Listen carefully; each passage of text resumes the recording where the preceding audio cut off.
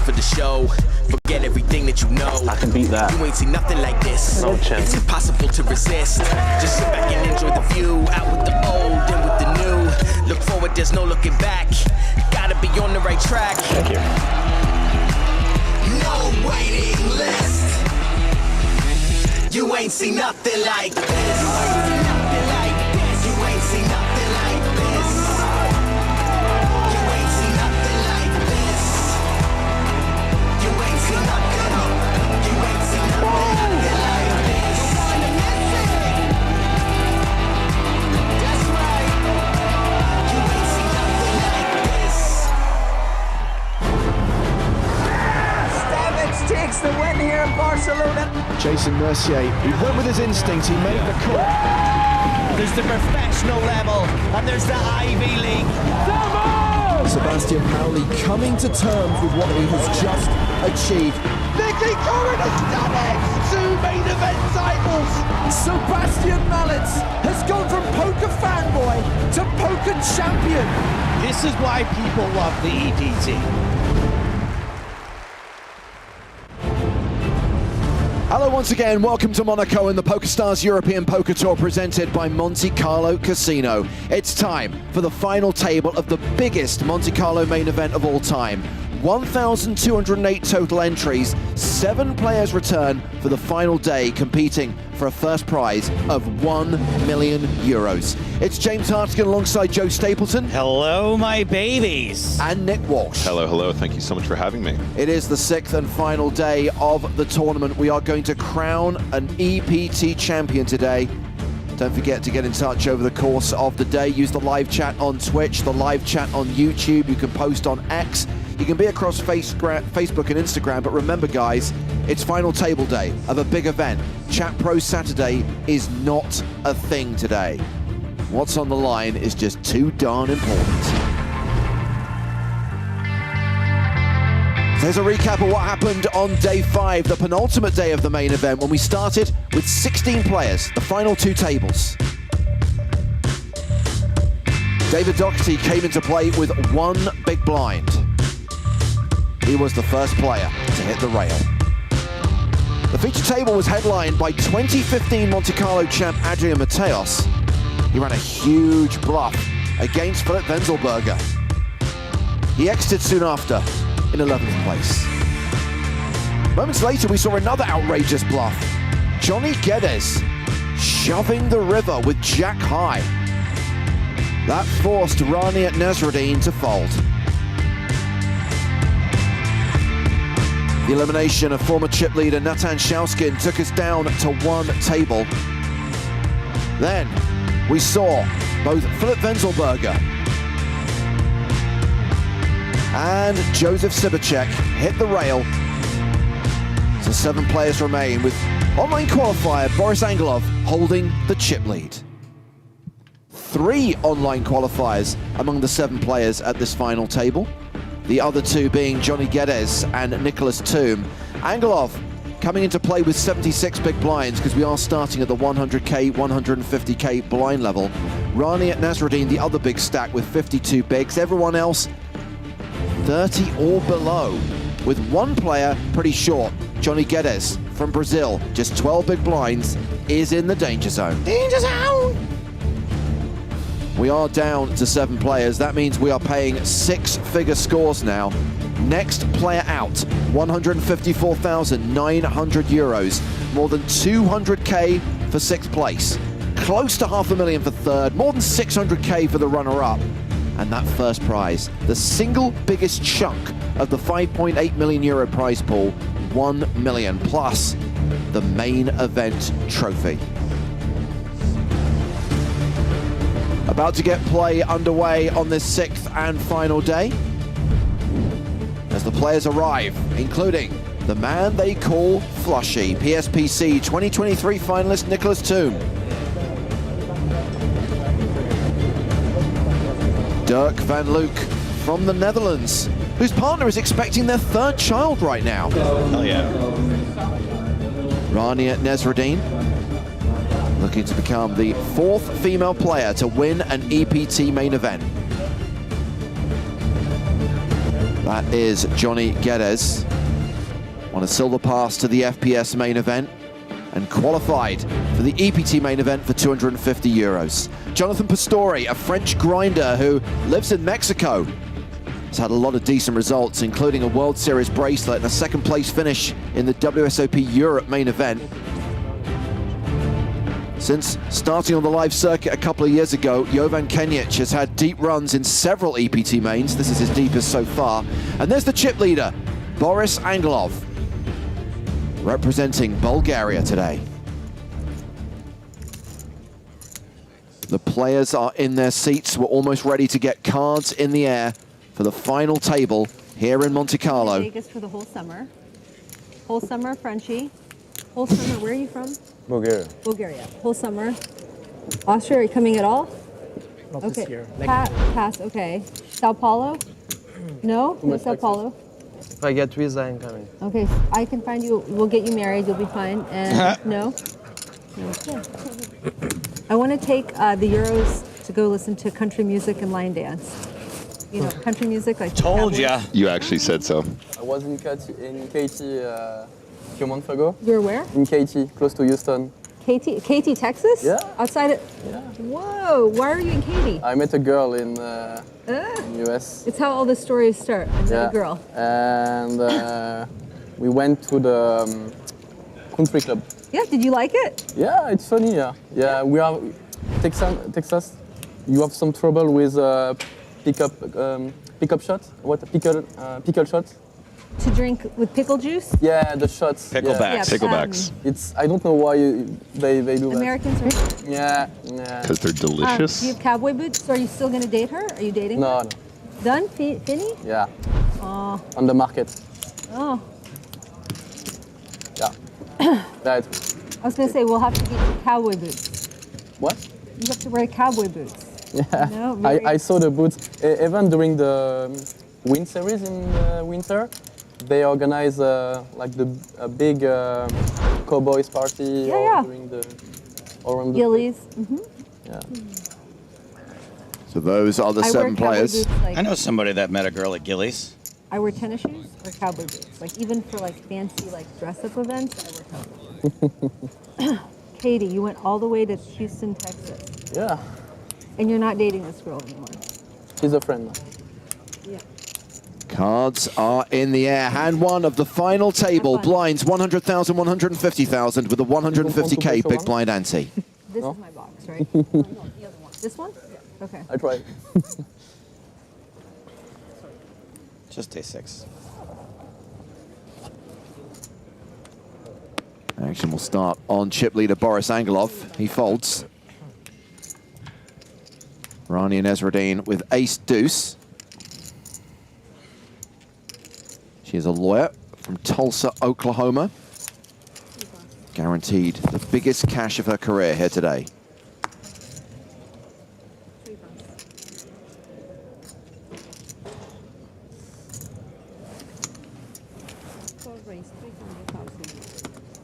So the raise comes from Jovan Kenjic with king 10. Jonathan Pastore with jack 10 on the button. Folds. Johnny Guedes is out. Round to the big blind. Niclas Thumm, 9-3 offsuit. Woof.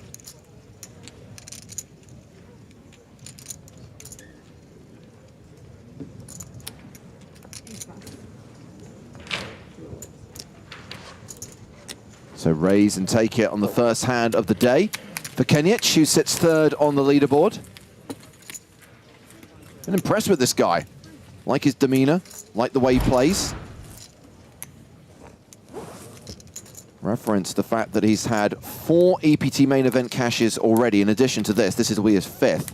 Plus, third in a 2K deep stack at Prague last year for just over 45K, more than 300 grand in live earnings. Sounds like the sort of fella that's just about to break through.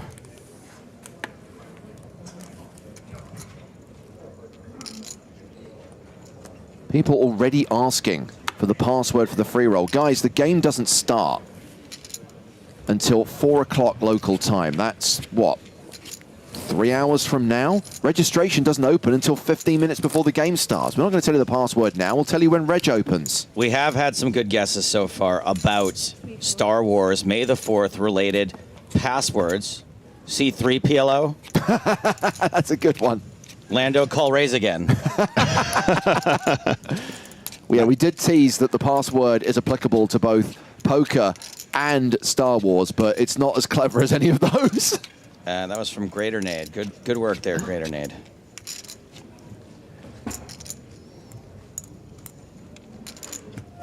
Blind v blind, and Flushy gives Boris Angelov a walk. I think we're going to go with Angelov, just so it doesn't sound like he's an angler. A fisherman? It's not, when you say Angelov, it sounds like he's of the angle. If he's anything like Chris Moneymaker, he's going to be shooting angles all the live long day. Some angles aren't negative. Just put 50 for small blind. Triangles? Or you 50. Yeah, it was. What kind of All right, if you want to call him Just to Triangelov, win, just so you fine. get 50 more. Just saw it now. Thank you. Oh, all this. My fault. Yeah, it's yours. It's mine, yeah. Good for the karma. And 3 starts with Derk van Luijk, folds King 5 under the gun.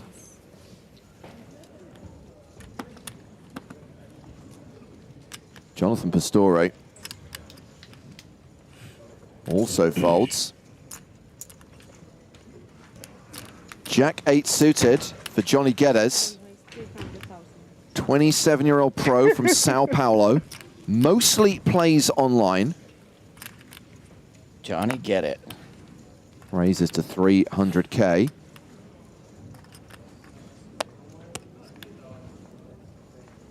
Niclas Thumm folds.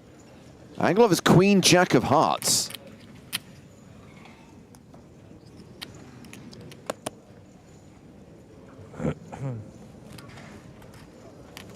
A domination situation. You think Guedes has a lot of raise folds? 900. Well, Angelov thinks he might. Yep, max pressure with the suited Queen Jack. Nezreddine wakes up with the same hand, offsuit variety in the big blind. I think it's an easy fold from that position, though. Does Guedes have a lot of raise folds? Probably not loads, but this is probably one of them. Sure. Assuming that Rania does fold. I would think that he doesn't have too many raise folds and probably would have just folded Queen Jack and missed out on this pot. That's right. Mr. Angelov is going to be using that big stack.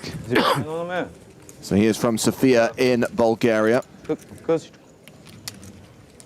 Deepest run in an EPT was Prague 2022, 59th place finisher. Coca-Cola sans sucre avec ice and lemon/lime, please. Thank you so much. Someone Just some waters for everyone. Yeah, water, yeah, please. You have one bottle. I think you got sorry, water, sorry. everyone. Yeah, but Sorry. one more water, please. Yes, thank you. He has 50 layers. For me of also. pot. Look, Get those drinks orders in. I mean, Yeah.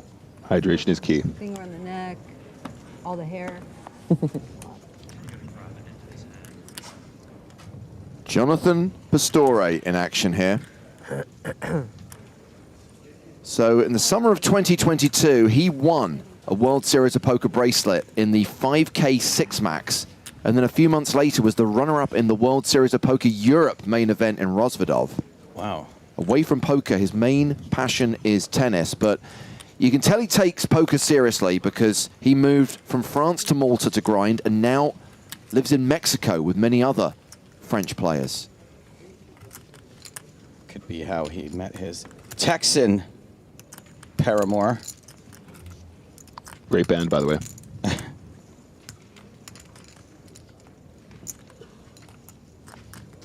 much did you start the hand with? Sorry, I didn't. Honestly, I didn't check. How much did you start the day with? Could it be that far off? 2.5 to 9, 3.5 2 points. So 1, 2, 3, 5. So one time bank card used already.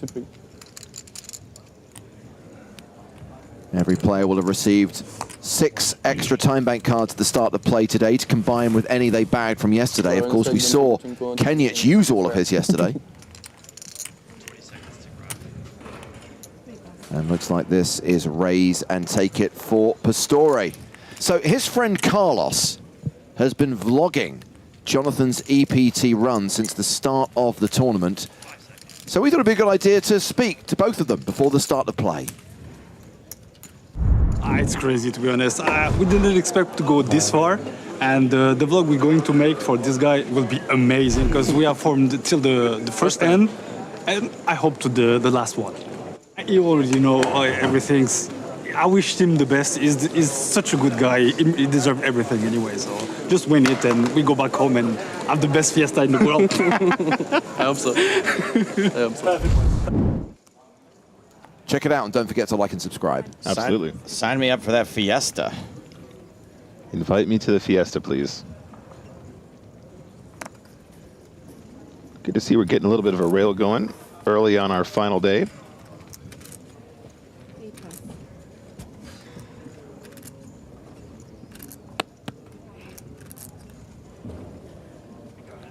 Queen 10 for the chip leader in the cutoff.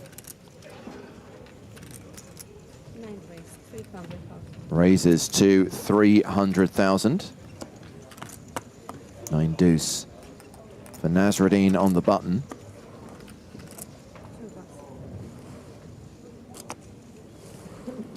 And looks like it's been folded to Kenjic in the big blind, and with 7 deuce, he is not going to play.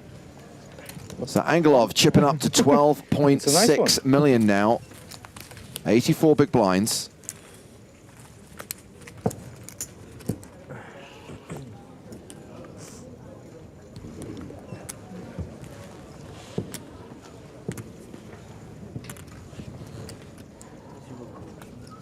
Oh, thank you so much.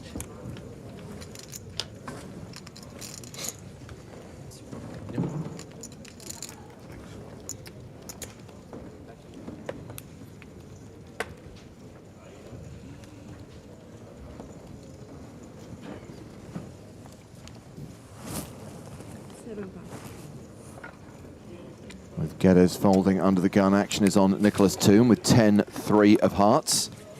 So I didn't realize, Nick, that Niclas actually took some time off after that result in the Bahamas. Correct. At the start of 2023. Kind of just was taking time, I guess, to think about what he wanted to do with his life, having won $1 million. I remember when we spoke to him on the podcast, Joe, he was like, I'm still going to work for the family business. I'm not going to throw my life into poker. But took stock and realized, actually, I enjoy traveling the circuit. I enjoy seeing friends. And if I have this money, if I have this kind of safety blanket, if you like, that's what I want to do, at least for the next few years. So here he is, moving to Austria, playing more poker, winning a satellite to play EPT Monte-Carlo, and making another final table. Just win $1 million every couple of years, and you're doing okay, James. Yeah, absolutely. Yeah. No, I'm really pleased to see Fleshy doing well here. You know, we've been hanging out online, and just a moment, guys. Let's talk about this first. Well, I don't think it's getting called. I don't think so either. Opening with King Jack offsuit, and Pastore getting it in with Ace Queen.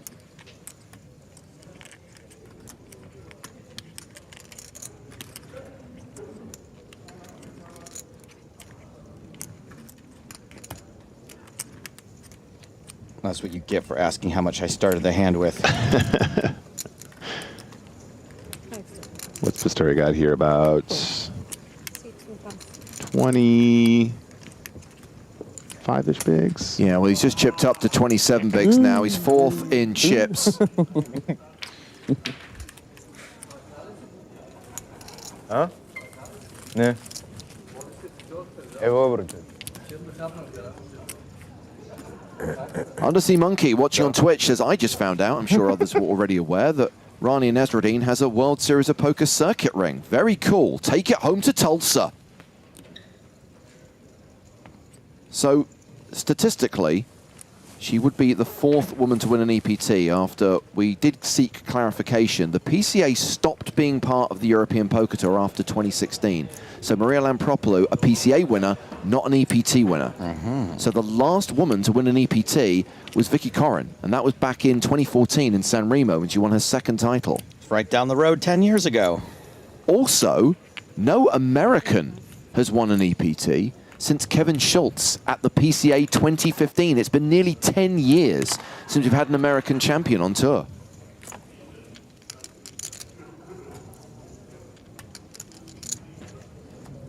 Do you want to talk about the no-hitter too early in the game? But certainly plenty of noise to be made should Rania close it out. So Angelov opening here with King Queen. Johnny Guedes is the short stack, and he's got 20% of his stack invested already, having posted the big blind and the big blind ante. And folded to Pastore in the small blind, who's got King 8 of diamonds.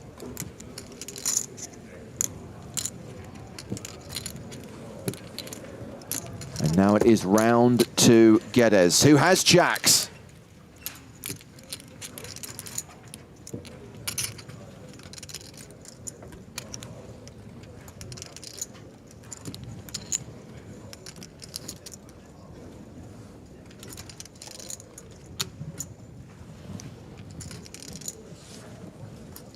I think we know where this is going to go, guys. Guedes only got about 8 big blinds behind.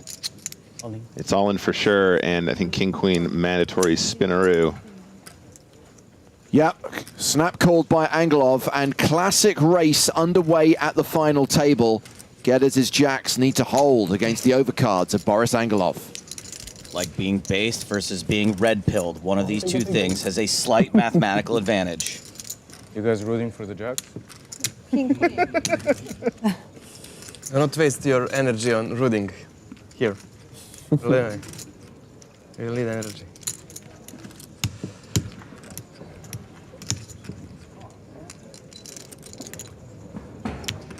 Jack's actually a decent favorite when you take into account the folded cards. And there is a jack on the flop, but also a 10 and a 9. It's the straight for Angelov. Smoke him if you got him. Angelov flops the joint. That is unreal. What a sweaty board.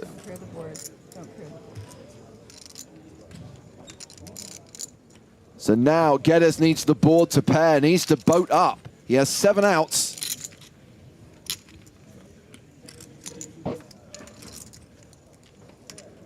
Okay, picks up additional outs with that ace on the turn. 10 cards, Guedes can hit to survive.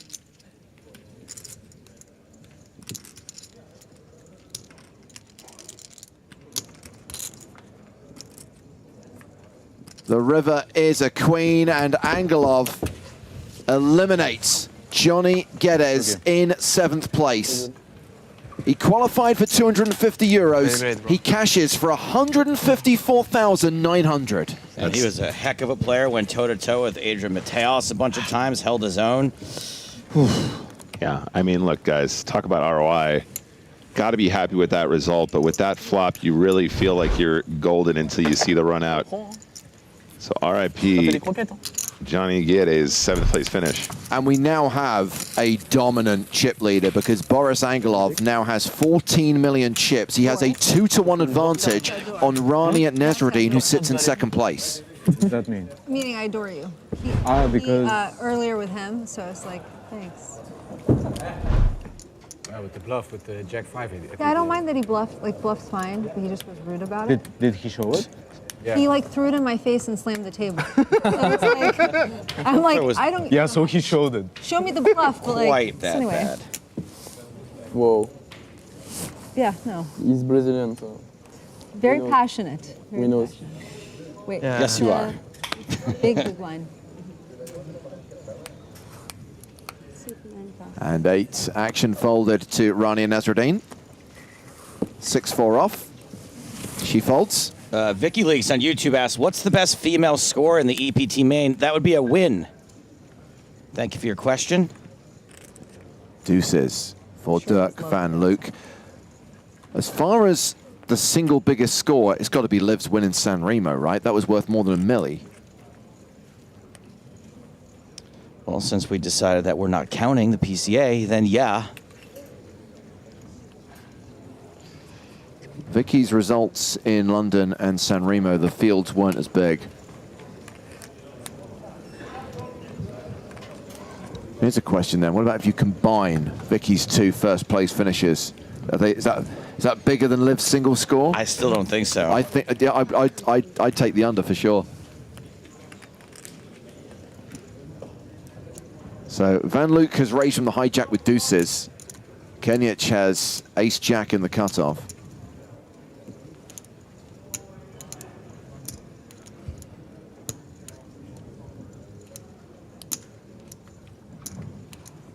So their stack depths are important here, guys. Van Luijk 16 big blinds after putting in that initial raise. 8-25. I was going to say this is a great spot for Kenjic. That is Kenjic, right, James? Yes. Yeah. It's a great spot for him to leverage that stack and put him under pressure here. And honestly, I feel like the deuces might have just been a fold here pre-flop, guys. You got a really awkward stack depth. And your opponents are going to put you under pressure like this a lot of the time. Deuces just don't have the best value anyway as a shorter stack. They have much higher value when you're deeper stacked. I would argue on a final table like this, with the value of the chips being so high, that could be a pretty considerable leak to have the deuces in your range there. So Kenjic hovering around the 35 big blind mark. Derk van Luijk now the short stack at the table with 16 bigs. Flushy, Niclas Thumm has also dropped below the 20 big blind mark. And we still have more than an hour to play at this blind level. 100K, 150K. So yeah, to go back to previous female EPT winners, if you combine Vicky's scores from London in 2006 and Sanremo in 2014, it comes to about €1 million. London was in pounds, obviously. Liv won 1.25 million euros when she took down Sanremo in 2010. Wow.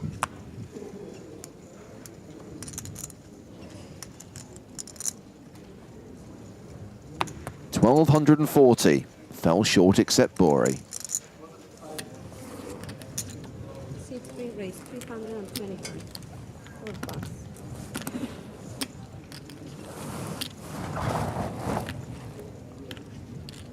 And Luke back in action, opening with ace-6 of hearts. Round to Pastore on the button.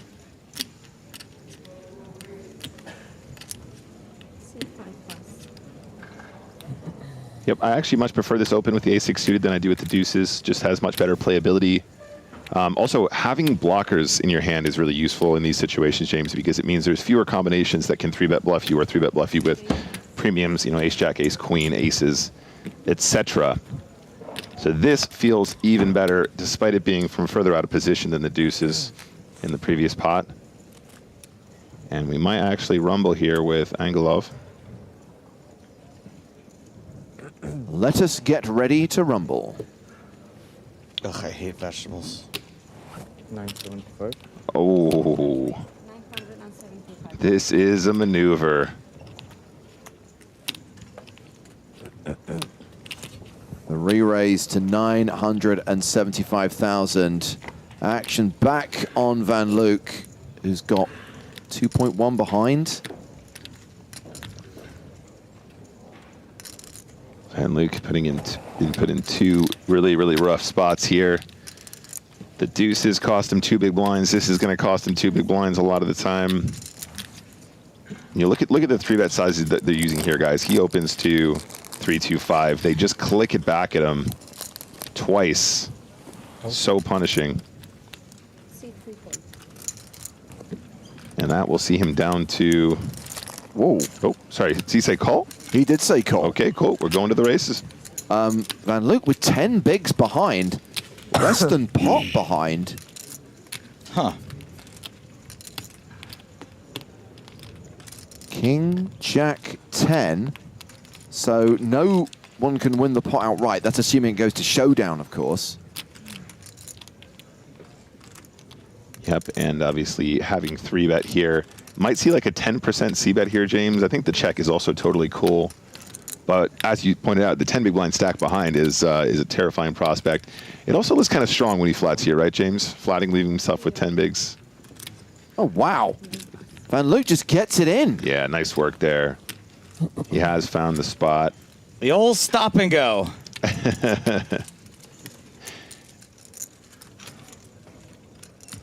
He will run into it there sometimes, of course, but yeah, on this a lot of the occasion, time pulls it off.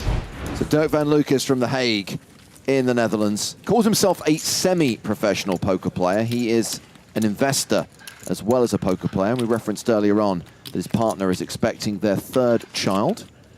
He's enjoyed her support all week here in Monte Carlo. And another player, along with Rania, guaranteed to pick up the biggest prize of his poker career at this final table.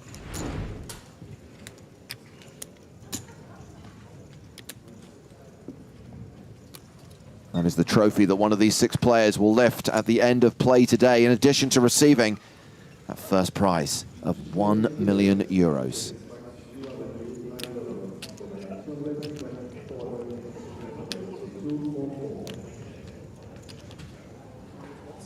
pass. 4 pass.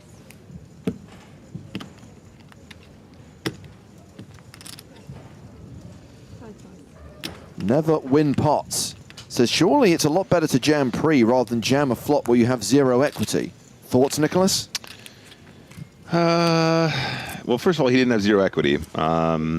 He's always drawing to the straight there, first of all. He doesn't know that he's drawing to a chop. That's the first thing to say. Yeah.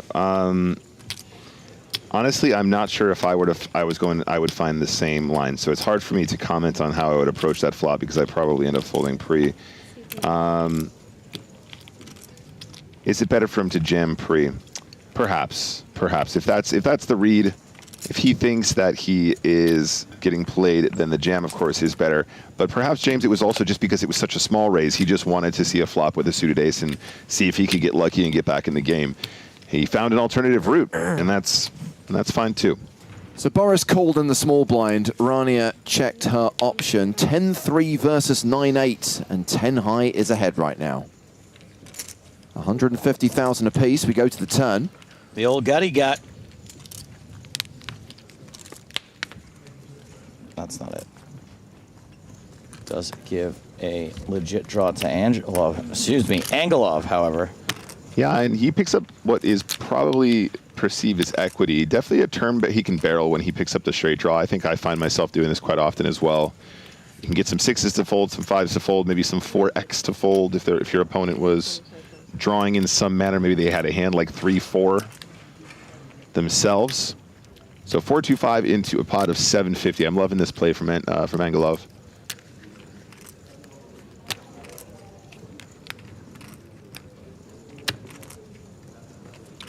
This wouldn't be the most ridiculous semi-bluff card, though, James, right? You could definitely consider raising this turn when you're blocking 7-8. Sure. Those will be in the ranges for sure. There's no reason why Rania wouldn't have something like that, blind v blind. But the second barrel gets the job done. Aggression reigns supreme. And still, that 2-1 advantage for Boris Angelov. 90 big blinds. Rania Nasreddine, the second biggest stack with 44 big blinds. Well, we spoke to Boris at the start of the day, asked him what it means to make this final table.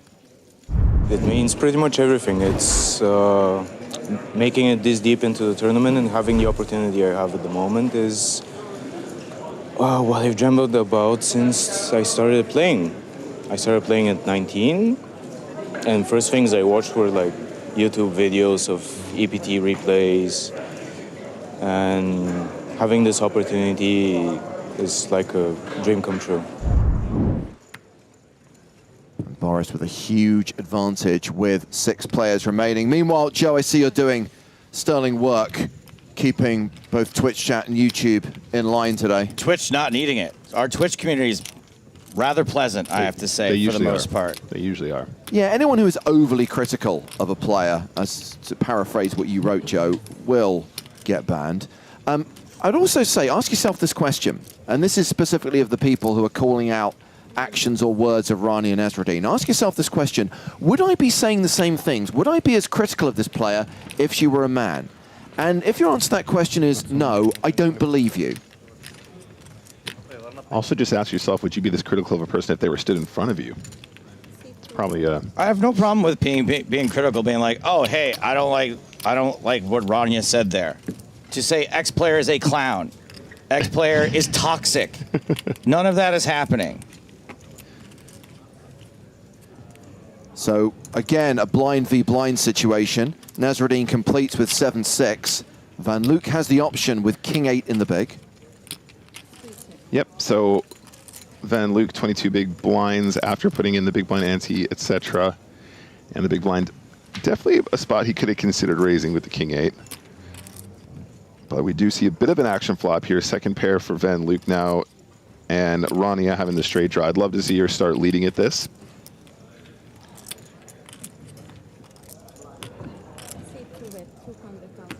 $200K. Van Luijk should be continuing pretty much every single time here. Pretty reasonably strong hand, blind v blind.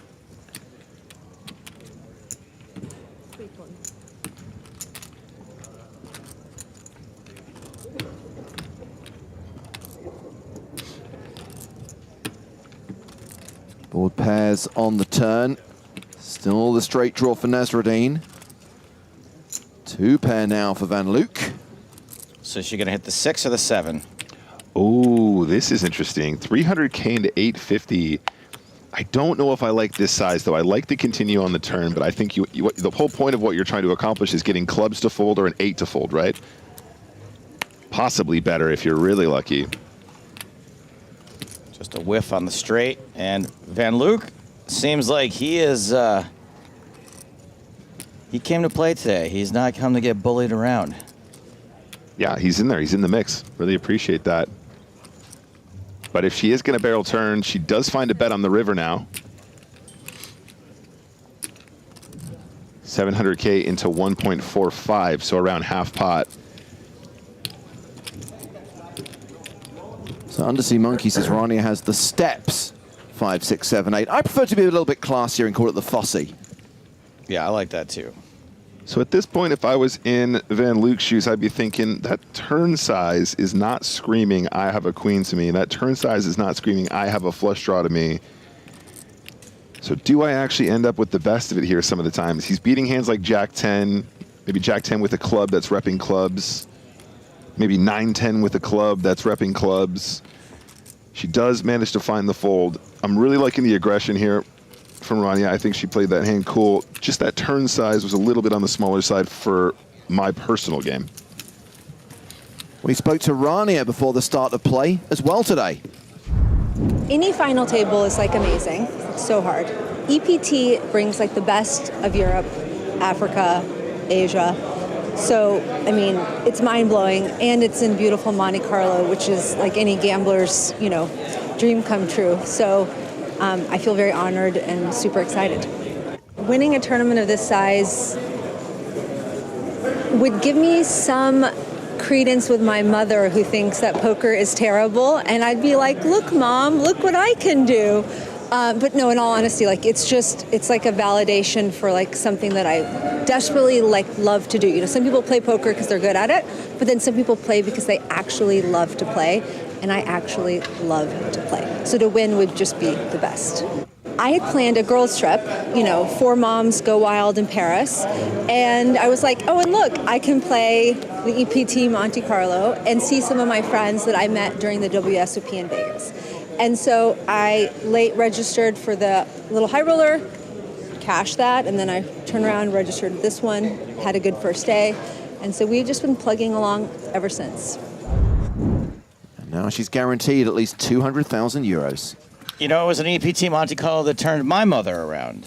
She no longer thinks poker is terrible. She now just thinks it's bad.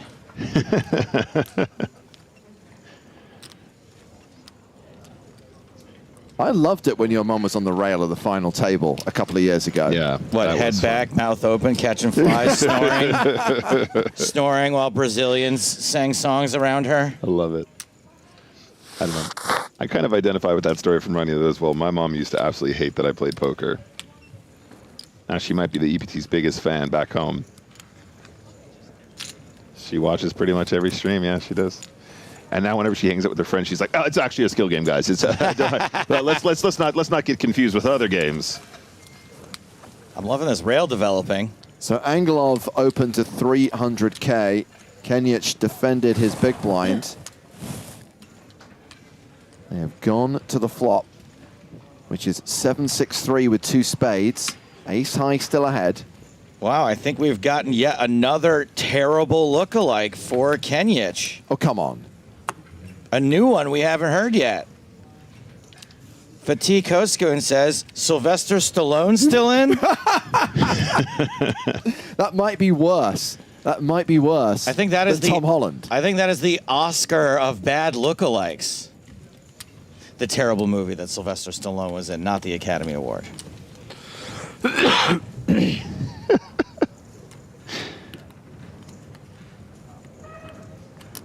Rania's like me, by the way. I can't sit still when I play poker. I got to be up. I got to be standing up, moving around. That's okay. Whatever works. As we've established, you've got to get your steps in.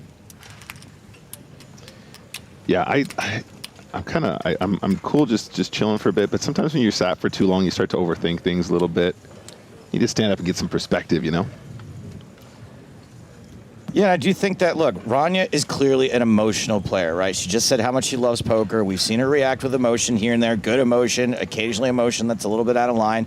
And I think that when you're sitting at the table and you're pent up and you, like, it can make you play worse sometimes if you don't get up and get rid of that energy and walk off that emotion. Of course. But in the same way that I would make excuses for her emotional reactions, I would also excuse Johnny Guedes' emotional reaction when he got that bluff through, for example. Of course. Yeah, no, absolutely. Look, showing a bluff, I said this when it happened.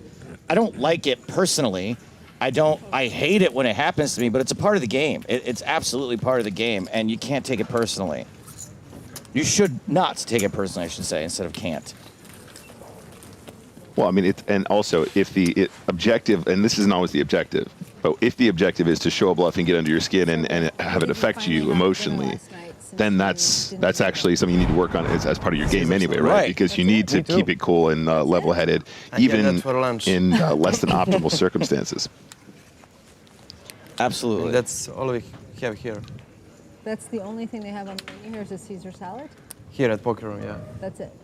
Yeah. It's the best 36 That's euros not true. you can spend. Anything else for me? In Meridian or here? In the bay. In the bay. 46 euros? 36. So in the last 5 minutes, I've seen Rami Malek suggested as a lookalike for Kenjic. The guy who plays Ramsay Bolton in Game of Thrones is a lookalike for Kenjic. Anger emotions, like that's one. Someone even said Tobey Maguire. Is there anyone who's played Spider-Man who doesn't look like Jovan Kenjic? Hamburger. Hamburger. Jake Johnson. Right, is that how you say it? 300? He looks like Griffin. Hamburger. Snowman's Num Num. Angelov is open to 300,000. Hamburger! Nezreddine with King Jack of clubs. See Hamburger.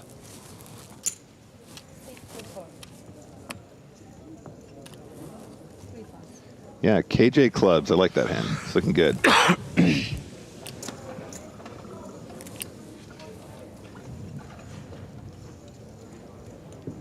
Queen 7 off is not one that plays well multiple way. Would love to see this in the bin. So our heads up to a flop.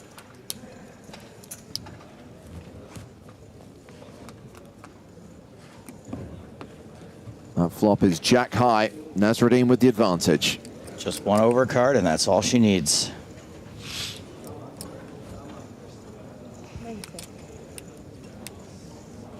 So $1 million in the middle.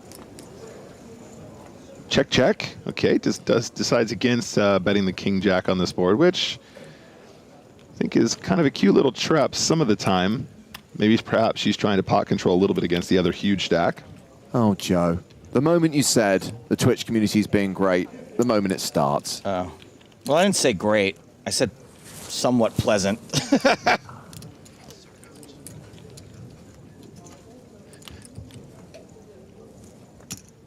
Deuce on the river. So Rania has a lock on this. So no bet on the flop. The delayed C-bet from Angelov on the turn.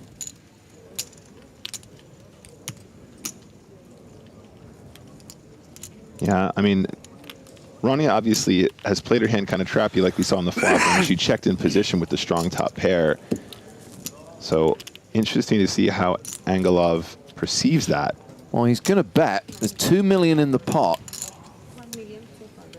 And he has bet 1.2 million. So he's gone over half pot. And... Oh, sorry. Oh. Oh. So how much more? Oh, she beat him into the pot. Not sure if she meant to click it or whether she just put out too much for the call, but it's going to be rolled as a raise to 2.4. Well, there's worse spots to make that mistake. Yeah. Yeah, absolutely. But, yeah, I think she meant to call there. It looked like it at least. Anyway, nice pot there for Rania. 66 big blinds now. Closes the gap on Angelov, who still leads with 80 bigs. Yeah. Yeah, that little checky check on the flop got her paid a little bit extra there, which is cool. Angelov. Yeah.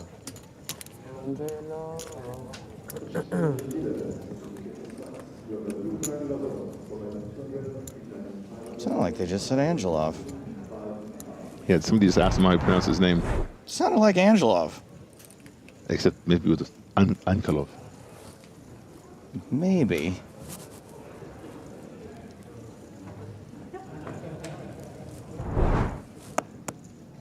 Hey, if that's the biggest controversy we have here, I'm fine with that.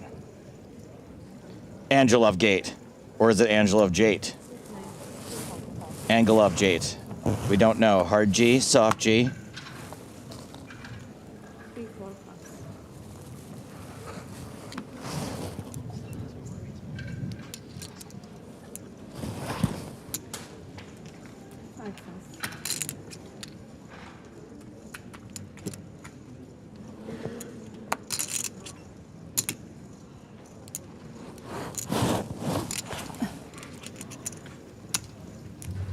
Ange, Ain, Love. Are we sure it's not Angie Love? Love Gan. Let's do an anagram. So, is this the first hand we've seen Flushy play today? I believe so, yeah. Defends his big blind with 5-3 of spades, and he has flopped a flush draw. We've got a post-flop flip here.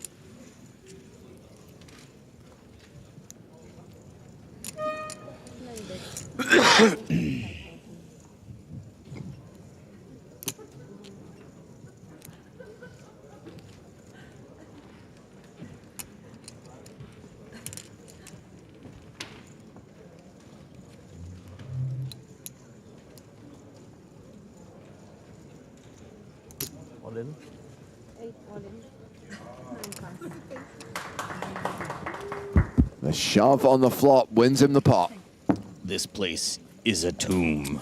And Niclas Thumm is now playing more than 20 big blinds, 22 bigs. And Derk van Luijk is the shortest stack at the table with 18 bigs, roughly halfway through level 31. 45 minutes until the blinds go up at the six-handed final table here in Monaco. Big up the Tomb Raider. Young Gary Oldman wins a pot. I'll take it. Fine.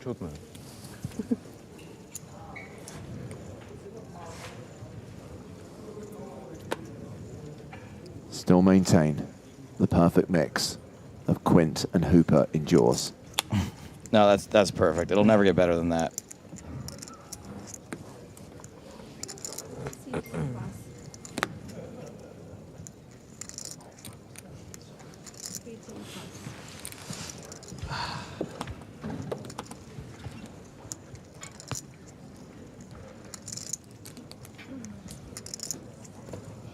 That 8 suited. On the button. Pastore does not want to get involved. That's interesting. More like Pastore. Cheeky little ICM fold, maybe. That's interesting from that player. Thought he would still get in the mix there. That really nice, pretty suited connector. The Tomb Raider's got 22 big blinds. He's blind v blind against what I believe is the chip leader.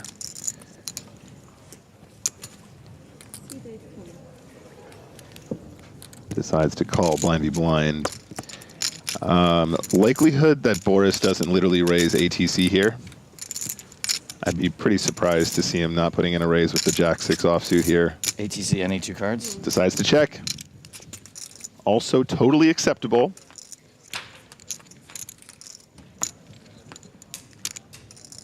Queen 10-7, king high still ahead. Just thought perhaps he would try and lean a little bit on the shorter stacks here, definitely putting pressure on that final table with the bigger chip stack. Does Flushy want to lead here on Queen 10-7? I think I probably find myself doing this quite often. 8-bet, 225. 9 pass. Smidge over a min, takes it down. A few more big blinds for the Tomb Raider.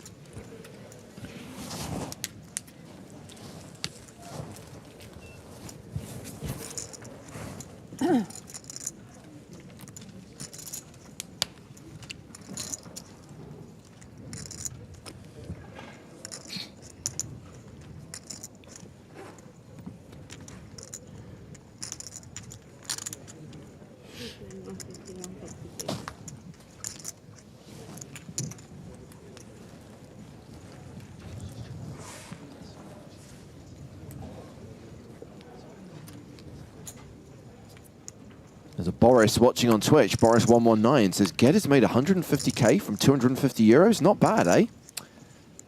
Absolutely.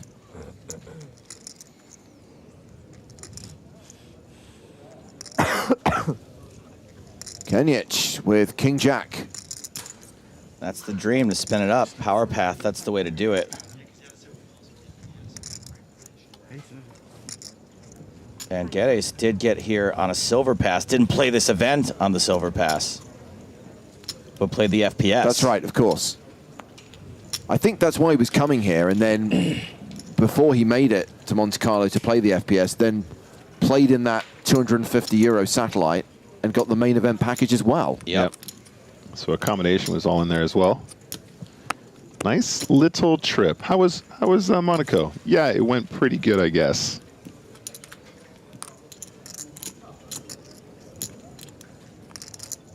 Oh, we've got another one for Kenjic. Henry Cavill. Sure. I'm not having that one, no. 90% of them are wrong, Nick, but just they're still coming in, is what I'm saying. I didn't realize it was Chat Pro Saturday, James.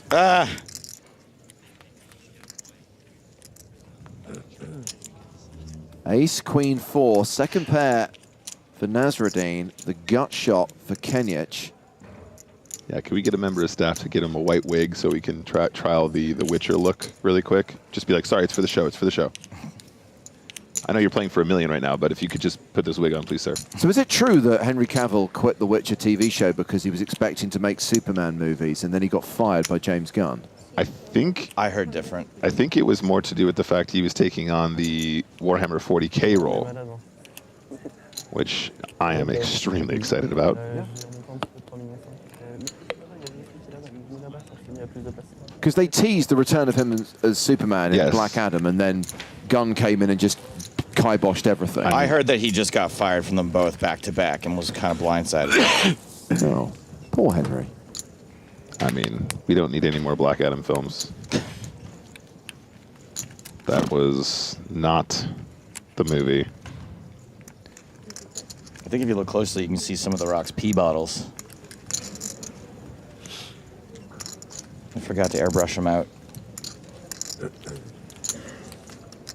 Nezreddine checks a second time. Kenjic continued for 250k. Do we see a second barrel on the turn?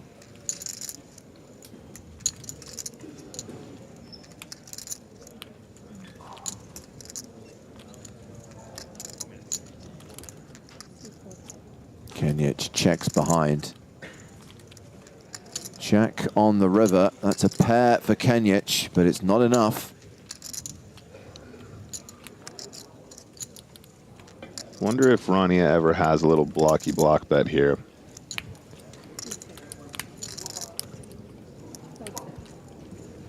Check also fine, and will take it down. Another pot for Rania Nasreddine. Up over 10 million chips, now playing 70 big blinds. And not much of a gap now between her and Boris Angelov, who's at the top of the leaderboard. Well,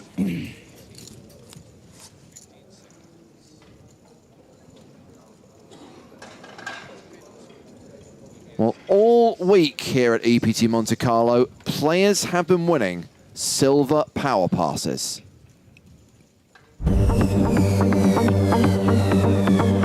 Welcome back, everyone. We're gonna play a hand of pineapple. The winner will get the silver power pass package worth 2,300 euros. Good luck, everyone.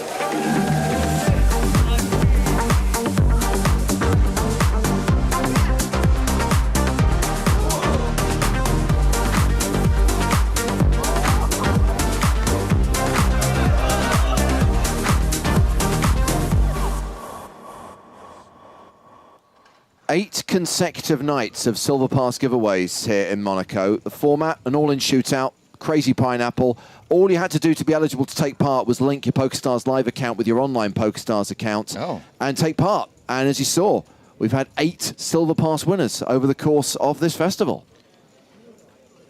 It is just another reason to come to a live event because there's always added value. There's always extra fun stuff to do. I imagine that our next live event in Barcelona will be no different, and if anything, we'll have even more, considering we're celebrating 20 years of the EPT. Sure. The European Poker Tour's 20th anniversary will be celebrated in Barcelona at the end of August. Back to the final table.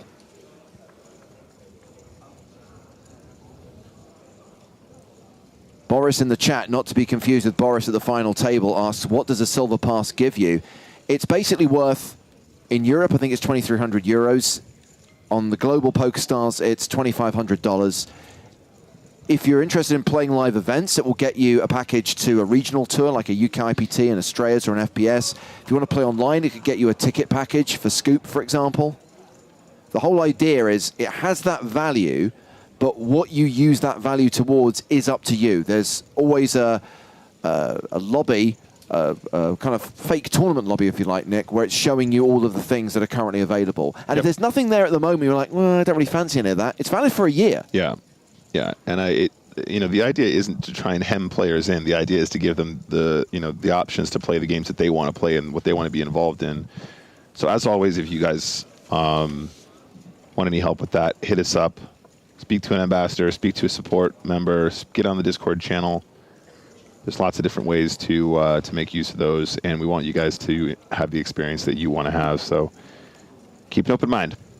Now, we know there are players who've won multiple silver passes and have combined them into a gold pass. Right. Because if you win 4 silver passes, you're effectively there, right? Yep. That's the same value as a gold pass. Exactly.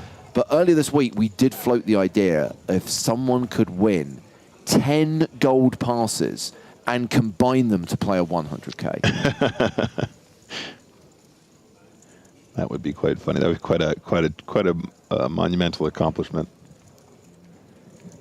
I mean, what amount of hoops you'd have to jump through to get that to happen? I think the press would be worth it. Yeah. If you got 10 gold passes and you just contact the team and say, I want to play a super high roller, I guarantee you they'll make it happen. Yeah, why, I don't see why they wouldn't. Absolutely. What about 40 silver passes? I'm sure they can make it happen. Yeah, I mean... 1,000 bronze passes?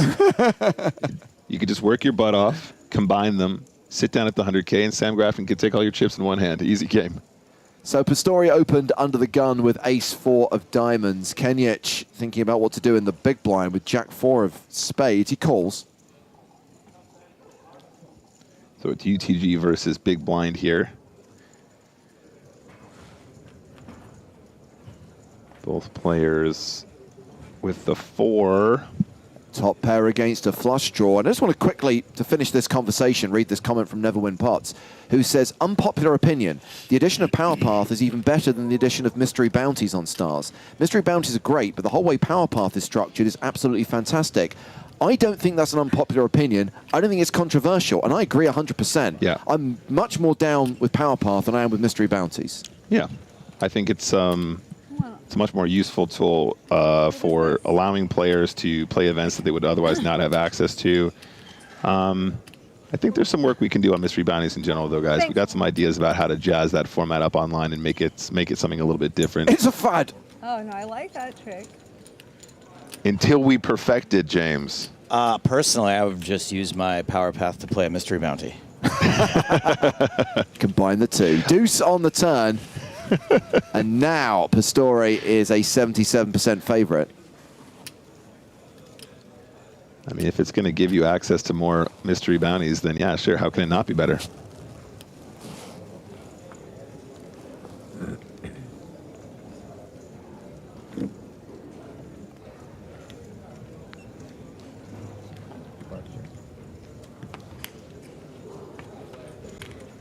So the board bricks out for Kenjic.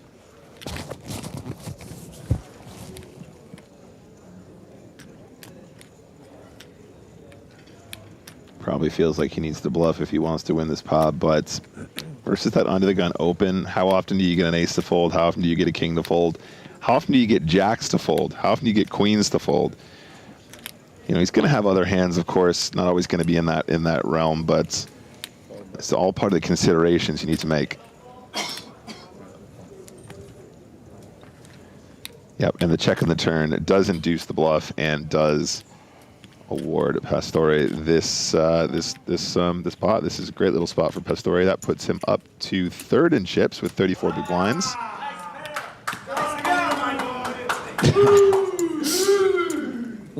Wow, they drove all the way from France. My crazy friend French are here. They might be the guys who live with him in Mexico. Could be. All right, sure. Wait, wasn't one of those his brother from earlier? Reserve, they'll like blow something up, like it'll be like in another building. That's how they celebrate.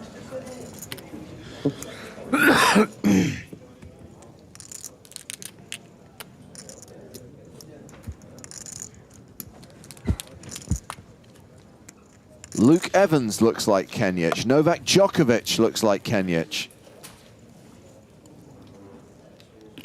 He is the player who looks like everyone.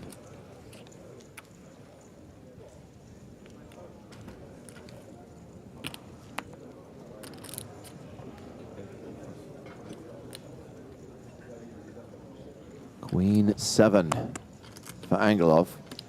He folds the computer hand. Rania Nasreddine is in the cutoff with King 8.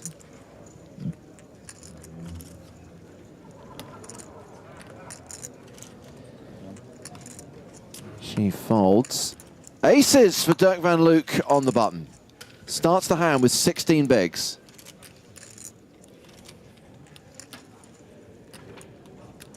Min raise here, Nick?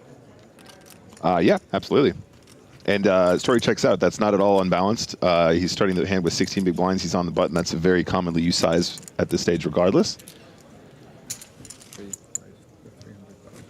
So yeah, just start with the min raise and see how we go.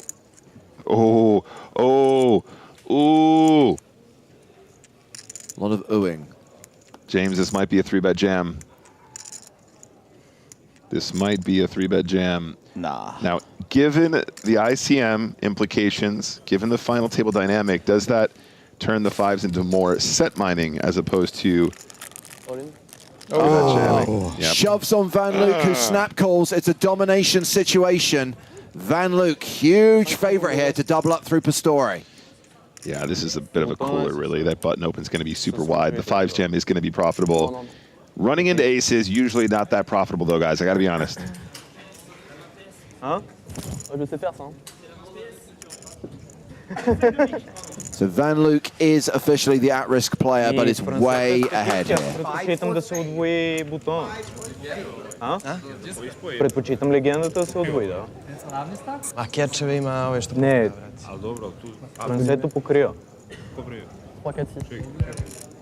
Pokriva ovaj... Francus pokriva, brate, ovo. Van Luijk, 4-1 favorite to double up. Stvari bolje ti ovaj da prođe, ovaj stručnjak. And he has flopped top set. This could be all over on the turn. I'm very confident. It is over. That is a full house. And Van Luijk gets the double up. And they've pretty much traded places on the leaderboard. Just full house, no big deal. Just a full house, which will see Derk van Luijk move up over 5 million chips, more than 30 big blinds. Jonathan Pastore now the shortest stack at the table with 17 big blinds. Looking good, Loomis. Pretty good. Feeling good, Billy Ray. How much? 2 million. Too much. So, what to pay? Now, guys, was it Van Luijk with the ace-jack yesterday? Who cracked aces? Yes. Okay. The run good continues on the FT here. And there you go. Take a look at the new chip counts after that big exchange. Yeah, Van Luijk's now third in chips. There's obviously some distance between first and second and third, right? You've got two big stacks, Angelov and Nezreddine. Everyone else on the shorter side. Right. Van Luijk with fewer than 35 big blinds, Thumm hovering around 20, Kenjic hovering around 20, and Pastore with a sub-20 big blind stack. Yeah, and you know, we talk about table dynamics a lot. Obviously, when we get to the final table, it's so important to understand how that changes. If we see one of the big stacks, if we see Rania or Boris take out one of the shorties, I think we might start to see the gears shift a little bit more, and really it would be a battle for the shorties to try and climb to those heights and find a stack that can do some damage to Boris or Rania's quite dominant chip lead at the time. Only in chips, not in personality. You know, that's only in chips. I really feel for Pastore there. I'm not really sure how else he's supposed to approach that hand. The shove is definitely correct from a chip EV perspective. Perhaps with ICM he could find a different line, but he was just so short, guys. You know, he raised off of a 16 big blind stack, and I just think that the shove is probably what you got to do most of the time.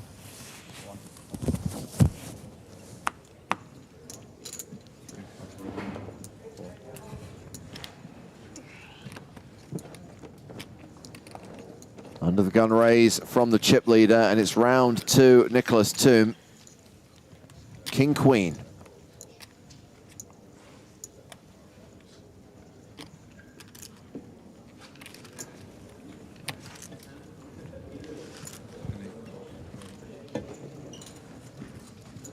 Mi se piša, brate. Kada sedneš dve ruke da ne digraš. Wow. Wow. Queen high flop. One hand off. One hand off. Someone catching up with the stream? I think it was a reference to, had that been the flop in the previous hand, we would have seen the elimination of Derk van Luijk. Got it. No. Don't want to push the boat out too far, but I feel like this is a pretty great flop for King Queen. You think?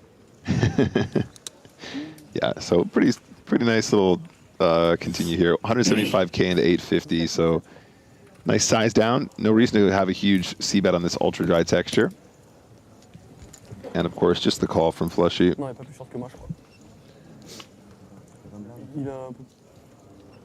Oh, that could see Angelov lose more chips.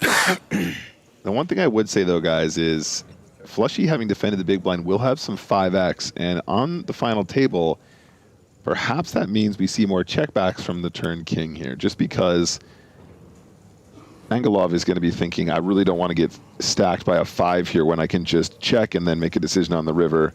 That's what we see. That makes a lot of sense to me. If I'm Flushy at this point, you got to be somewhat concerned about some of the straights here. Ace-Jack obviously rolls in the back door. But I think there's still a bet on this river for sure. You're going to get called by some King X. Flushy misses the bets. But does that mean that Angelov decides to try and go for value against Queen X instead? I mean, he's only ever going for a check raise here, right, when he does this? No, I think he's too concerned about Ace-Jack, or maybe even some sets. 10s full would make sense here, I suppose. Kings full, I guess, is still a possibility. I guess, yeah, it feels like a little too weak to check raise and a little too strong to not bet. I think you just want to quit poker forever if you check raise and run at Ace-Jack, and that's your... Yeah, right. That's what I don't... Yeah, I think it's just a check call. I guess for that amount especially. Yeah, nice pot there for the Tomb Raider. So he moves up into third place with 34 big blinds. Blinds up in just under half an hour's time, so we come to the end of level 31.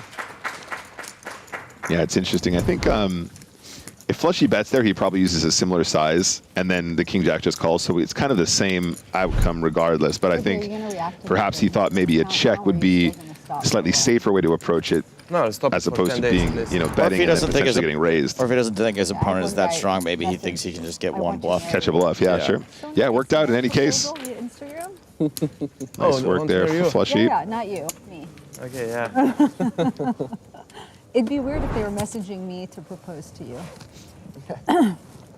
They're like, can you ask the guy to the table? Awful lot of matchmaking happening at this table.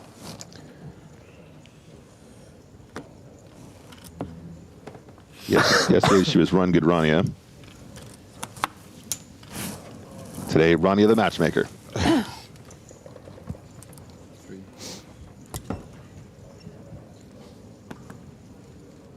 Opens under the gun with King Queen, makes it 300k. Round to the blinds. Niclas Thumm in the small.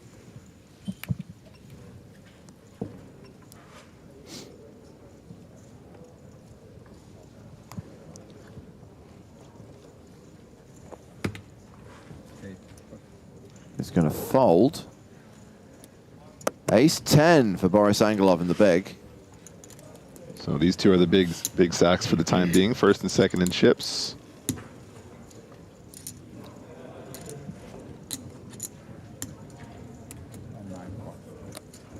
Just see the call.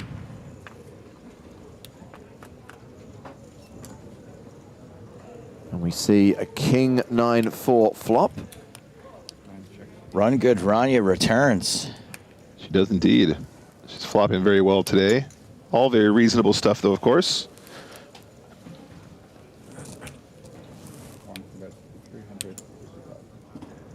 Continues flop. 350,000.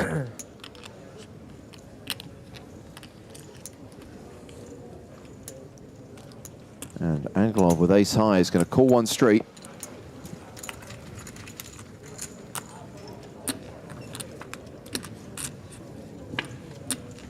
Five of spades on the turn. Well, his straight draw isn't, sorry, his flush draw is no good because Nezreddine has the queen of spades. He checks a second time. Nezreddine checks behind very quickly. Board bricks out for Angelov.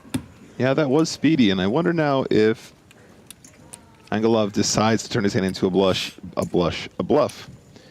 I think it might be strong enough just to try and check and get to showdown, but it does get checked to showdown. But that is going to see a change in chip lead as Boris Angelov drops down to second place and Rania Nasreddine moves into the catbird seat. 11.1 million for Rania, 74 big blinds. She's chip leader once again.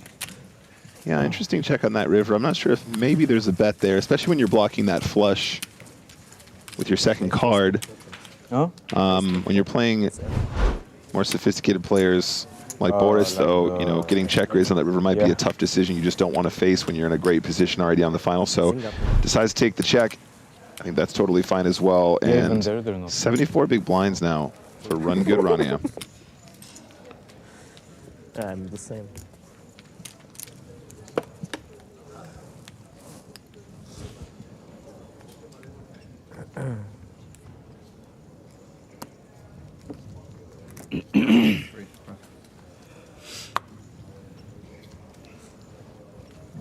Kings for Jovan Kenjic. Kenjic Lamar is a king. About to drop the sickest diss track. King Kenjic.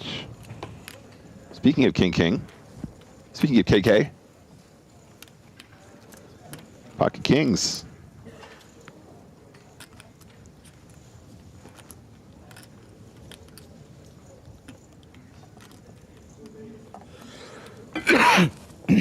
Niclas Thumm not playing the ace-5, rounds the blinds.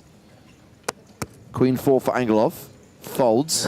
Rania Nasreddine is in the big blind with 10 deuce offsuit. Do it for I Doyle. like you. Very good. Yeah, it's because you like him, not because you have 2 offsuit cards 8 apart. 10-2 off. I cannot call. Come on. Don't respect Doyle. Isn't that Doyle Brunson's hand? Yeah. But see, I live in Oklahoma. Yeah. And so the hand, if I had Jack 2, I call 100%. I swear. But 10-2, I cannot. It's a famous hand in Oklahoma. Why? It's called the Choctaw Nuts. The big cojones. The Choctaw Nuts. Wait, sorry, what? Jack 2, I call. 10-2, I have to. I've never played a Choctaw. I believe her. She's never heard of the Texas Dolly or what? You see a Jack 2 board? No, I'm she's there? saying she doesn't play it, but she does play. Yeah. Jack Deuce is a better hand. Yeah. Small. Oh, she said Jack Deuce. Yeah. Oh, okay. Wake up, Nick.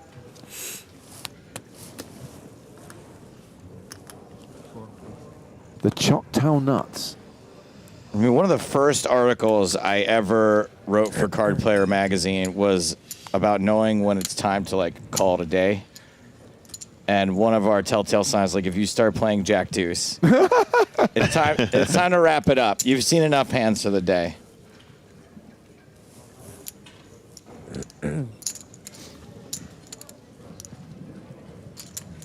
Pastore got screwed by 5s. He's now playing 4s.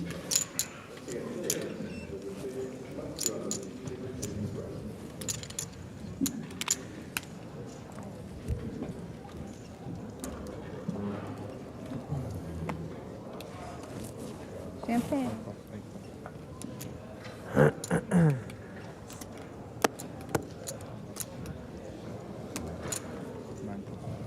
Just the 2 of us?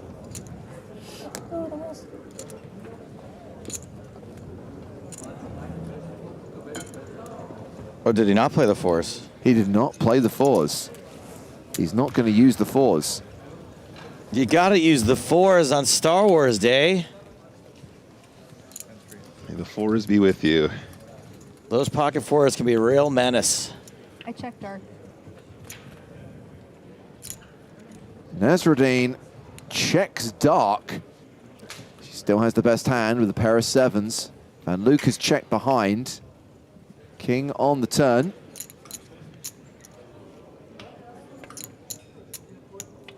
Checking dark is known as the Choctaw Key Party.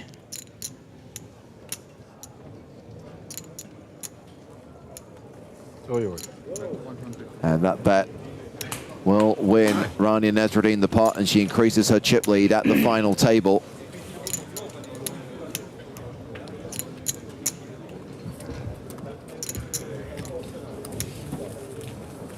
As she said in her interview at the start of the day, doesn't actually have much time to play poker. She is a lawyer. She's dealing with real estate transactions. She has a young child at home. I love the fact that they had that mum's away from home trip to Paris, though, and thought, well, while we're here, let's go to Monaco. Let's play some poker. Let's win €1 million. Yeah.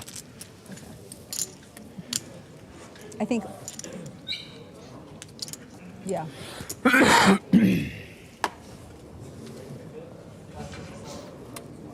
I think €1 million, if you win it as a new parent, should cover childcare for like the first year and maybe 2 semesters of college.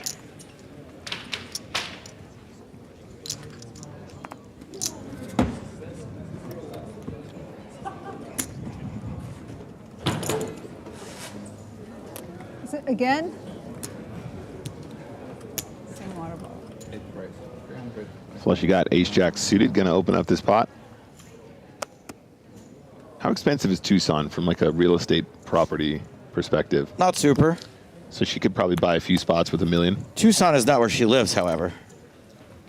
Tulsa, Nick. She lives in Tulsa. Okay. You know what's really funny is that Americans are really bad with geography, but Nick is an American who's also bad with American geography because he's never really lived there. So he's just got the worst of all. It was unrelated. worlds. I was asking for a different thing. It wasn't to do with that. We got a lot of aces out here. Tulsa is even cheaper property than Tucson, yes. I hope that Rania knows better than to play the Spraggy. She does. Granted, there has been the 3-bet from Angelov.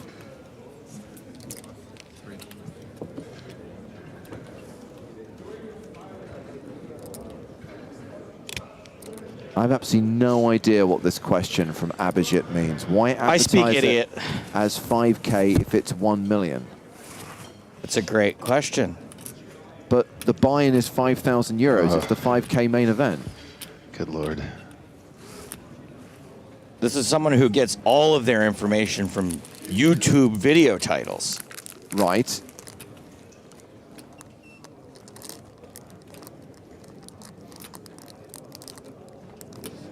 Oh man, this is actually a really interesting spot for Kenjic, because Angelov is going to be 3-betting pretty light in these situations as the chip leader, so this might be like a slam dunk push with the Ochos. The open can be whatever. The 3-bet can be really light. That means you probably do really well by pushing this. Kenjic only got 21 big blinds behind after putting in big blind and big blind ante. Oh, is he going to find it? He's going to find the move. Tom Holland. Slash Toby Maguire. Slash Wentworth Miller. Slash Sylvester Stallone.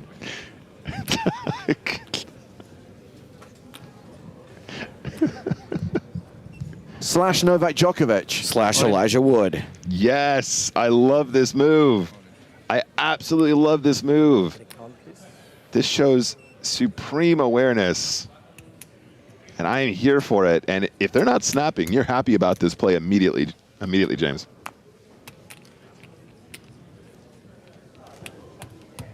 So Niclas Thumm asks for a count.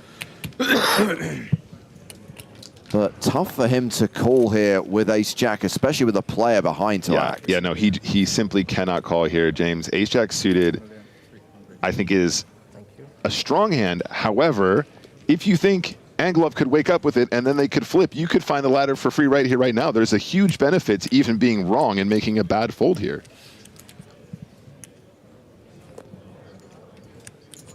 So Flushy folds the ace-jack, Angelov folds the ace-8. The shove from Kenjic gets through, picks up a lot of dead money there. Yeah, Snowman ices him out. Pocket tens, you folded, right? Yeah. That was definitely a little bit of a needle. He knows he's not folding tens there. One more, right?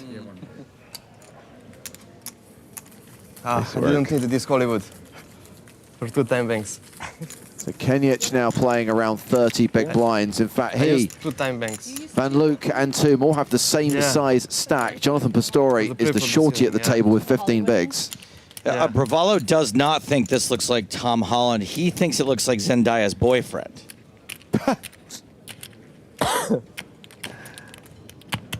A young Willem Dafoe was another one that got added into the mix during that hand. At this rate, I'm just going to go on IMDb and list everyone he doesn't look like. It'll be a shorter list.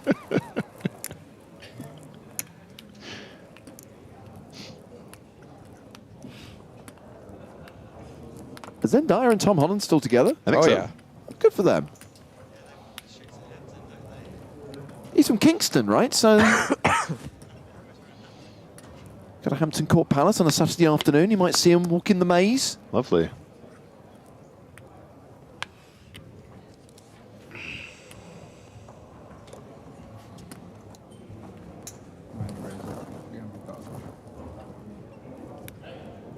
Imagine going to the Bentel shopping centre and seeing Zendaya. I mean, you'd be like, wow. Yeah, she is a pretty big deal now. Why? She's mid. Just kidding. Angelov King-Queen suited has opened in early position. Van Luijk on the button with ace-10.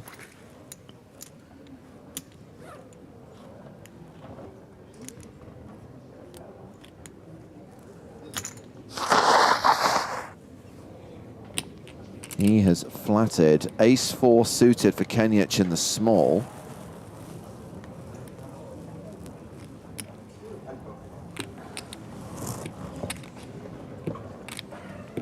So tempting.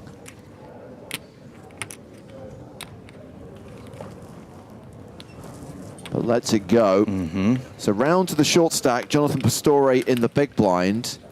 He has kings.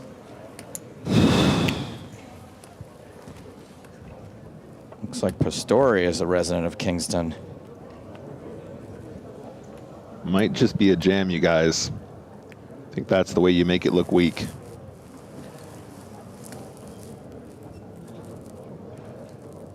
There's already so much dead money out there.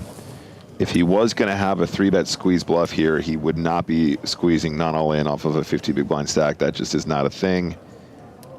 I think it's an all in. 850. Take it back, 850K to go.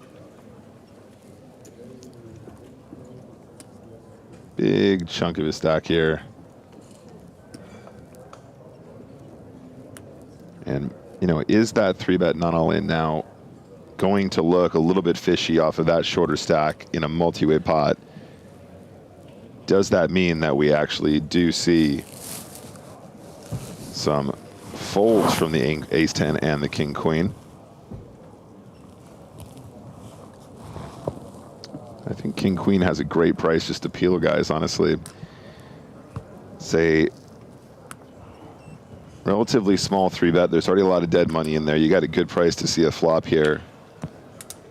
I'd rather have king-queen suited than ace-10 off. Let's put it that way.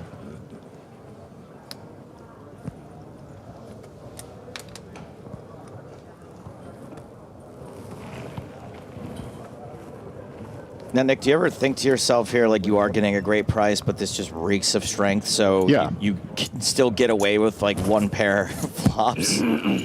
Get away from? Oh, Angelov re-raises I and forgot you were in the hand. gets the fold from Van Luijk. Action back on Pastore. And now, when Pastore shoves, Angelov's priced himself in. All in and a call, and whoa, this is going to be a big, more than double up for Jonathan Pastore. I was not expecting this from Angelov. I kind of, well, I obviously thought that the 3-bet off the shorter stack was looking really strong, but he perceived he had enough equity and he's going to run it. So Pastore officially at risk, but 85% equity. Jack 10 diamond. For sweat a little bit, you know. What are you doing, man? I like it.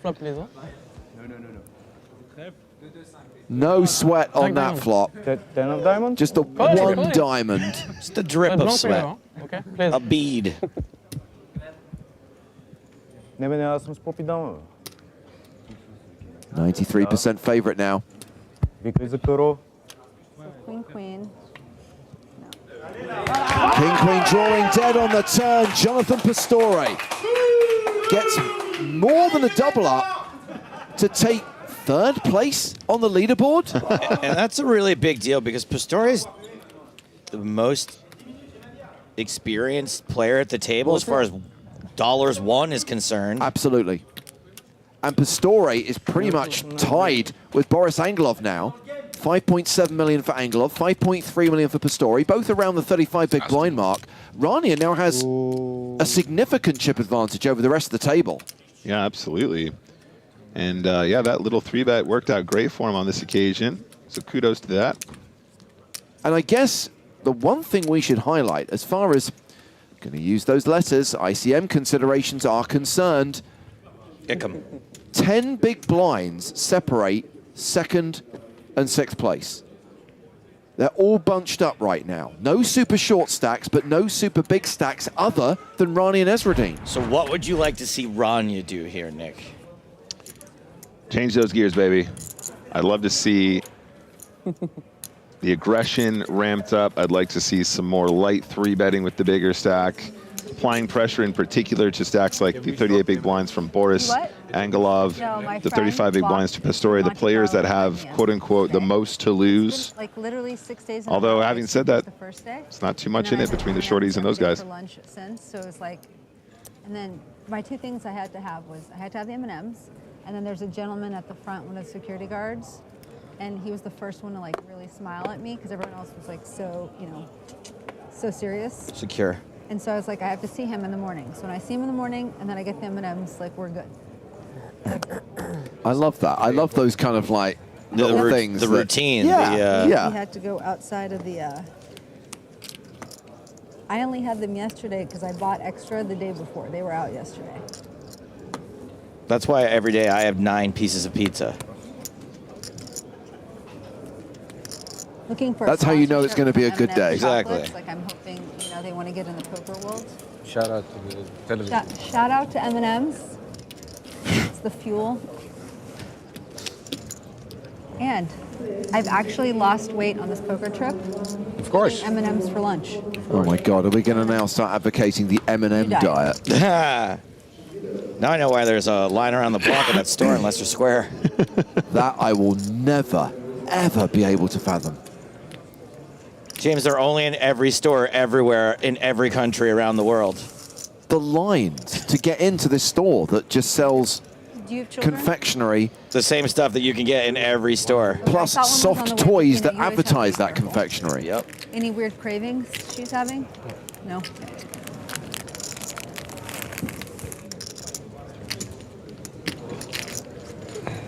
Blind v blind, Pastore v Thumm. Smiley, like nice. You know. 10-5 deuce. So that is a pair of deuces for Pastore.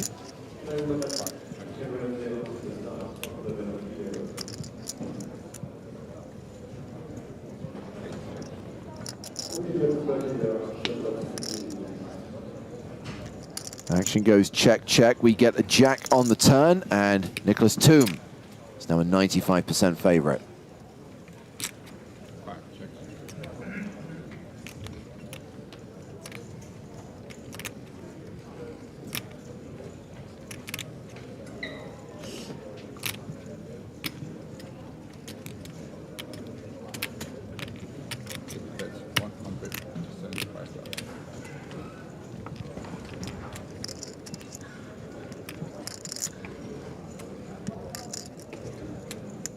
Bet of 175,000.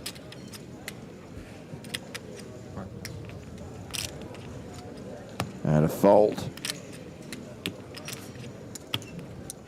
Yeah, a huge double there for Pastore with the kings just now.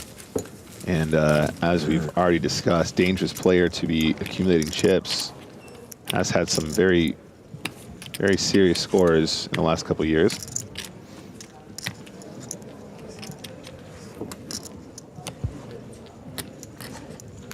It's not good.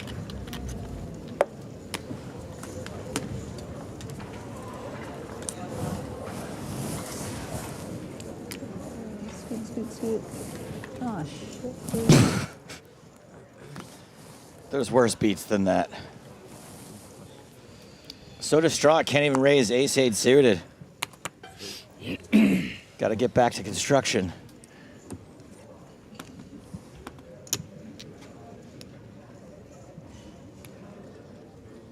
Pastore with threes on the button.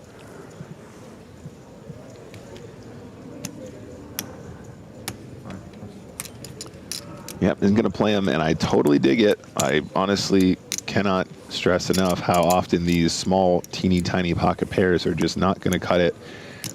Don't forget as well, guys, he's raising there into our second in chips. But at these stack depths, they're just not valuable. They're just not as valuable as they are when we're deeper stacked and we can win huge pots if we flop sets in the right scenarios. Shoot the Moon on YouTube says, can we say that Pastore was runner-up in the World Series of Poker Europe? Absolutely we can. We can also say he has a World Series bracelet in a 5K 6 max. We can say he's a fan of tennis and that he's from Le Mans, where they have the 24-hour car race.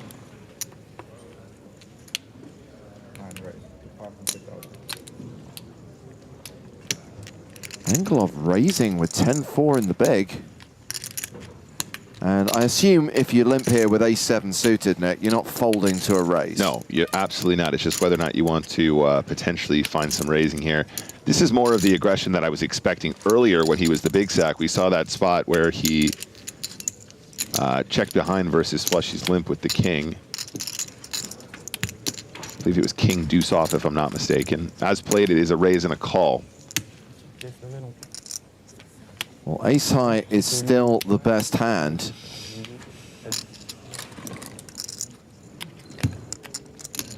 And I'm going to say that if Niclas Thumm is able to win this hand, it's really going to take the wind out of Angelov's sails to be dropping down the leaderboard like this. Yep, but I mean, if you're raising this hand, the whole point is to c-bet this flop. So just go ahead and fire right here, right now. Might be blind. You got to call one street with ace high. No. Call it. I mean, I'm not saying what's right. I'm just saying it feels. Yeah, it does not feel good. What card are you hoping for on the turn? It is rough with a7 here. Let's it go. Okay, so Angelov gets a little bit back. You bet 200,000 on the flop. Back over 6 million Bet now. 200 on the flop. I didn't see. 275. 75, okay. Ne? A name on That's right, Be My Girl. Pastore is Le Man of the moment. Got that double up, sits in 3rd place right now with 35 big blinds. Only 2 players with above average stacks. Angelov and Nezreddine, the average stack right now being 40 big blinds.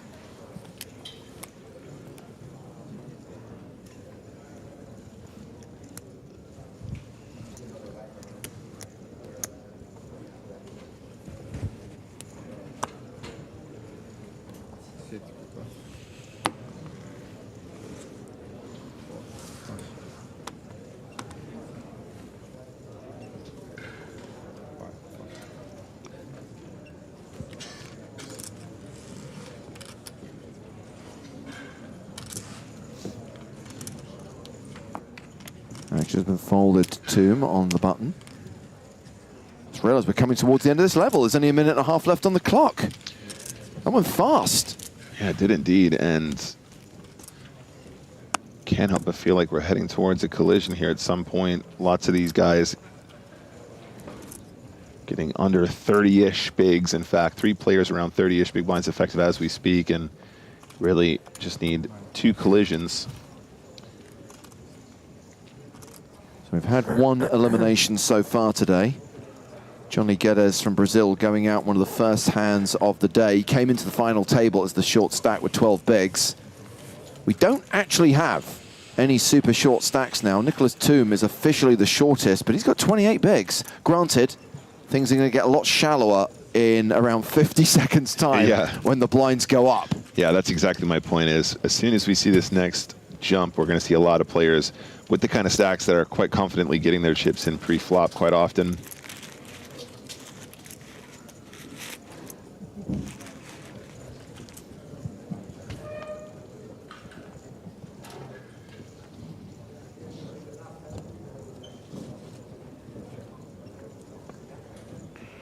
Check, check.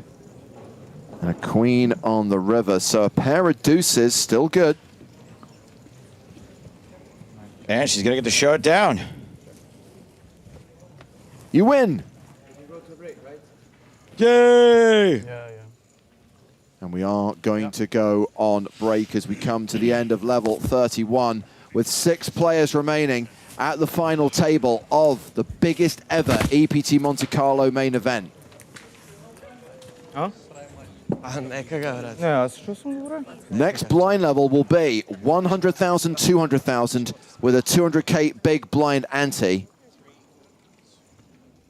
Rania Nasreddine retains the chip lead, which translates to 57 bigs at the new blind level.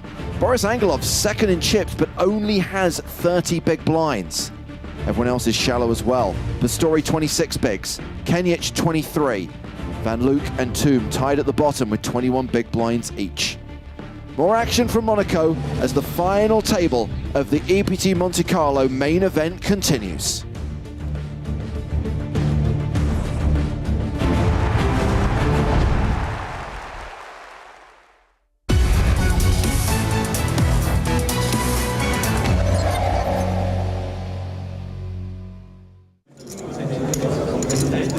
Blinds at 81.60 with a 20K ante. Now's when the real poker starts.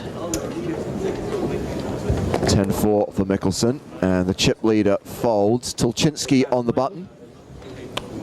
8 deuce. Lets it go. Peter de Korver in the small blind has pocket nines. Neaters. At this point in time, Peter de Korver was a Dutch pro sponsored by Stars. Peter's gonna raise to 500,000.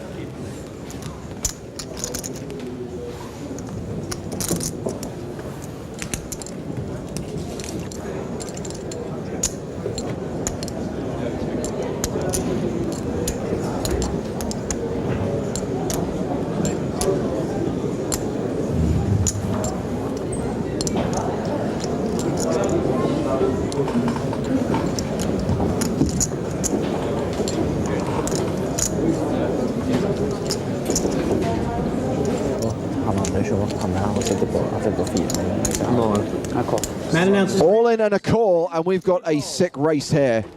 Oh. King Jack suited in clubs. And I think Woodward is the at-risk player, but it's pretty close. Let's see the flop. The flop is ace, 6, 7, 7 of clubs, 6 of diamonds, ace of... Now this seemed like the flip that could be avoided. Peter's still in the lead with his 9s. Let's see the turn card.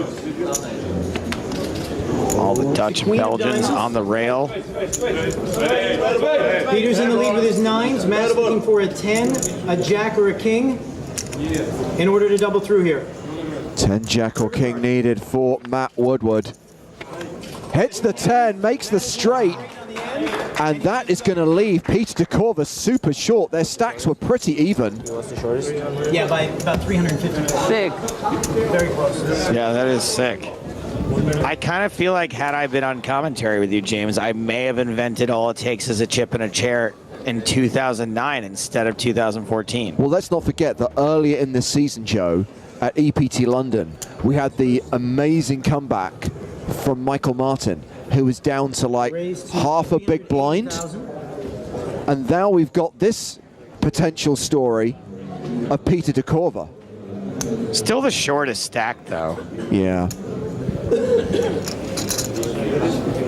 Like all those hands we just saw him win, I was expecting that the chip stacks hadn't updated yet, but nope, he's still on the bottom. Nicholson opens with pocket 10s, ace-jack the hand for Peter DeCorva. 380. James, what do you think's the most number of all-ins you've won in a row, even over the span of multiple tournaments? Oh. I mean, it's probably single digits. Right? Peter re-raises all in. Call. Matt passes, Dag calls. You got it? 210. Okay, so now DeCorva flipping for his grand final life. Like Castle versus the Vampire Diaries. One of these two things from 2009 has a slight mathematical advantage. And it is an ace-high flop. Straight draw for Mickelson. Peter's taking the lead with aces and jacks. 10 or queen. Let's see the turn card. Turns to 4 spades. Peter needs to dodge a 10 or queen in order to double. Kenny Hallett and Ruben Visser among the players on Peter DeCorva's rail, hoping that his aces hold here. They do. DeCorva gets another double up, and that is a significant dent in Dag Martin Mikkelson's stack. Is that 5 all-ins in a row? Oh my God, he's sick.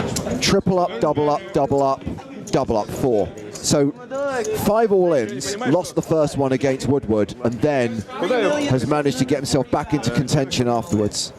Jeez.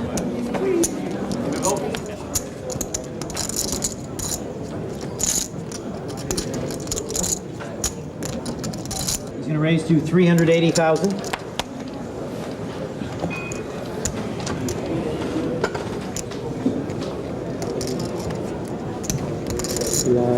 Makes it 380,000. Jack Deuce for Tulchinski. PDK. Double up king. Three raise to 680. 3 betting with 6s out of the small blind. Who's getting all uppity all of a sudden now that he has chips? So back to Dag. Getting weird with the 6s. 300,000 chip raise back to him. He'll make the call. Peter and Dag will go heads up to the flop. Mickelson calls, not nearly as far behind as he would be sometimes facing a 3-bet. 7 of hearts, 6 of and diamonds. DeCorva flops a boat. straight up. And Mickelson's going to have to work very hard 430,000 is the raise to lose more chips here. He's been 3-bet pre-flop.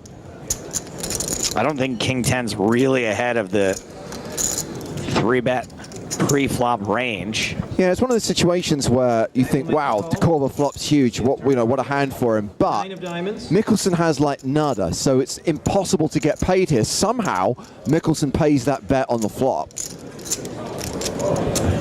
And do you somehow pay another bet on the turn with a gut shot? No.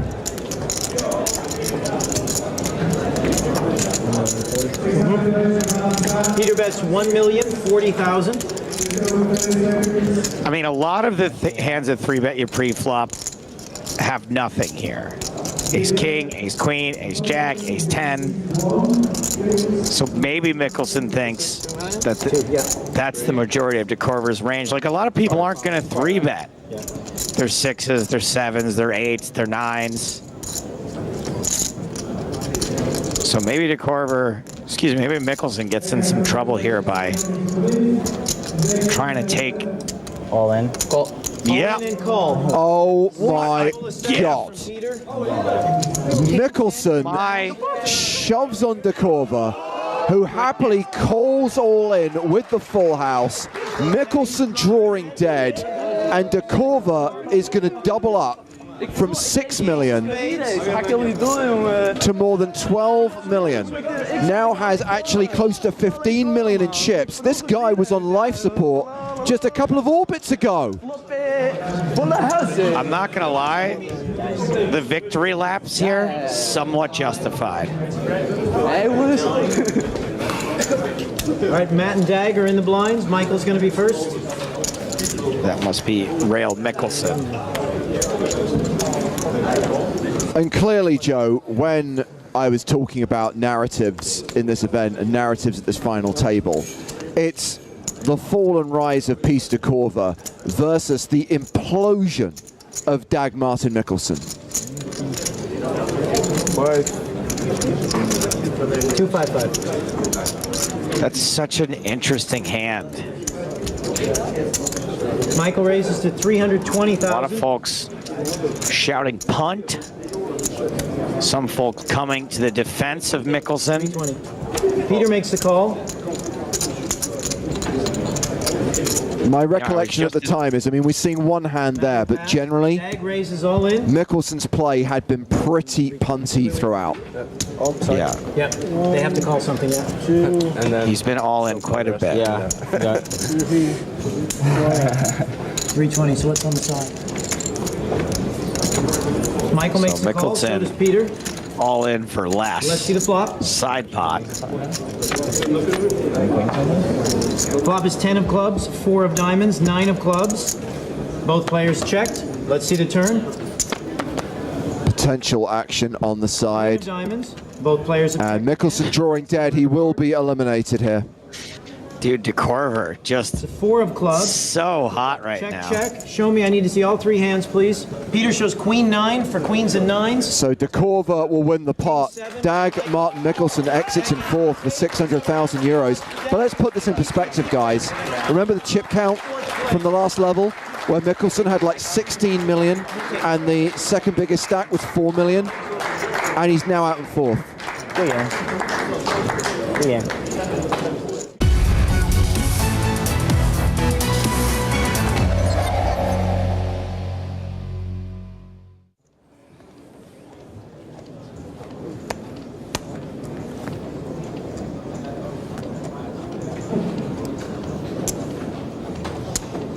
Your raise 425.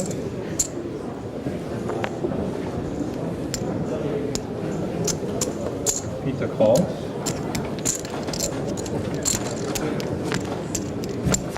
Do you remember anything about a deal? I don't, and bear in mind this was at a time when deals were not disclosed publicly on the stream or in the TV shows. If a deal was done, the details of it are not recorded anywhere official. It wouldn't surprise me, considering how almost even they were in chips, and because, as you say, Joe, the huge difference between first and second. Yeah, Dekorva has outflopped Woodward. It is domination rotation, aces and sevens, and he's going to raise this flop. Are we going to have one hand of heads up?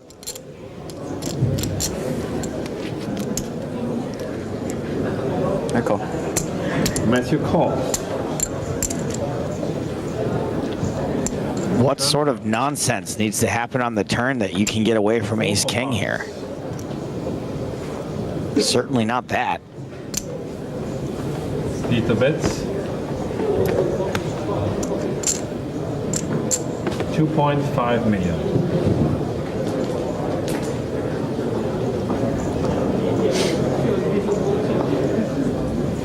That's right, Alec. It is domination rotation. Matthew calls. 2.5. Oh, now Woodward's doing it for him. Woodward calls the bet, and we go to the river. And Dekorva now moves all in. And if Woodward calls, it's over.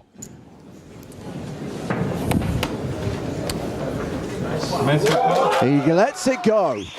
But that is going to put a gap between them. That's going to see Dekorva take the decisive chip lead. You will see it on TV. If I was going to make a drinking game, you'll see it on TV would definitely be one of the phrases. As the curtains open on the night sky in Monte-Carlo. Is it morning? No, this would actually be early evening. This was not a long final table. Okay. 150,000, 300,000 are the blinds.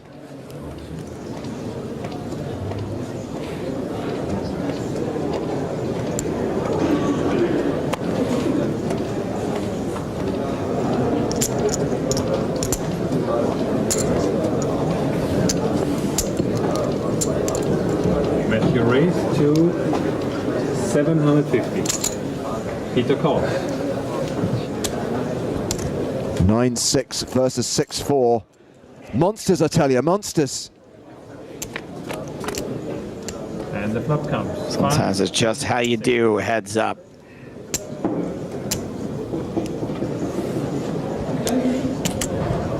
So Woodward's behind, but has the best draw. Oh man. Dekorva all in. Peter all in. This feels like a fold.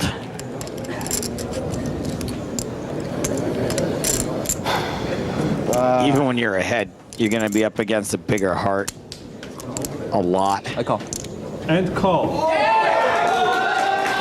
So Woodward officially behind right now, but has the best equity. He has a pair of sixes. And 4-6 is the hand for Matthew. Man, this is one of the best case scenarios for Woodward. With the 4, but he has the hard flush draw. Turn card. Turn card. It's the Queen of Spades. There's one more card to come. And here's the river card. The river is the 7 of Spades, and it is over. Peter Dekorva has won it. How? What a run. Thank you. Sun run.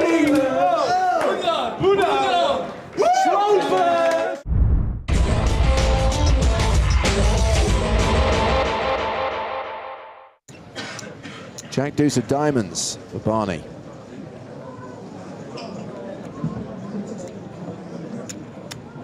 You can mix in a couple different things here. Going to be too strong heads up to just fold, so certainly can call, but I think it plays nice as a 3-bet too. It's going to put Kaufman, pardon the pun, but a little bit of a cough in. What do you do with ace-9? Do you put it in for your tournament life for 30 bigs? You just started here, you know? The older gentleman has 3-bet you. You're playing for a difference of 500,000 euros. And you have one of those middling aces. Do you just shove it in like you're getting 3-bet by any other aggressive pro? And Kaufman going to play it a little cautiously. Okay, makes the call. We'll have the advantage of position and has the best hand, as we can see. The first flop of heads-up play. Jack 9-6. Ooh, top pair versus second pair. My apologies, the first hand of heads-up play went to the flop as well. But this one is going to involve probably more than one betting streak, Griffin. Yeah, I mean, I guess it depends, of course, how the board shakes out. There could be some scare cards on the turn that shut the two of them down, but Boatman with top pair is going to be playing it pretty confidently, and if we get some bricks, Kaufman might just call this all the way down.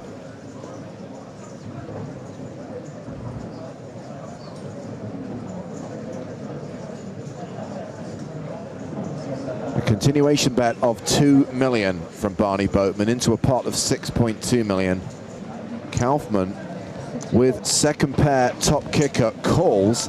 This hand going to the turn, and Kaufman now has less than pot behind. Yeah, and what he really doesn't want is a low card like that. Something in that deuce to 5 range where it doesn't really change the complexion of the board too much. You know, maybe a king or a queen of spades. Wow, Boatman shoves on Kaufman. It is all in to call. And what does Kaufman do here with a pair of nines?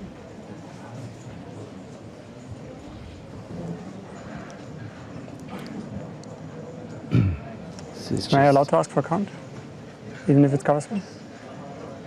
Asks for a count, which I guess buys him more time without having to play a time bank card, but really? Well, in fairness, he did say, am I allowed to? You know, it wasn't like he was, it's just like with trying to understand within the rules. This is a very important spot for Kaufman, and you know, wants to utilize within the rules. Yeah. Can you put this next to it? Yeah, but you know, it's a little. I agree with you, James. But you know, it's like it was polite. I don't know how exactly it wants to be. Is Kaufman out of time banks? Is that why he needs to do this? Oh, maybe, yeah. Or he might have a limited number left. Either way, it is a huge decision, right? You make the correct call here, I guess, and you have pretty much evened things up. I guess it's just something a little comical about counting 40 million. It's fine. Thank you.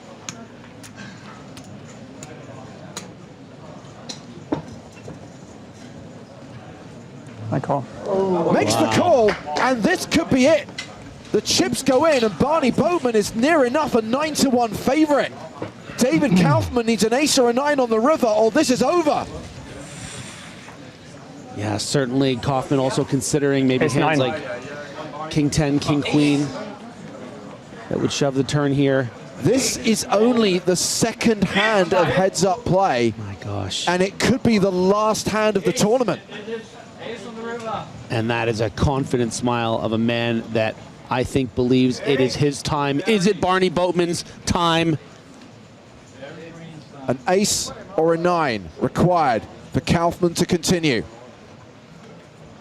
The river is a queen! Thank you. Very well played. The oldest EPT champion ever, the 68-year-old UK poker legend, takes down EPT Paris 2024. Just an incredible story, and you can see welling up a little bit with pride, people on the rail who love him, and it's just a beautiful thing to see.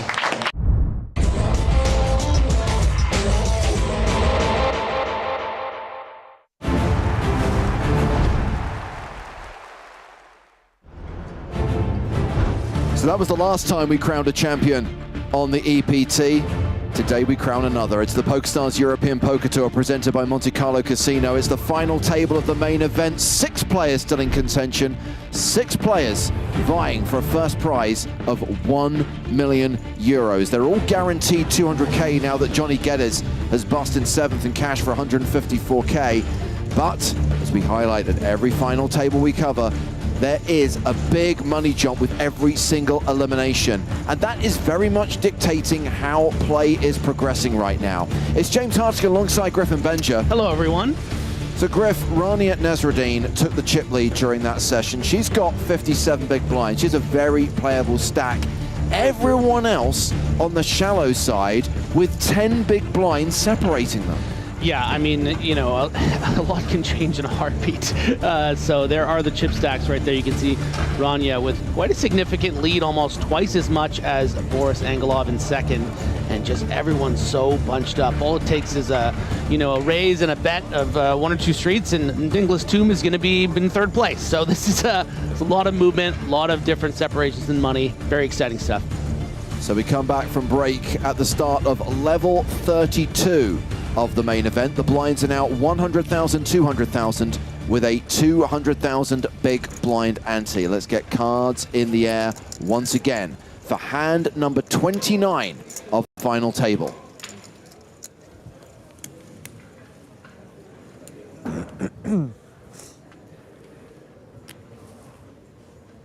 Action will start with Jovan Kenjic. Here in Monte-Carlo, he has secured his 5th EPT main event cash. Been traveling the circuit for around 3 years, having turned pro 5 years ago. 10-8 of spades.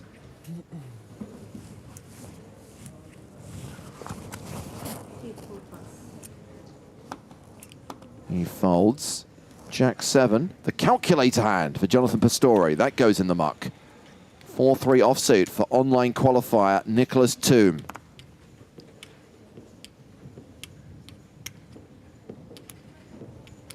Passes. The other online qualifier at the table is former chip leader Boris Angelov. He folds 10-6 on the button, so it's blind v blind. Chip leader Rania Nasreddine has 5 deuce in the small.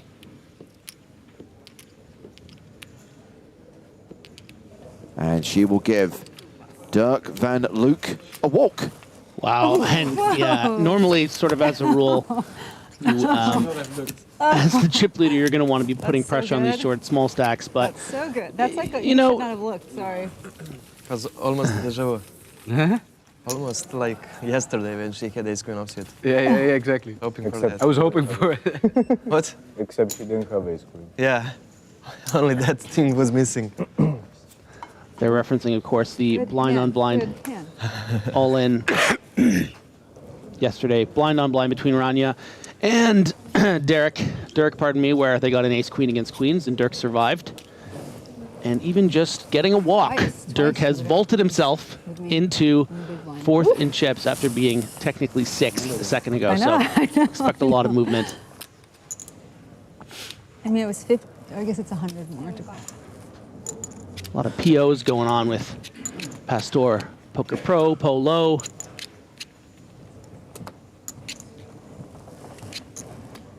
Jack-5 suited for Niclas Thumm. PSPC finalist lets that go. 10-7 for Angelov. That's the abacus hand. Not going to play it.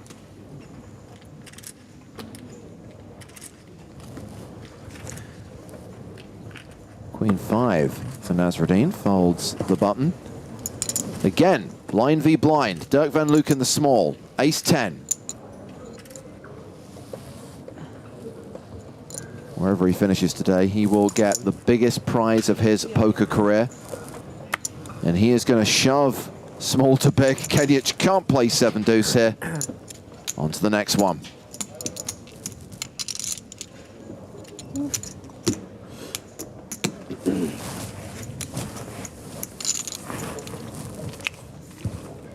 I thought about that queen-queen, ace-queen hand, and I was like, even if I just raised, you jam, I have to call. I mean, I could not have done anything differently. No. I'm not good enough to fold. I don't know why it needs analysis. It was a cooler. There's no one's getting away from it. Yeah, absolutely. Yes. Oh, yeah. Give me 1 stack of greens. Yeah, it's okay. Don't worry. Okay? Yeah, I will. So we are just under an hour away from the free roll starting, Griffin. Yeah. If you are in the .com player pool, you will find an EPT Monte-Carlo live stream free roll scheduled for 4 p.m. Central European summertime with 2.5K in scoop tickets. Now, registration is going to open at 3:45 local time, so that is about 40 minutes from now. So we will give you the password for that free roll just before registration opens. And you could get in there for free and compete for a scoop ticket. Rania stretching her legs a little bit. Heading to the rail. Van Luijk with the ace-6 on the button. Just a quick tip to anyone who's fired up PokerStars. I found that if you go into the tourney lobby and switch all the filters off, if you type in the word live stream or one word, it comes up. Again, I would highlight, if you can't find it, chances are the free roll is not available in your part of the world.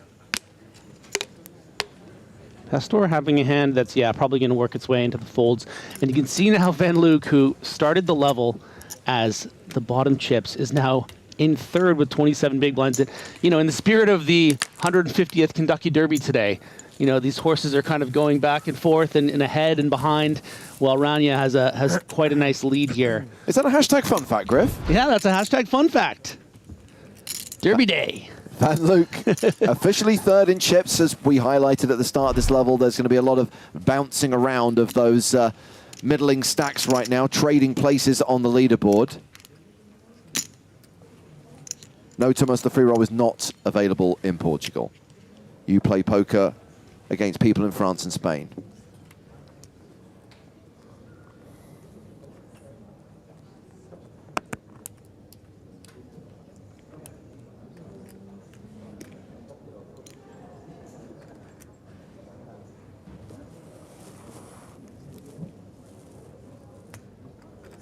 Angelov opens in first position with Jack-10 suited.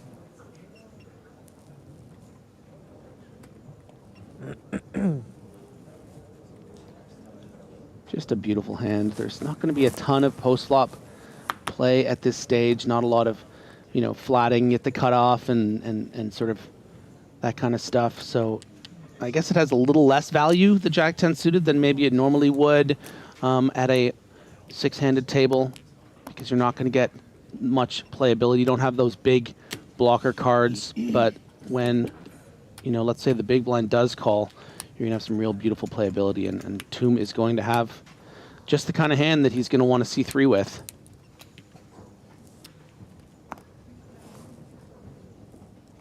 Yes, Ramos, the free roll will be available in Brazil. It will certainly not be available in Israel, Lazy. PokerStars does not offer real money poker in Israel.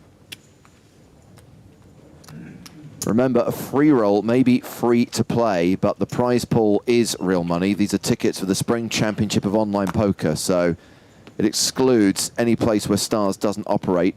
Jack-10-7 on the flop, so top two versus bottom pair. Flushy also with that backdoor flush draw, Griffin. Yeah, and it's going to be interesting to see what sizing Angelov elects to go with here, because you have the board so crushed with this Jack-10, right? But it is quite wet with the hearts, with the straight draws. You know, Ace-7 is maybe one of the hands that Thumm wants to make a big fold with to sort of a bigger size, and that you can see Angelov has sized up to protect against all those draws. More so, not so much protect, but charge, right?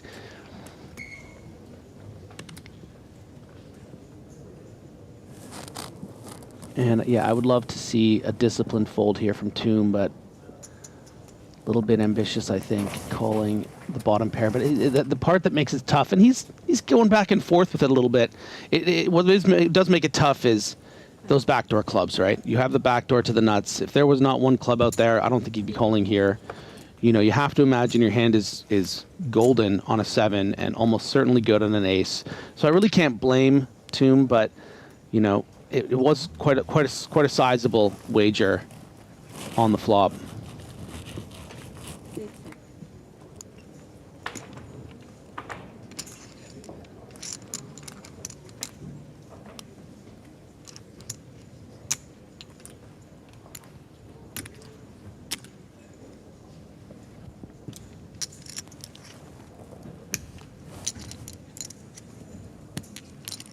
Nine bet. 850,000.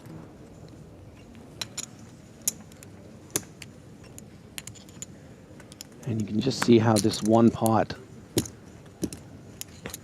assuming that Thumm does throw in the ace-7, which I think we can all fairly assume is what's going to happen. That's going to drop Thumm all the way down to 15 big blinds and quite a bit behind the other horses.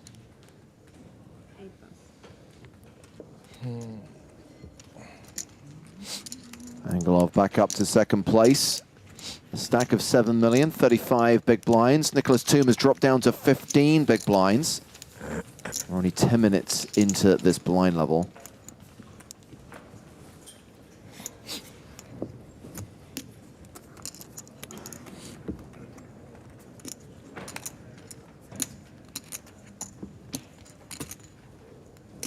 I love the fact that the championship trophy is front and center today as we crown the winner of the main event here in Monte Carlo. The final day of the festival. This has been a very successful series. The biggest ever super high roller, the biggest ever high roller, the biggest ever main event. Numbers through the roof in every single tournament except the FPS main, where the air traffic controller strike stopped a lot of people getting here on time.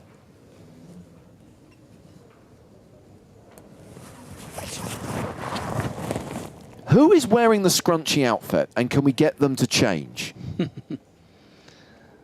there's one thing I've learned about going deep in a main event, James, it's once you have your clothing that you know, the sweater, it's going to be hard to ask them to change and just change the juju. And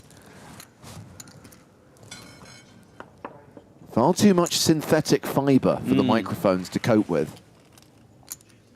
I like the way you said that. Synthetic fiber. I think it may be Pastore's polo top, you know. I don't know, it doesn't feel connected to that, his movements there in the fold.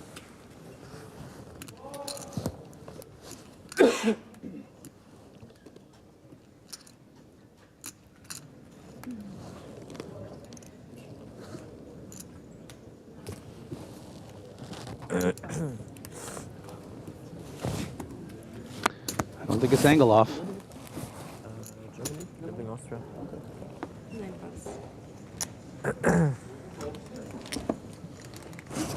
Sedem и нещо? You're from France? Ой. Living... Malta before, no, Mexico. Oh, cool. Да, там като дойде купата, не почна да диша, тежко им беше сейфти. The taxes and everything. But I will move to France next year maybe. Oh, okay. I will return and probably. Yeah.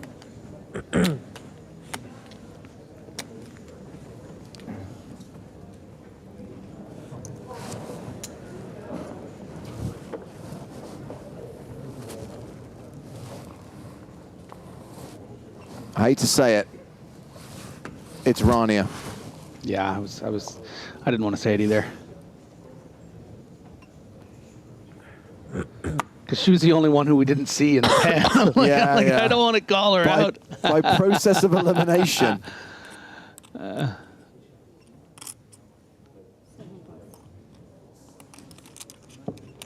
But again, I don't even know if I'd want to mess with the juju. And you know. Thumm with 10-5 of hearts on the button.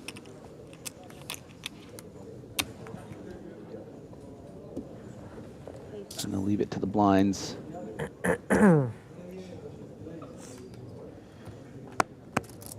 Angelov has ace-king in the small.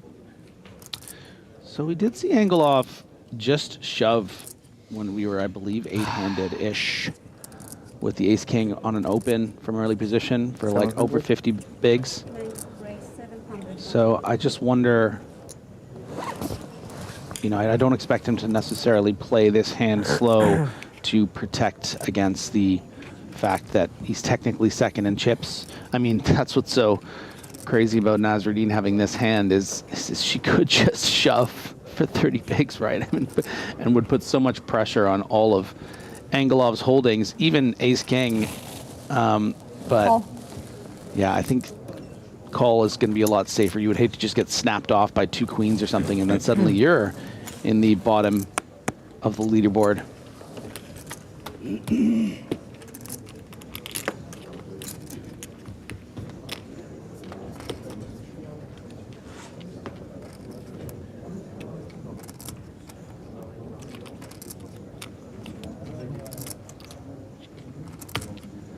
Advantage America. Indeed. Deuces still ahead. And this is pretty great news for Nezreddine that she doesn't have to contend with any betting on this flop. Because even though a pair will be good a decent amount of time here facing a raise, you hate to, you know, the pot to get inflated and have to call down.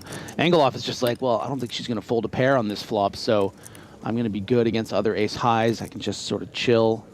There's already 1.6 out there. No need to get crazy. I bet he'll be a little annoyed if we get to showdown and he sees the deuces. Because at this stage, he's probably hoping she has something like ace 10, maybe an ace 8. Your king queens and the like. Yeah, and he's going to show that relatively confidently and be shown that the Ducks are going to take down this pot and extend her lead. Deuces never loses. What? Oh, just kidding. How much do you know? How much you play? How much do you play? Like 5 million? 6 point something. 7. 7. Okay. Oh, yeah. 12 million chips for the Tulsa Queen. You love to see it. 60 big blinds, still has near enough a 2-to-1 advantage over the player in second place. And as much as everyone else on the table, they seem like nice guys. I think we're due for a female EPT champion. And she looks worthy so far. But this is really, you know, this is the nitty-gritty right here. This is where the big money starts changing hands. Each elimination representing hundreds of thousands of dollars. It's just, there's nothing like it.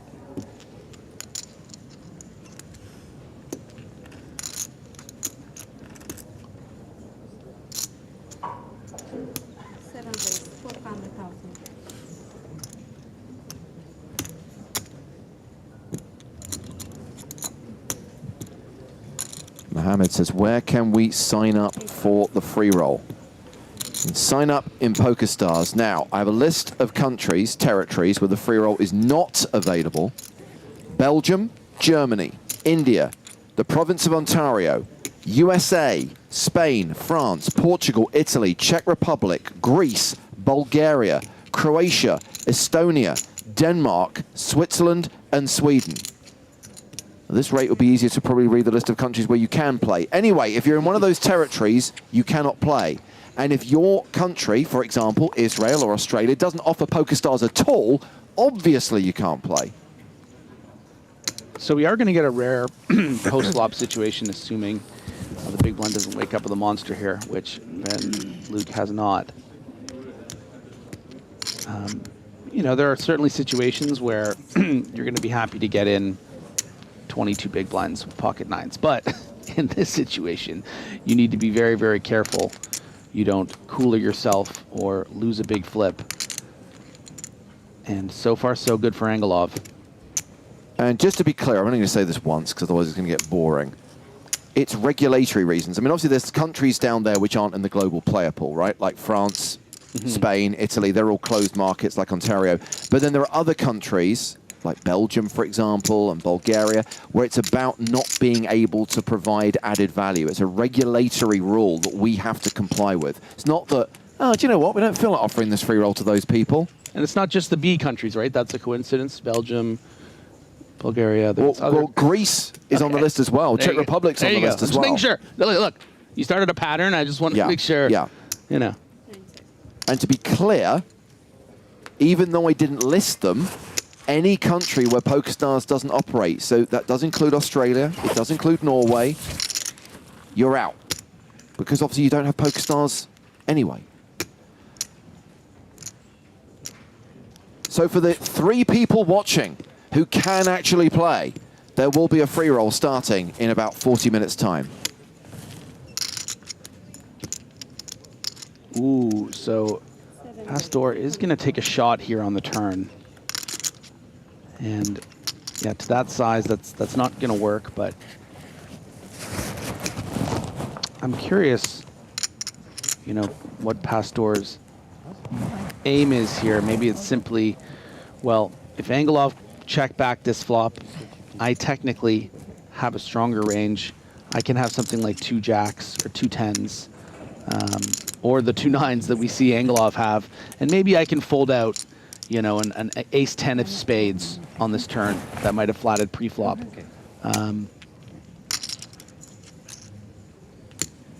So Pastore does have an opportunity to, you know, really rep what we're talking about. And it's not just the jacks and the tens. It's also, you know, he can very much have a queen here. This could be the way that Pastore played something like, you know, a queen jack that he might have opened pre-flop. Wouldn't necessarily want to bet on this queen high board because it's not one of the best queens, and you want to sort of pot control and now have trips. So if Pastore does come out betting, it's with the aim of folding out something like an ace jack or a pocket sevens. 1.2 million? Yeah, and I think Angelov is probably too high up in his range with nines, but what Pastore is representing here is beating nines just as much as it would, you know, pocket sevens or ace jack. There's no hand that Pastore would value bet here for this size that is worse. This isn't a bet with ace 8, right?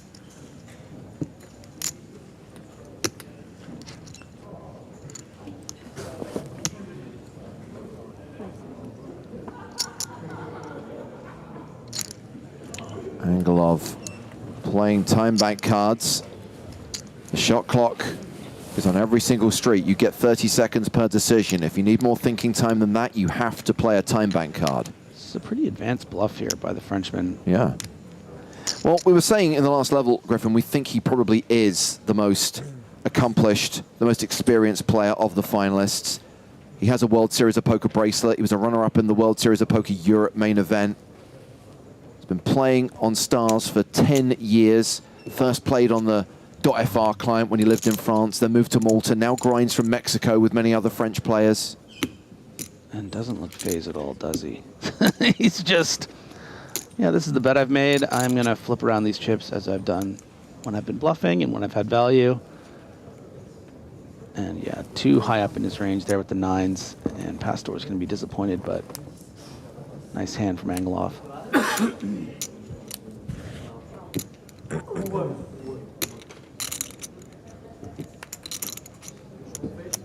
Nice call by Angelov, who chips up to 8.7 million. Still a sub 50 big blind stack, playing 43 bigs. A second in chips, and we have now got 2 shorties. Yeah. Niclas Thumm on 15 bigs, and after that bluff got called, Jonathan Pastore's down to 13 bigs.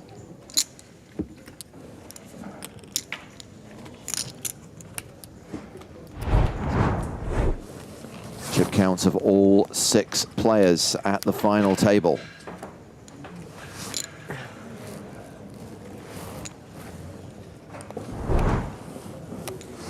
So those of you who are eligible to play the free roll, and as I said before, if you search in the main lobby on Stars, if you go to Tourney and switch all the filters off, if you search for the word live stream, all one word, you will find it. It's called the EPT Monte-Carlo live stream free roll, 2.5K in scoop tickets.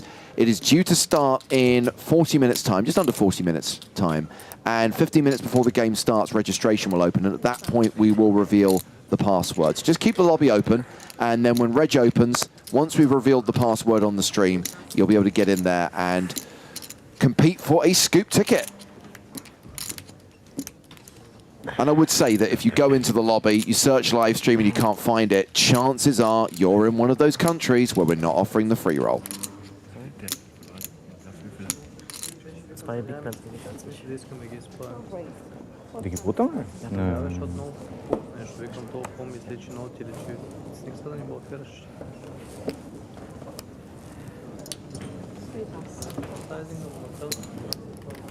На реверс промени никой няма ми бъдне фото. Създавам.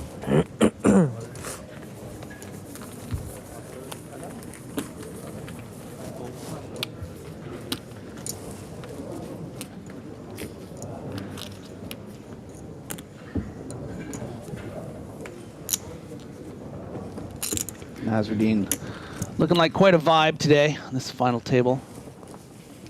She's been in the zone for many, many days. Playing really, really strong. Seems like she has a really good read on situations. And making Tulsa very proud. Sure, a lot of friends and family back home watching and cheering her on. Absolutely.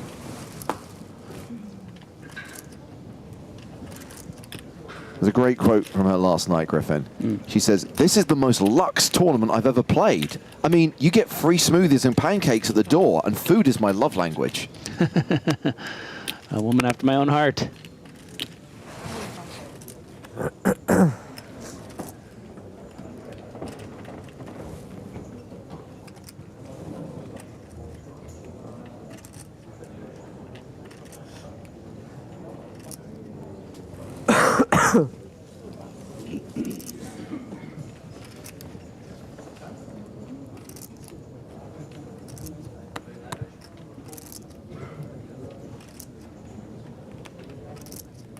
Van Luijk, Jack 10 on the button. It's been folded to him.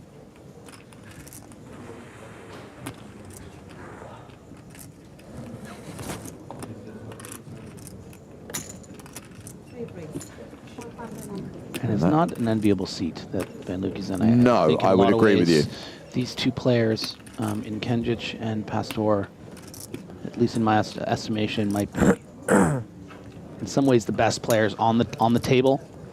Kenjic in the small blind has King Queen. Yeah, and have to imagine on 20 big blinds, he's thinking about shoving. Maybe there is some sort of, yeah. All in.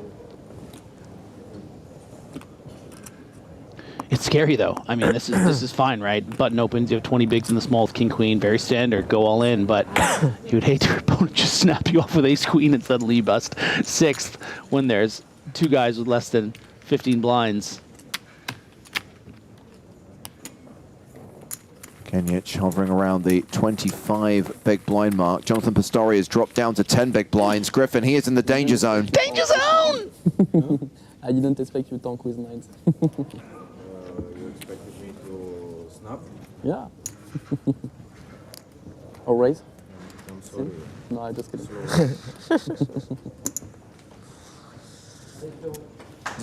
Do you have ace-8 there? Yes, for sure. Rooftop Inquiry says this Kenjic dude seems to be a very good player and is playing well. I concur. I was saying earlier on, Griffin, been impressed by everything we've seen from him over the course of the last 3 or 4 days. Didn't feel like ace-8. They're discussing that hand there. Pastore making a remark that he was surprised to see him take so long with pocket nines, and in a way I was too, but you know, I do believe that what Pastore was representing was stronger than those hands. And then Kenjic quipped in and said, "Did you have ace-8 there?" Which would have been the one, you know, worst value bet that might have been made there for 1.2 million and to 1.9.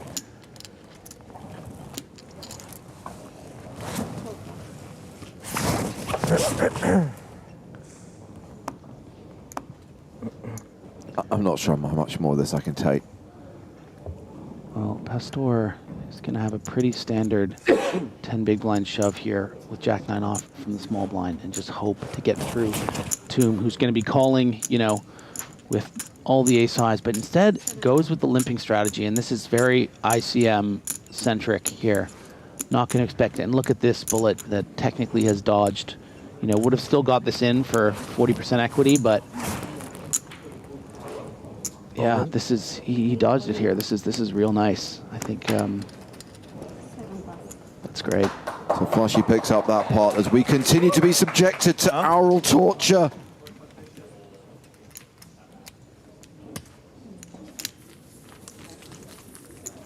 Niclas Thumm, one of the shortest stacks at the final table, 15 big blinds. Known in the Twitch community as Flushy, his online handle being Flushy is back. Now that million came from the PSPC 2023, where he finished in 6th place, and he free rolled into that tournament via a platinum pass. That was pure profit. Yeah, was a one cash wonder, and now he's ruining it. Oh, it's me. Oops, sorry.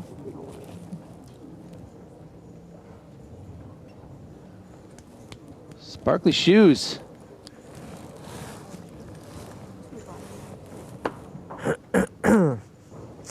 They almost look like slippers. I say stay comfy. You're gonna be here a while.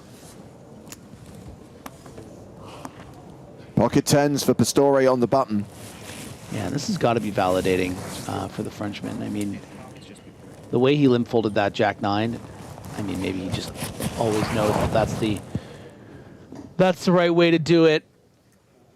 But then to get rewarded with pocket tens the next hand, and then not even shove, but recognize the hand strength is so large here that you wouldn't hate it if the big blind called, or maybe someone decides to spaz off. I don't think Thumm's gonna be doing it with the queen 10, but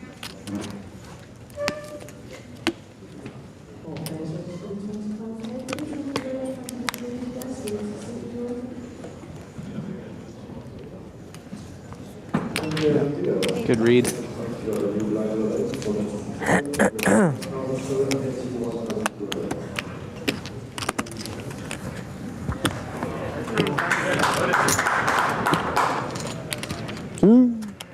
Pastore chips up to 12 bigs. Still the short stack at the table. On est là, hein. Bondi, on est là. I think those last two hands are really good Ça vit un examples peu moins, là. of how much the game has sort of, the tournament game in particular has changed in the, whatever you want to call it, solver era, or just, the sims and the studying and all this incredible work that these advanced players do. Is that spots like that, they're just, 5 years ago, they were just definitely all-ins, you know? You shove blind on blind with Jack 9 for 10 bigs. You shove on the button for 10 bigs with 10s. But your tournament life is so valuable, and they just have now, they're just finding more and more ways. I remember Sam Grafton was talking about a hand yesterday that he played in the high roller where he min-raised under the gun with King Jack off 10 bigs. And that's something that is so foreign to my, my heyday of when I played online tournaments when we were we were 3-bet, 4-betting and shoving 40 bigs with pocket pairs over opens, and so it's this it's this living thing, poker, and the trends change. The Grafton for Niclas Thumm, 10-9 suited on the button.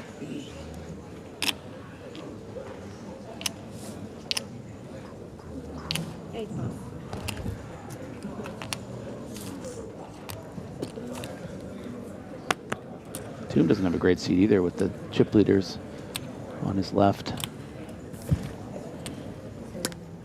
Angelov, King Jack of strawberries in the small blind. Raises small to big. I don't know if you're supposed to be doing a lot of raising normally in this situation as second in chips to Rania's chip lead. But perhaps Angelov doesn't really think she will come after him super light with light 3-bets pre-flop, which would just put King Jack suited in such an incredibly difficult position with all those short stacks. And maybe she'll respect the raise, given that the last time he did it, he had the ace king. Respect.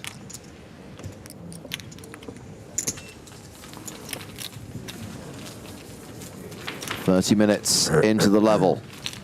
Rania Nasreddine still on top with 60 big blinds. Thumm and Pastore short with 15 and 12 big blinds respectively.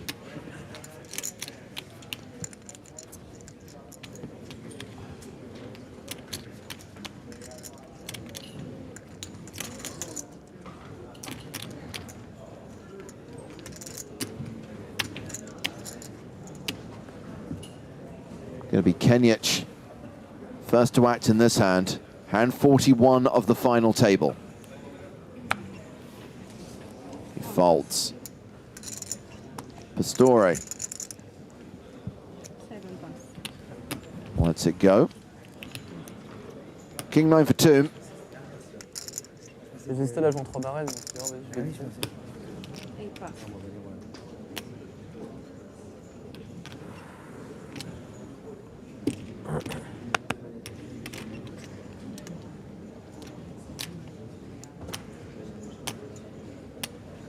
Folded to Angelov on the button. Jack 3 of spades. Infinite Wives asking how much the winner gets. 1 million. Even.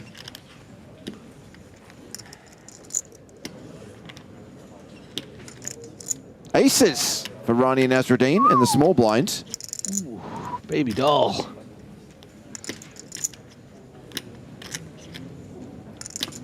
Oh, that's a great little smirk.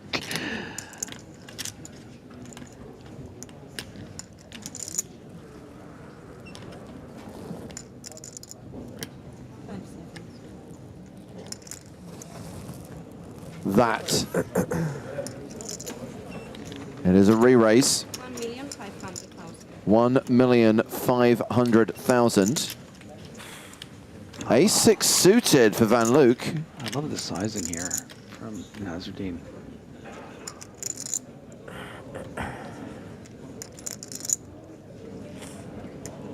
That's right, John Delano. This is not a tickler.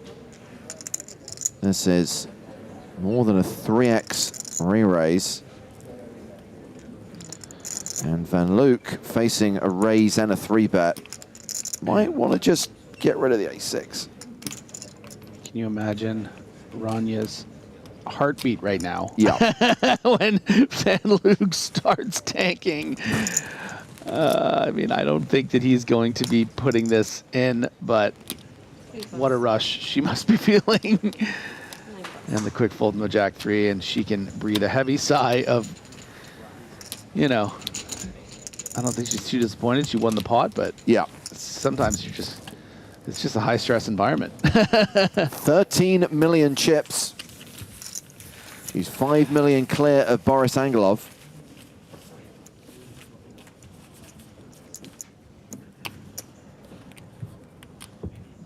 Just over 5 minutes to go until we reveal the password for the free roll. Registration will open soon. Game starts at the top of the hour with $2,500 in scoop tickets in the prize pool.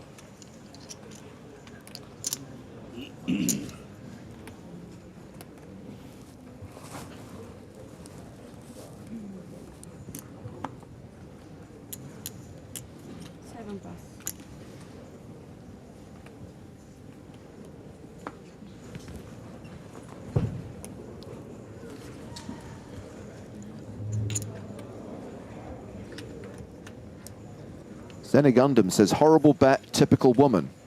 I say to you, sir, typical troll, you're banned.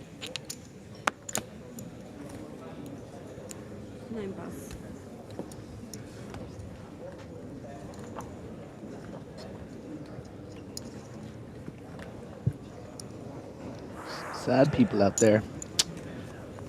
Should be blind on blind battle here now.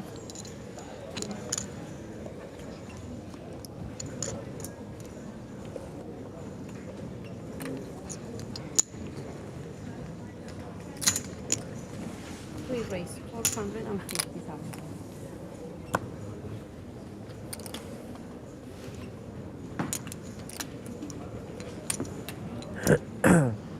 And you can see with such little maneuverability as far as the amount of chips that you have here, right? Kenjic with just 23 big blinds to start. Van Luijk with about 20, 21. So the sizing has gone down here, and Kenjic almost not thrilled that he needs to defend this, especially since oftentimes you're just going to be against, when your opponent does have a king, let's say, going to be all the dominating ones. It's not your favorite hand to call here, but that is one of your favorite flops. Wow.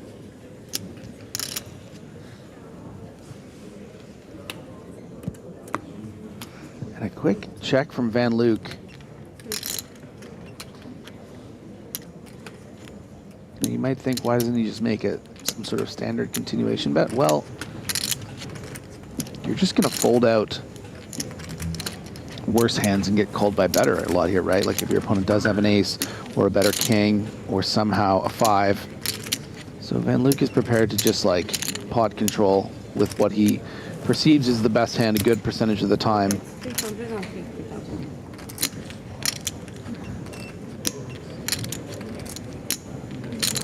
And right on cue. Still does think he needs to see a turn at least. Does have the backdoor club. It's not a very big one.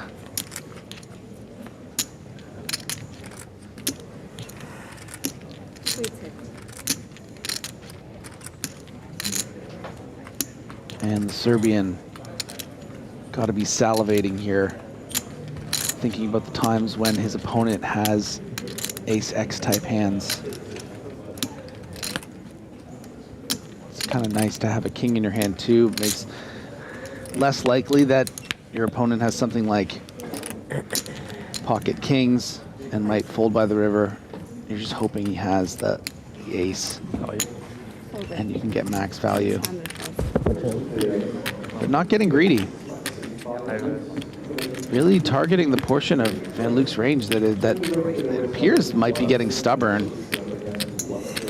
600 into 1.8 million, that's like 30%, and that, you know, if Van Luijk had pocket tens, pocket jacks, would probably continue with those hands. So Kenjic really making sure he gets value here. Now, the question is, does King 4 fall into that calling range here for Van Luijk?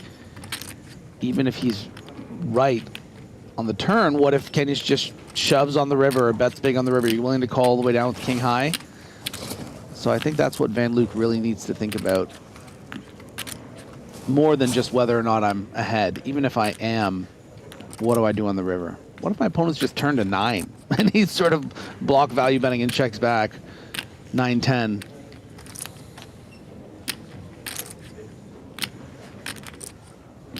And moments like these are so fascinating to me. I love puzzles, and this is what he's in a puzzle right now, and he found the right answer. You are a puzzle, Griffin Bencher.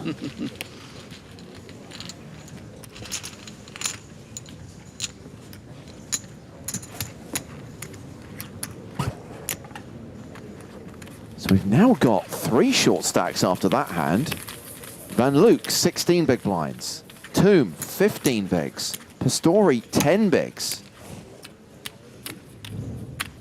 Actually 12 at the start of this hand, but of course, one of them's in the big blind, the other is the big blind ante. Are you trying to show me up? This is not cool, Austria. Yeah, okay. He crumbled under the pressure. Let's, we can race. That was pretty good though. I give you credit. Like I looked away for a second and it was like up, so you threw it up fast. Niclas Thumm making a little house of his time bank cards. We saw Rania doing that yesterday.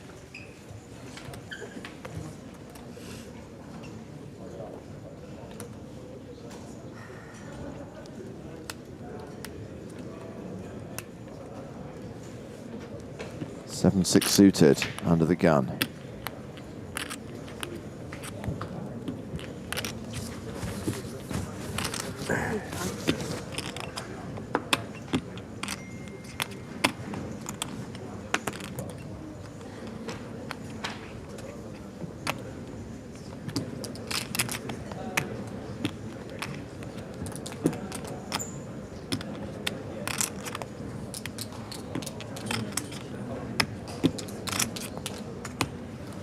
Raise 450,000.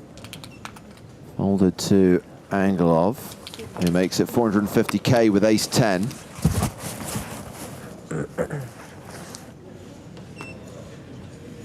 King Jack for Derk van Luijk on the button.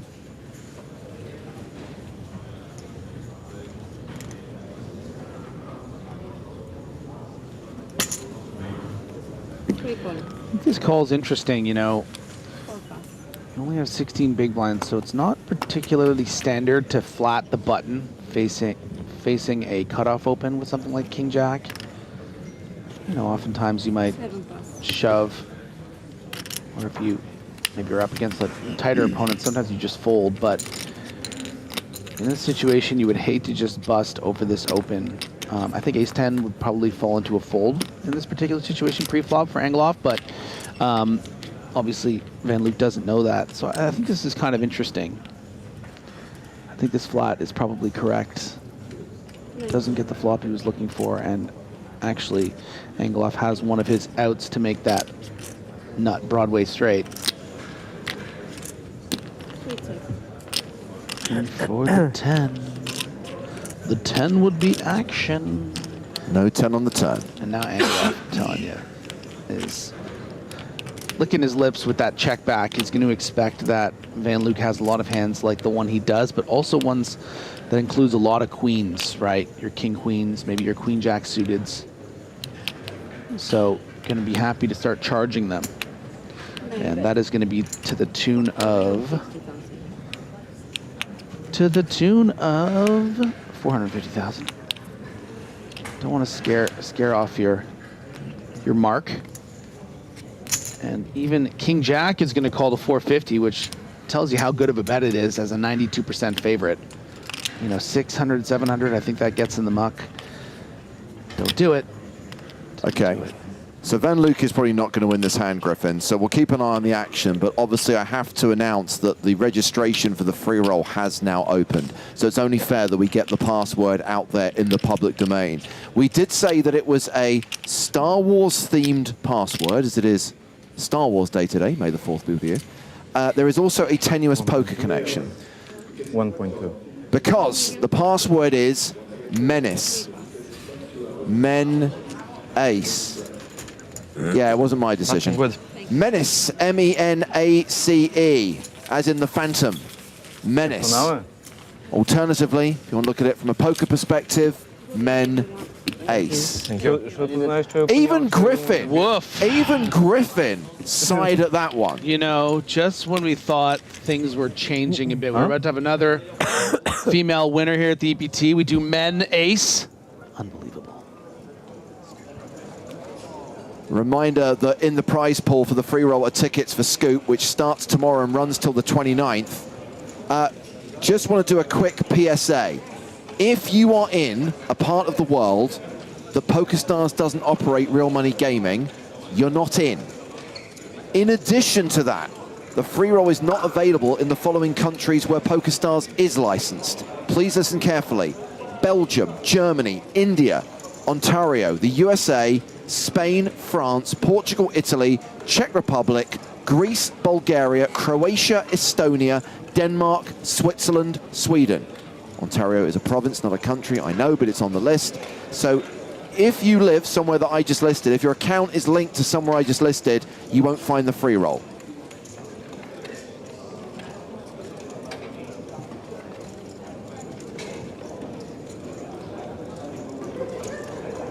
I mean, I guess the password could have been worse. It could have been like younglings. If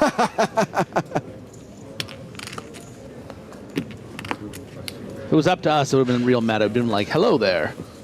There were actually midichlorians. At the start Why of the am I day, not in these meetings, by the way? At the start of the day, there was actually really, really good puns like C3PLO and... That's good. Yeah. But it's not a PLO tournament. Yeah, I can see why that one was like, oh, we love it, but it doesn't really work. Like how Men Ace doesn't really work.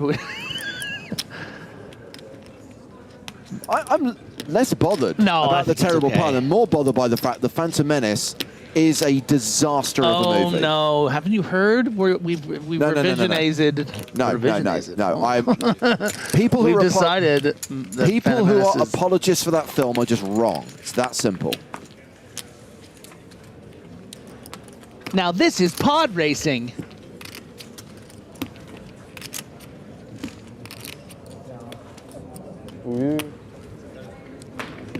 I love the fact that I just read out a list of countries that can't take part, and there's Greek and Estonian players registered. I'm guessing they're going to get a nasty shock when they realize they can't win any of the prizes.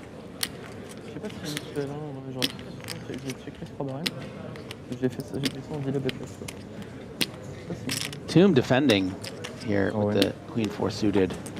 And yeah, the 2x shove from Angelov, really targeting. You know, it's very difficult to call with a 10 here. You probably should, because your opponent should have something like this. Of course, Thumm just has Queen 4, so it's neither here nor there. But it's always interesting to talk about, you know, why someone's doing something. You know, if Thumm had pocket sixes, might think he's ahead facing that shove, but it's like an incredibly difficult call. So Thumm is only 11 big blinds, but he is a tough out, as they say. Was there a flush draw on the baseball. board? No. I didn't see. No flush draw.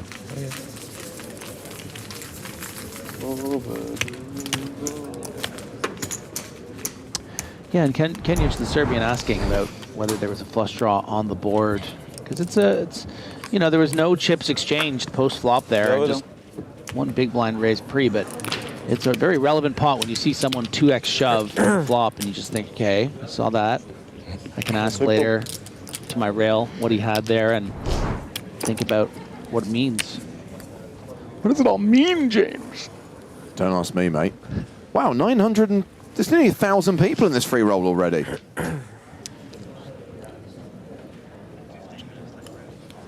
Oh, and there's 15 minutes late reg. I thought it was going to be like 100 people. If I'd known there was going to be like, you know, 1,000 plus, I wouldn't have joined. Should I play? If I go broke to a Greek who can't actually win a prize, I'd be really annoyed. I'm going to write an angry email. Dear PokerStars, I played your free roll for scoop tickets.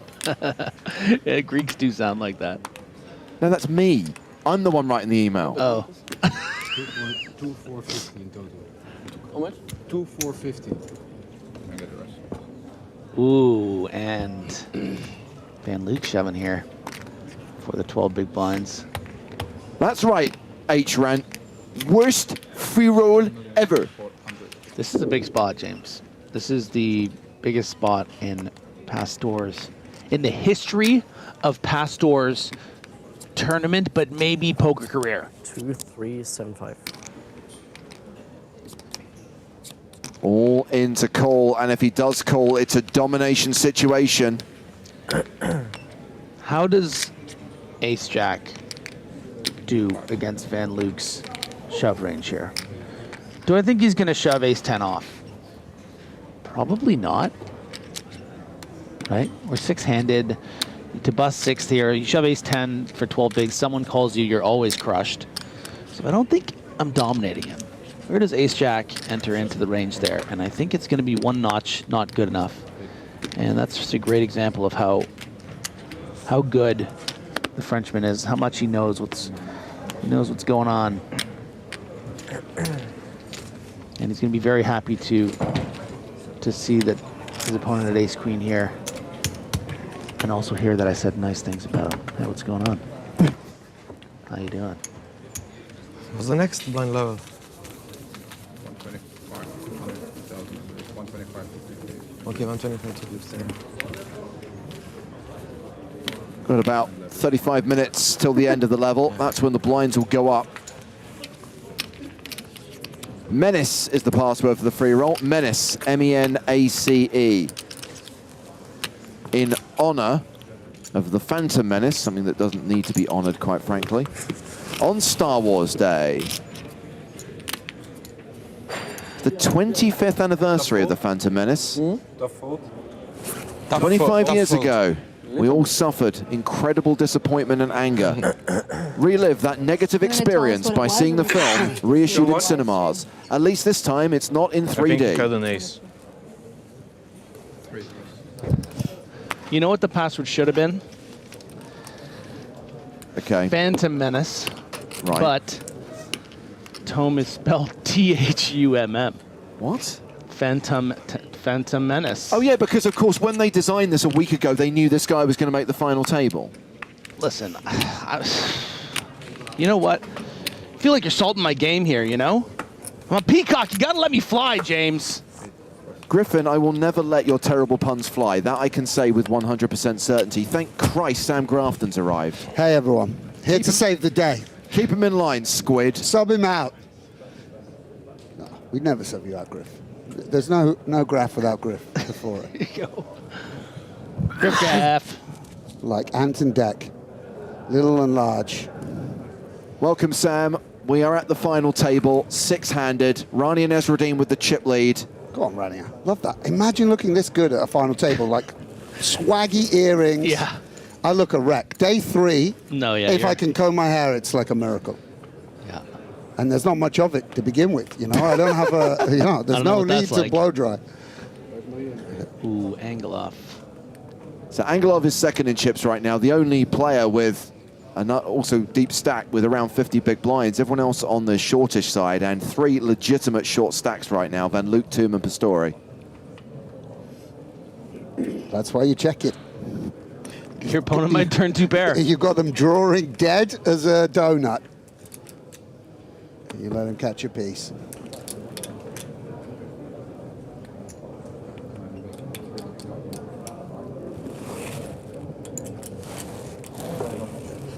You might even suspect it, but there's not much you can do.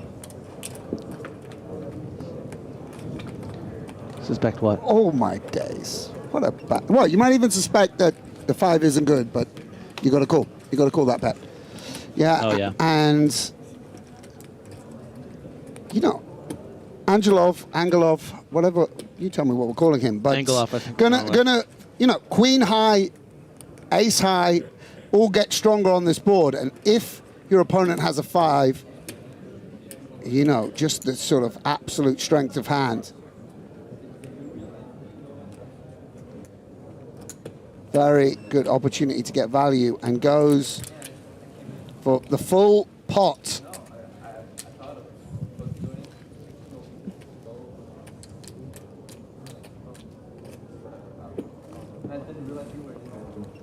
No, what? She going for? No, she called. She called, yeah. How much do I own? So reaching. So that's a very significant pot there and very well played by Angelov. I mean, incredibly fortunate. Sure. For the run out. It doesn't get much better. So many rivers, I think. Nezreddine is just going to fold, or, you know, the bet won't be as big or whatever. Yeah, and I think, you know, I don't know. One could speculate that maybe he felt it's someone that's not going to float the flop quite as wide as perhaps optimal, perhaps as some regulars might. It might have been a suspicion. So for the first time since I've been here, well, we have a change in the chip lead. Angelov came into the final table as the chip lead during the first level. That chip lead went to Rania Nasreddine. It's pretty close between the two of them, though. Look, 11.9, 11.1. What's a full house between? What's a boat over boat between 2 chip leaders? Flip flop. Yeah.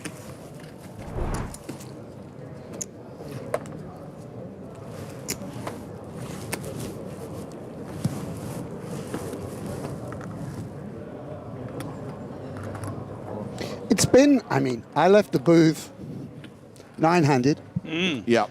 25 hours ago. So it's, you know, it shows, you know, how final tables go. Everyone ducking and diving, weaving and bobbing.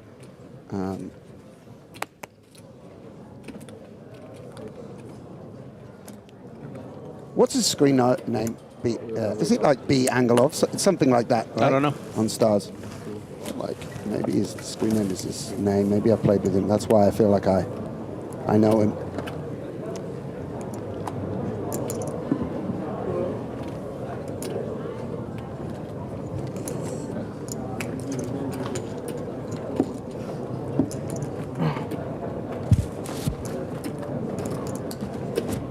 Машина još interesno stoji.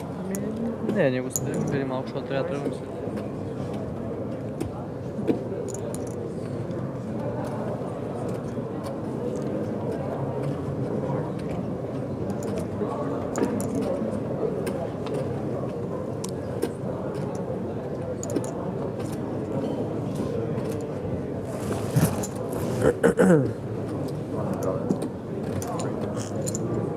Rania representing on that king. Very quickly, sorry Sam to interrupt. So I now have an up-to-date list, and apologies for misinformation that I was given earlier on. Estonia, eligible. Bulgaria, eligible. Switzerland, eligible. Greece, eligible. All those countries can play the free roll. It's starting now. There is still 15 minutes of late registration. Menace is the password. Just unprofessional. We got that wrong. Is that a collaboration with Dennis the Menace we're doing? No, it's Phantom Menace. Menace to Society. Phantom Menace Star Wars reference because it's Star Wars Day. May the 4th be with you, Sam. You're supposed to say and with you as well. Say it. Say it to me. No. Come on. Just on this day. Star Wars Day. May the Force be with you, Sam. And with you as well. Just say it. Boris, do you have Don't more make it than weird. 11? Oh dear. 11. 11,950,000. It's quite funny. Almost 12. Funny the level of intimacy that develops between a final table, of course, when it goes on this long. You know, you have people around for dinner for 4 hours. You get to know them pretty well. Yeah. But if you know, these guys and girls, the table for like 8, 10. Yeah, and they're talking, they're hanging out. It's like they're getting to know each other. Yeah. They're getting cute nicknames for each other, Sharing like Jovan's nickname for Rania, America. America. No, but I think she started that. She was like, "Hey, Serbia, hey." Yeah, no, I know, yeah. I think Serbia was double espresso for a while. If anyone's wondering, James has A7 of diamonds. Just kidding.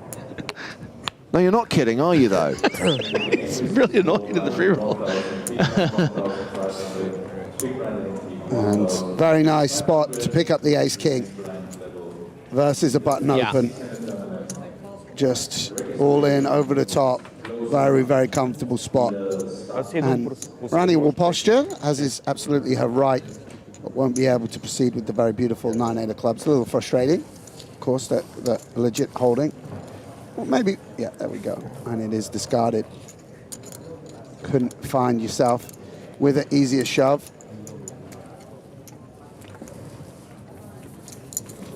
Just under 30 minutes left on this level. Still 6-handed. I wish you were here for some of Pastore's 10 big blind maneuvering there a few hands ago. Yeah. I can imagine his playing. Limp folded the jack-9 off in the small blind for 10 bigs. And your man had ace-5 and shoved. And the next hand minned the button on 9 bigs, 10 bigs with 10s. It's just cool. It's just, it made me reflect on how much it's changed in our day, you know? Yes. I don't think I've ever limped a jack-9 in this 10 minutes in my life. Yeah. But maybe that's where, I mean, maybe more on a final table, right? Like, than say... Yeah, you get shoved on by king jack and queen jack, and so then when it's jack high board in the limp line, the jack high is you've got the nuts. Yeah. I guess that's the way it works, these kind of mechanics. It's very interesting to see sometimes when you look at a computer output to begin to kind of try and, okay, well, why now? And then understand. And a lot of it's manipulating your opponent's range so that... Yeah, you're right. I mean, you're getting called by the better jacks, and you keep in the worst ones. Yeah, exactly. If jack 10's calling, okay, shove. Let's limit the jack 9 and... Wouldn't call in this situation particularly, but yeah. Okay. But yeah, exactly. I mean, Maybe they both queen had like jack 10 bigs. Yeah. Oh, there you go. 3 rolls over. Got it in with ace-king against king-7. What can you do? Big bust-outs here in Monte-Carlo, left and right. Makes life a hell of a lot easier because now I can focus on what's happening at the final table. Oh, James Hartigan's back with us. Yeah, you decided He'll start calling it now. He'll be like, work. king, queen with the flat.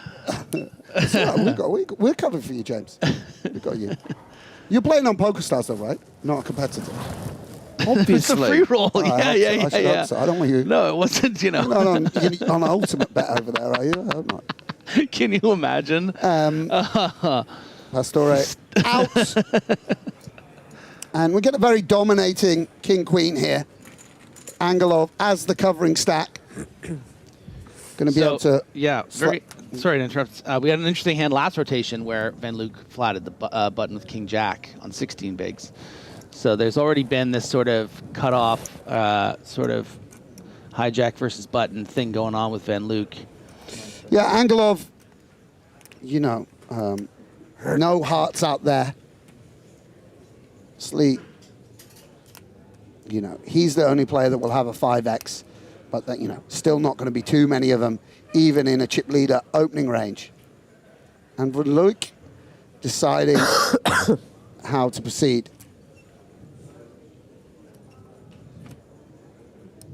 Doesn't want to risk getting check raised. And, this low card interaction, Angelov going to realize it's good for him. Would rather have, you can imagine a queen 8 type holding, 10-8 that might get opened as chip leader. But doesn't matter. After the check, it's Angelov who retains the stronger holdings and will take advantage of that with a sizable bet. It's just so hard to navigate playing against the bigger stack. And sometimes can be advantageous to be playing the wider range on those weird low boards. Because you should have such a defined one on the flat. Exactly. It's going to be so many of those Broadway-type combos, just like the one we saw in the previous rotation with King Jack. So great awareness there from Angelov and getting a nice turn card to barrel. And the sizing, I think, is important. You know, maybe wanting to make it a little bit bigger to dissuade flat. Maybe even something like Ace-10 off or Ace-9 suited folds to half pot on the turn. I mean, probably not, but it's you know, within the realm of possibility. It's really tough to continue there with such a capped range. It's basically the same hand, right? Yeah. It's a head or yeah. So Angelov. Wow, getting bold now. Yeah. And Thumm and Pastore very much in the danger zone, not just because they've got sub-10 big blind stacks, but those blinds are going to be going up in just over 20 minutes' time. Sam, you want to give a danger zone? No, it's okay. I'll leave it to you. But, danger zone! But yeah, recognizes that Jovan not going to be flatting. And these blinds, I mean, maybe Thumm can defend some suited. Well, he's going to just find himself with an easy. This is nice. Ooh. Easier hand to play. But yeah, you know, this is why having the king for some card removal is relevant. So he uses a time bank. I do have a question for you, Sam, as someone who's played a few tournaments here in Monte Carlo. How are these new time bank cards, these more solid plaque-like ones compared to the paper ones? Yeah, they're lovely and chunky and sizable and easy to use, and not so, you know, not so like a card that you get the possible sovereign action. So, correct me if I'm wrong there, but he didn't actually use a time bank because he took it back. He's just got a certain mannerisms. So you throw it out in advance in case it hits the time, and you know you put it out. You don't have to put it out. I think I was learning something yesterday. Thumm was. But he pulled it back. Is what I'm saying. It's because it didn't hit the past the 30 seconds. Yeah, right? exactly. Okay. It's more. It's just a mannerism, the putting it out of them is just to make things easier for yourself, so you can. You know, if I know I'm going deep into them, I want to put them out and have the dealer remove them, so I know when I'm getting to my last one. He's just got a little routine, Niclas, that he sort of goes through. Time bank Thumm. Yeah, sometimes a little bit too much. I did notice him tanking a bit unnecessarily yesterday with some, which was a bit. But yeah, pretty balanced pre-flop a bit. But like, completely unegregious in my opinion. But whatever. But like, yeah. In this situation, 6 seconds per hand we could all get back. Yes. In our life. Yes. No shade. No shade. It's okay. We like him a lot. We've given him a lot of. We love. Yeah, we've given him a lot of money. Sure. Yes. He's done well. He's making almost as much as Hagen as Hagen out this tour. Not quite, but you know, in the same region. So Van Luijk decided he wins not the to PSPC play. every year. Not to play the ace-9. Oh, we got the Spraggy for Pastore. Yeah. And this is a. You're nice, thrilled. Yeah. Let's go. 7 bigs. You know. I'm on him. There we go. I like this kid. Yeah, he's pretty good. He's nice. Cool, Cool, calm, collected. Obviously, you line French 2 Yeah, there he is. He's aware of. Got great curly hair. Is that cardboard cutout of Ben Heath on the rail? Wait, where? I didn't see it. Hey! Allez! Gets through. I think that's the real Ben Heath. No. No. I'm pretty sure that's a cardboard cutout. Yeah. It's a Someone's hologram. moving it in the background. Yeah. The graphics team have incorporated. Yeah.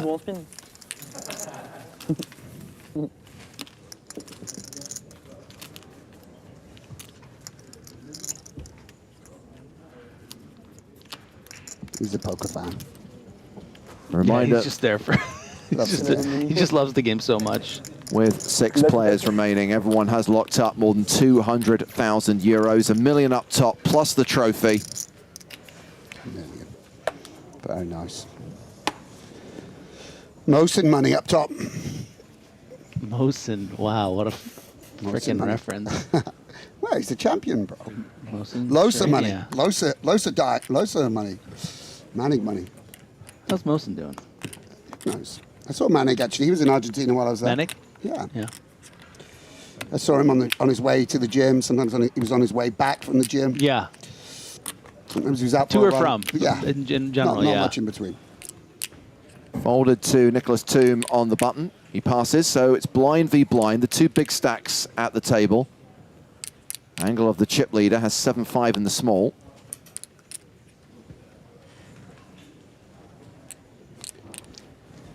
Yeah, the coverage not quite as meaningful when it's, you know, you're only covering by 10 big blinds out of position. Still somewhat incentivized to keep the pot small. Nice. Love a good quick ace check back in the blinds, you know. Queen 10-6. Ace high still the best hand. Nezreddine a 3-1 favorite. We had, yeah, we have a little check.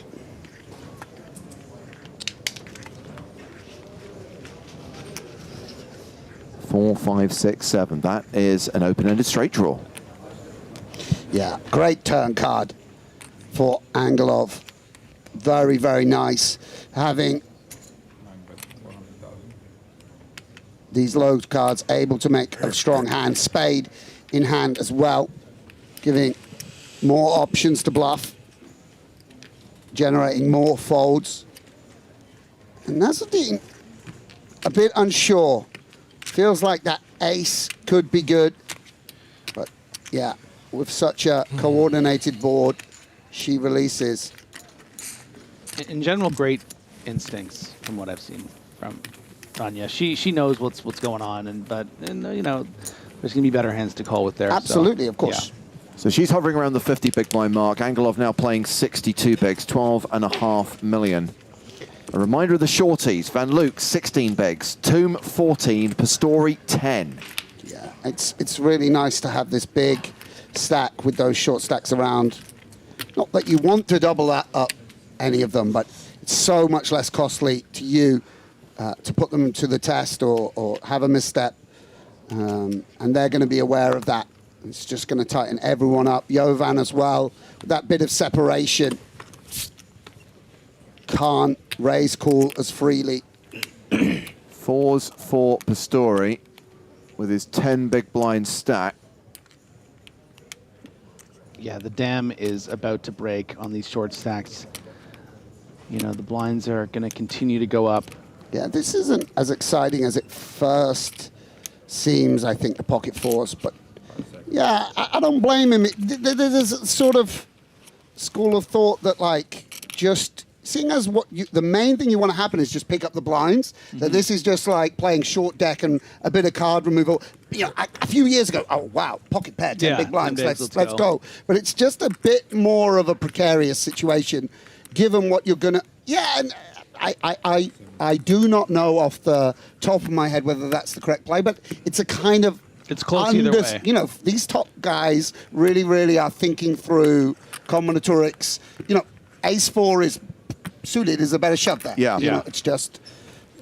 So round two, Flushy, who starts the hand with 14 bigs, has ace-8 of hearts. Yeah, now it has to decide whether to raise the hand or go for the shove. I don't know whether. Yeah. 2 million. It's a virtual all-in.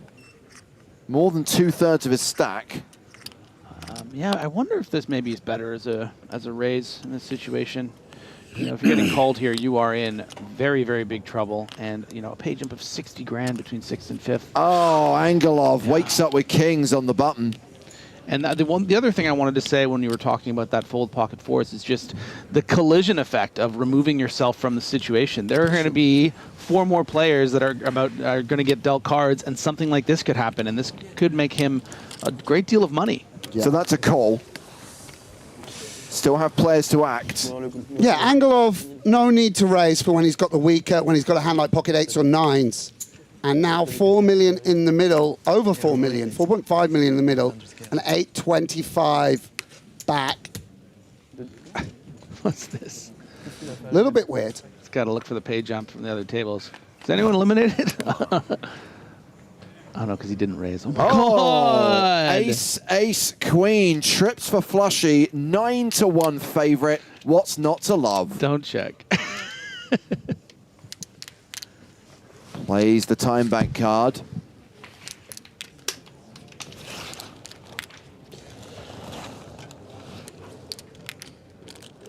Yeah, I'm probably wanting to commit the chips in case a queen comes off and on the turn he loses action from pocket eights. Exactly, yeah. No, you get it in. You know, but of course you need to balance in this spot. He checked. Yeah, and does check. Obviously, in general, keeping 4 big blinds back is going to be really good for him. I know this is probably irrelevant, right? Well, that's a bet from Angelov. But I don't like the check. I think your whole range is, you don't want to give that chance for a queen to come in. Enough to put Flushy all in, and obviously he's going to call off here with trip aces, and he's in an amazing position to double up to 6.1 million. Yeah, a little small. Of course, 10% of the time he will be eliminated, but very propitious situation for the young German. Jack of clubs? Young Austrian, I should say. Turn card is the 3 of diamonds, so he just has to fade a king on the river.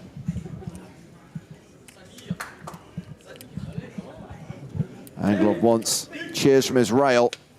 He's going to get them now! That king on the river gives him the win and sends Niclas Thumm to the rail in 6th place. Unbelievable. I did not see that coming. Thank you, France. Wow. Wow. Good luck, guys. Austria. Niclas Thumm busts in 6th place, cashes for 200,000 euros, having satellited into this tournament for 500 euros. Yeah, very remarkable river. Somehow the ace-8, it became a bad beat story by the river. French, And that's another incredible run from someone who I'm sure we're going to continue to see on the tour. PSPC final table, now a Monte-Carlo final table. 2 of the richest, most prestigious events that we run. So he can be very, very, very proud. Head held high as he goes over to see friends. 2 6th place finishes. 6th in the PSPC, 6th in Monte-Carlo. He hasn't improved since a year and a half ago. I mean, come on, what's he been doing? Still 5 people better than him in every event he plays. No, but that's amazing. Really, really nice run and big payday.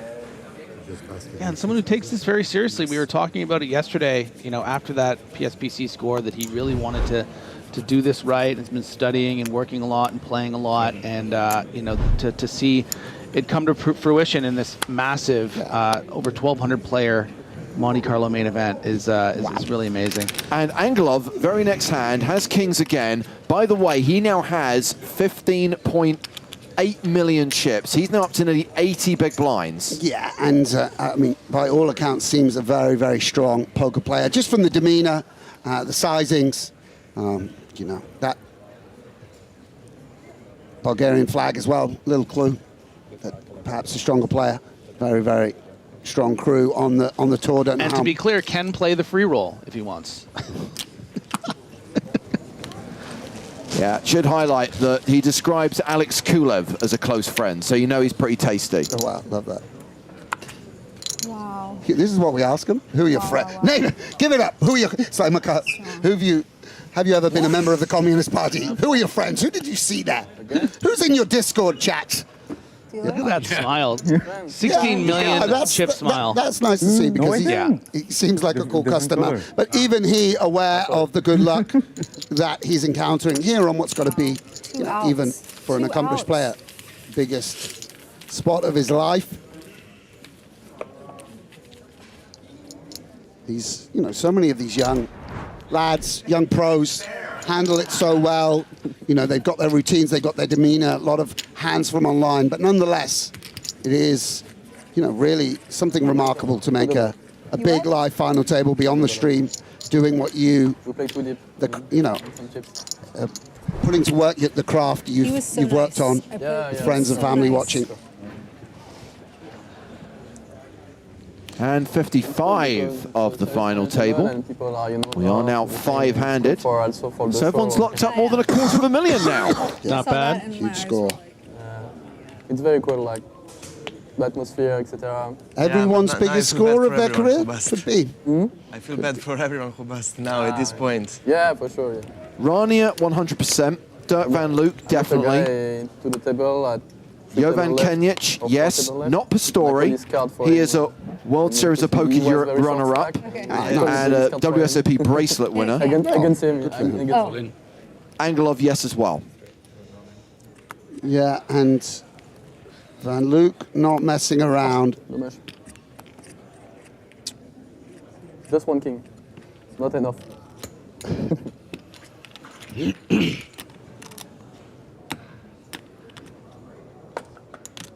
Yeah, very strong hand on the button.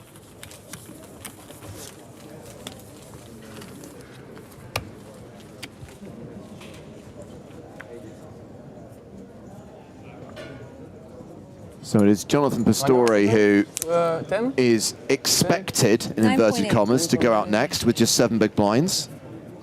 All right. Yeah, 7 is go time for sure. You've got to remember, 2.5 bigs out there each and every hand. Yeah.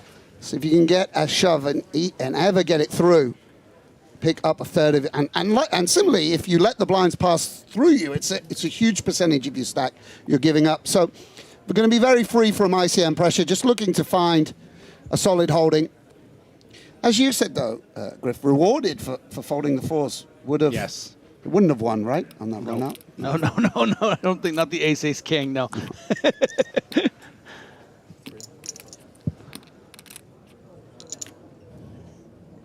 Yeah, and Kenjic slightly hamstrung here, opening into the chip leader. Certainly an ace is a valuable card.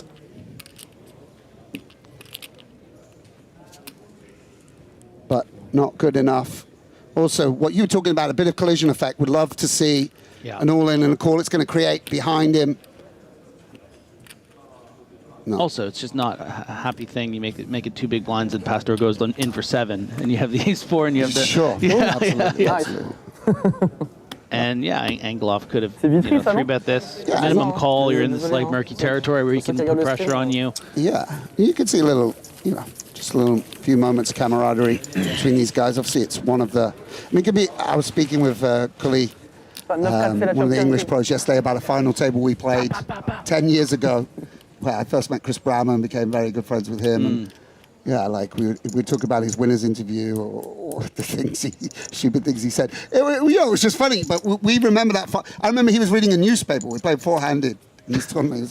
He was like, yeah, I wasn't very experienced. And I was like, yeah, I mean... there weren't charts you were reading. It's reading the back pages of the Sun. It was a different time. It was a different time to say the least. Yeah, but pocket 4s weren't being folded for 10 legs. We still have this sort of connection because of this tournament in Manchester 13 years ago. It's, no, but I mean, you see it, and whether it's reality shows, that people get very bonded when they have this concentrated amount of time and with the lights on and people watching. It's an incredibly intimate experience. Yeah. Kenjic considering whether he can do something here, what properties he wants. Might get called here more than against some opponents. So it's, the offsuit properties, and maybe we just want the ace because we're trying to fold out a hand like King Queen. Nice fold from the young Serbian. So rounds the blinds. Angelov with 6 deuce in the small folds. Nezreddine in the big. 10-3. Yeah, not a happy eventuality for Rania, who must, feels very comfortable on that 46 big blinds, I'm sure. Nice separation from the pack. Also, having position on Angelov is really nice for her. Just means that, the covering stack acting before her. Yeah. She's going to have good spots to open when Angelov folds and the like. He can't raise quite as liberally blind on blind because of the SPR. It's quite fortuitous. European, it's not me. I'm down to party. I asked because I have nothing. No, I'm happy to do it. Get Netherlands and get these 2 guys and let's do. They're arranging a dinner date for the group, night out. I think they're talking about getting some drinks in at the table. Yeah, maybe. Oh, yeah, at the table. Wow. Table service, Sam. Only to be encouraged. Yeah, and Angelov after his little heater won't push things.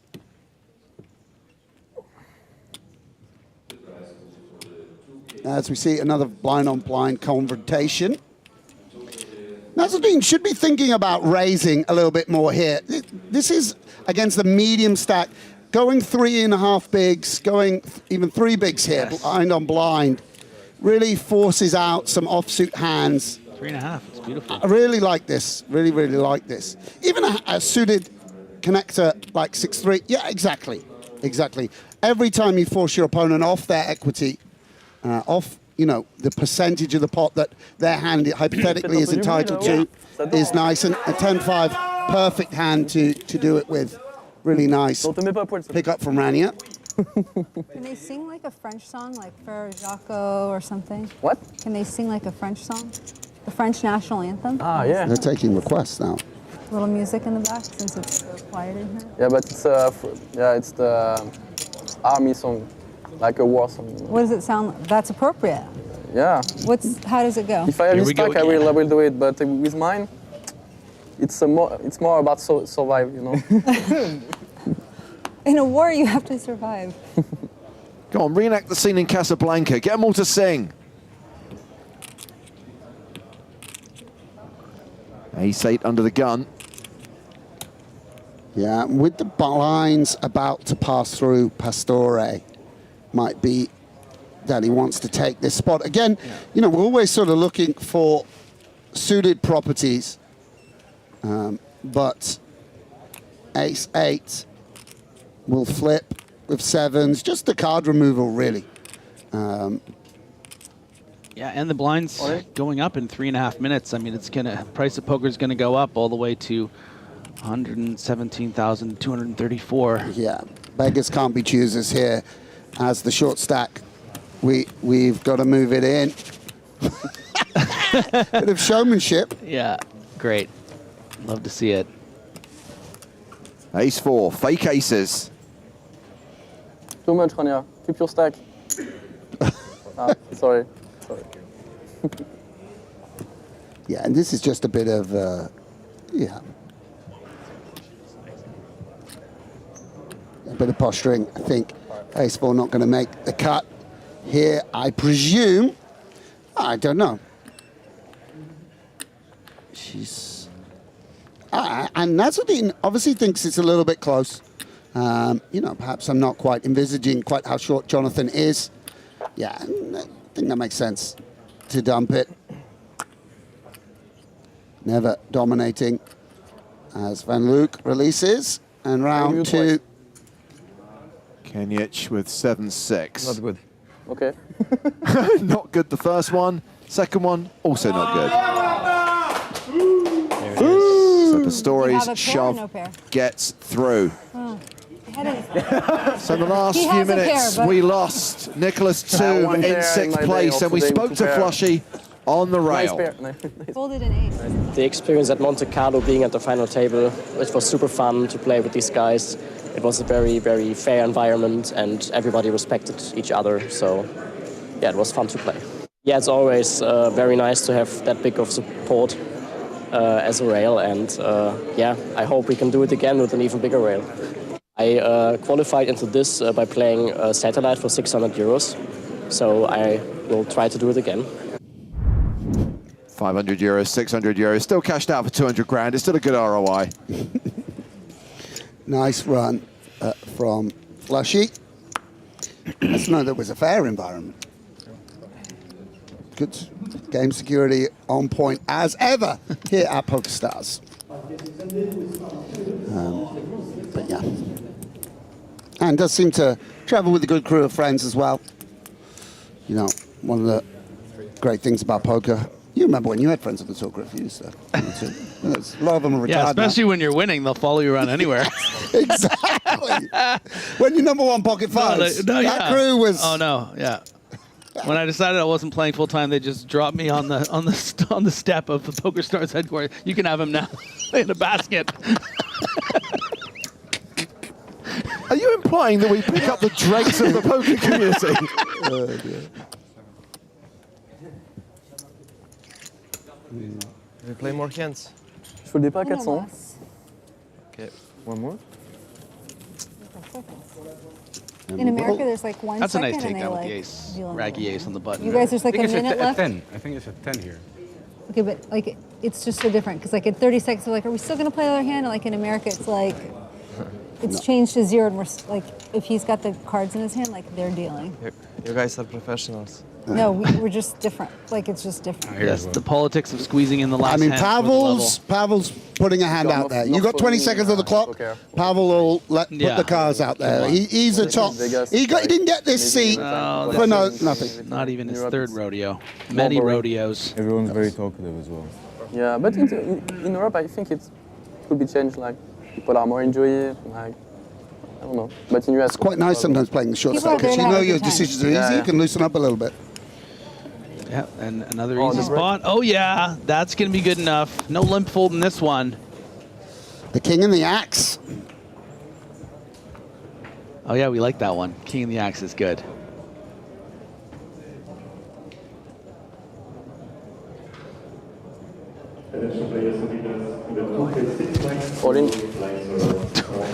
We don't allow No, gang wait, signs whoa, here. whoa, at whoa, this- whoa, whoa. Yeah, please. And Yeah. The Dougie Gilmore is not going to do it. So that is going to take us towards the end of the session. Oh là, c'est dur, hein? We are 5-handed at the final table. The blinds are going up to 125, 250, and that is going to put pressure on Jonathan Pastore. It's also going to put pressure on Jovan Kenjic and Derk van Luijk. 17 bigs, 16 bigs, 8 bigs, those three players.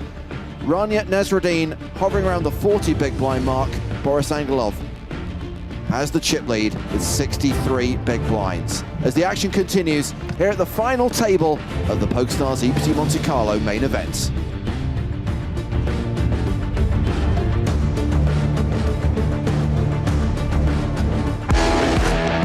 The biggest game in town is back.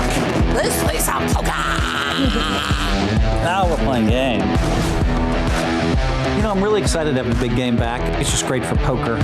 The most fun I've ever had in any type of poker format. You never know. The big game is such a fun format, which I love because I'm an action junkie. When the TV cameras roll, I would just whip.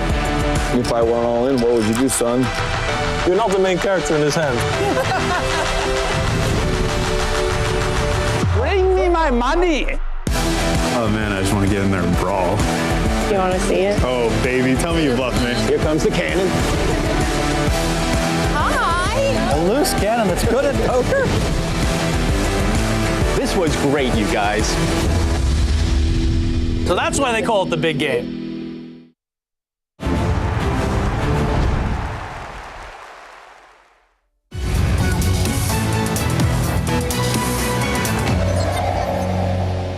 So now we're down to 5 players, and yes, Joe, I can confirm 8th, 7th, 6th, all knocked out by Sweetie. Oh, this is sick.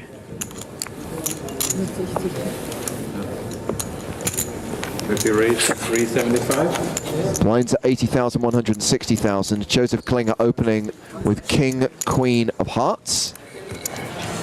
Makes it 375,000, and Sweetie's got kings. Do you have to? Do you have to? Do you have to knock out Klinger? Small blind plus. Big blind plus. Hopefully they just silence that bit of the replay rather than deleting the entire video. How much you had? Like 5.8? Okay. It's the flop. Oh my goodness. Dear. I should have saved it. He checks. Top pair versus top set.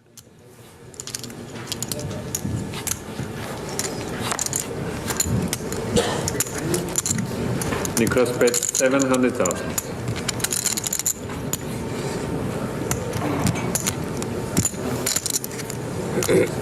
Pepe call. Bet of 700,000 called by Klinger, who picks up the flush draw on the turn. Okay, all right. A little bit of hope. Paper check.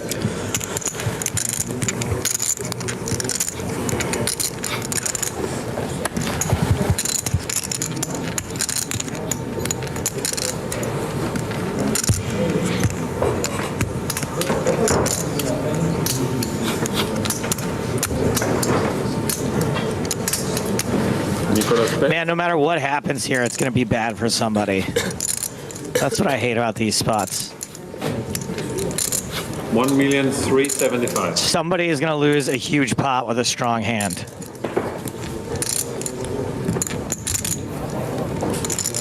Somebody is going to get coolered. 82% chance it's going to be Klinger.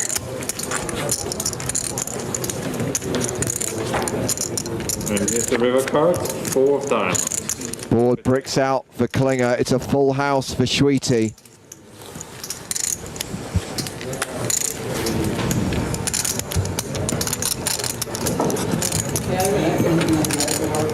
I'm all in. All in. Schwiti shoves on him. It's all in to call. And if he calls, he's out.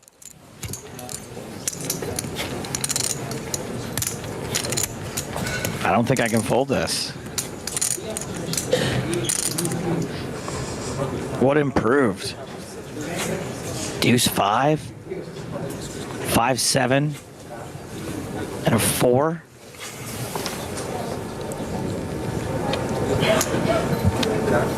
All of the 4s. Pepe pass. Finds a fold. Stop cheering, I wanted a call. I am not good enough to fold there. I love the fact the Lebanese rail is celebrating. Schwiti's like, guys, I had a full house. I need him to call there. It's still a big pot, though. It is indeed. Not that he really needs any more chips. He's got the rest of the table covered by... I really would have liked to see this table in its entirety. I mean, not that I would want to invest so much time, but with the stack that he has, he can just kind of raise every pot, I think. Mike McDonald railing Andrew Chen, who is all in for just shy of 2 million. There's a pass. Niclas pass.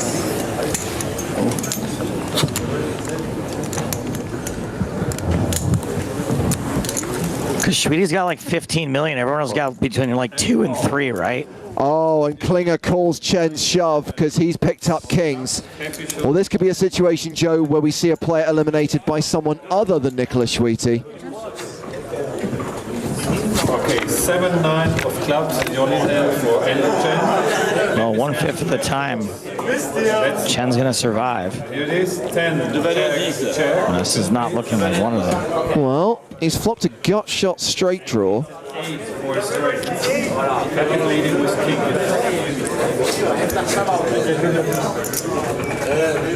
Let's see the turn. The 5 of diamonds, no help. Only an 8 on the river saves Andrew Chen. Let's see the river card. It's a 9, no help. 9 is not enough, and Joseph Klinger's kings hold. Andrew Chen eliminated in 5th place, cashing for 400,000 euros.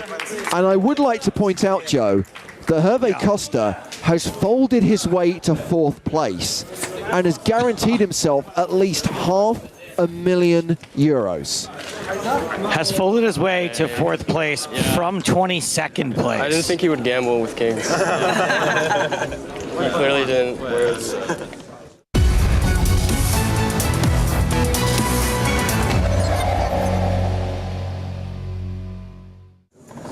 now we are down to 4.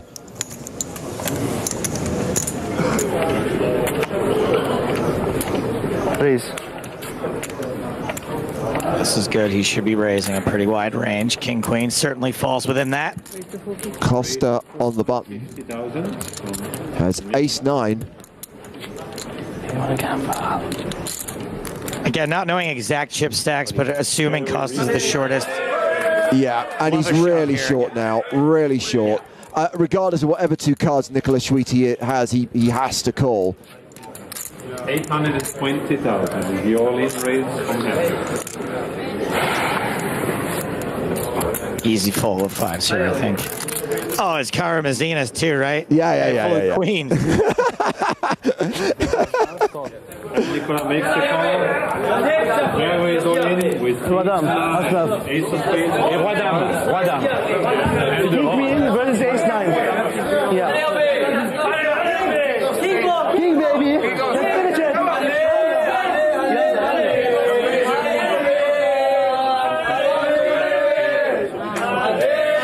Il vaut 5000. Il vaut 5000 le last. Now, this would be quite the story if Costa comes back. Allez ma petite. Queen deuce. Queen deuce. Queen deuce. Unbelievable. This is the best poker player I've ever seen. Jeffrey Hakeem on the rail. Love that dude.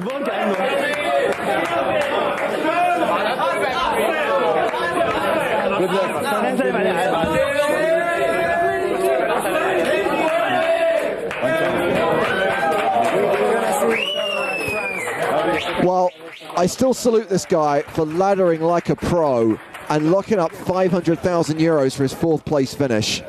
Hell yeah. Well done. He's the real clinger. What a run for Niclas Thumm, though. As Hervé Costa is congratulated by his buddies. And there goes the rail. To bust. Now you're. We've still got the Lebanese rail. They're loud enough. I was bust. You wait for him to bust. Now you're free rolling. I didn't wait for him to bust. I had 20 big blinds. It's more than enough to make a move. How much you have? All right, buddy. It's 2. I have to say, poker strategy with Dominicus Kamazinas is becoming a little bit tired as a format. All in. Nicolas raise all in.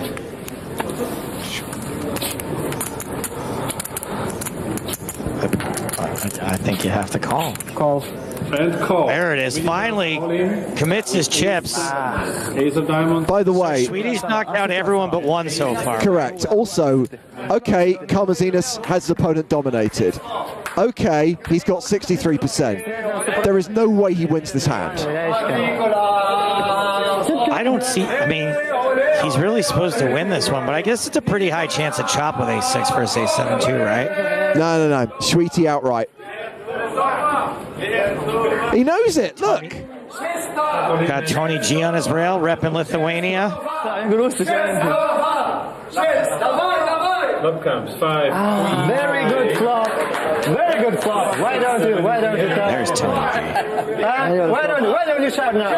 Shout. Come on, yeah. Beware the premature celebration, Dominicus.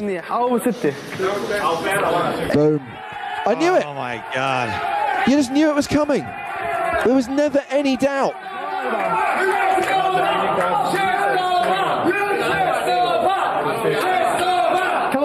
Domination, Karmazinas. Domination, rotation. 4.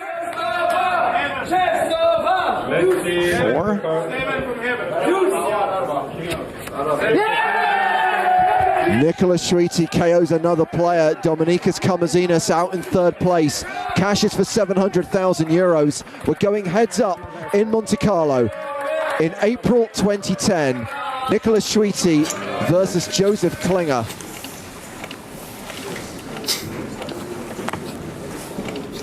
$350 total. Oh my God, now it's aces. And Klinger's got snowmen's. I'm all in. Call! This most certainly is the dead man's hand. Aces and 8s. All in and a call.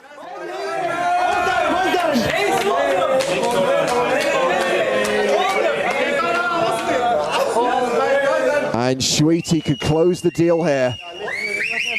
Klinger's gonna need a humdinger. Come on, one ace. Niclas Thumm has been on an incredible run. Let's see the flop. And here it is, 9, 10, I'm surprised it wasn't an ace, ace, X flop.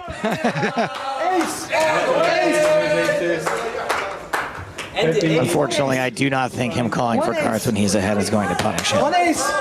Ace. Ace. Here comes the turn. Ça va, c'était ace. Turn to This is over unless an 8 hits the river. One more card to pass. Don't dig Remaining 8s in the deck. Any other card, we have a decision. Send it to 11 on. Come on. 11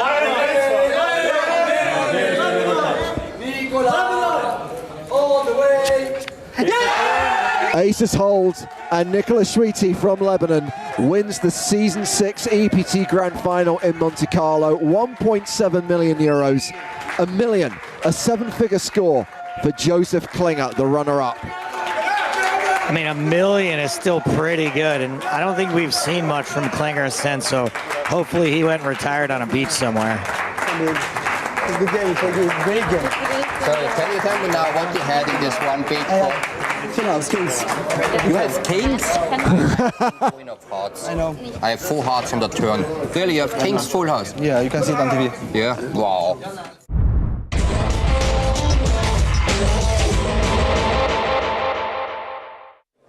Pocket 8s for Bendinelli. And I don't think it's a spoiler to say that it really can't go beyond this level. 30 big blinds playing 24 big blinds. It is almost impossible for them to get out of this level without the money going in. Yeah, Bendinelli here with 8s. It should have ended in the last level mathematically. The math is broken today, Stapes. Oh boy, we got a set of 8s for Bendinelli. Oh no. Top pair for Guerrero. I said the money was going to have to go in. These guys have played pretty conservatively and made some tight folds. So maybe it doesn't have to go in right now. But boy, does this feel like it.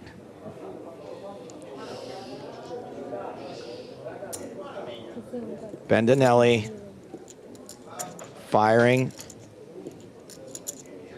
2.5 million or 250,000, whichever way you want to. Thank you, guys. Get it out there. And Guerrero just calls. The turn is a jack. Wow. Oh, no. What a setup. Oh, such a cold deck. Cold deck city. Guerrero covered. I think the only light at the end of the tunnel is we've seen a lot of miracle rivers throughout the course of this tournament. Looking for the board to pair, except for an 8. Doesn't know that yet, probably thinks he's got the best of it. Trips versus a full house.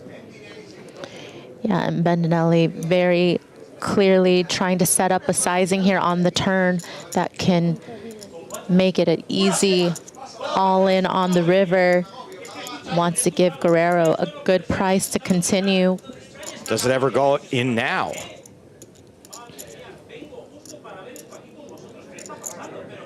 Guerrero has no idea what he's up against.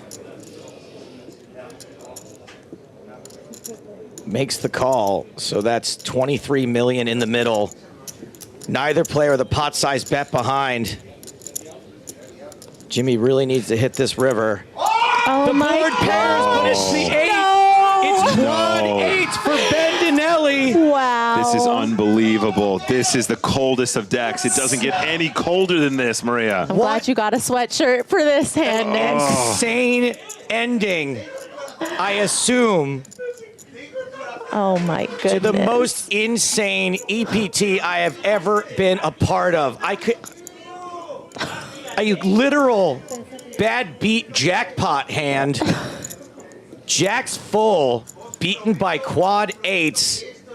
Guerrero bets. Wow. Oh. And Guerrero leading Oh my gosh. Put yourself in his shoes. He's got quads and you're getting led into on this river. It's the absolute jackpot payday. How is Bendinelli's heart just not jumping out of his skin right now? Oh my gosh. Bendinelli has been so patient, has folded winners. Had a chance to put this to bed. Announces all in. Guerrero hasn't snap called. I think There's just no way. There's the call from Guerrero. It's over. He hasn't even tabled his hand. Table your hands. Bendinelli shows the quad.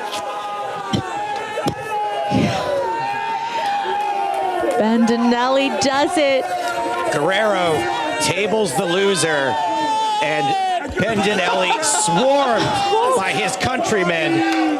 Somebody get that boy his mama. Giuliano Bendinelli is the EPT Barcelona 2022 main event champion. Absolutely unreal finish to an incredible main event. And the chants will not stop. A nice kiss from Mama Bendinelli. It's just not even real life, you guys. That is not a real life way to win an EPT. This is this real life, people? Seriously, look at what just happened. This guy came back from one big blind to be here to river quads.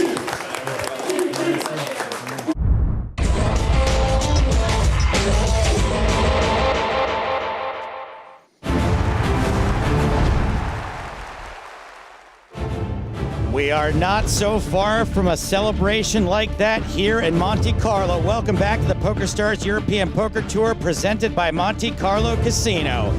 Hello, my babies. Live action continues from the Monte-Carlo Bay Hotel and Resort. The final day of the record-breaking Monte-Carlo Main Event 2024. So far of the 7 players we have started with, only 2 have been eliminated. Jonathan Guedes and Niclas Thumm. All the big money yet to be given away. Live action resuming. Joe Stapleton, Nicholas Walsh. Hello, hello. Thank you for having me. And Sam Grafton. Hi, everyone. Sam, 9-10 of spades, Grafton. Here are your feature table chip counts. Your final table chip counts. Boris Angelov still leading with 63 big blinds. Rania Nasreddine out of Tulsa, Oklahoma, shocking the world, an American in the final 5 here in Monte-Carlo. Old school. Jovan Kenjic with 17 bigs, Van Luijk 16, and Jonathan Pastore, arguably the most successful live player left in this field, handcuffed, short stacked, just 8 big blinds. When the moon hits the sky like a big piece of pie, it's Pastore. All right, there we go. A rhyme and a copyright strike, all in one fell swoop. 8, 9. Yeah, it's around 10. 9.8. This stream came to an end in at least 8 different regions there because of that Yep. violation. We are currently out in Vatican City. Can I get some green? Yeah. I know we have a lot of Americans tuning in to cheer on Rania. Yeah, we got the French flag here. I wonder where they got that. I hope he's not instigating a coup. I mean, they're not in, France aren't invading and retaking the region, are they? They do have you surrounded. Blinds, 250,000 in the big blind, 250,000 big blind ante, 125 for the small. Be the biggest bank robbery of all time if you took Monte Carlo, right? You know what? I don't think I've ever seen a movie like that where an entire country gets robbed. It's like Pulp Fiction. You just go house to house and make them give you your wallets and then leave. My Diet Coke. You've wiped out the deficit. Give me your flash drives and your seed phrases. Yeah. Actions folded around to Kenjic. Please. Gonna raise it up with King Jack. 17 big blinds to start the hand. Yeah, and Kenjic been very handcuffed. I don't think I've seen him play a hand, you know, since I've been in the booth for the last hour. That middle stack position that he's been in, very troublesome to navigate. Whereas Rania's acting after the chip leader, Jovan opening directly into him and the short stack. And Rania is going to defend the big blind with a mystery hand. Defense, defense. Jack 10 domination situation, and it's a king high flop, so not too much trouble for Rania to get into. Top pair for Kenjic. Yeah, nice eventuality for Kenjic. Probably would have heard from King Queen, maybe even pre-flop. So this is going to feel very, very strong. Two pairs limited. Just a board that you're going to bet very, very often as the pre-flop raiser. Just consider what sizing to go for. And that sizing is 400,000. Yeah. And she's out of that. Understandably out of there. Kenjic picking up a pretty important pot, clearing that 20 big blind mark, leaving Van Luijk and Pastore at 14 and 8 big blinds respectively. He's sensibly in camouflage in case the French Foreign Legion That's right. bursts through the doors. The shorter Pastore's stack gets, the better mood he is in. Like when he had 30 big blinds, we didn't hear a beep out of him. As it gets progressively lower, he's having a celebratory moment. He doesn't care whether he wins. You just realize your camera time's running out and you have far fewer decisions to make. So. The handcuffs are off. Freedom. Sam, I see you're wearing a Pamela Anderson t-shirt. Did you watch the Pamela Anderson documentary on Netflix? No, is it good? It's all right. It's from her perspective. You know, they did that whole sort of TV show about her. Yeah. But they have clips from the big game. No, really? The original big game. She was in it? Her husband, Rick Solomon, okay. was on the original big game. Okay, yeah, I've not seen the TV show or the documentary, but yeah, iconic lady, yeah.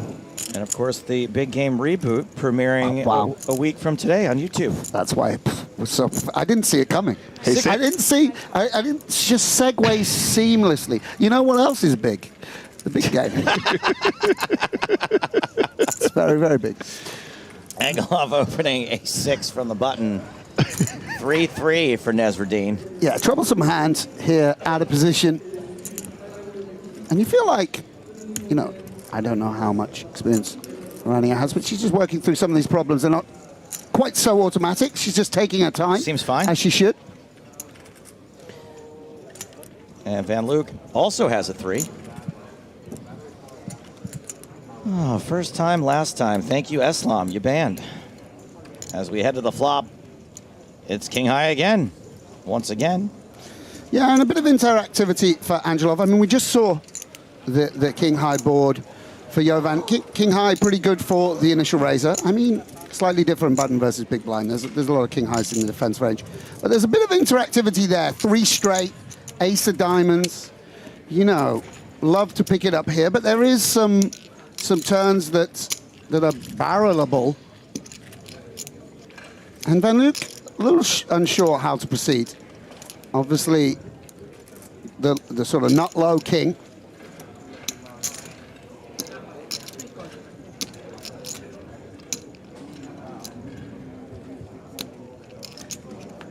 Turn is a 6. Angelov improves, but not in the way he really wants. Yeah, outdraws sort of ace-10. You know, obviously was sort of ahead of flush draws. A little bit weird when you turn that second pair.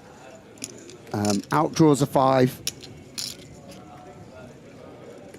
It's actually, I don't know, the way the range is constructed, it's sort of, he's going to be opening a little bit wider. So it's, in general, that's a good card for the big blind, but a little bit different. And in comes the flush. And Angelov with that ever-present ace of diamonds is not going to use it. Just takes the showdown with the pair of 6s and Van Luijk's kings are good. Yeah. Conservatively played by the out of position Dutchman, and rightly so, understandably so.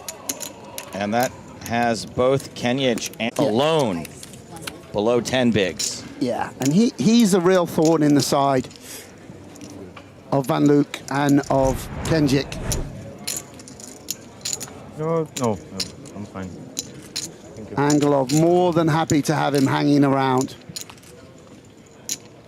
Yep, you're absolutely right. Can definitely lean on those middling stacks when we have that shorty who is imminently danger zone territory.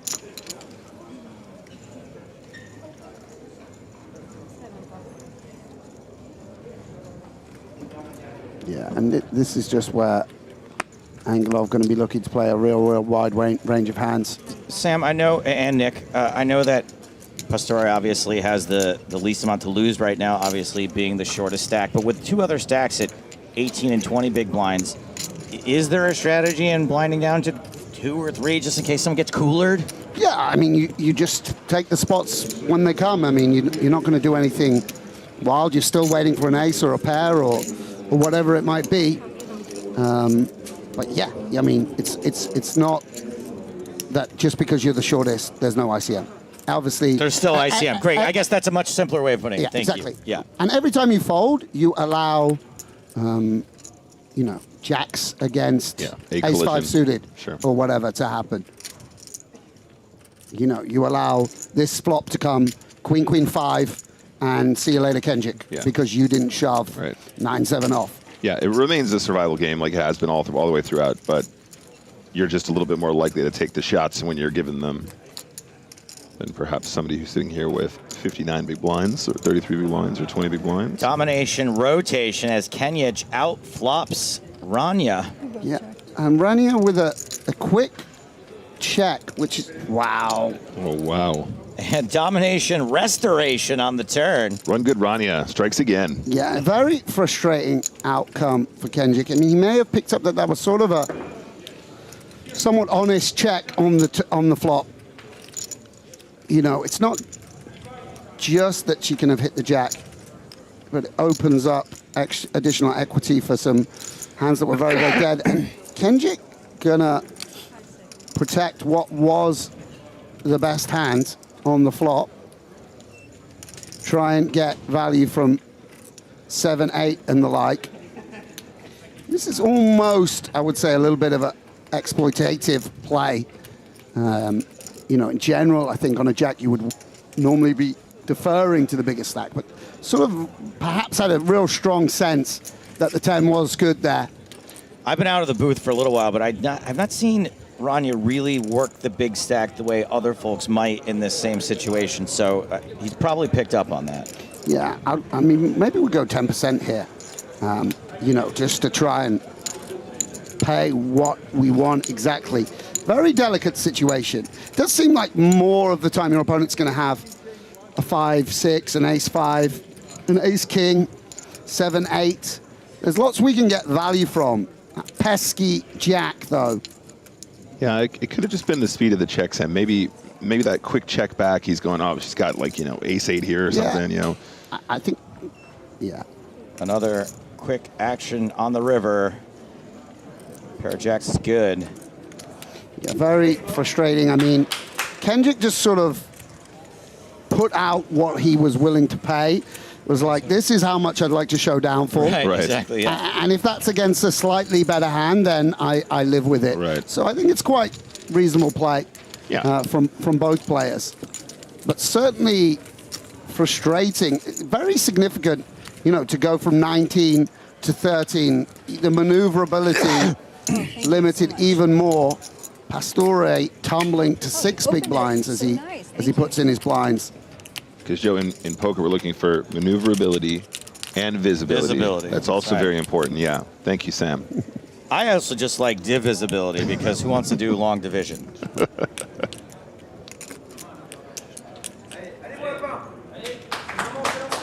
After that pop, by the way, Kenjic in sort of trouble again, down to 13 bigs. 6 now for Pastore. who is in the big blind this hand. Yeah, this is pretty significant for Pastore. He would love to pick something up here. Just get a walk even. Yeah, I don't know whether Kenjic... Too much, too much. Definitely going to want to have something to shout. And weirdly enough, Derk finds himself as chip leader on the button with a pretty shovable holding here. Can fold out some ace-X if you just put it in.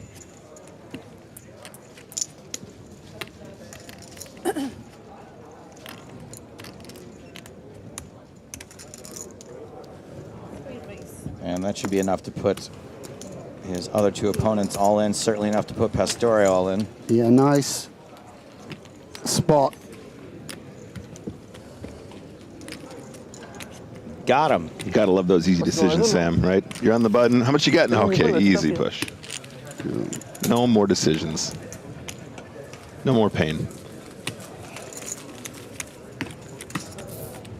Yeah, and sort of spaced out now. Gap to second, gap to third, gap to fourth, gap to fifth. Everyone knowing where they are in the pecking order. But you do feel like we're on the cusp of some kind of confrontation. Yeah, no one more aware at this point of his own status and everyone else quite aware of Pastore's 5 big blinds. His own mortality. That's right. He's contemplating. Teetering. Yes. I mean, even just that last. He's French. He's an existentialist. You know, get the man a black roll neck. The sweet, sweet release of death. Yes. A memento mori. Even just that last exchange just goes to show, yeah, I mean, like, we're getting to push territory under some... Shout out to Mickey Pearson. Some positions. I'm memento mori, memento mori. Nezreddine opening king, queen suited. Van Luijk with ace-5. Little sourdough, the kind you find at Aldi. Yep, not the artisanal sourdough under these circumstances. I don't see this happening. I don't.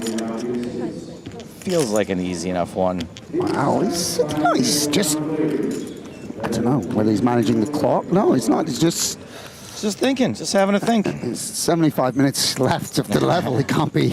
Randomize, randomize. Can't stall that long. Yeah. How much is it?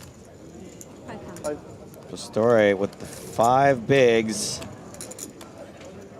This also is... No, thank you. Just contemplative. Yeah. And the big blind. Angelov, the chip leader, has to fold the 3 high. Hashtag dirty diaper. The old dirty diaper. Wow. Power of poker that you can make that a thing. The true power of poker. You play like 11-5, right?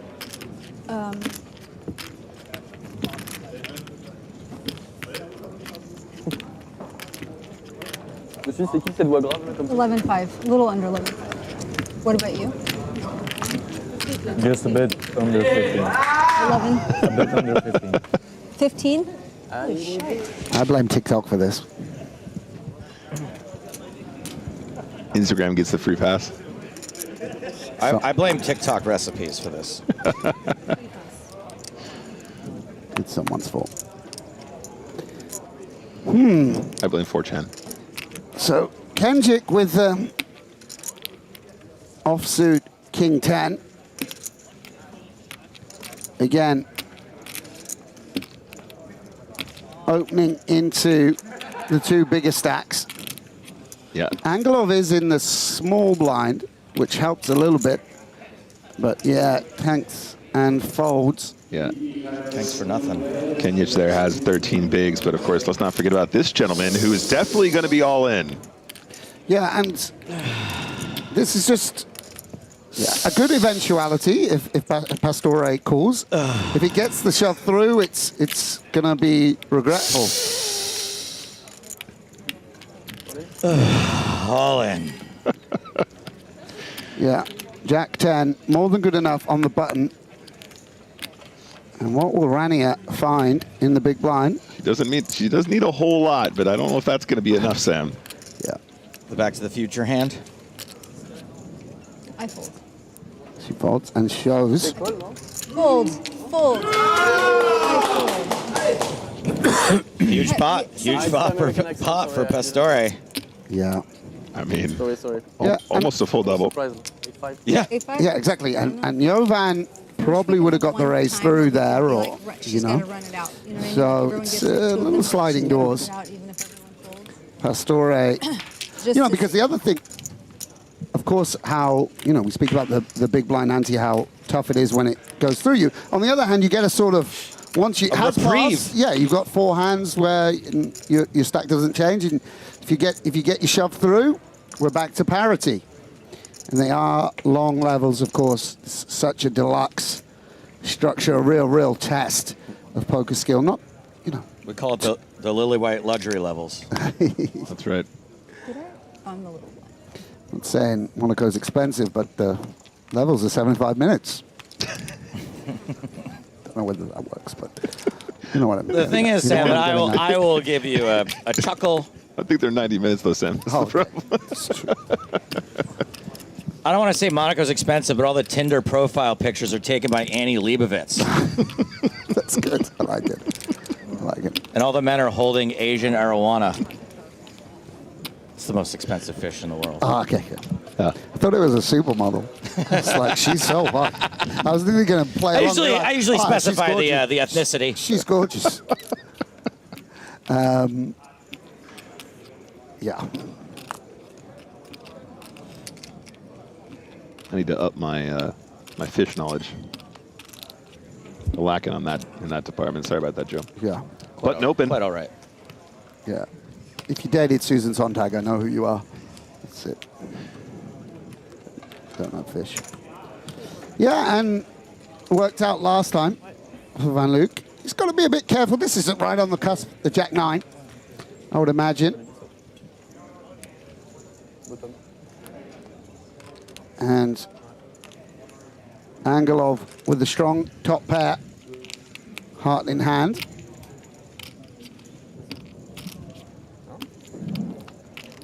Well above average flop for the Queen 10 off. What is an average flop? Well, there used to be, have you ever had anyone try and do the angle where they come up, you used to get people at the gut shot, they'd come up to you and they'd say, if the flop comes with an ace, jack or deuce, you give me £50. But if it doesn't, there's no ace, jack or deuce, you get £50. And it sounds like a... It sounds pretty good. It sounds like a good deal. But it's not a good deal. Like if you pick 3 cards, on average, it's going to come, I think. Huh. Oh, I remember that one. Is that what it was? Could be. Now, even to me, it sounds wrong. But I think that's correct. Sam's been hustling himself this whole time. He's been trying to play that trick, and it's like massively terrible odds. Yeah. He's just been running really hot at it, so he doesn't know. Whoever taught you that trick actually hustled you in the first place. No, I think that's right. It's like you've got 3 cards, it's going to come. But yeah, you can look it up as well. I mean, I should know it. You know, I'm a run it once professor or whatever. But you know, obviously, X percentage of boards come ace high and king high and et cetera, all the way down. Vince Van Patten did this prop bet with me one time. I'm going to try to remember. Really quick, guys. Hand number 69. Thank you. Thanks for... Nice. Nice. Please continue. It was some game where he was like, all right, start counting like ace through deuce. Like go ace, but turn over a card on a deck every time you say it. So ace, turn over a card, king, turn over a card. And if you can get all the way through the deck without linking up at all, without matching a card, I'll give you like $1,000. Wow, okay. And he let 100, 200 people try it. No one could get through the deck. And I was like, is it mathematically impossible? He's like, no, but it's like nearly impossible. Yeah, that's very interesting, yeah. 2.1. Ways that we've been hustled. Ways other poker players ripped us off. You just know that anytime someone offers you anything, you're like, yeah, okay, I know that you're going to win this. Just don't tell me the odds. All right, I'm liking this wider open, Sam. King 6 offsuit in the cutoff feels great for the chip leader to start widening up. You can see a pretty big distinction between our chip leader there. Even second place, 63 big blinds to 43. And as we've discussed, big stacks need to start shifting gears here, starting leaning on those middling stacks, those shorter stacks. Kenjic and now Pastore sub 10 effective each. So getting close to the danger zone territory.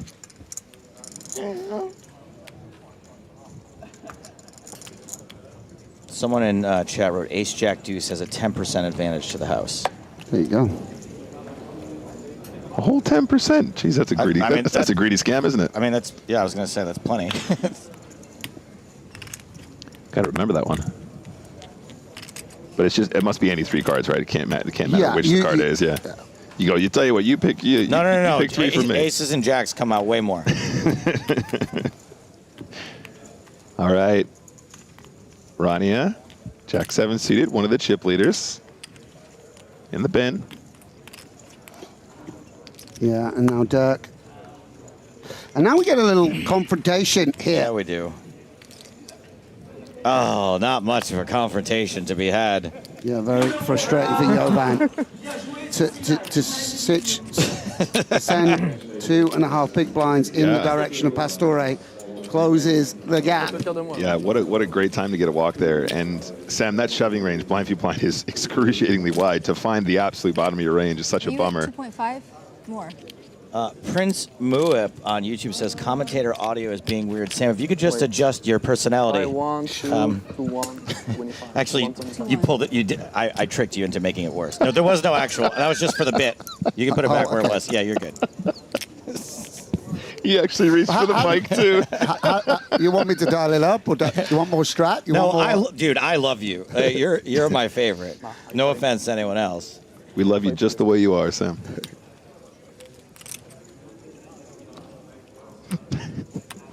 All right, run good Rania with quite an openable hand.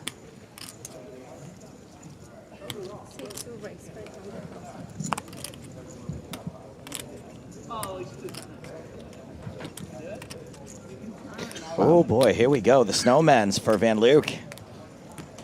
A very delicate situation. Not much fun to call. Not much fun to 3-bet.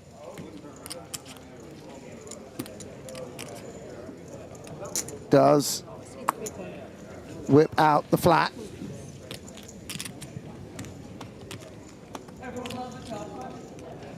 Now, going to be very aware this is a particularly sort of defined range of hands. Angelov, yet again with 3 deuce. Is this the same 2 suits, I think, also. Yeah, and she had king queen as well. 2 very equitable hands going to a flop. Yeah, it's interesting you said it, Sam, right? When he calls in this position, he's going to have relatively strong holdings, right? He's not messing around in pots with anything too weak here in the current scenario, the current chip setup. Yeah, and it is a little bit tasty with the king queen. Obviously, we would be worrying about 9s and 10s. You know, we can see 8s, similar holdings. But yeah, the king of spades, maybe an opportunity to, and she's sort of a hedging sizing, sort of optimistically wanting to see the turn. And what a fun way of counting out chips. Call from Van Luijk. Yeah, and it's so funny how quick.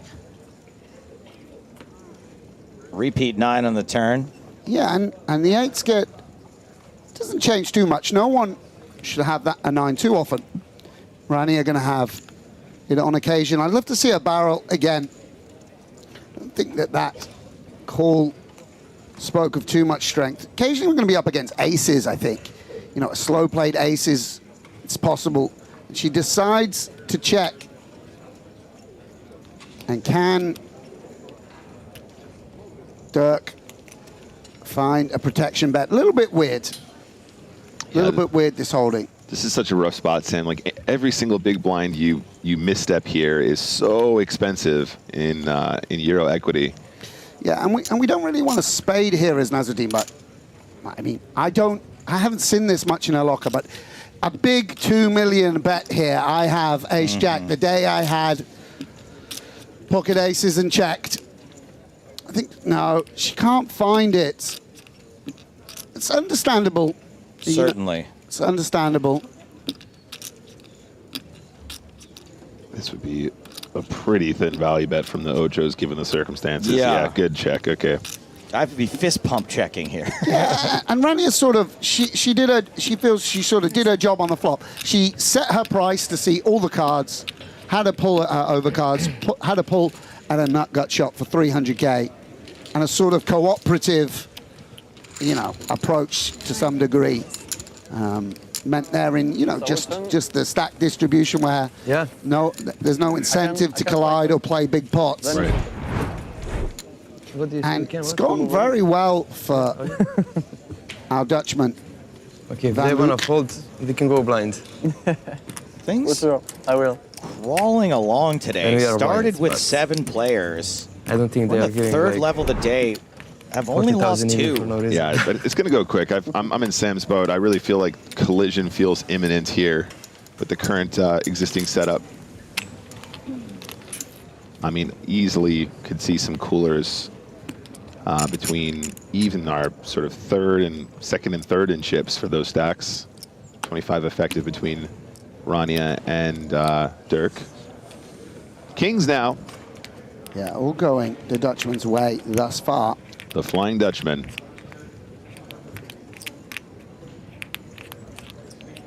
Man's got dice tattooed on his body. He's here to play. The old snake eyes.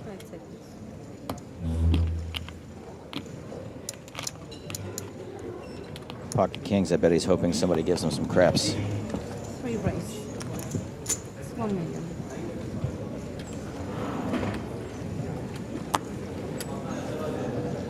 One Dr. Evil. Who wants it?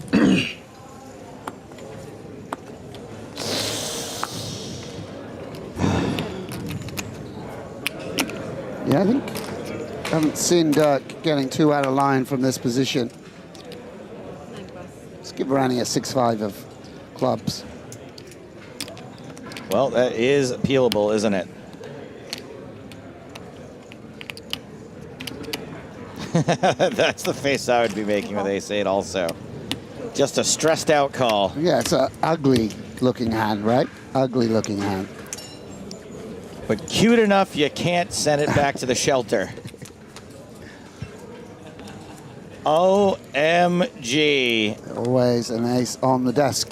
Ace Then 4-3. Ace magnets. Ace magnets. Yeah. Haven't heard that one in a while. The butchers, Mormon used to call them. Yeah, and it's just in general a good board for the big blind. And Van Luijk checking back. And this is... Yeah, that's not good. Yeah, it's deceptive. It's deceptive. The King's going to feel so much stronger now. I would have loved to see Rania, well, put out some money. I mean, it feels like... Look, I'm a trapper. Yeah. We all love to trap. We all love to get bet into when we have the nuts. We all like to put out a little show. Yeah. Do I have a hand here? Yeah. And with those gut shots and the 2 flush draws, Van Luijk protecting the Kings. And there it is. Trap is set. Go. Whoa, snap call? Yeah, a min check raise. And Van Luijk trying to look strong with the insta-call. And there's only one way to be strong. 5 million in the middle. And that's a 1-outer, which ain't coming. Diamonds do come in. Oh, she gets some money on the turn. And Van Luijk shows, just to show sort of, I got unlucky, I guess. Yeah. So, with that pot, Rania Nasreddine does remain in second place. However, Van Luijk, 13 big blinds. Kenjic, 10 big blinds. Pastore, 8 big blinds. The 3 of you are not really good friends at this moment. What? The 3 of you are not really good friends at this moment. I think they are really Which good 3? friends. Oh. Wait, I'm friends with No, everyone. no. Oh yeah, no, you and I are friends, and Yeah. then these 3 are friends. We are always friends. Yeah. Even if That you sounds got, about right. Except there are I no will friends at the give you poker my table. flag, you need to wait till the. Yeah, and I'll take it with honor. you know, in terms of the swing there, Rania's position at the table all the more comfortable. Van Luijk plunged down into the maelstrom with those sort of 3 competing stacks. Obviously, few big blinds difference. It's somewhat significant, but all of them, you know, in a position of really, you know, finding hands to just sort of shove or reshove. Not much maneuverability, can't 3-bet fold, just very limited. Yeah, for sure. Yeah, and Kenjic now coming in for an open with the 2 blockers. Gonna be able to raise queens and kings and jacks and call them off.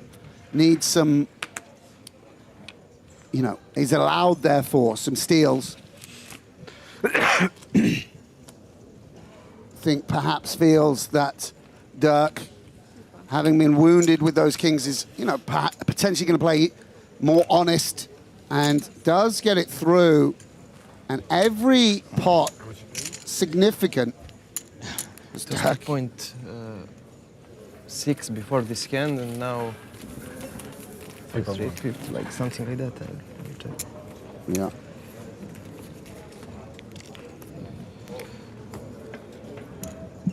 You know, it's it's an amazing. I mean, it's something we've all experienced in poker. A lot of these players will have been chip leaders on day 2s and day 3s. Often, people, you make it a final table, you've been a big stack for huge portions, and now fighting over scraps. You know, every pot. 3-3 before. Yeah. When the blinds and antes are half your stack, not exactly an enviable position to be in. Yeah.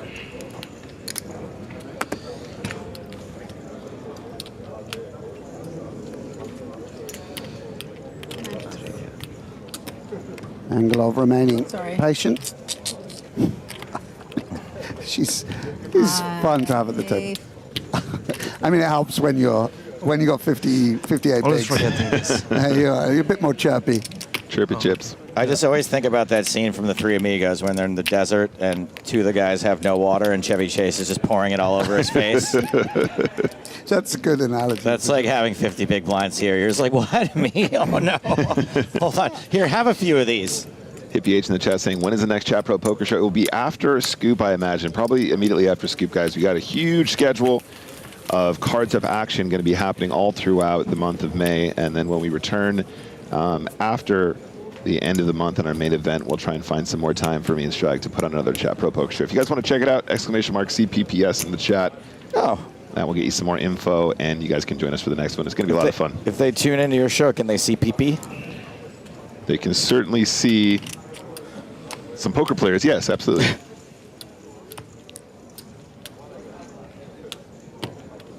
You know what else is coming out is the big game. Did anyone hear about it? Hey, Sam, I see you're wearing a shirt. You know who else is wearing shirts on a TV show? Everyone we filmed at the big game. I missed a big opportunity to plug my comic book, Trapped. When Rania Trapped I'm with those offering 3 coaching aces. at a discount. I've got slots available this summer. The big game with Big Helmuth, Big Lex. Big Lex and Big Sam Grafton coming up. Sure. On Medium. episode 6. The Big Ho. The Big Lock. I don't even know whose water is what. The Big Wardrobe.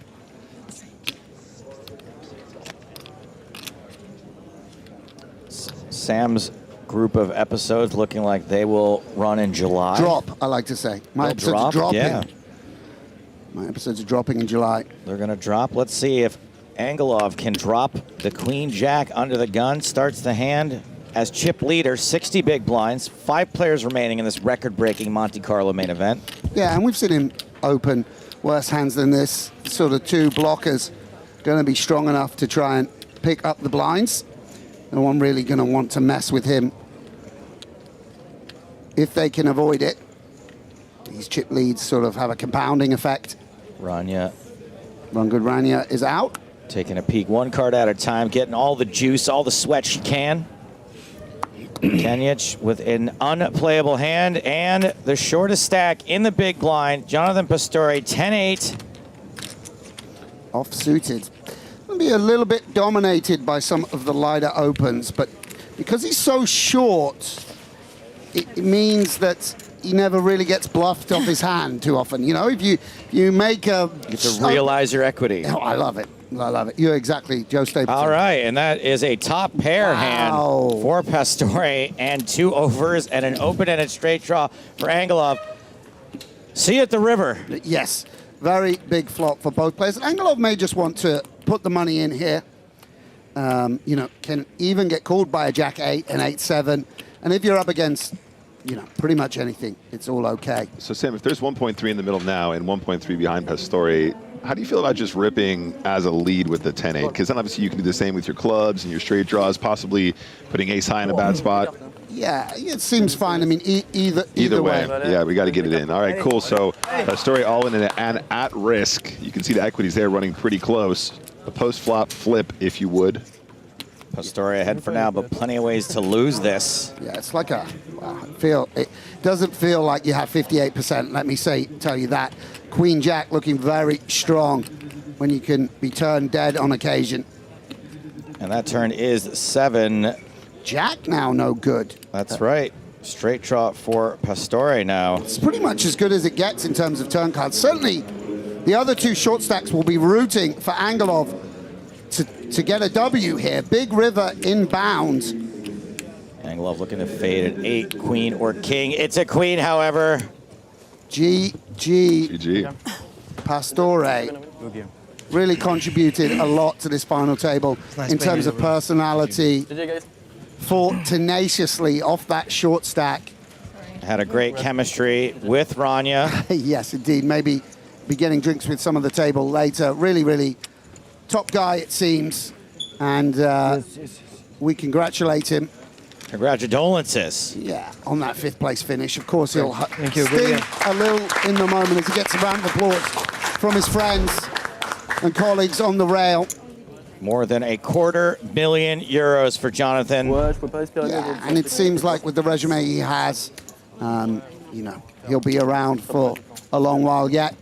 Head of a heck of a 2022. And with that 5th place finish can almost afford a night out in Monte-Carlo. Maybe if he bands together with the 6th place finisher, they can get, you know, bottle service. They can split a bottle. Yeah, for a couple hours on a minor table, on an outer table. I don't know if you noticed, but 50 years of Jimmy's being celebrated. Wow. Here in Monte-Carlo. Older than the EPT. That's right. Some people are still paying off bottles from that very opening night. Sorry. Sure.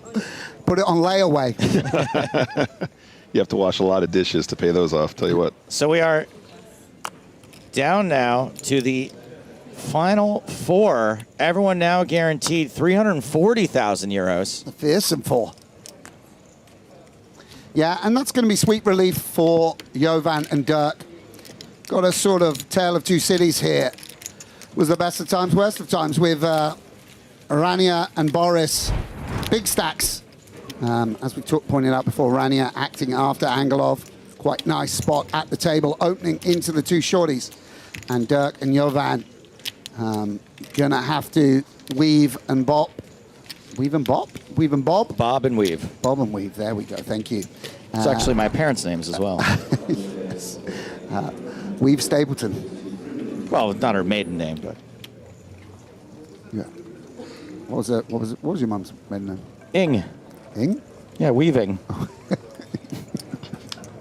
I mean, it's so bad it's good, kind of. I mean, for a half a second thought. I mean, I didn't write this last night. It's just, you got to work on your set here, Joe. It's just. The thing is that my dad should have taken my mom's last name. I could have been bobbing and weaving. Just gonna let that sit. We should just mute the commentary for 20 minutes while the audience contemplate that. It's like, wow, it's like I'm live with, I don't know, Steve Martin or something. It's amazing, you know. Well, excuse me. Angelov limping in with 8-6 off, and I think Rania's going to say limps are for the bank.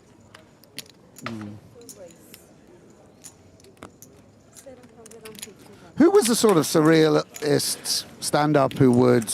There's someone who would do sort of not straight jokes. I mean, Steve Martin for sure. Yeah. Certainly.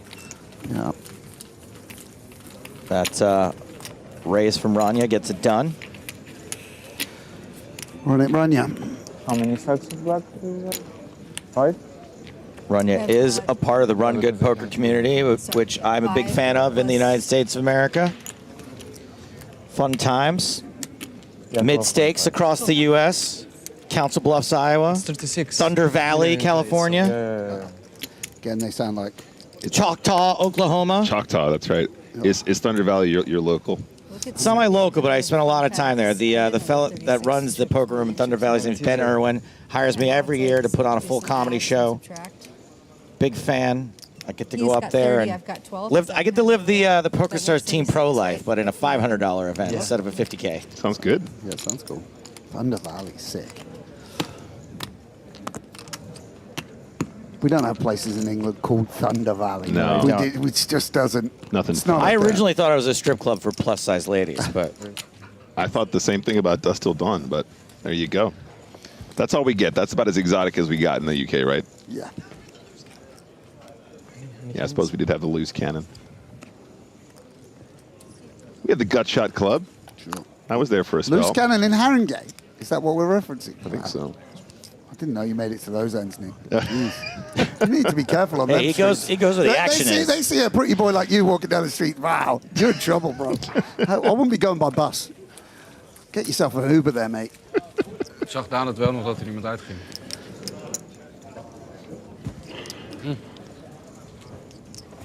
And Angelov just going about his business here. Obviously, the winner there of that sort of post-flop flip. And, you know, 70 big blinds. Seems very comfortable in the spot he's in, very in control. So we sense a strong online background and that sort of muscle memory, all those final tables, despite the live environment and the cameras and the glamour of Monte Carlo, it is there as a resource to draw on, just knowing the folds and the raises and the, you know, just doing what you got to do. Seems like a very focused young man. And it is pocket jacks for Run Good Rania. Yeah.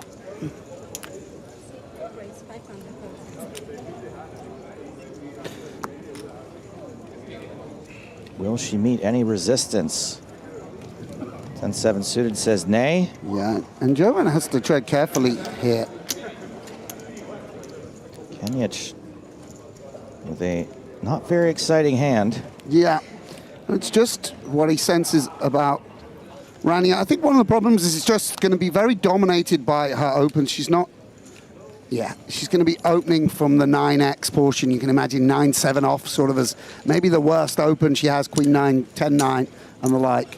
And even perhaps with, you know, even one thing we come to realize is even if you rate yourself, you think you have a skill advantage, just, you know, of these stacks, top pair's going to be top pair, the money's going to go in. Well, if you rate yourself at home and think you have a skill advantage, you might want to look into a silver pass, because 48 silver pass winners played here in Monte Carlo, and they didn't just get an entry into the FPS Main Event and the Cup.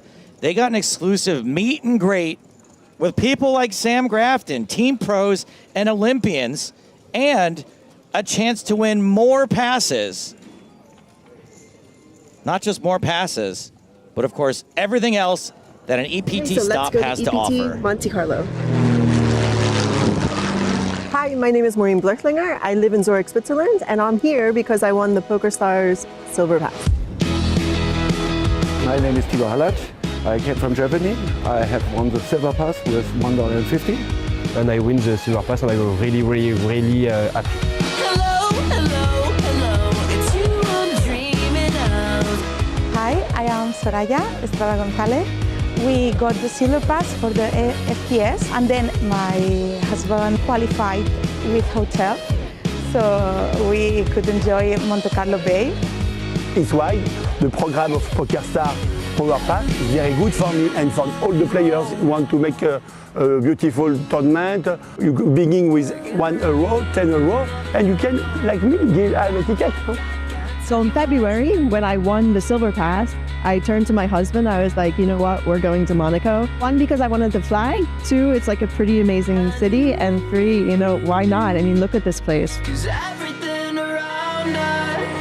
Yes, it's a super amazing trip, and we hope we can keep coming to all the EPTs. We enjoy it so much. It's a very big family. It's really different to playing online. It's a new experience for me to see this, to be here. I fly with a helicopter, I play poker, I have meet the world champion, I meet the high roller, some new friends. Absolutely cool.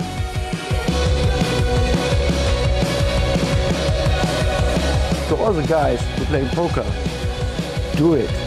Give your best, never give up, and have a nice time.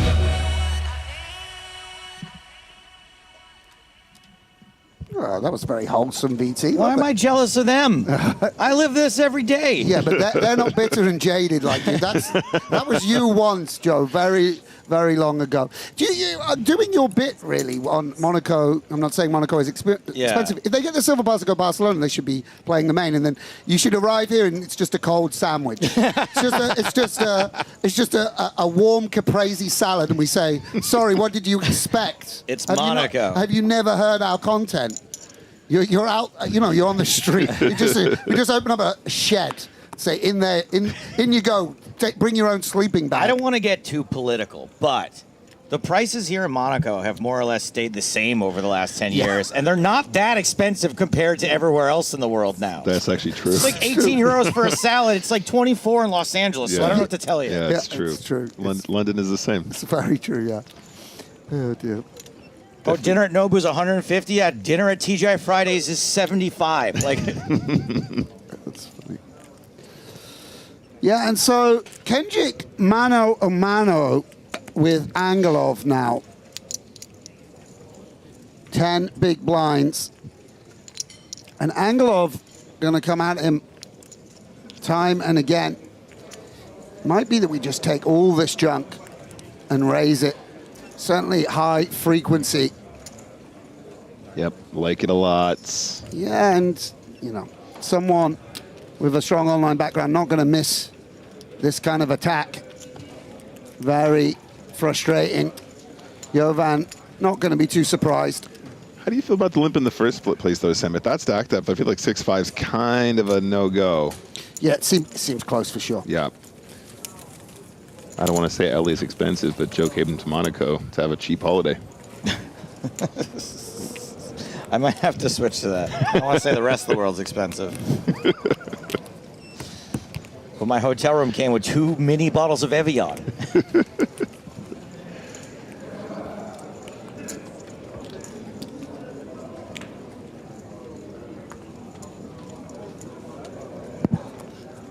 Down to the final 4 here in Monaco. Yeah. 1 million euros for the winner. Maybe there'd be some talk of a deal if we lose the 2 10 big blind stacks. We don't know.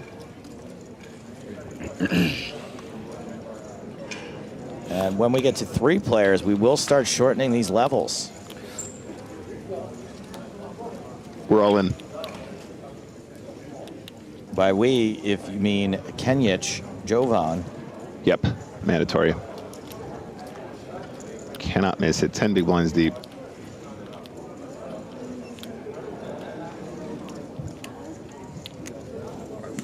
Not all in. Excuse me, sir. Sam, what are we thinking? Yeah, I mean, this kid, he's what's he done, limp? He min-raised. He's decided to min-raise, and I guess this is, yeah, I mean, who knows? Might be what he thinks of the spot, the lineup, how Nadia is going to respond, I don't know. But Angelov now with the suited ace, one of the problems with raising is you give your opponent a chance to come over the top of you with a hand like this. It's going to be... And over the top, it does come. Yeah. Such a polarized open. And Nezreddine in the big blind. Yeah, I mean, the other issue with that open is that Rania probably ends up calling if we don't see this action from the small blind. And so then you're playing post-flop and pretty short stacked, but decision for Kenjic. And yeah, you open the door to these spots, as you said, Sam. It's a great way to describe it as well, Sam. Such a polarizing open. He's either doing this with aces or he's got stuff exactly like this. Yeah, and he does seem to feel like he's got a decision here. Whether this is just posturing or not. Went for the slightly bigger open as well. I mean, this is the Spraggy, right? Yeah, it's not usually something on my radar. I don't love the hand, but certainly has had its fair share of disappointment in the hands of Benjamin Sprague. I know what Sam Grafton. I know what James Hardigan would say about that. Yeah, and Kenjic frustrated there with himself. First time he's tried to, we saw him get a king-jack off open through, but not been too out of line.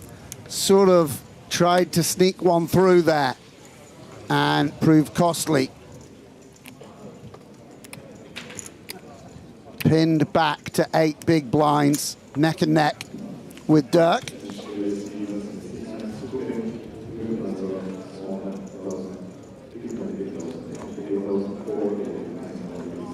Obviously a little unfortunate in terms of the distribution. Both his opponents having pretty playable holdings. This one not so playable. Just every time you get 2 new cards, you're like, let this be the one, and nope, just ugh. Yeah, of course, of course. I remember my first big final getting aces against kings. It's just an amazing spot. It's just unbelievable feeling when you just get hit by the deck. And Angelov played exceptionally well, but of course, hit that king on the river against Thumm.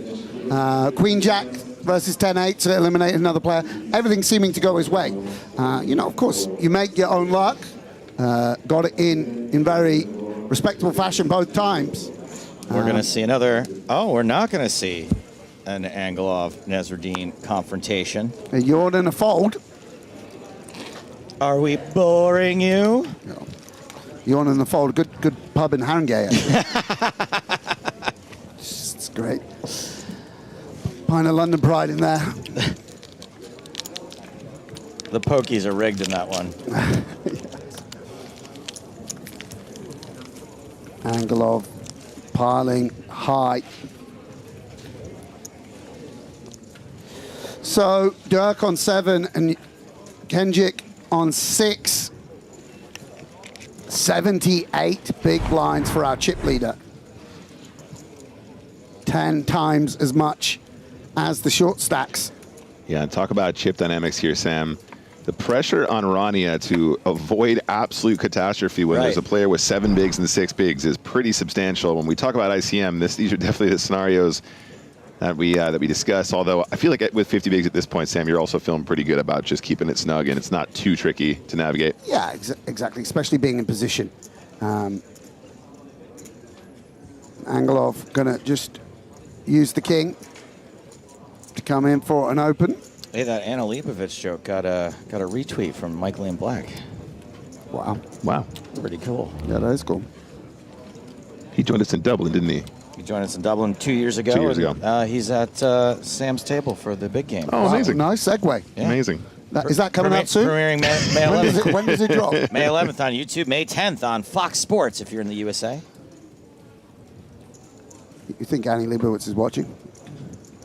She tunes in from time to time. I don't know about right now. Yeah, she's busy. She's got busy. If she's free, of course. She's busy taking Tinder profile pictures here in Monaco. Yes. Kenjic with a reasonable hand to make this face with.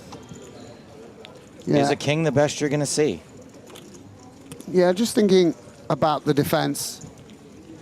You just want sort of 2 ways to make top pair.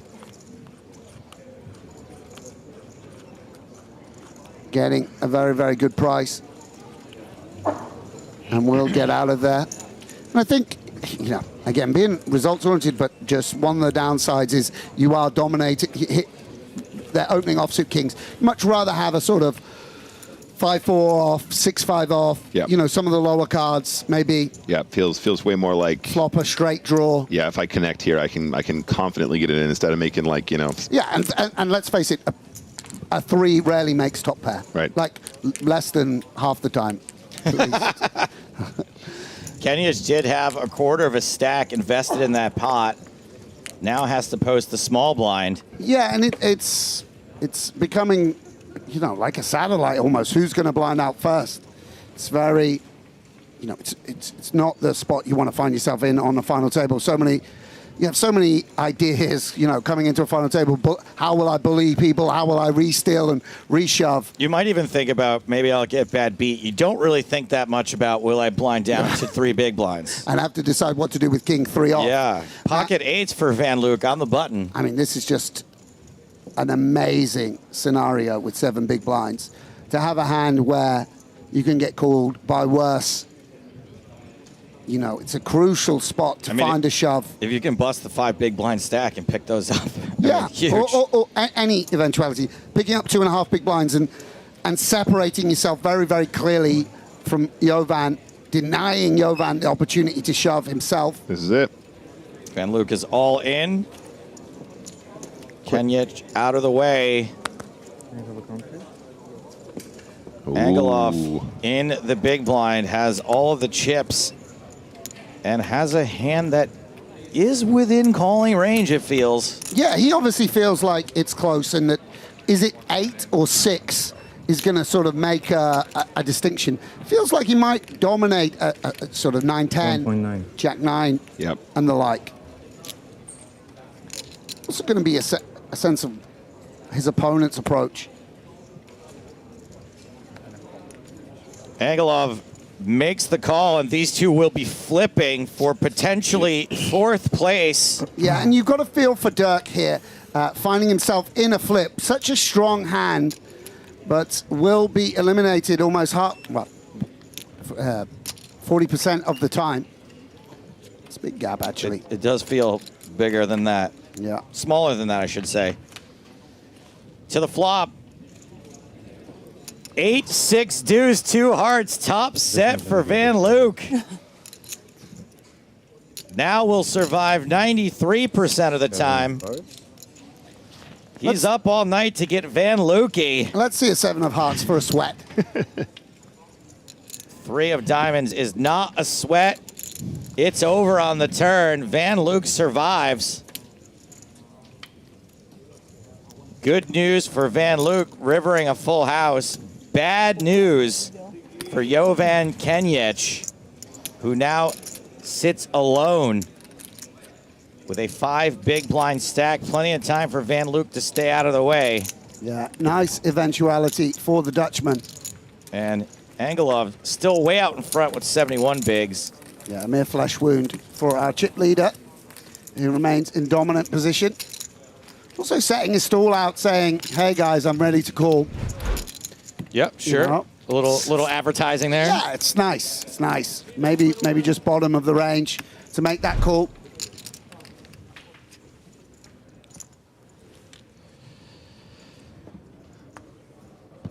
And Van Luijk's heart must be racing right now. Surviving. Yeah. And every hand, wow, Van Luijk with pocket 4s. Ooh, another pocket pair. This one, not as much of a slam dunk. Yeah. I think we can't really be shoving the 18 bigs, and doesn't make a good raise. Fine. Sort of lacks playability, and a frustrated snap fold from Jovan with the 8-6 clubs. So now we're down on the blinds. Angelov and Run Good Rania. Angelov out of position.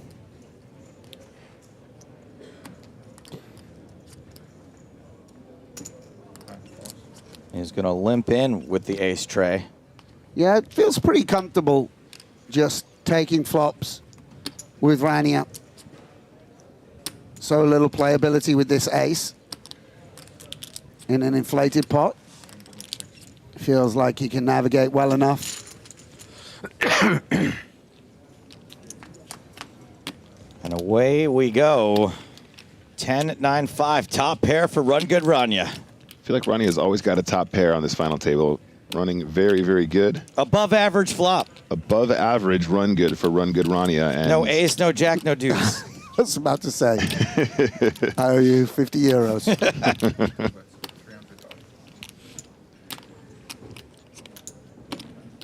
Yeah, and that's 300K.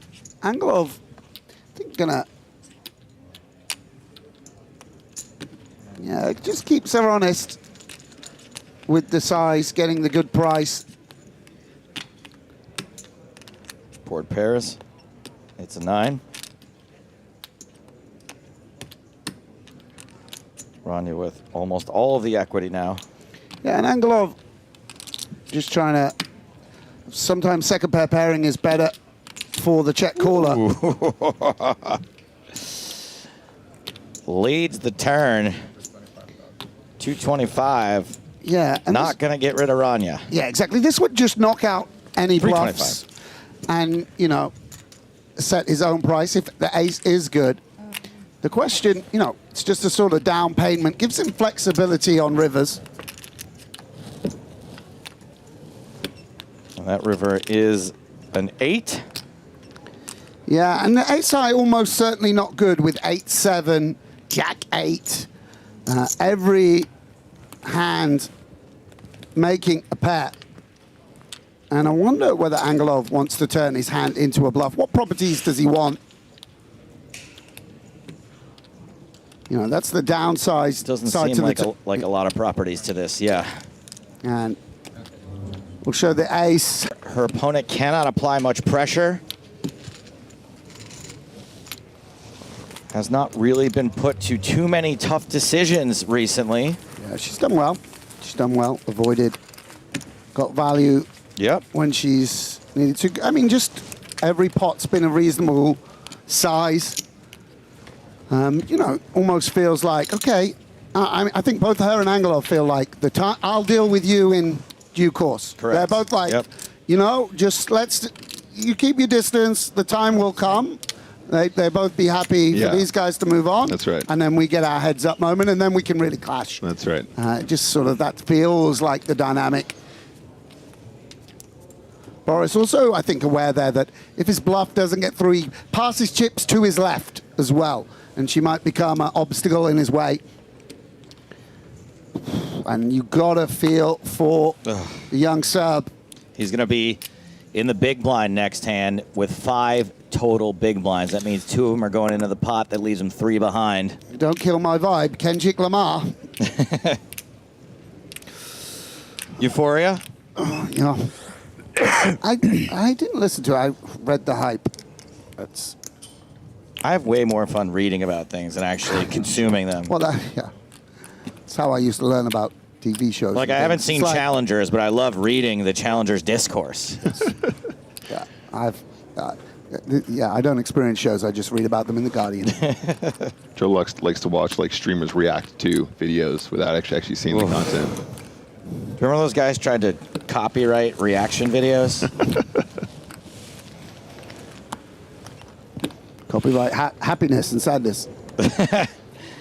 Angelov raising to 500,000. But it's not an angle. He's really got the thing. And interesting from Derk. I think he's very cognizant of those 5 big blinds. Plunging down to 3 actually as 2 go in. 3 behind. Your move is like his favorite move with a paired board. And you float the flop bet. Anyway, I can't wait to hear him text and be like, see, that's what I told you to do last time. Sick brags. Just giving away a strategy to our opponents. Is that what's happening? Yeah, I mean, it just shows that, you know, Rania very sort of, I think it's a great emotional state You to guys be in. do a fun fact or something to pass the time, or just wow. kind of keep on quiet? I mean, Jovan's fighting for his Frenchie's gone, life. so there's here no with- one talking. What do you say? Do I want to hear Anybody got any good jokes? Yeah, fun fact about you. I want to hear it. You don't have one? We don't. I thought you know something totally. No, I want to know a fun fact You have to volunteer a fun fact. No fun facts. How about a trust You have fall? no fun facts? No, In just- Serbia, no fun facts? Normal average person. Just nothing fun? Nothing special. Nothing special? Nothing special. No fun? No. Okay. Yeah, and the king's going to be good enough here, by the way. Yeah, he's putting this one in. Last moment. It's an easy ship. Wants to be exact. Yeah. Oh, 8-7. he reached for it. And the big blind. Oh, and Jovan would like him to sort of miss. I think he said something. No, in the big blind, 5-1. and I think Van Luijk was going to fold it, sort of maybe dawning on him just how short. There we go. Jovan is. I'd love to see him wake up with something. Sam is really rooting for the underdogs. Yeah, I would love to see this young man find a double up. He's been such a competitor. Not what I thought you'd have. All right. How's this for a fun fact? I call. Yes. Here's a Kenjic, the Luck, sir. favorite, 63% favorite, has to fade. Would love to see. Stay alive. Ace, deuce, queen. Top pair for Kenjic. Good start. Van Luijk is going to have to get pretty lukey to run this down. 4 spades on the turn. Kenjic has got to fade the trips and the 2 pair. Can he do it? River's an 8. He does indeed. Double up, Jovan Kenjic. Yeah, nice. Double. Pulls him up close to Derk. So it's a big swing there between the 2 shorties. Obviously, just an immediate pay jump for the Dutchman there. If the King Deuce were to have won. Sweet relief for Jovan. So we've had 2 short stack double ups the last time they were all in. So now you have 2.5. Van Luijk and Kenjic still holding on. 10 big blinds and 9 big blinds respectively. Chip leader Boris Angelov in the big blind next hand. Just 23 minutes left on this level. Any fun facts, Joe? You know? No. Boring. It's actually your job to dispense fun facts. No, That's actually don't have any. contractually obliged. One fun fact. Here's per- a fun fact. Yeah. Actually, I have a comedian friend of mine does these things called not fun facts. You know how when you find a spider in your house and you trap it under a cup and you put it outside, it dies out there. It has no shot. It's a house spider. Has no shot of living outside. You might as well just kill it. You just, you know, it's like it's like Wind River. You just put him out into the cold where he's destined to die anyway. Absolutely, yes. We'll just leave him there. You're supposed to release him. Joe Anyway. Stapleton, patented non-fun fact. That's my buddy Alex Falcone. Run good, Rania. UTG with ace-jack offsuit. Going to start with a raise. Something you'll never get, Joe Stapleton. Pocket jacks for Van Luijk. Let's go. And a snap shove. Little, Wow. And the other short stack. My goodness. 2 of the 3 commentators on their feet right now. Wow, what a collision. A legitimate holding for Rania, but started a cascade of action behind. 1,550,000. The nice thing for Kenjic here is he's, well, I mean, is he covered by one big one? He's directly taking from his sort of rival. So he covers me, I think. Yeah, you should have 2.5. Definitely worth giving this a think about who gets paid what. Okay. Yeah, obviously it's some concern that if Rania calls as well and they both are eliminated, but it's just such an unlikely eventuality. All in. There we go. He's hoping to see an ace-queen and ace-jack. Something of that ilk. Rania, you would imagine, will understand how strong these ranges are behind. She'll have a little think. Not someone. Can I phone a friend? Yeah, she's just Not allowed? enjoying a bit of the limelight. I was on that TV show. She was on that TV show, though. Yeah. Meredith Vieira version. Not usually Meredith Vieira gets name-checked in a hand funeral, but there it is. Rania out of this. Kenjic and Van Luijk in what isn't quite a traditional flip, given what we know has been folded. I mean, whatever happens louder. So. Yeah, and this is big for both of these guys. Ace King. Although it's big for poker. Yeah, although it's Kenjic who will be eliminated, it's so close. It's right? both tournament lives on the line, essentially. Has the attention of the rail, has the attention of us. Kenjic a little further behind than usual.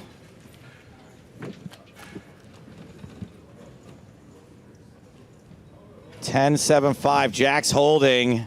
Heart's not a factor. Kenjic still looking to hit one of those 5 outs on the turn or river. And that turn is a 9. No additional outs. Kenjic trying to fade the 4th place finish. Needs an ace, needs a king. Dealer. Hit it. Yes. That is a total whiff for the ace-king. Board runs out clean. Jack's hold. And that will see the elimination of Jovan Kenjic in 4th place. GG. GG. Nice run So that's it. from the young Serbian. Conducted himself very, very well at that final. And getting in the most classical of flips. Oof, it was nice fun.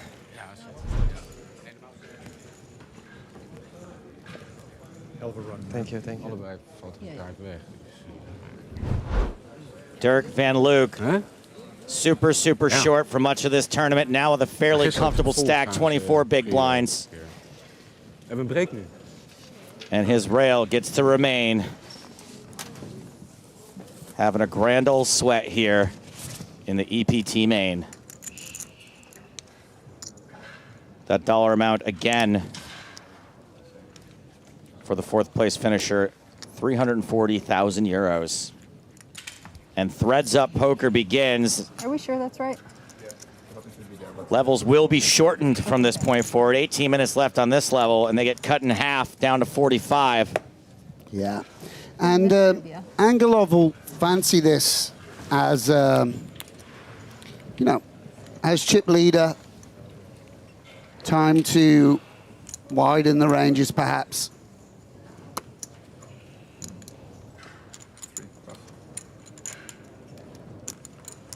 Let's see if things open up well. Ace-10 offers good a place to start as any. Indeed. It's Rania's big blind. Angelov still the chip leader, 68 bigs, 49 for Rania and 24 for Derk. Yeah, and I like this. That is a raise to 800,000. Yeah, no need to go overboard with the sizing. Just force some indifference from hands exactly like this.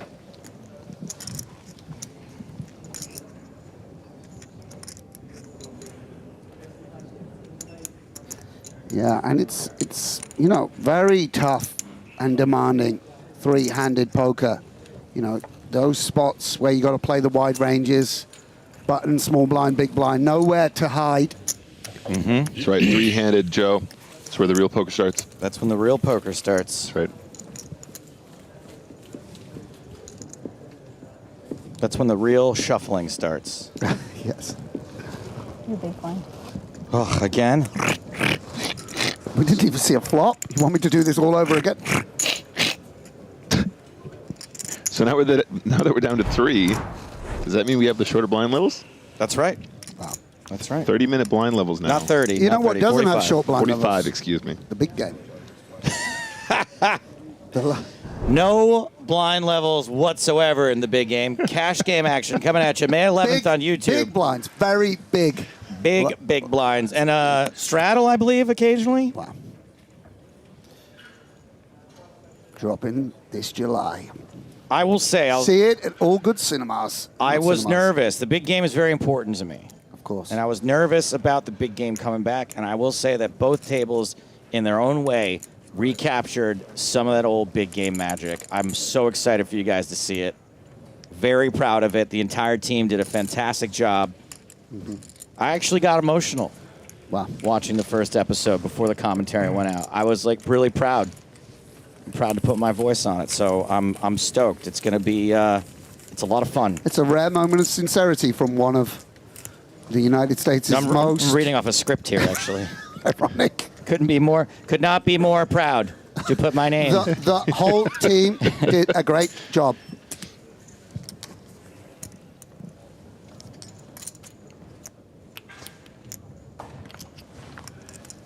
I got to hit up my boy Chris Rose, see if he can give us a little plug. Who's that? He was the original play-by-play on the big game. And then, he got... We couldn't afford him anymore? Basically. He just does like the Super Bowl and the World Series of Baseball and has his own show from his house every day on MLB Network, that kind of stuff. The Super Bowl's still a thing? Yeah. No, still a thing. Yeah. Still as big as the like 100 million people watching. Oh, wow. Yeah. Still going strong. Ace-Queen for Nezreddine. Yeah, very nice spot. Well. Yeah, and this is... Who wore it better? This is really interesting. It feels like we do need to pump it up. This won't... I mean, there's just very many ways this could not end in a chop. And it's going to be very interesting to see how these guys proceed. And just calls, actually. Wow. Feels like wants to be more polarized in the 3-bet line. Doesn't want to risk getting shoved on. Yes. Chance of chop decreasing. Yeah, and a flop which is sort of traditionally good for the big blind. And Rania will check back. Angelov with pretty much the no pair, no need to attack. Wow, there you go. Both players probably really happy to get to showdown, given that texture. Angelov even thinking about, can I get one big blind of value against... No, they just check it down and surprise, surprise. This hand ends in a chop. And you know what they say? What do they say? Everyone loves a chop pot. See, I mean, you talk over it as well. We're trying to sync up over here. He tried, and then he bailed. I enjoyed it. He's a complicated man. No one really understands him but his woman. I think now there's 2 of us who are friends. Sam Squid. Oh. You tell me who's from. Oh, the mind games. You see, people do really enjoy. Do really enjoy it. Yeah, I can see that. Enjoy a chop pot. They love a chop pot. Everyone enjoys a chop pot. I opened. You just, Smooth quiet over there.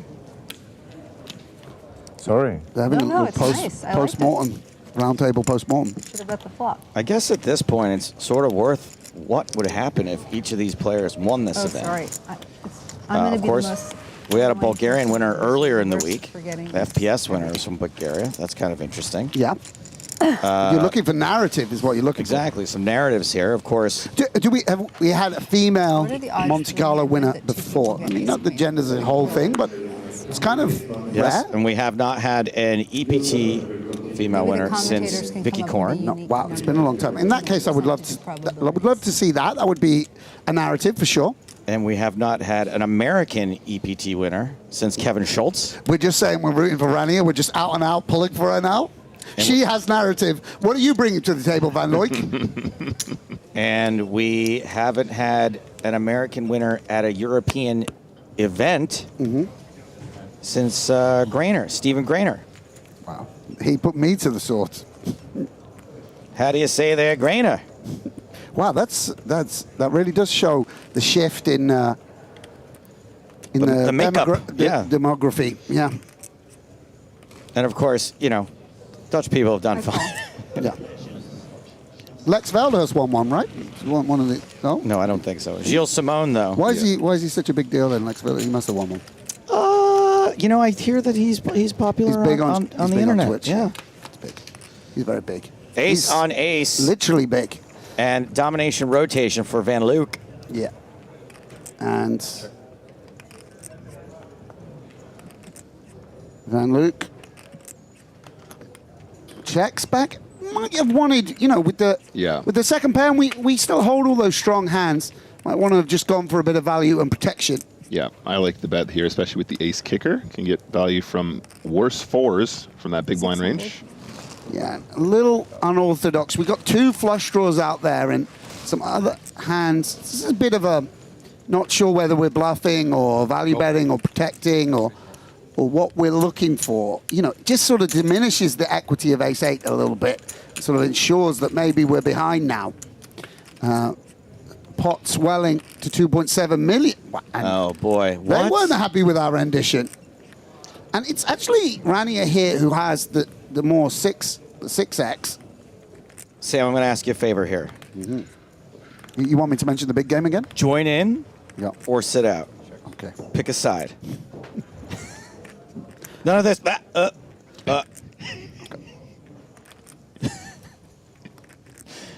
Nezreddine checks. And we're going to get a bet. Hey, maybe we won't be singing. And he's just a little bit fearful of being face up with the ace. Go on, Rania. Let's whip out a check race here. Things could get a little weird. I'm all in. Wow. Whoa. Let's that takes go. some guts. Yeah. Back my little money. And it looks like Van Luijk has already made the call. Oh, he's just snap called. Wow. Snap called. This hand ends in a chop. And you know what they say? Everyone loves a chop pot. He did. You did. You joined in. You whispered it. I lip sync. Luckily, 5. I mean, it's a pretty exciting little end to the hand. 20 big blinds. I mean, that could have gone so wrong. A6 being one of those He was hands. just like, I don't want Sam Grafton analysing this, talking about the 6x. But you know, let's just. I've got a straight, mate. I mean, that move from Rania is really, really good, by the way. Wow. Absolutely love it. Yeah, I thought that kind of gangster play deserves just its own little. Yeah. Sure. You got some time banks there. It deserves a pause. Yeah, just have a little think. I mean, calling for a chop is just always the worst case scenario, really. Yeah. You don't really love a chop pot. Yeah. You do when you In call, that case, you do. Yeah, I guess, yeah. Yeah, that's and the thing is, you could believe Everyone we hates play the a 6 like alternative. that a lot of the time too. So yeah, but I mean, it's also nice to see we're three-handed, and it's a little bit of a marker there for Run Good Rania because she's just saying, hey, you know, you're not going to get any easy value bets here through. You know, if you're sort of saying face up, I've got an ace. Yeah. I've got this. I'm going to say, all right, let's play for it all. It just you know, gonna sharpen these guys up and make them aware, as I'm sure they already are, that she's not someone to be trifled with. yeah, absolutely. Very, very nice from the American. Always good when you can free roll them like that. Not sure how many more hands we'll get in for the end of this level, but Angelov has raised King 8 and another monster. It's got to be all in. For Van Luijk. 2-9 starts the hand with 20 bigs. Got to be all in. No other players to act.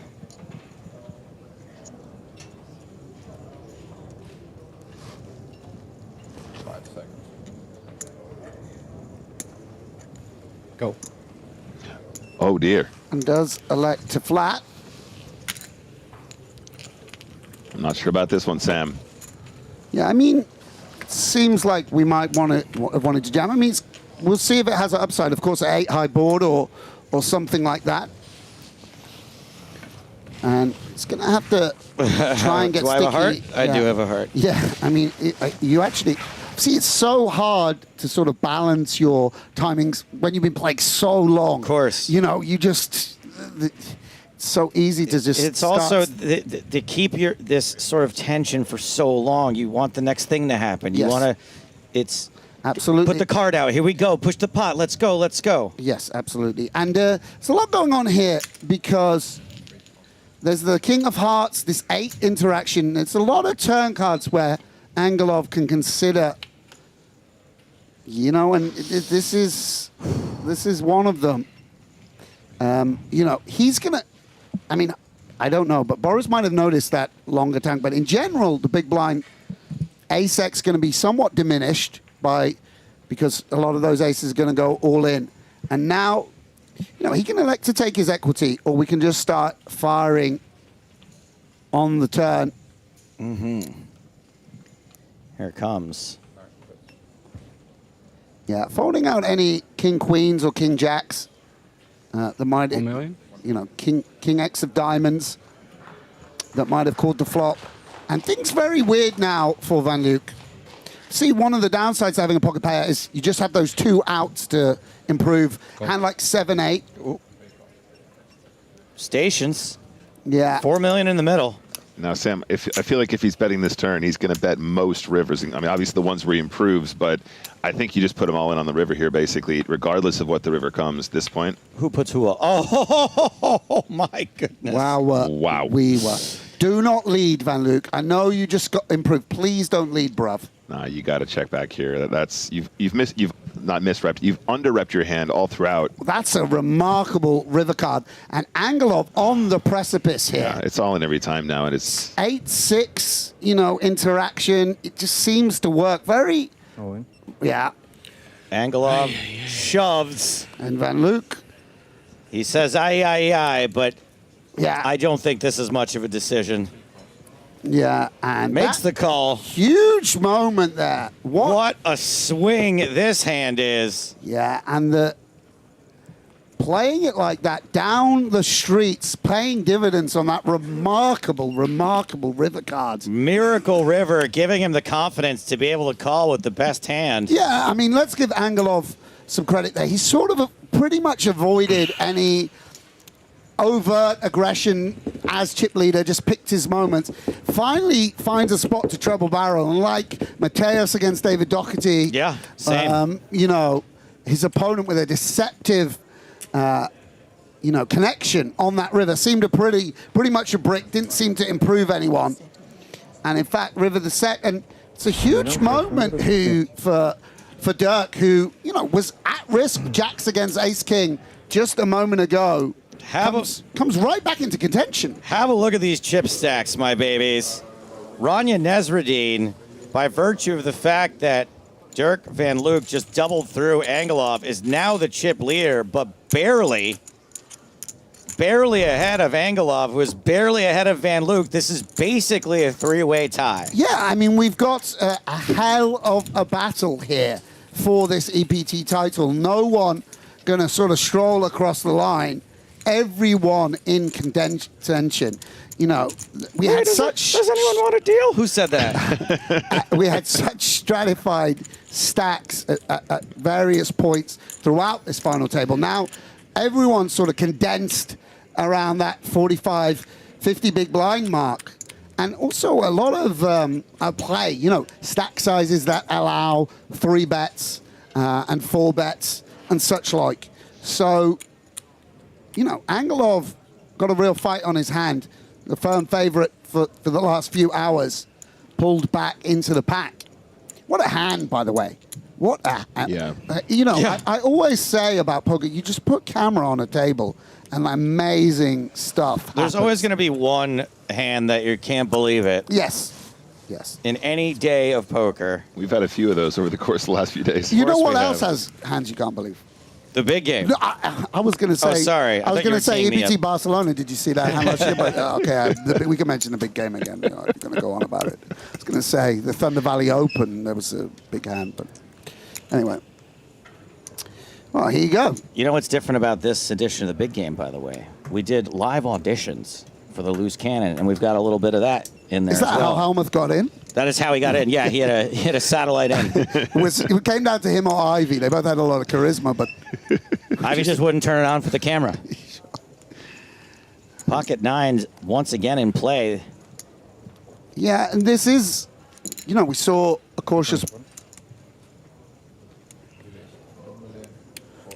approach with the ace-queen, and now does elect to elevate.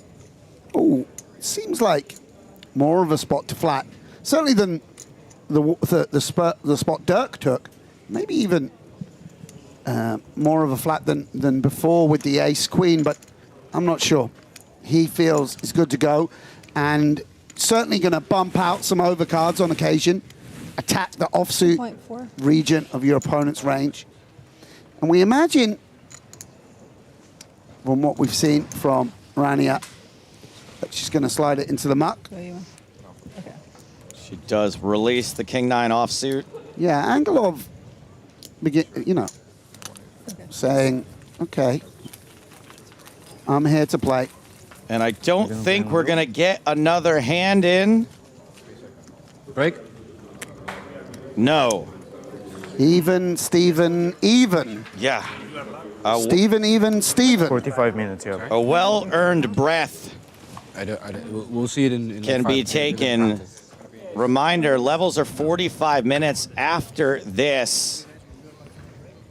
And even though the stacks are very close, that average is going down as the blinds go up.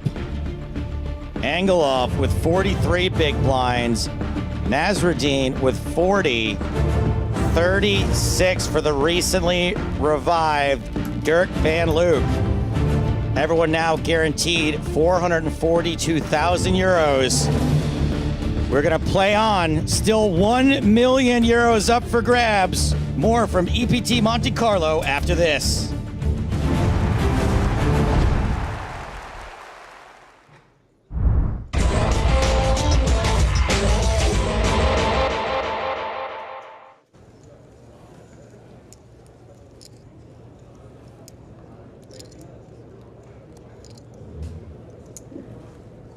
The Grafton, 10-9 suited.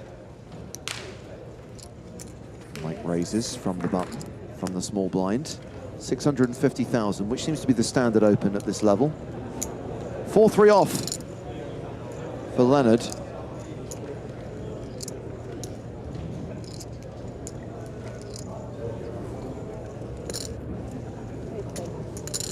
He calls. And we will see a flop.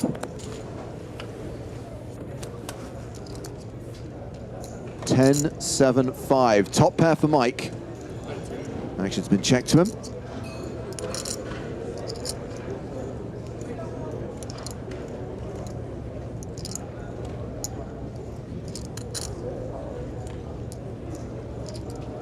Heads up when you're going to be opening a decent percentage of the time from the button. Obviously, the ranges are going to be a little bit wider, and you're going to have a lot of different board coverage. So that's why it's just really hard to fold any type of equity.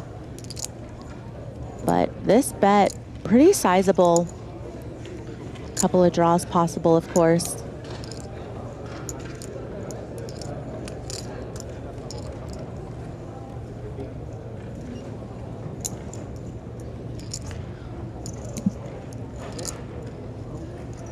Definitely puts this gut shot straight draw in a tough spot.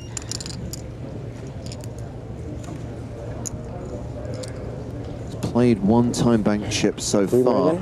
Okay, he decides to check raise. Yeah, and I definitely can see, you know, the thought process behind this play, because you're not going to have any showdown with 4 high. So if you're able to check raise here and get a fold out of Watson, this is going to be a really nice pickup. But if you get called, of course, you do have some equity, and on certain turns you would just shut down and give up. Yeah. So lots of possibilities. You're certainly not going to like it, though, when Watson does call. Yeah. And obviously calling here with top pair, which is a very strong hand, heads up. Okay, ace on the turn. 7.55 million in the pot, Maria. Mauer has 7.55 behind. Yeah, a little bit dangerous because sometimes Watson is going to have these ace-X type holdings when he calls a check raise. You see Mao checking it over, maybe hoping to get a free card with the double gutter.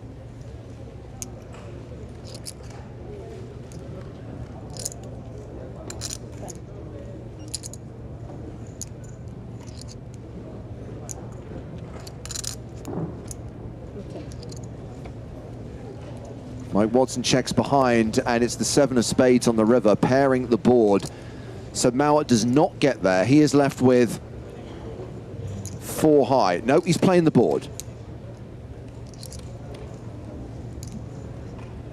Mike Watson, 10s and 7s with an ace kicker. And as we highlighted on the turn, Mauer has pot behind.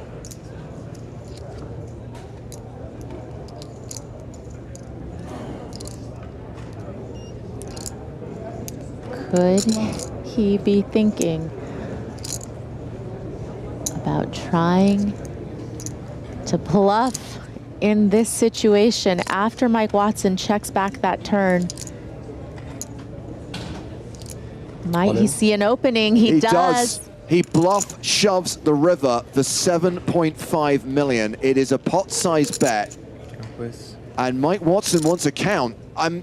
Okay, there was that ace on the turn, but Mike's hand is still pretty strong. It is, and you know, for Mao, he feels like if Watson had an ace, he's gonna most likely be betting the turn because there are so many draws from the flop that you want to protect, get some value against. But for Watson, he's just wondering, would Mao check raise the flop with middle pair? Would a 7x type hand want to be check raising the flop? And again, so many draws that have missed from the flop, and Watson doesn't really block any of them. I mean, he blocks 9-8. Yeah. But he doesn't block the hearts. He doesn't block the exact type of, you know, gutters or, you know, the 8-6 combinations, the 6-4 combinations. I'm not saying for 1 second this is in any way an easy call. And if you call and you're wrong, momentum shifts again, and suddenly the advantage is with Leonard Mauer. Equally, if he can find the call here, it is over, and he has won his 2nd EPT title. He's played 2 time bank chips so far. Yeah, and still have plenty of time bank chips to spare. Certainly worth mulling over this decision. It's really just about, you know, what type of hands would be willing to check raise the flop and then check the turn and now shove the river. It feels like it's very obviously polarized to trips here, you know, perhaps some boats, not 10s though, because I think he would have heard from 10s pre-flop, you know, so more like 5s full potentially. But again, so many missed draws from the flop.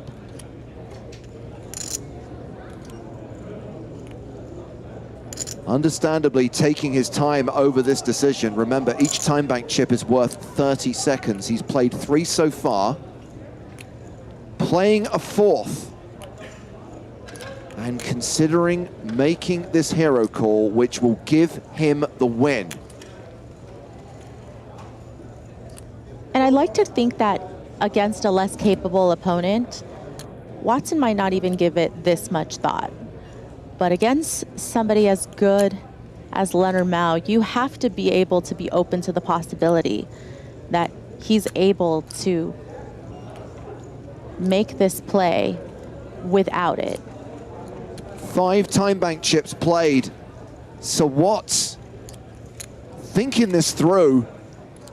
Can he find the call? Can he end it on this hand?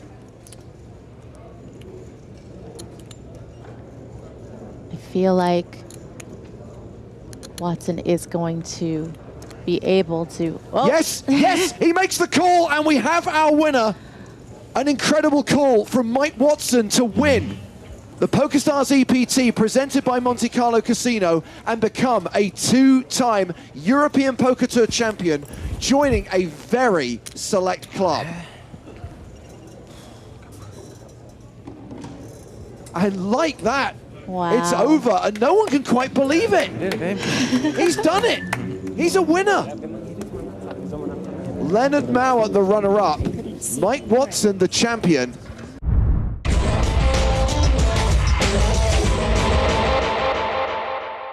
Certainly the PCA, I think, is more big names probably that people know, but you know, the Monaco final table was maybe lesser known names, but also still very strong players as well. So, you know, neither one felt easy by any stretch.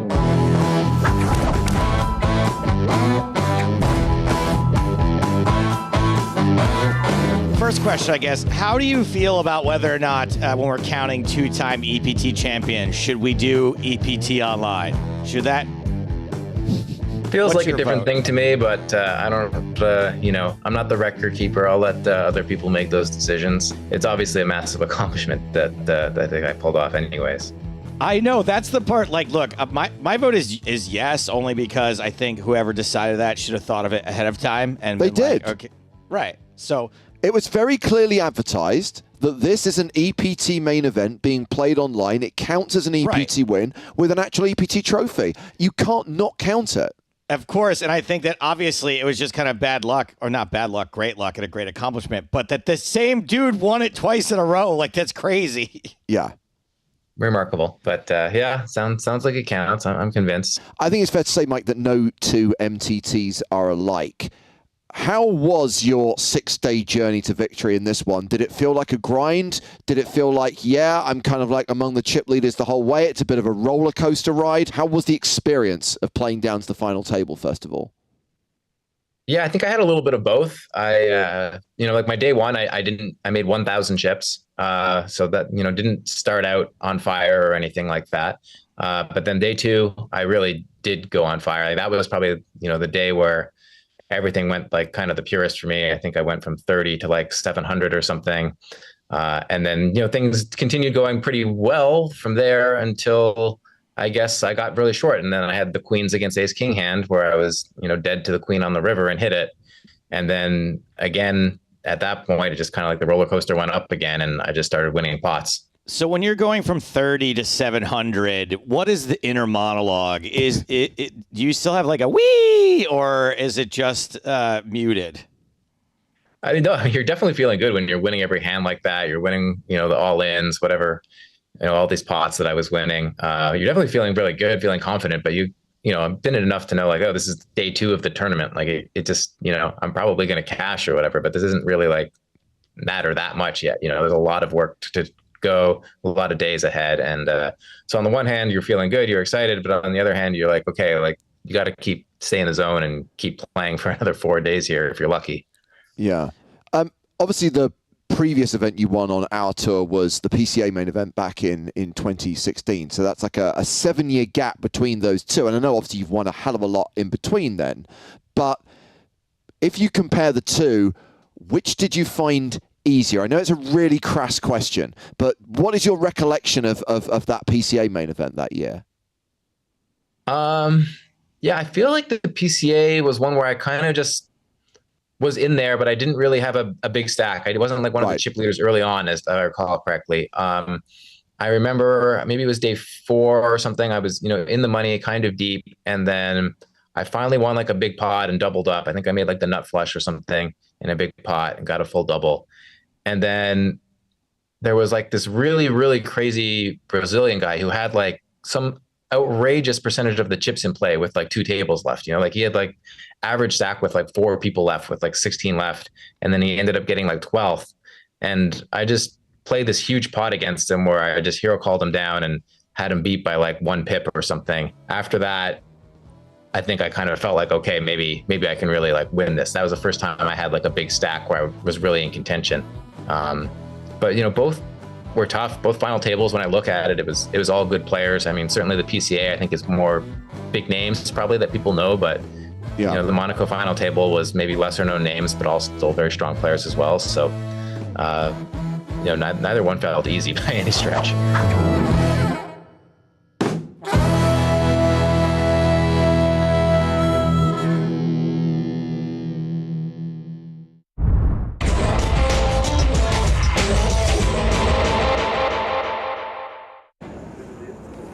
Blinds are now 20,000, 40,000, and we're going to sweat with the chip leader, Mayo Roka.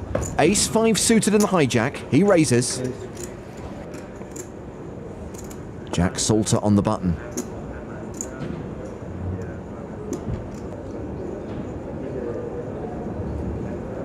This looks like a re-raise. A 3-bet to 195,000. Multimernik has just joined the feature table. He folds the small blind. Martin Sealis gives up the big blind. It's back on Roka. Now, being out of position puts a whole new paint job on things. We should really either be 4-betting or folding this. Roka calls. Okay. Ace-5 doesn't flop very well. Okay, again. Roka has top pair and a wheel draw. Well, we flopped well. Basically, what this means is that we got to call, flop, and turn, and then reevaluate on the river. Roka is playing in flow. He's checked to the pre-flop aggressor. Check behind would be nice, but for a third time, okay. Salter set to continue. 135,000. Pretty much nothing we can do here but call. Folding would be ridiculous, and raising would be dumber than the premise to a Rob Schneider movie. The animal, the hot chick.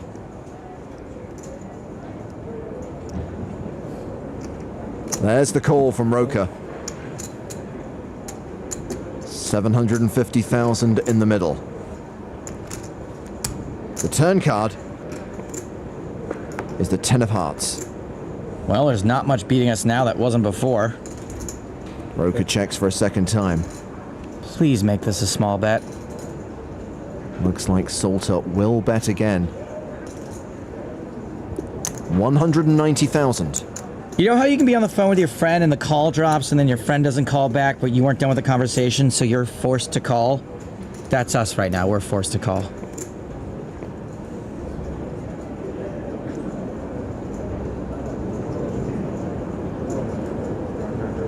Yellow chips worth 25,000 each. The blue chips are worth 5,000. So Roka calls. The river card, the Jack of Hearts. So Roka doesn't improve, just top pair with a weak kicker. Great. He checks for a third time. Salter checks behind. Yes, no decision on the river. Roka tables ace-5, Salter tables. Plays. Ace-6, Roka's outkicked. That is not a cool thing to say. Jack's a cool dude, but when he tries to act cool, I think I should bet that river. You probably shouldn't have bet flop or turn.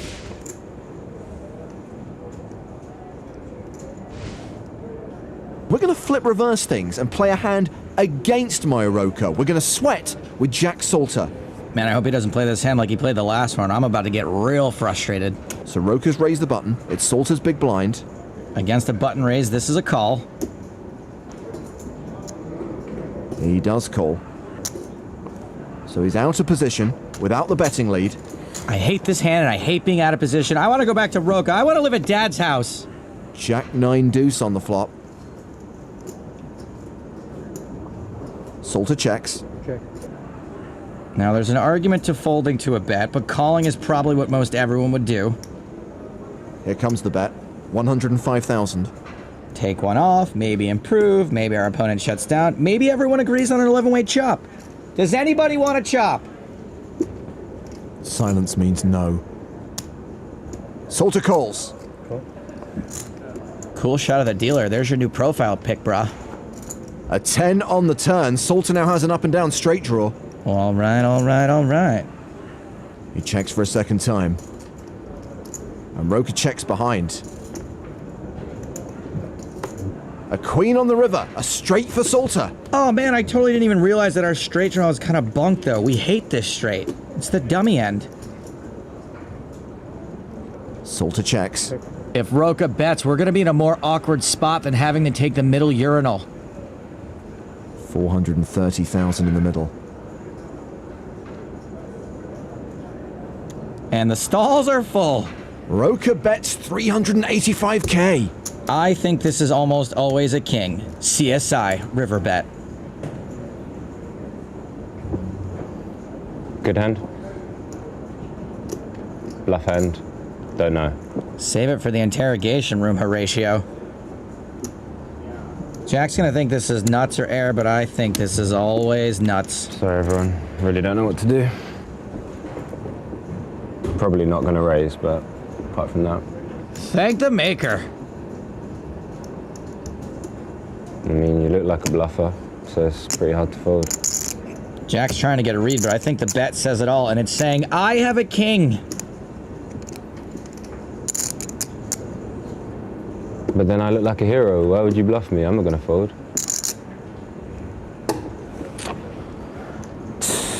Why would you bluff me? You could just bluff someone else. Well, Jack, you are the only person in the hand. Also, he's not bluffing. I promise you. I'm really sorry. Are you?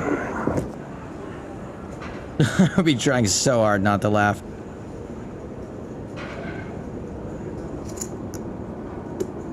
Alright, man. Nice hand.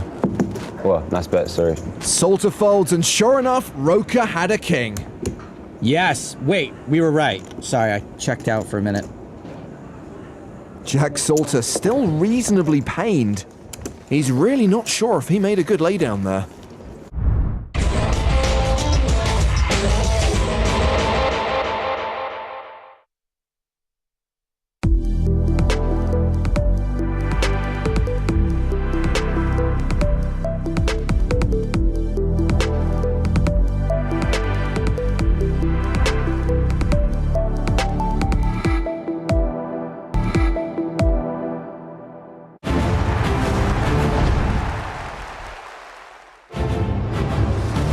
Welcome back to Monaco and the PokerStars European Poker Tour presented by Monte-Carlo Casino. We are down to the final 3 players at the final table of the 5K main event. That means the million up top is in sight. Right now, everyone's locked up 442,900 euros, 620K for the runner-up, and that milli for the winner. 4 down, 2 eliminations to go. And then we will crown a champion and present that trophy and make a millionaire here in Monaco. The stacks, pretty even. There is no runaway chip leader with 3 players remaining. We'll check on the stacks of the final 3 players in this tournament. The biggest EPT Monte-Carlo main event ever held. Boris Angelov, 43 big blinds. Rania Nasreddine, 40 big blinds. Derk van Luijk, 36 big blinds. It is very close as we kick off level 34, the first of the 45-minute levels. We reduced the length of the levels, now we're 3-handed. 150K, 300K with a 300K big blind ante. It's James Hartigan alongside Griffin Benja. Hello, everyone. And joining us live via satellite is Maria Ho. Hello, Maria. Hi there. 3-handed action begins. First hand, hand 95 of the final table. Good fold by me. Yeah, and these 3 competitors are going to be over the moon to be 3-handed and playing for this kind of money, but the differences between 3rd and 2nd and then ultimately 2nd and 1st are absolutely massive. I mean, you know, the difference between 1st and 2nd is more than 1st place. Yeah. And before anyone asks, even though they were on a break for the last 20 minutes, no deal discussions have taken place. No one has floated the idea of chopping the prize pool. We get Van Luijk opening on the button with Jack-10 suited. Round to Rania Nasreddine in the big blind. No opportunities? 5-4 offsuit.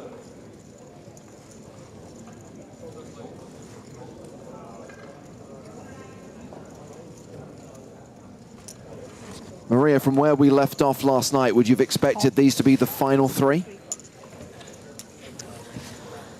I feel like 2 of the 3, it certainly looked like it was trending that way, of course, for Angelov and Nezreddine. And Van Luijk, you know, definitely hung in there, picked his spots, got super lucky with those running jacks. So fate has it that he's meant to be here. Yeah, and he has flop top pair here against second pair. Nezreddine checks to him.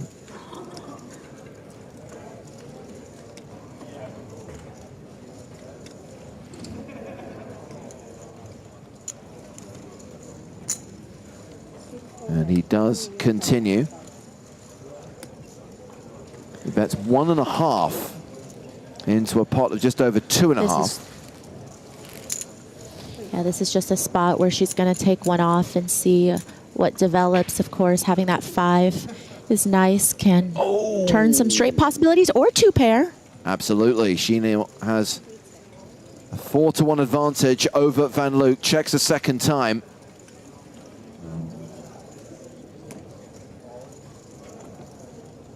And if Van Luijk knew what Nezreddine had, those glasses would be getting steamy. This is a brutal spot for him now. Fires a second barrel. I'm all in. Oh. Wow. Please don't She back. Oh my goodness. Wow. check shoves. He snap calls. What a Whew. Please hold. Please hold. Please hold. 5-4, hold for the pigeon. Van Luijk has 8 outs. Jacks, 10s, and King for 3s. ace. No jack, no 10, no 3. No jack, no 10, no 3. No jack, no 10, no 3. No jack, no 10, no 3. No jack, no 10, no 3. No jack, no 10, no 3. Those are his outs. If he doesn't hit a jack, 10 or 3, he's out. It's the 10! Fuck. Oh my goodness. Okay. She's still got 900K. It was a virtual all-in, and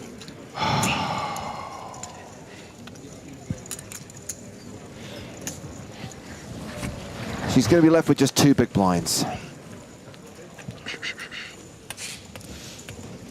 She's taking it really well. I mean, inside, I can only imagine. What's Van Luijk doing? He doesn't realize that he's won. You cover me, right?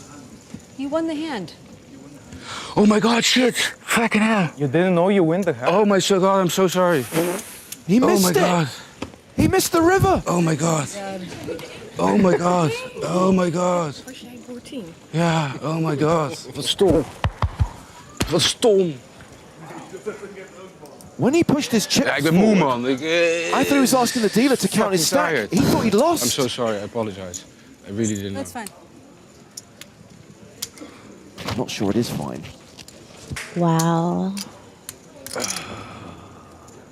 He missed what fell on the river. It was a 10, giving him a better 2-pair. And had his sweater on, had to undress, sitting back down here, get back in the zone, and this is just, I mean, it takes a lot to get me speechless, but I really didn't know what to say. I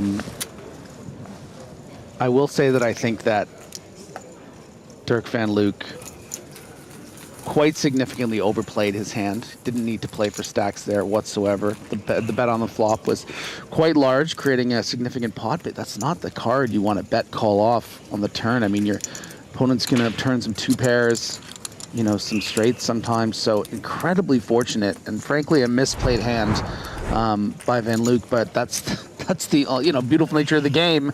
It can, you know, sometimes you can get so lucky that you don't even know how lucky you've gotten. And that's gifted him the chip lead, 22 million. He's got a significant advantage over Angelov, and I'm not writing off Nezreddine, but this is going to be hard now. Fewer than 3 big blinds. I just love how composed she was, you know, throughout. First, you know, doubling him up and then being left with crumbs, but then also him not really understanding immediately that he had won the pot. Kudos to her. Initially, as I said, I thought he was pushing his chips forward so the dealer could count them. I thought he was getting up to shake hands with Boris Angelov to say, congratulations, we're now heads up, and then... Which also would have been a bit and then I realized he grabbed his coat and was leaving. Yeah. Do you think we could have just let him leave and not tell anyone? 2-pair, 2-pair. He did say, and Mark has translated from Dutch for us, so stupid, I'm tired as F. Yeah. And I think that is a really important takeaway, is you can't underestimate. I mean, this is the 6th day in a row today where you're playing. I mean, you know, we do end pretty early some nights, give them a chance to reset and get some rest, but in general, you're playing all day for 6 straight days, and I can speak from experience having done that you can get loopy as much. It's just the max focus all the time. And I'm sure everyone at home will be like, I would never miss that. I would know. I would be looking for the 10, but it's just, it got away from him. And it looks like, yeah, Van Luijk is going to be calling here. And that's a pretty decent hand here for 2.5 bigs on the button, frankly. So Nezreddine does get it in for a last 750k. Van Luijk calling, and Angelov, who's got a lot of chips invested already in the big blind, calling as well. Great. Get the weaker 9 in there.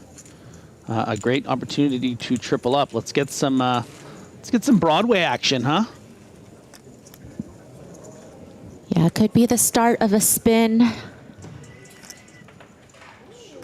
Or it could be a full house for Van Luijk on the flop. And actually kills some of Nazreddine's winning outs. Oh, wow. Yeah, brutal. That's going to be it. Unless, of course, there is one narrow path through. Mm-hmm. And that's not it. Not the duck. Nope. So this has been checked on both streets by Van Luijk and Angelov. 2 million. That bet will get a fold from Angelov. That's him.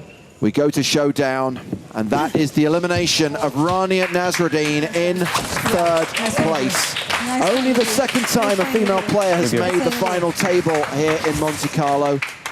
Following in the footsteps of Lucille Kay, who was the runner-up in 2012, Rania cashes in 3rd place for 442,900 euros. I think the thousands of people, including us in the booth here, are very sad to see her go, and in such a brutal fashion. She's just played brilliantly over the days we've seen her here on the feature and final tables.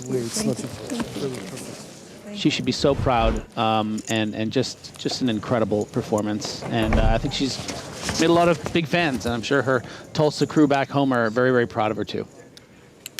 Maria, you were talking about Derk van Luijk riding his Lukey streak, and here he is, heads up with a 2-1 chip lead. And putting some sweet nectar on his hands here for the heads-up battle. Big. Yeah, at times almost improbable, given he was on the short stack for so long, and he got it in a really bad spot and just got lucky. But Crazy. Here he is. Gives me a shiver thinking about that river, honestly. Intense. So they're playing 40 big blinds effective.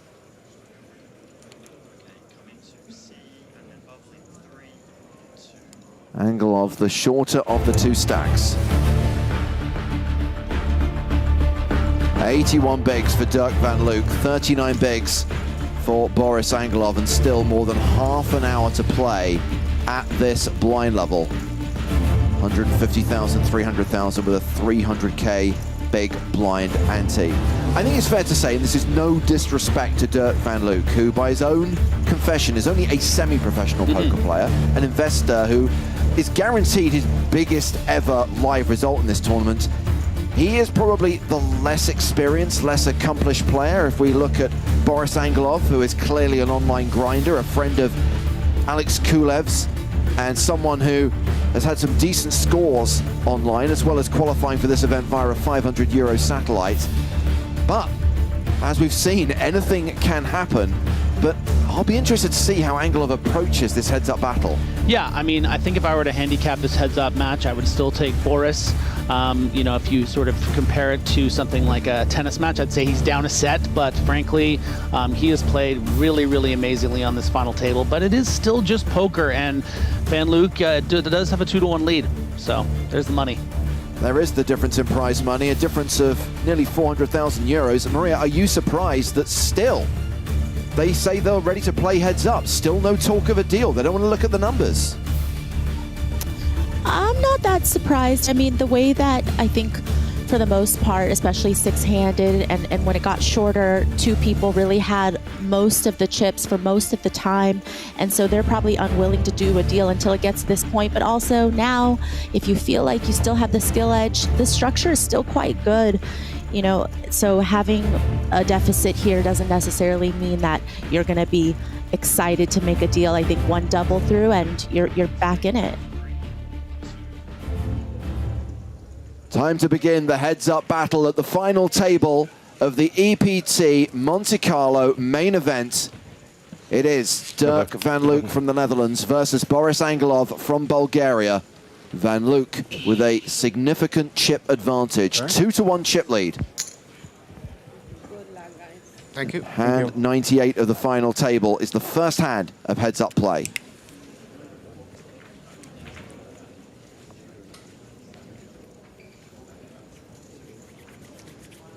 Yeah, I'm going to be very curious early on to see what kind of a strategy we see from Angelov, if we're going to be seeing sort of a lot of limping because of that, you know, perceived post-flop edge that he's going to have, or if he's going to be doing some more raising, maybe expecting Derk to be folding too light from the big blind.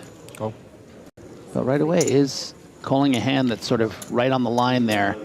That maybe would have been a good example of a hand that, you know, might have been sort of whether to fold or not. Trey, deuce, deuce, and Jack high still ahead.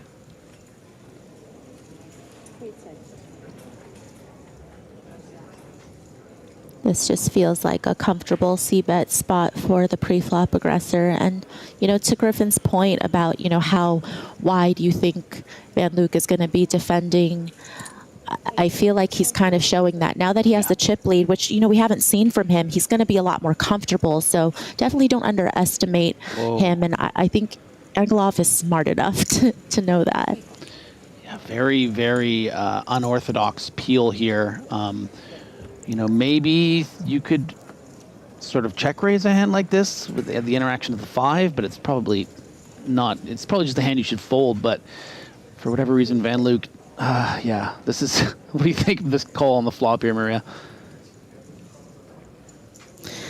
I mean, it's very ambitious. I think that, as you mentioned, a check raise probably would have been better, but here, no real path to victory unless you get Angelov to check back, and then maybe you could bluff the river. But against a pretty aggressive opponent, you probably don't expect to shut them down too often when they have the betting lead. And even if a check raise on this flop doesn't make a great deal of sense, it's still going to put, you know, the portion of Angelov's range, like a Jack-7 off, in a pretty, you know, unenviable situation, right? Like, do I really want to continue with this Jack-7? That means I'm, continuing with 100% of my range. So, but does just fold on the turn, and first blood to Angelov.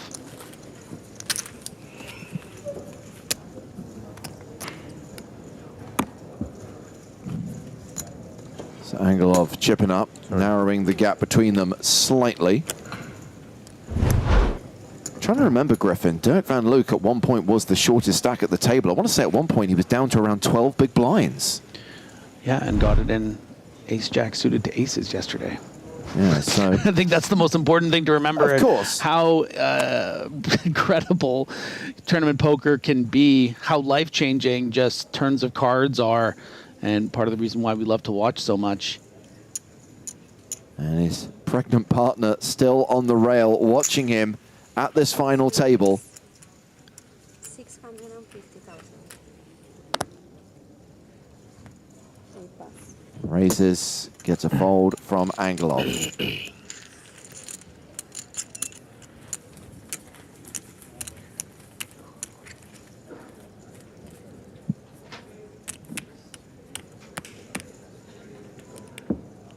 I think it is also important to remember that in no way is Van Luijk undeserving of this opportunity. The reality is like even the best players in the world are going to be shoving the ace-jack in that spot, and they would get lucky there. And there's so many things that Van Luijk has done right and been right about to get to this position that he deserves to be here. And, you know, the hand against Rania has, you know, got to be one of the craziest hands we've seen in a long time. And now the question is, can he finish off Angelov? And this is not going to be a good start towards that path. But I think that's a quick fold from Van Luijk. Angelov getting dealt kings again. It's at least the third, if not fourth time at the final table.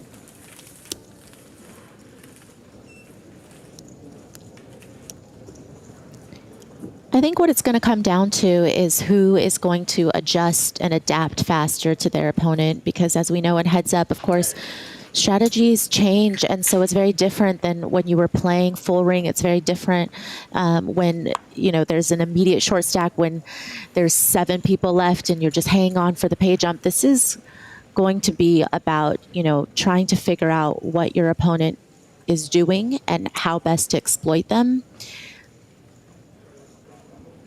Yeah, and the experience of, you know, heads up in a tournament really comes from experience. I mean, from No playing way. a lot of, wow, kings and aces back to back for Angelov. So the deck leaning one man's way so far. So it's hard to really know how much experience Van Luijk would have at sort of shifting and altering stack depths. That's why you never in heads up. Exactly, yeah.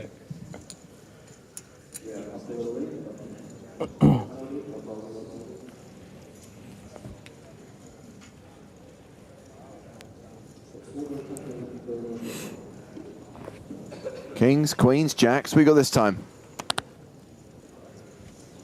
Oh, just king 7.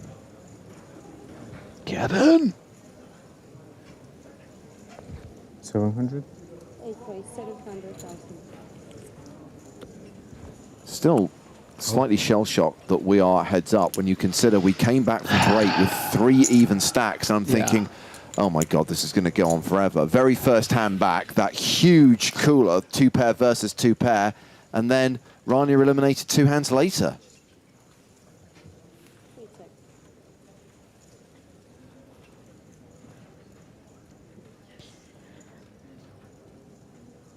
Van Luijk playing in flow, and, you know, Angelov does have a decent hand here on this board with that king of diamonds. Pretty key card. Does check back. A little bit of showdown value now that the 4 has paired as well. Van Luijk with his never-ending run of full houses. We see that, Van Luijk, yeah.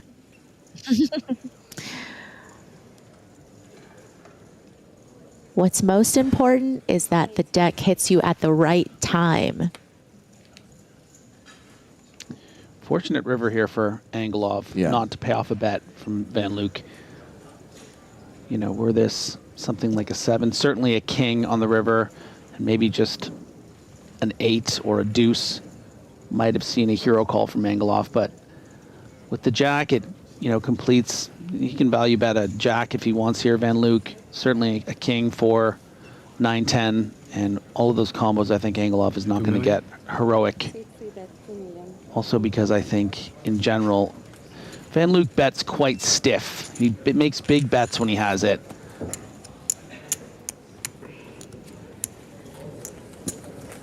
And I can't say that I've seen a lot of bluffing of that size, and maybe that's something that Angelov has picked up on. Yeah, you mentioned, Griffin, about, you know, just how much stamina it takes to play, you know, 6 straight days of poker day in, day out. But not to mention, when you go home or go back to your hotel room at the end of the night, you can't fall asleep because you're thinking and replaying hands over. And in this case, you might be watching the live stream, and all of that could come very well into use at the moment. So there is no rest at all, even in between play. That's a really, really good point. Yeah, even the hours we do give these competitors to rest, and, you know, their mind is just so occupied. And there is, you know, if you are playing on feature tables, and these are the players that you're going to be playing with down the road, day 5, day 6, there is content out there that you can see how they're reacting to certain spots, you know, what their sizing's been when they have it and when they don't. And all that information can be so valuable in a spot like this, playing for a difference of 380,000 euros. There are 4s here for Van Luijk. He raised it pre. 700. And he continues for 700,000. And Boris Angelov folds.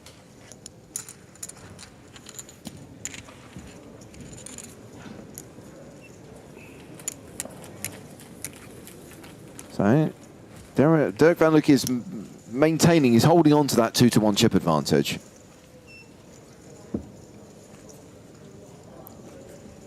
doesn't look phased, does he?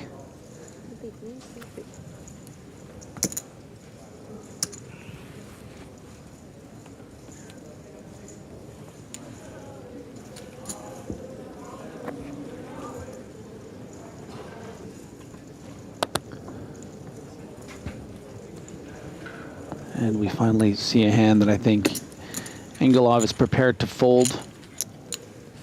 Just saw a comment on YouTube. Right. Soulless. It's just not going to be. This 10 Jack versus 5-4 hand is one of the most epic hands ever in EPT history. Mainly what happened later. Well, the fact the guy didn't know he'd won.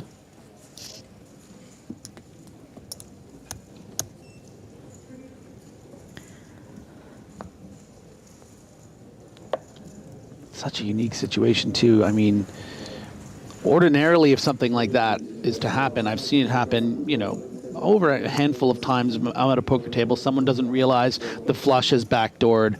Someone doesn't realize that they've, you know, rivered a straight and they start packing up their bags. But one of the two cards that you had, the 10, when you have Jack 10, when you need two pair, is just completely Right, you know, ridiculous. One of the cards that Rania was calling for it not to come. Yeah, that one. That makes it even better. She said Jack 10 or 3 about 8 times, and somehow it's like he was hypnotized by it, and he's just like, those cards, I don't see those cards anymore. So this is ace But also, high I can versus kind king of high. understand just blacking out in that moment. Yes, that's true. Just being like, oh my gosh.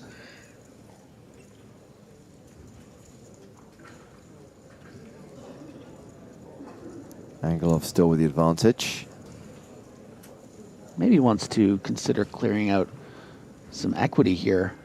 Having just called pre this check back, you know, sometimes it is going to be ace highs, which are obviously going to be ahead of your ace 5 unless it's ace 4, but a lot of the time it's going to be some king highs too, and that's exactly what Van Luijk has. So this is great sort of range awareness from Angelov to go for value with this ace 5 and then clear out some hands. And there is the wheel, baby.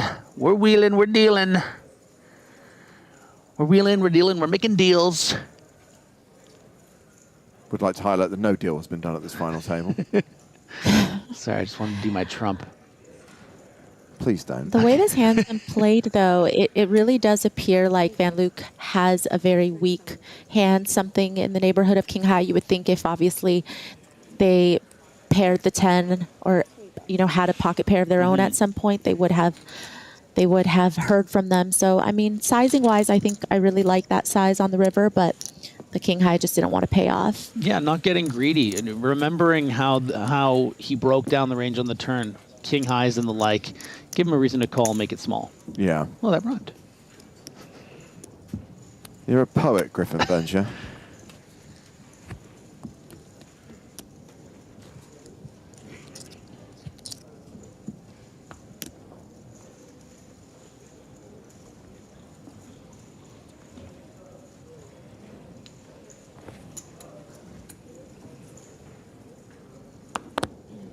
Oxen says, give him a reason to call and make it small. I'm stealing that. Quick, Griffin, you've got to get that out there in the public domain. Copyright it, trademark it. Otherwise, too late. It's taken on a life of its own. If you love your children, set them free. Wow, I am a poet. Did I just make that up? I think you were misquoting Sting. Speaking of Sting, this hand for Van Luijk's got a lot of bite to it. Angelov opening on the button with king deuce, and the re-raise from Van Luijk is ace queen suited. Yeah, and I think Angelov is going to be pretty grateful, Maria, for this sizing, right? Usually when you're out of position in a spot like this, you'll make it sort of 3.5, 4x, which makes it less appetizing to call with something like king deuce, even if it's suited. So just the 3x, nice price, and pretty fair fight going to the flop.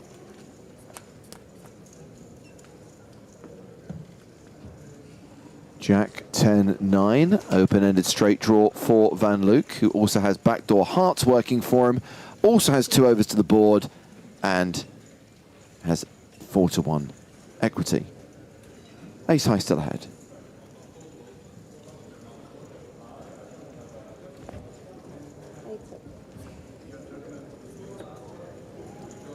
There is the heart draw.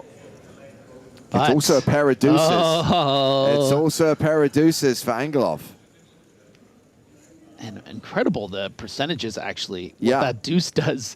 You think you look at Van Luijk's hand, you're like, oh, he must be a massive favorite. He's got the hearts, he's got 2 overs, he's got the straight draw open-ended. No, the power of that deuce, the power of blocking that queen too, from having an effect. And this is going to be difficult. Maria, this is a pot-sized bet. You kind of have to just fold this deuce here, yeah. Oh. I've just learned that Maria's not here at the moment, so... One of these days, Griffin will actually bring a computer to work and actually know what's going on. But then I just spend the whole time texting with the No, until you Twitch spend chat. all the time texting on the phone instead. We're heads up here in the EPT Monte-Carlo. And that trophy is going to be going to either the Netherlands or to Bulgaria, to either Derk van Luijk or Boris Angelov. And Derk van Luijk still has that better than 2-to-1 chip advantage, more than 80 big blinds for Derk.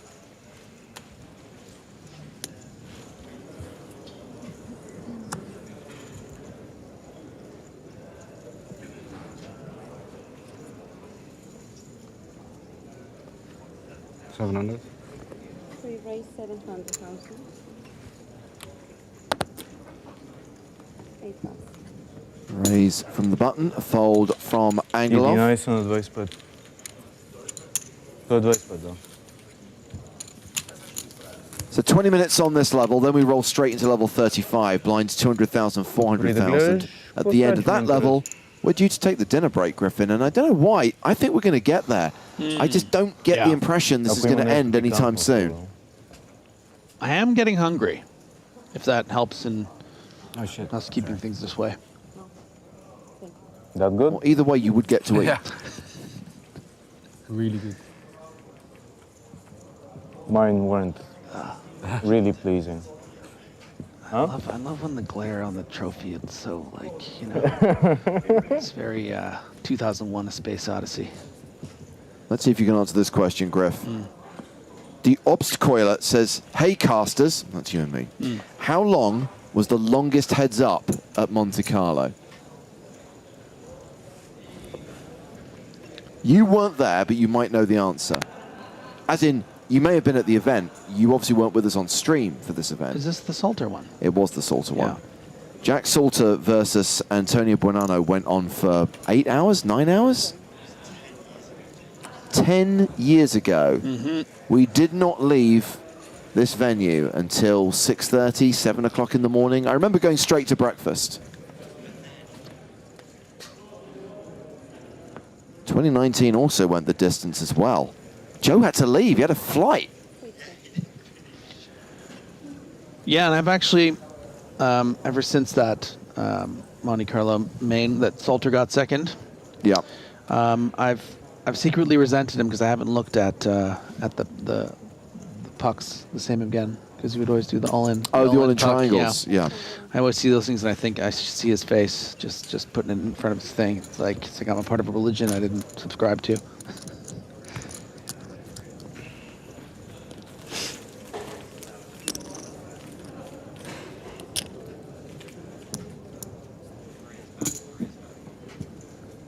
Well, the good news is the satellite's done a complete 360 of the planet. It's back in the right position. Hello again, Maria. 11 plus. Hi. I heard Griffin talk to me and Yeah. you know when I wasn't on. I think he just figured that I was ignoring him as many people do, but I wasn't, Griffin. I did actually send. I actually DM'd you last night. I don't know if you saw that. I sent you a song on. Oh, on yeah, Twitter. a song, a Dua Lipa song. I haven't Yes. listened to it yet. It's a new Dua Lipa song called Maria that came out yesterday. And once I got off the stream, I was like, ah. Are there a lot of Maria songs in Maria? I know at least of two. I feel like James might know. Well, there's of any Maria by more. Blondie. Obviously, there's the song from West Side Story. Right, Yeah. of course. And now Maria by Dua Lipa. There's Maria by Santana. Yes. Oh, wow, okay.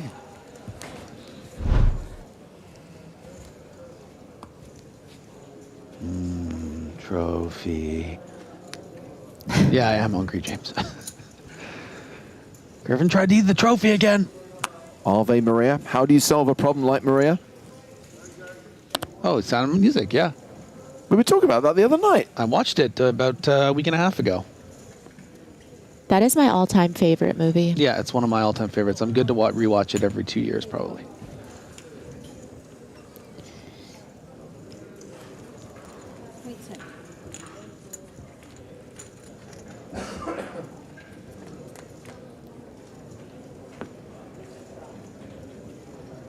Ten, 6, deuce on the flop. King high still ahead.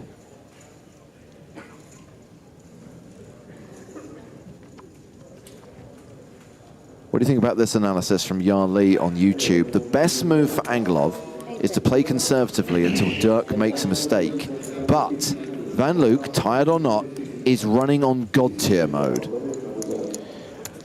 I'm inclined to disagree to an extent. I think that, yeah, in a way, Derk van Luijk maybe doesn't know how to value his hands correctly in some certain spots. More so value. I don't think he's over bluffing a lot, and that would be sort of the target that you would want to maybe play a bit more, as you described, conservative, to sort of catch them bluffing. But that's not really Derk's speed, right? I think you need to sort of really chip away at him and find the exploits, the overfolding or the overvaluing certain hands and betting too big and trapping him in those kind of ways. Yeah, and so far, I feel like Van Luijk really hasn't been the type of player who is willing to make a big hero call in spots. So, again, when you keep pots a little bit smaller, like Griffin said, chip away and, get a little bit of value here and there, I think you can find yourself back in the chip lead that way. There's probably not going to be like a big pre-flop confrontation unless Van Luijk has a big hand. We saw that he was flatting a lot of big hands in position. He didn't really like 3-betting. Maybe heads up, he's going to change a little bit and his range is going to widen. But I definitely agree with what you were saying, Griffin. Yeah, and I think, obviously the Jack-10 4-5 hand is in the forefront of our minds, but let's not forget how significant the pocket 9s versus King 8 was against Angelov, which I think is a reflection of how prepared Angelov was to 3-barrel Van Luijk off of whatever he had. Of course, the river ended up being that 9 of spades, which was just crazy, and that's really what created this chance for Van Luijk to even then get lucky against Rania. So in a lot of ways, it's been a perfect storm for Van Luijk, and he has an amazing opportunity to capitalize and win an EPT.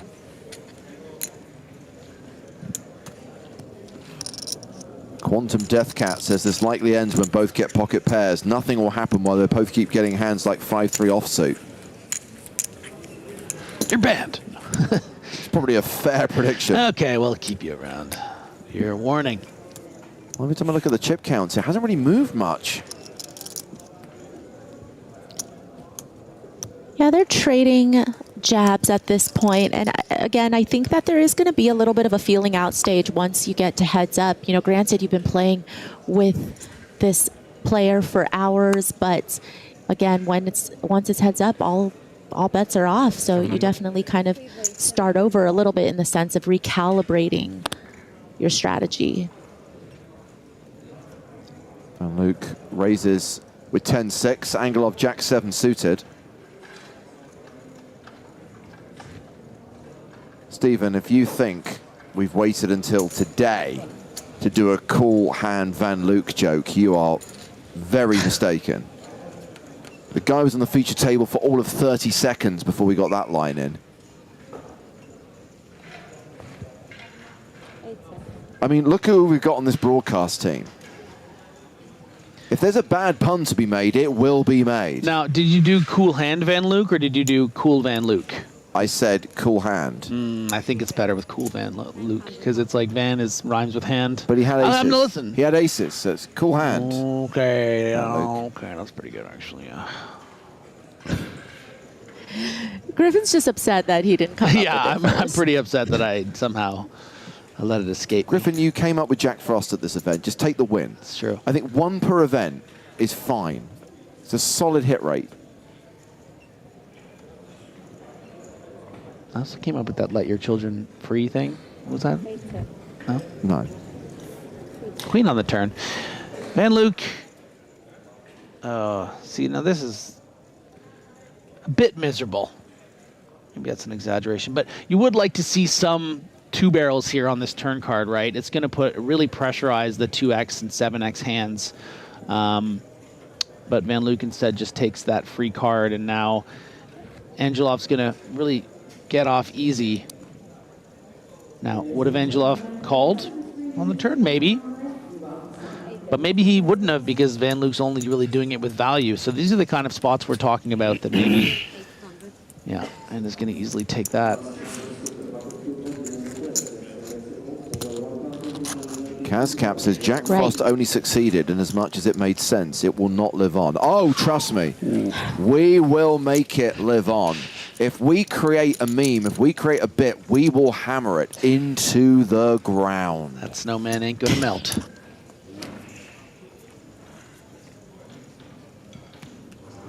This is coming from the guy who spent 10 years convincing people that chop pots are a good thing. More than that, you've convinced everyone they love it. I mean, that's some sort of, it's like a cult at this point. Everyone loves a chop pot. Could you imagine James as a cult leader? I mean, I can't confirm that everyone at home doesn't also sing it at the same time in like a weird sort of like, you know, like energies combining thing. So until I get proof otherwise. Like, it all starts with this. James has infiltrated our brains, but this is only the beginning.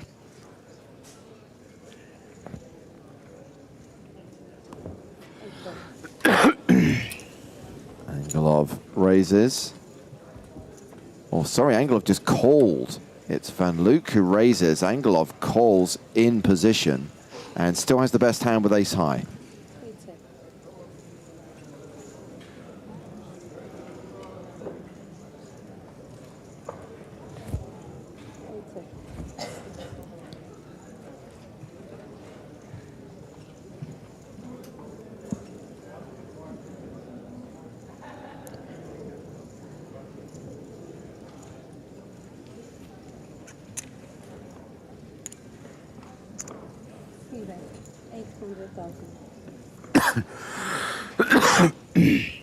Well, that's a tell. The old Bettenkoff tell. You know what always throws me off is the bet and then take a swig of water. Like, I'm like, you seem comfortable. Yeah. You want me to think you're comfortable, and you're really bluffing. Speaking of bluffing, I don't really understand this turn bet from Van Luijk. Queen high is going to be good some of the time.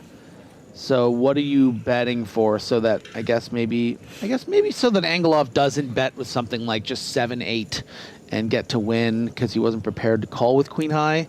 But you're just going to get better hands to call here on the turn, and then the worst ones to fold. So when that's the principle, maybe it's just better to, yeah. And a nice little, and these are the kind of little pots that will add up. Yeah.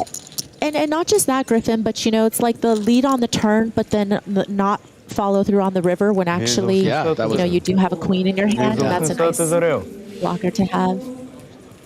And he had a spade in his hand too, right? So really the perfect candidate to bluff something like ace high. Well, this is the narrowest I've seen the gap between them.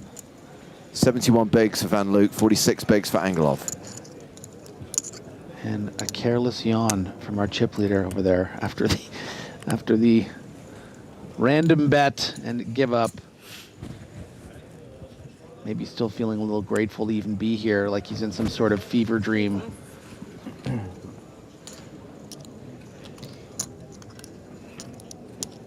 Yeah, it's not like he's given up on trying to win, but it's almost like he would be really happy with the result either way. So, you know, at this point, it's been a stone free roll with him dodging a couple of hands where he could have easily been out. And I don't know, maybe there's just not as much of that fight in him. Yeah, it's like I whatever mean, happens, happens. It's like, it's like a near-death experience or like some sort of ego death when you think you've been eliminated. I mean, there's a weird phenomenon when you get deep in a poker tournament like this too, where it's like a part of you, it's like kind of, you see it sometimes when players blow up. It's like they kind of want it to be over. Like if something bad's happened and they're short stacked, they don't realize how they need to sort of preserve and make sure they're survived. They don't want it to be over. And to go through an experience where you think it is over and then suddenly still be there, I mean, maybe he's just grateful for this extra 200,000. Okay, well, Van Luijk has flopped a flush draw. Angelov ahead for now with Jack high.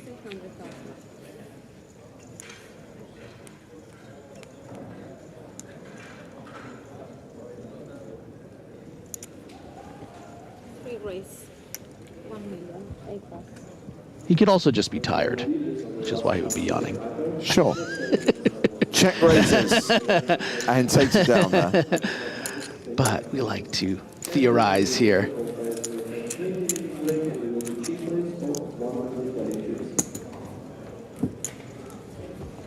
Gap closing, 13.6 million for Boris.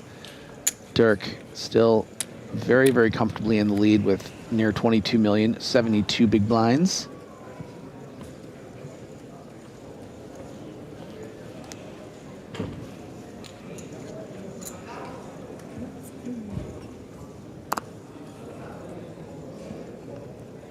$700. Couple of crabs.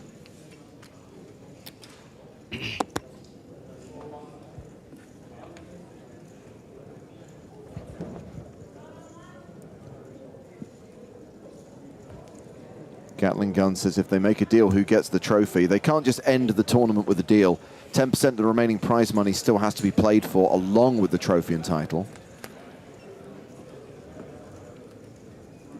Queen 6 deuce. Pair of sixes for Angelov.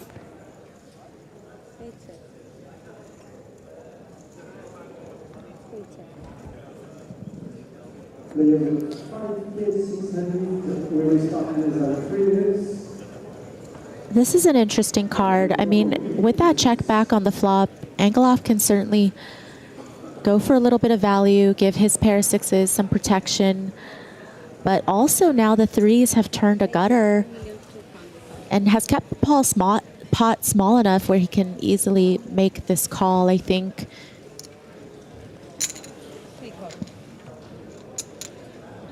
Yeah, we can see that, of course, Van Luijk in this particular instance is behind, but if you start folding hands like threes here, you're going to be getting bluffed too often. You raggy 5x hands, your 7/8s on this turn that would be betting as a bluff. So I think Van Luijk has played this perfectly fine.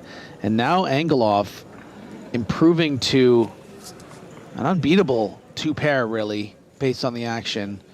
5-7 probably would have continuation bet the flop from Van Luijk, so you're not really concerned about your 5-7, 3-5 type straights. So this is the effective nuts. And what can you bet here?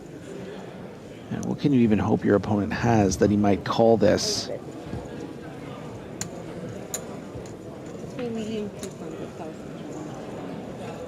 Does go big, Van Luijk could have something like, I know it's a very strong pre-flop hand, but something like jacks through sevens,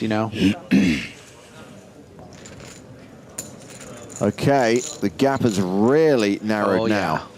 65 bigs playing 55 bigs. Oh, yeah. Fuimo? Off. Naciskamy roboty.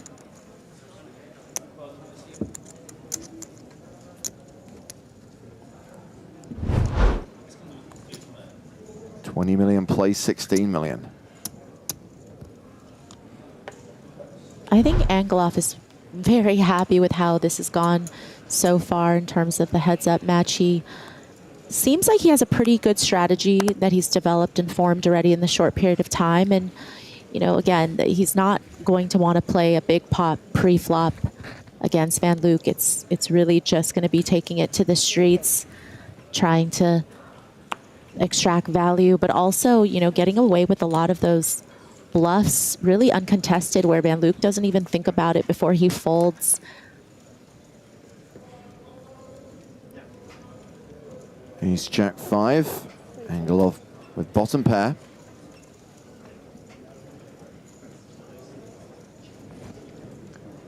And just a little bottom pair bet here to clear out some equity, like a hand like 10-7. Plays real nice there.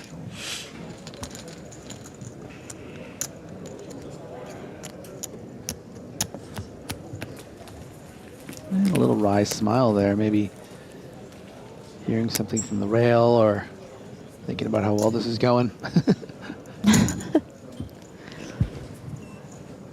As the stacks get closer, I wonder if either will float the idea of looking at the numbers. I say this as someone who would be completely uncomfortable playing heads up for 400,000 euros.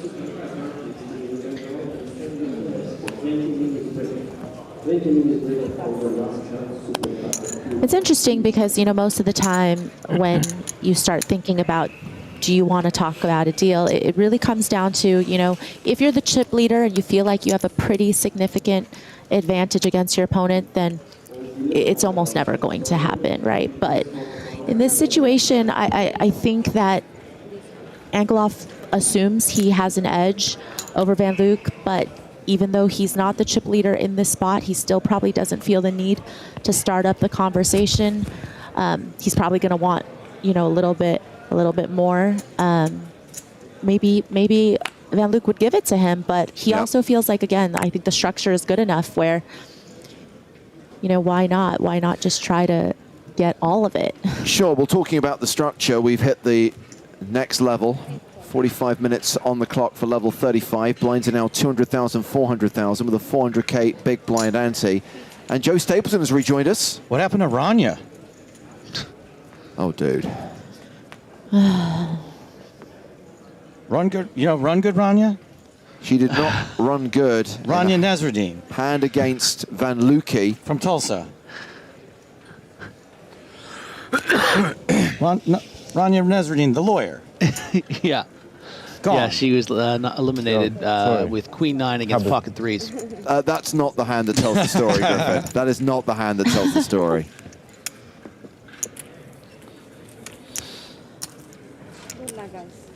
Thank you. Thank you. So how long has this heads up been going? 45 minutes, pretty much. And they're dead even? Yeah, now bear in mind, Derk van Luijk started the heads-up battle with a 2-to-1 chip advantage. So Boris Angelov has done a pretty good job of chipping away at his advantage.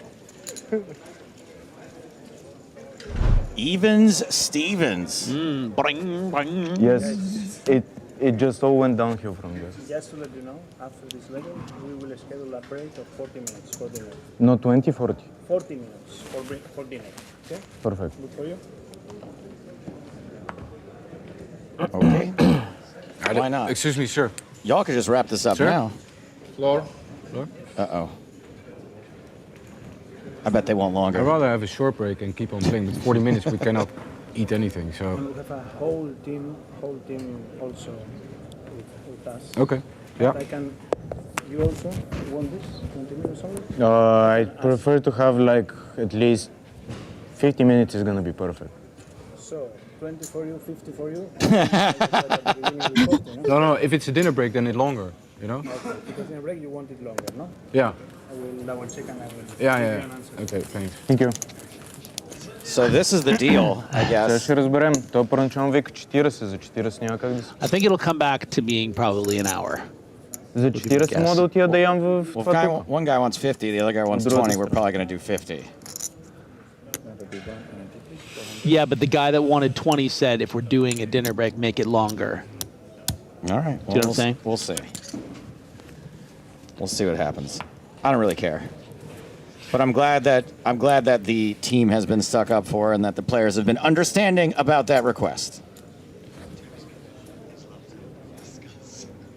Toby's going to get out a spreadsheet. We can talk about ICM dinner or chip chop dinner. Angelov, 8-4 suited in position.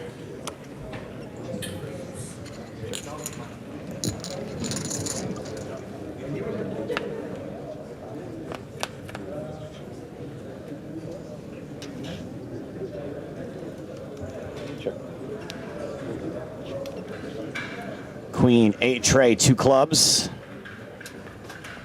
Pair of 8s for Angelov.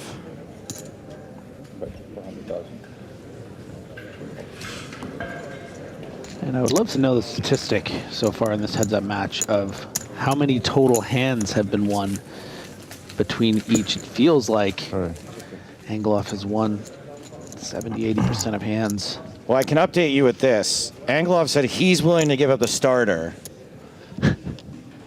if Van Luijk gives up dessert, and they're just going to focus on the main. Ooh, nice. That's good. That's strong. I don't. Dessert's the best part, though. Really? Yeah, but shouldn't I they would rather focus have on the main and dessert? Maria? Man, I really don't care if I ever had dessert again the rest of my life. Just give me some mozzarella sticks and some chicken tendies, and I'm all set. Just put them any way you want. That's 2 starters. No, That's no, 2 starters. Doesn't matter. I'll happily have 2 starters. We've got a dominated 4 situation. Van Luijk raising the button this time. That's actually why I love baseball, because each team has 5 starters. 10-5-5. And this misses everybody. I could have sworn someone had a 5. Is that a Mandela effect? Yeah, I think so. I thought you were going to say that's why you love baseball, because there's nothing but appetizers. You just have chicken fingers, nachos, hot dog, mozzarella sticks. That too.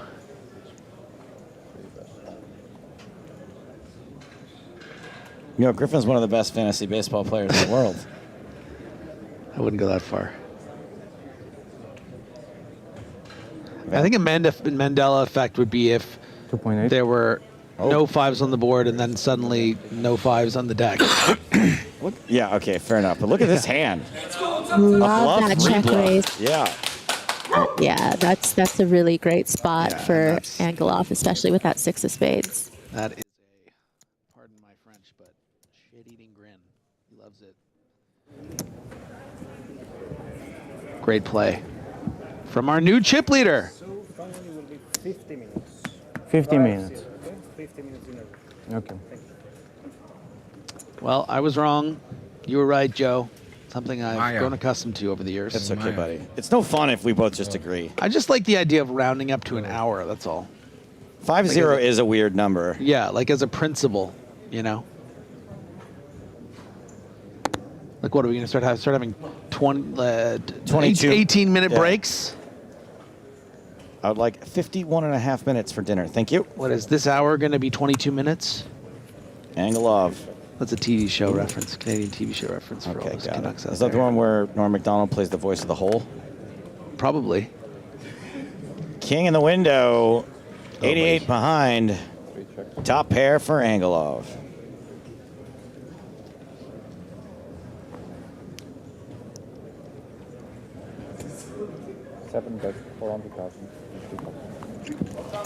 You know what's also been really nice for Angelov is that he really hasn't had to face any 3-bets pre from his opponent. And so it's a good spot where you can just kind of open raise without, you know, having to be worried about the fact that you might face 3-bets. If your opponent is just not really finding those 3-bets without it, then it's just so easy for you to just continue opening and punish them. Obviously, King 10's a good enough hand there, but, you know, we saw him fold earlier, you know, hands that were at the bottom of his range, but maybe now that he's in the chip lead and he also knows he's not very likely to face a lot of pre-flop aggression, he's going to just start opening almost 100% of buttons. Well, Angelov has pulled away slightly over the last few hands, now 51 big blinds, playing Van Luijk's 36. God, she's good. Maria's good, isn't she? She's so good. That was real nice. Why do you think she gets to get away with not coming here? Yeah. I was going to ask, and then I realized in that moment, I was like, oh, there it is. She insisted on being in Los Angeles for Star Wars Day. Star Trek Day. What one of the two? No, Star Trek Day is tomorrow. Always the day after Star Wars Day. I thought tomorrow's Revenge of the 5th. She and her fiance are dressing up like the Rancor and its keeper, going to see a midnight screening.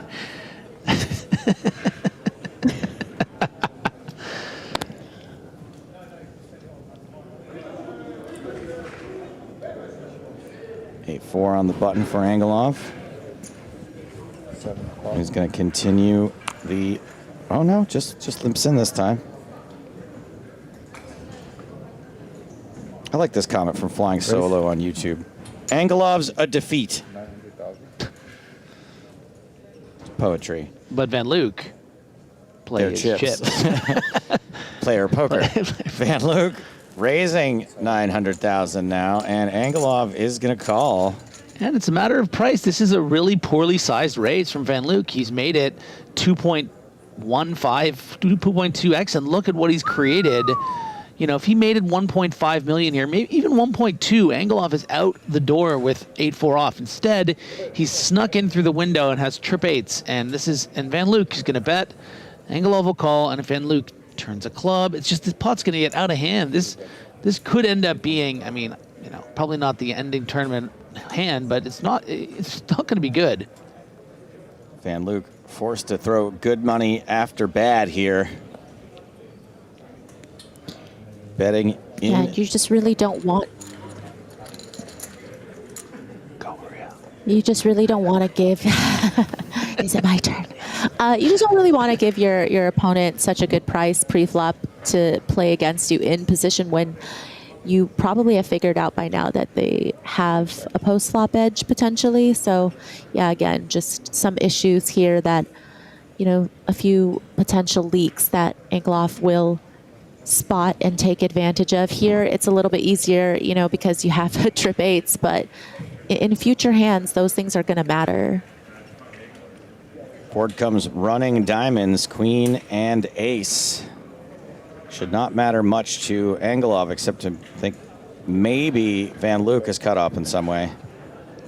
Yeah, and the reason why Angelov is elected to check back this turn so quickly is, you know, he wants to give the appearance like he has some sort of missed draw by this river, which in a lot of ways doesn't make sense, because I think the draws, if he did have something like 7-9 or 6-7, I think he would just bet the turn. But I think he's working against how, you know, Van Luijk maybe isn't perceiving the actions correctly. I do also want to say, you know, Angelov is running pretty well in this heads-up battle. We've saw a comment there on Twitch remarking that, you know, has made a pair plus in a lot of these hands, but when that happens, if you're not, you know, at least getting your king 3 suited raises through when your opponent limps 8-4, you're giving him too many opportunities to run good, and that's really the inherent problem. And now why Boris has a big chip lead. Boris closing in on a 2-1 chip lead. Small blind, please.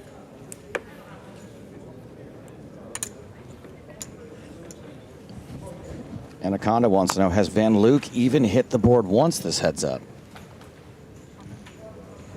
If it's that hard to think about, it's got to be not very many times.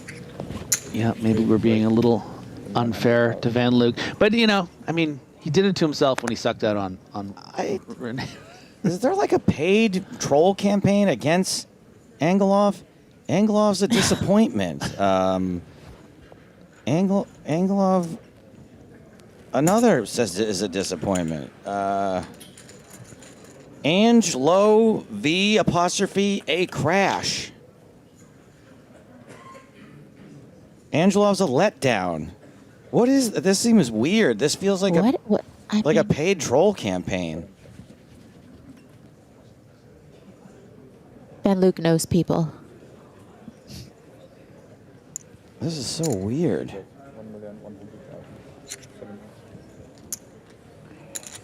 Angelov's a defeat. Yeah, I don't know. This is very strange.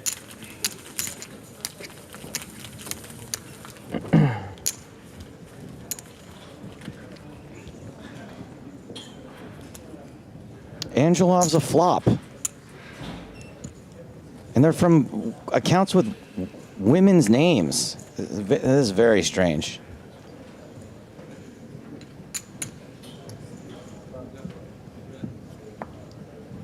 Another Angelov is a flop. Who would do this? Who would go to one of these sites and pay? By the way, it's really cheap to do something like this. Like, it's staggeringly cheap. It's like $20 for like hundreds of comments. Oh, right. Not that I've ever done it, but it's really affordable. Nothing is real anymore. You just can't believe anything. You really can't. It's all an illusion. My illusions, Michael. You're tired of my illusions. Yeah, like the ridiculous theory that Maria Ho is just like an AI sort of thing. Disembodied voice. Yeah, that she, 'cause no one's you know, seen her I in mean, 6 yeah, months. exactly. I think it's insane. All right. Some poker happening here. Angelov limped in. Van Luijk makes it $1 million. Angelov calls 2.4 million in the middle. Two decent starting hands. Flop is King, Jack, 8, 2 clubs. So we got a pair of 8s for Van Luijk. 2 overs to that 8 and a straight draw for Angelov. Backdoor clubs.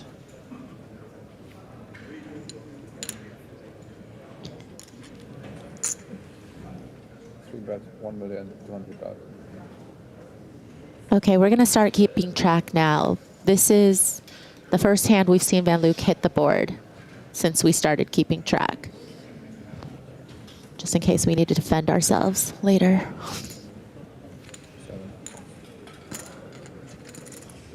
That's 1.2 million. Angelov calls to the turn. It's another king. Straight check.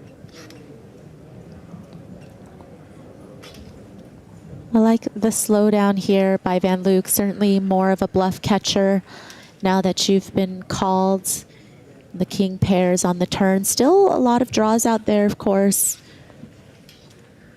So I probably wouldn't be too quick to consider folding kings and 8s. But snap. Oh. Huh. Yeah, I mean, easier said than done to call with the bottom pair there to a big bet, but just no consideration given whatsoever. Just going to allow your opponent to get away with every spade bluff, every straight draw, 10-9, queen 10, queen 9, and yeah, this is Van Luijk's definitely being exposed here in this heads-up battle. Yeah, at some point, you just have to keep your opponent honest. You know, you can't continue to let them redline. You can't continue to let hands not go to showdown. You just have to see it for information. You know, I know this is going to catch up on the delay, and maybe during dinner break, you'll get to find out. But might it be too late by then? You know, will he have whittled you down so much that, you know, even that information can't help you at that point?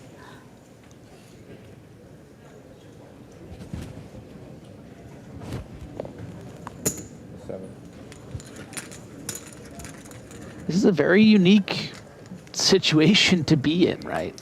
You know, if you're not a professional or you don't play a lot of tournaments all the time, you're not going to find a lot of opportunities to be heads up for big amounts of money with these, you know, moving chip stacks. And as well as I think Van Luijk has done in surviving over the course of the last few days and playing pretty well in certain spots, as Angelov turns a straight in this limped pot. It just feels like Van Luijk doesn't really have a strategy, right? Doesn't really have something that he works within when it comes to sizing and what hand selection is and what to bluff catch with. And that's the way I think in which he is being exposed by Boris Angelov. 7 bets 1,600,000 and 3 bets. And another smile there because things are going very well. That is the grin of someone that He feels like it's almost a little too easy. Yeah, exactly, yeah. And that 2-1 chip lead is no longer near. It has happened. Angelov with 60 big blinds, 27 for Van Luijk.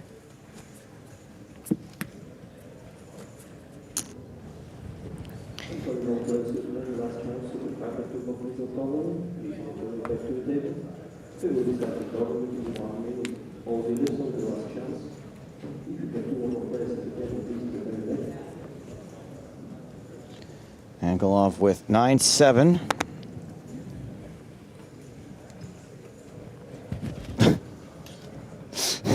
I mean, they're using such a wide variety of terms to Angelov's a wipeout. Angelov's a whiff. To try to throw you off their scent. No, I think that I think it's like in alphabetical order. And they're just using a thesaurus. 4 tray deuce. Up and down draw and bottom pair for Van Luijk.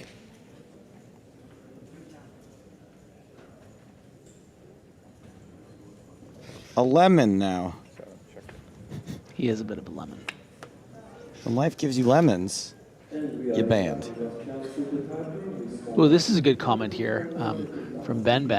Angelov is catching Van's face when Van unhappy. See turn, come K. So Angelov go bet bluff. Yeah, sure. Board pairs on the turn after check. Here comes a bet from Angelov. And even here in a pot that is very innocuous and doesn't seem to matter much, no betting so far, you'd like to protect the 5 deuce. You know, of course, it has happened to induce a bluff from Angelov, and this is a great result for Derk, but you know, you don't really want to give a free card. You want to get value from the ace highs and king highs that might call here on the turn. Instead, just playing defensive mode.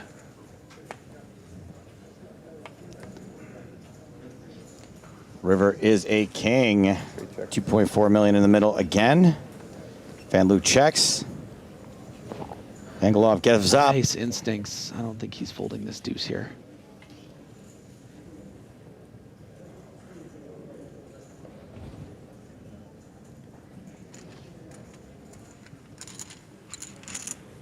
Yeah, definitely a nice give up. Sometimes, you know, when you keep getting away with it over and over, you just try to push your luck a little bit more. But in that situation, I think it's just almost better to give up there and also preserve your image in a sense and show Van Luijk, hey, I'm not always trying to bluff you, because let's say he did barrel the river on the end and Van Luijk calls him, then something might shift at that point, you know, and it also might give Van Luijk the confidence to call him again in another spot.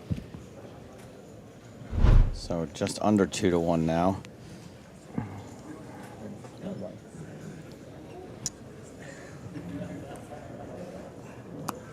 So we have free roll winners to announce. Am I right about this? Some happy news? Not James. He played ace king. I saw it. Classic James. We have winners. 3 winners taking home 109 scoop tickets from the free roll today. Our Star Wars Day free roll. Lucian SSSS, Arson 5588, and LP 8793. Congratulations. Good luck and scoop.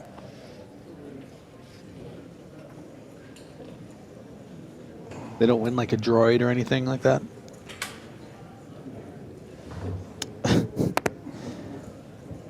I got too much going on. A6 suited for Angelov. You should see this guy on the chats. He's like some grizzled LA detective with all these like, it's alphabetical order I'm seeing. I've got red pieces of yarn from suspect photos. Oh, Van Luijk, yes. Van Luijk with the domination rotation. He deserves a little fortune change here. Little luck. 7 bets from the top.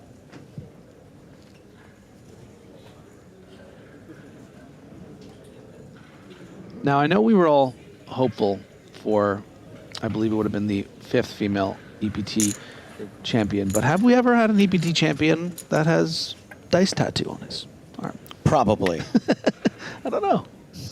Ooh, very spicy. When's the last time you saw dice on someone's arm and been like, oh, I've never seen that before? Yeah, but just like, I don't know, I just feel like I've never seen it at an EPT final table. Like, I don't see someone picking up the trophy and he has like, it's probably you know, hidden in a bunch of other on it, like some tattoos. sort of, yeah.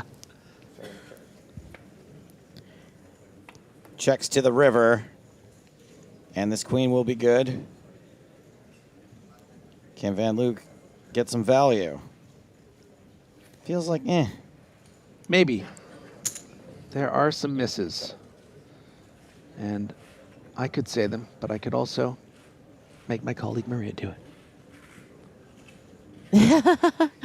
I mean, certainly the straight draws like the Jack 10 and the 10-9s from the flop obviously. I mean, it's a little bit brutal for Angelov that he blocks the backdoor flush draw, but again, considering he checked back there, that's not necessary to be a part of Van Luijk's range. And we just really haven't seen Van Luijk bluff too often on rivers, and at least in my mind, I haven't really felt like that's been a part of his arsenal. And so, you know, I don't blame looking him up there with ace high, considering those straight draw misses. But still, I think I would need my opponent to maybe show me a little bit more of that urge to bluff rivers for me to start calling hands where they're usually standard calls, but you know, it's not bad to maybe fold some of those against that type of opponent. And ultimately, he called a bet on the river worth 2 big blinds, right? And a lot of the times when we've seen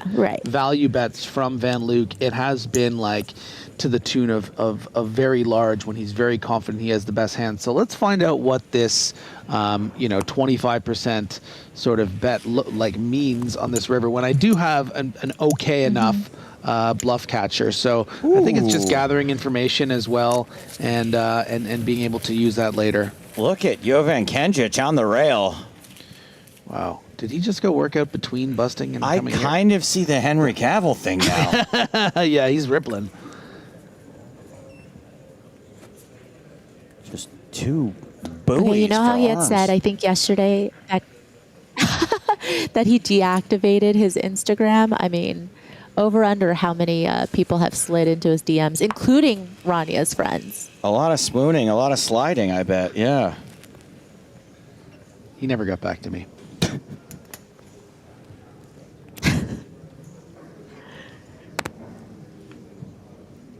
Angelov with 8-5 suited. Seems to be a lot of 8s going around. So Maria, you might not have heard, I think it was yesterday, where I talked about how I bumped into Jovan in the elevator at the hotel. And I was actually just coming back from the gym the first time I went all week, no big deal. And then I gave him a little fist bump and I was like, hey, good luck today, you're playing great.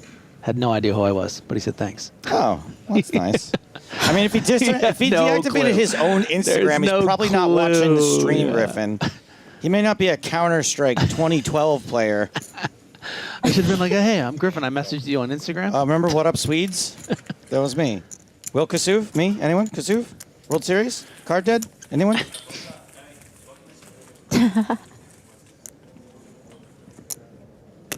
Yet another pot for Angelov.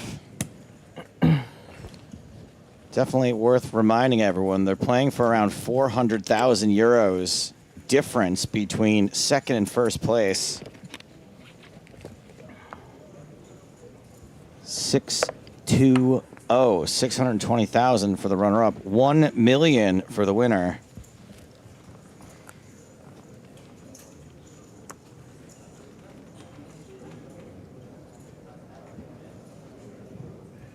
Jack tray for Van Luijk on the button. Folds.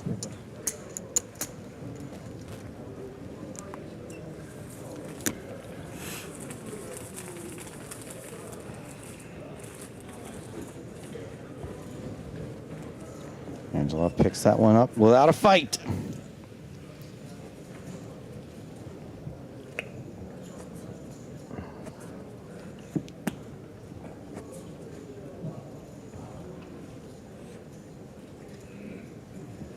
Could buy a house with that prize money. Finally, a viewer with imagination. Thank you, Mr. Vendetta. Ooh, I hope he doesn't hold a grudge for me making fun of him. Angelov with 7 tray.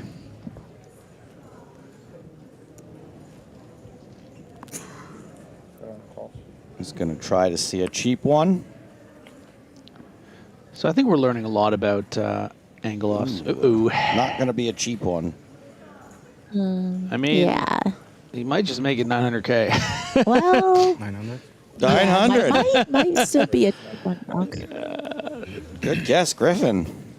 It's just not a good strategy, not a good use of these strong hands, middling strong hands with the King 3 suited. Like, you need to be making the worst aces and worst queens here, and even hands like 7-3, you gotta make him pay, and instead, oh boy, you're just asking to get unlucky, right? And Van Luijk has gotten unlucky. Pair of sevens for Angelov.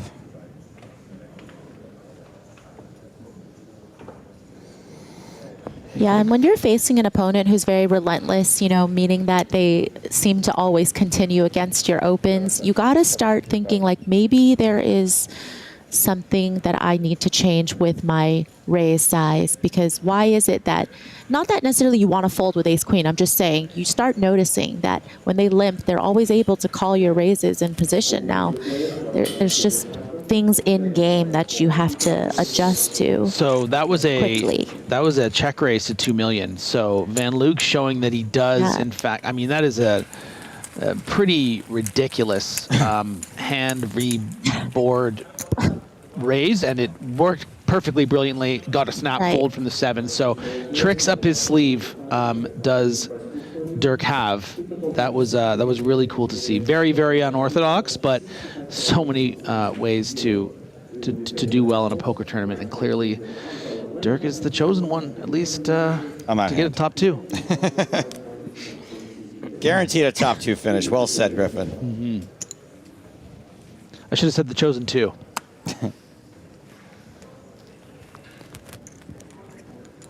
And hands over before it started.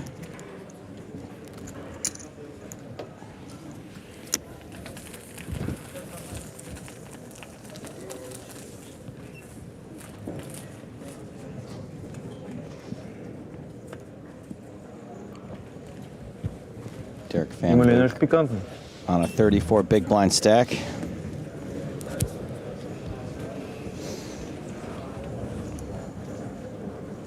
And we know Derk was tired earlier, and I can't imagine he's faring well during this heads-up battle. It is relentless playing heads-up. It's somehow both exhausting and not totally exciting at the same time. Queen 8 suited for Angelov. 7 cross. Once again, limps in. Pocket force for Van Luijk. All in. All in. Did I hear that correctly? Ooh. I did indeed. Yeah. Hachi machi. Yeah, it seems fine. It's a lot of chips, 33, 34 bigs, but plays pretty clean. Facing that limp, you're just going to always win. I mean, so unlikely you're getting limp called by better. I mean, I think that's in some ways how Derk van Luijk should be playing a decent amount of his hands. But it is funny, the sort of difference in his strategy between a hand like pocket fours putting in 14 million chips, but won't put in more than 900,000 pre-flop with ace queen. Maybe it's something you should look at. Probably not the easiest to look at right now. No. But the next time he gets heads up in an EPT, the next time he gets heads up for $1 million, maybe something he just should go back to the charts. So just see how those. He should take a look. He should take a look. All right, we have. Yeah, I remember the first time I played heads up, and you know, I learned so much just in I think it was an hour and a half that we had played heads up, and I just remember feeling like that was probably the most important lesson I could ever learn, is to be heads up in a big spot and lose. I mean, you definitely will take that one with you and review it after. 8-5 versus 9-7. Both players whiff entirely. Check, check. 9 ball. A pair for Van Luijk.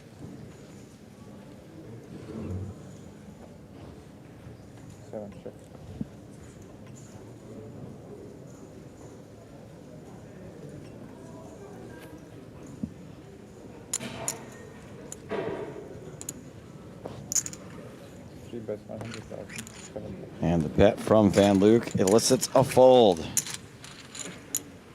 11 minutes left on the level, then a dinner break. Num num. Griffin's been hungry for like 4 hours, Yeah, it seems like. Diffy hungry. Diffy hungry.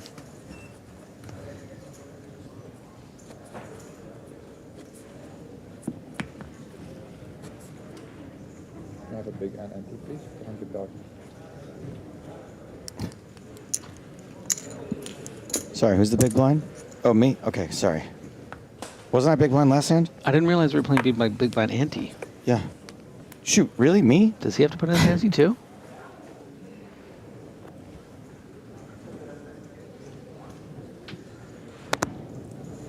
Action on Angelov. Boris. Yikes. So this is going to be interesting to me because if we know he folds 9 deuce but doesn't fold 7-3, 6-2, where does that come in? And it comes into the calls. So yeah, he's going to be playing, I would say, 98% of buttons. Bystander asks, how long is the dinner break if we make it there? I don't think you have time to make it here in time for dinner. Thank you for your question. Top pair for Van Luijk. Bottom pair for Angelov.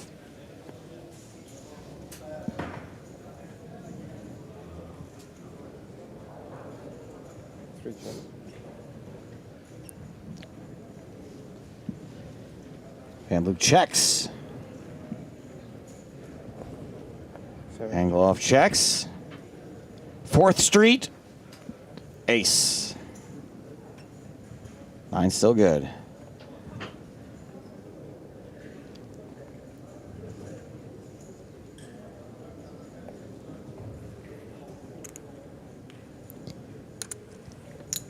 Bet, 600,000. Van Luijk now firing with the Van best of it. Yeah, happy to go for value here to the tune of about half pot. And so far, Angelov, you know, hasn't necessarily found Van Luijk to be bluffing in these spots, but he does have a pair.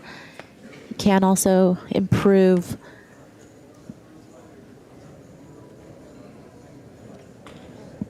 JS on the river.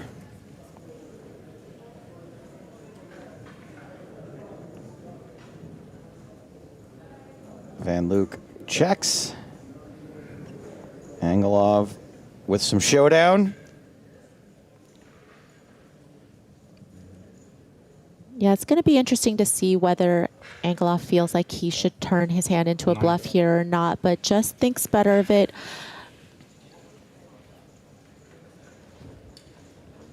And Van Luijk's going to gain a little bit more ground back. These two are nearly dead even again.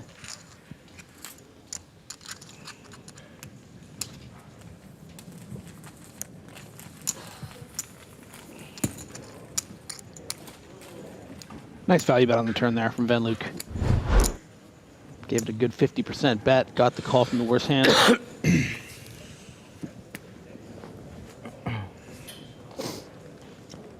As you can see, only a couple of big blinds between the two right now.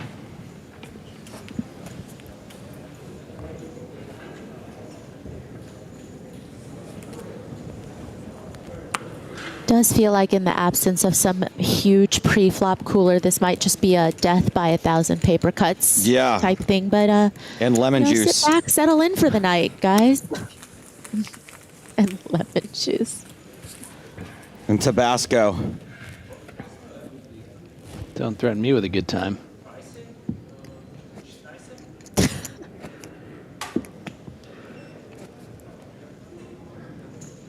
One, 2, 3, 4. Now I have to start over. With what? Counting my chip stack. Oh, yeah.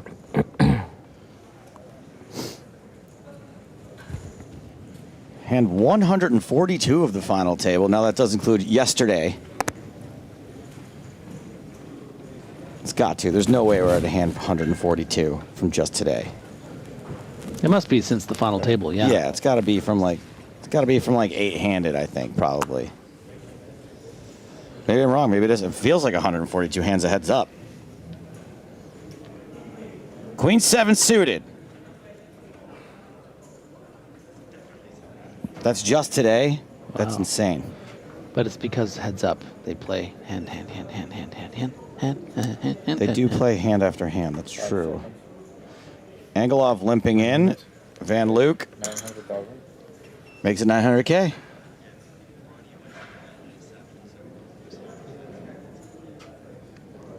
All right, Rania went out hand 97. So yeah, I have a general feeling that it's just maybe a disconnect a little bit of Van Luijk applying the principle of min raising in general when you raise pre-flop. To not realizing that doing it sort of like heads up out of position, you should be making it more in the range of 3 to 4x, and it's just affording every opportunity for Angelov to play. It's about being able to play in position, right? Like in raised pots. I mean, Angelov, he's flopping well. Like this is baby, you got flush draws, straight draws. It's the nut nothing. Yes, the nothing. Nut-ish nothing. Yeah.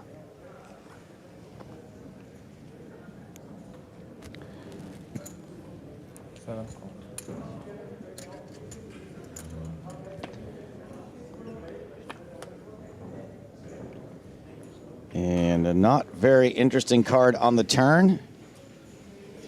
Biggest pot we've seen in a while. 4.4 million. And I think what's important is that Van Luijk starts double barreling, you know, even maybe triple barreling if needed in some of these spots where he does have the betting lead. Just not going to give up because his opponent calls him on the flop on a board where, as the pre-flop aggressor, you know, you're probably going to be nutted a lot more. You know, granted, Angelov could have queen jacks as played, but still you block that with the jack of spades. I do think I just want to see a little bit more post-flop aggression with these bluffs, with the semi-bluff especially. You know what will end up working here, though, Maria, is the rarely bluffy bet check bet line. Because Van Luijk does happen to have the worst hand with this jack high, and Angelov is going to have to, and he's going to go for it. Here it comes. Yeah. And they're going to get away with one here. This is real nice. Van Luijk does employ the bet check bet line. River bet, 2.5 million. And you were right, Griffin. It does in fact work. Yeah, I can't call it that one. I was really hoping for a call there. That would have been outrageous. New chip leader. Hey, good spot there, Griffin, the Unicorn Benger. Derk van Luijk now on top for the first time in a while. Just a 5 big blind lead, but a lead nonetheless. You can't win a heads-up match unless you have the lead. That's a good point. I've never really thought of it like that. Are you being sarcastic? No, I've never thought about the fact that in order to you literally can't win. You have to be in the lead in the hand to for the tournament to end. Yeah. It's a little something 12 years later for you. Is that my missing piece? That could be it. You're gonna walk out of here and just ascend now. Yeah. King Queen for Van Luijk. 8-5 for Boris.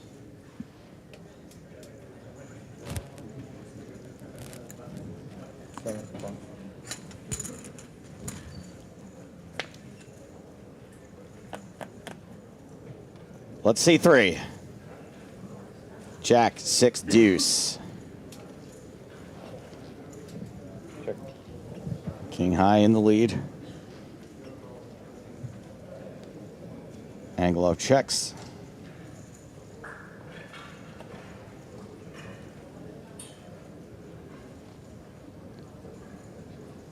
Nice to bet here with the king queen. You just clear out equity. You shouldn't really be expecting to get check raised ever, or at least not very often.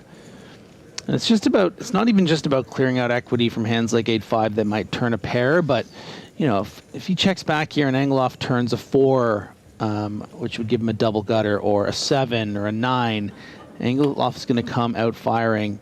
No bet up and down now for Van Luijk. Yeah, fortunate turn card. I don't think Angelov has any interest in trying to steal this last pot before the break. Not on that turn card. Oh, if this is the last pot before the break, I'm going to be so happy. It is. Oh, no. Well, 50 seconds. Let's see. Say Van Luijk bets by 38. 43 seconds. 42. 41. 40. Well, he's going to fold right away. Yeah, we're going to have one more hand, I think. Oh. We're down to 32. Bet 900,000. Van Luijk going for that 900K bet. Angelov folds. One more hand. Last hand? Last hand before we send these two to have some dinner.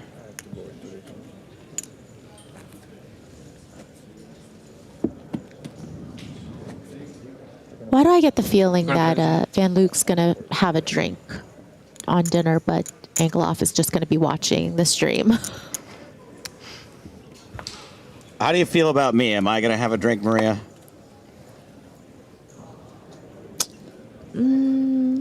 You're saying that you haven't already had one? Her reads are dead on. her reads are dead on. Will I have another drink? Oh, Angelov with the Jack Frost. Jack Frost. Is Maria caught up on Jack Frost yet? So Maria, Griffin No, I missed it. named Jack 8 Jack Frost because there's a Jack and 8 is a snowman. Ah, you know, Griffin said dumber things before. Wow, so wow. That's this- the best compliment you're going to get out of Miss Ho today. Anyway, the hand really we should be focusing on is the pocket kings of Derk van Luijk. Now he wants to size up. Okay, big dog. We know when you really like the hand.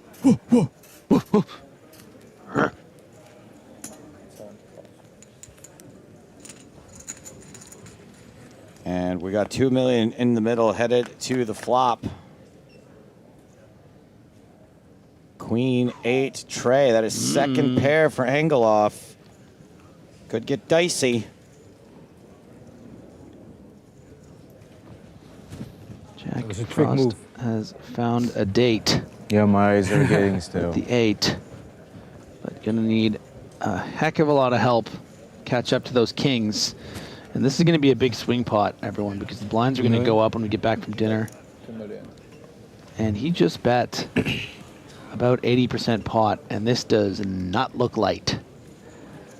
But you're sitting there with 15 million, and you're thinking, well, wait a minute. I mean, this is pretty good flop for my hand.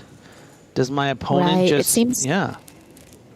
It seems pretty inconceivable to just be flopping a pair here and then folding it. And so it's really inevitable here that you have to see another card. And again, it's a lot about Van Luijk's sizing as well. You know, again, we haven't seen a lot of double barrels, triple barrels from him. So maybe that's an indication to the strength of his hand, along with that bigger sizing pre-flop, of course. Yeah, he's going to be coming in hot here. I'm going to say probably in the range of 4.5 to 5 million.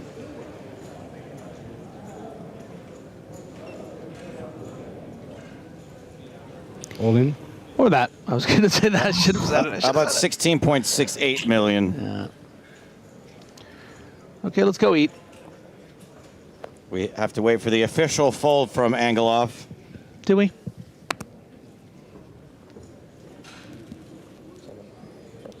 Angelov does fold the pair of 8s.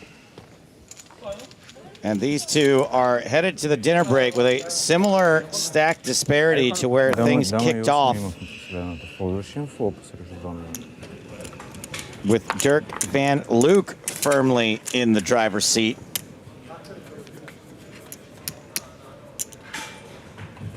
Yeah, 2-to-1 edge again. So you can see how the fortunes can change very quickly. Not only a 2-to-1 edge, but the blinds will be raised as well when we get back. And those blinds, 250,000, 500,000 with a 500,000 big blind ante. So that's 1 million chips every time you're in the big blind. That leaves Boris Angelov with an effective stack of 25 big blinds. Derk van Luijk in the lead. Can he hold on to it, playing for a difference of nearly 400,000 euros, 1 million to the winner? More from EPT Monte-Carlo when we return.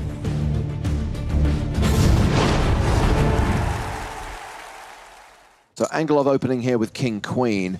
Johnny Guedes is the short stack, and he's got 20% of his stack invested already, having posted the big blind and the big blind ante.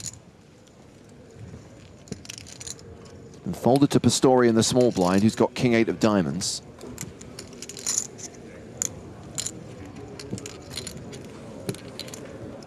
And now it is round to Guedes, who has jacks.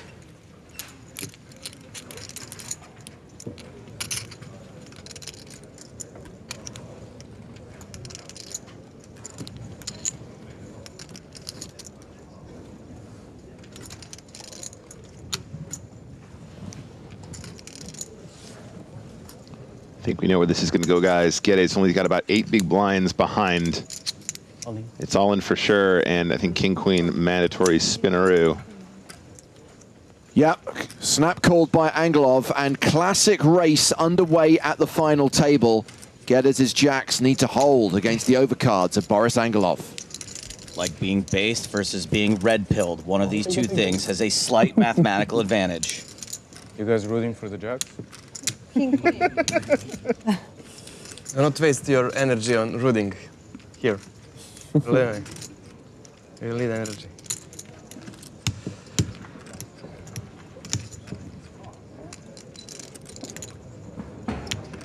Jack's actually a decent favorite when you take into account the folded cards. And there is a jack on the flop, but also a 10 and a 9. It's the straight for Angelov. Smoke him if you got him. Angelov flops the joint. That is unreal. What a sweaty board.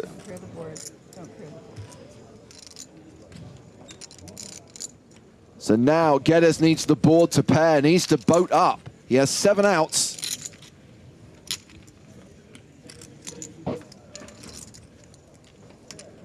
Okay, picks up additional outs with that ace on the turn. 10 cards, Guedes can hit to survive.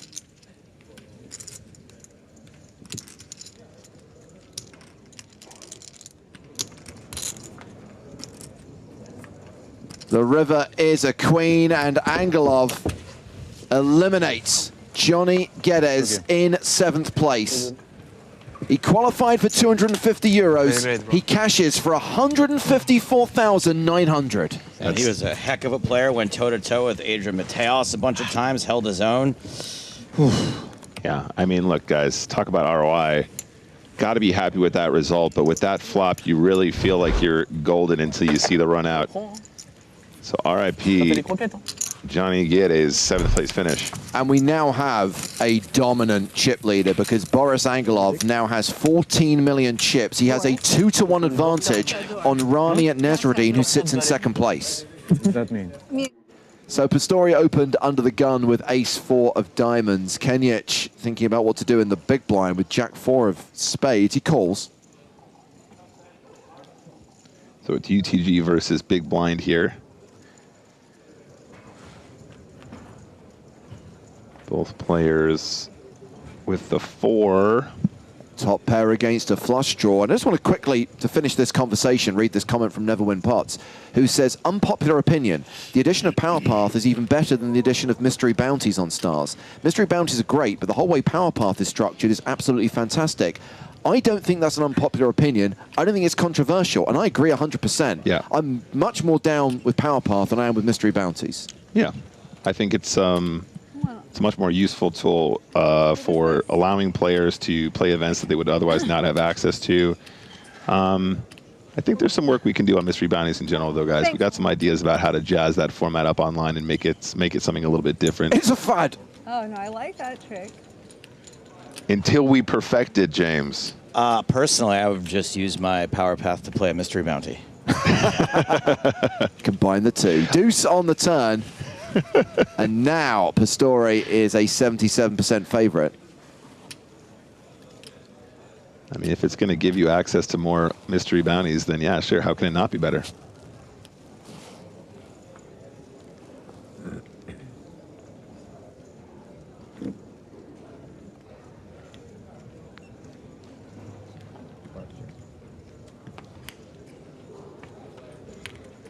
So the board bricks out for Kenjic.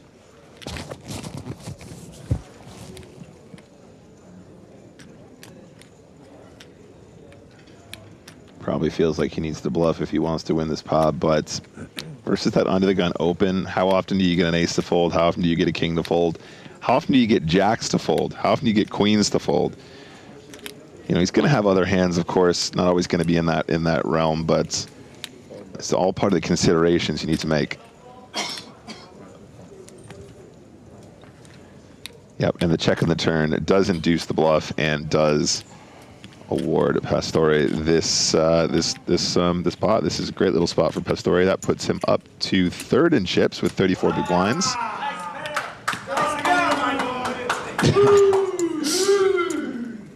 Wow, they drove all the way from France. My crazy friend French are here. They might be the guys who live with him in Mexico. Could be. All right, sure. Wait, wasn't one of those his brother from earlier? Reserve, they'll like blow something up, like it'll be like in another building. That's how they celebrate.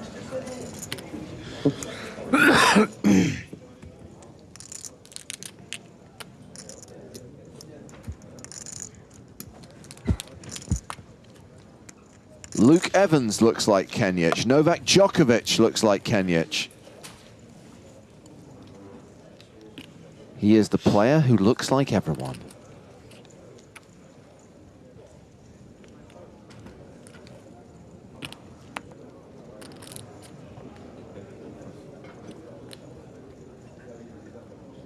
Queen 7 for Angelov.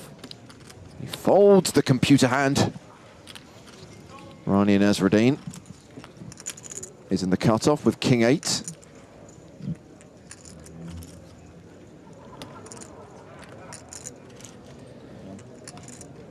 She folds. Aces for Derk van Luijk on the button. Starts the hand with 16 bigs.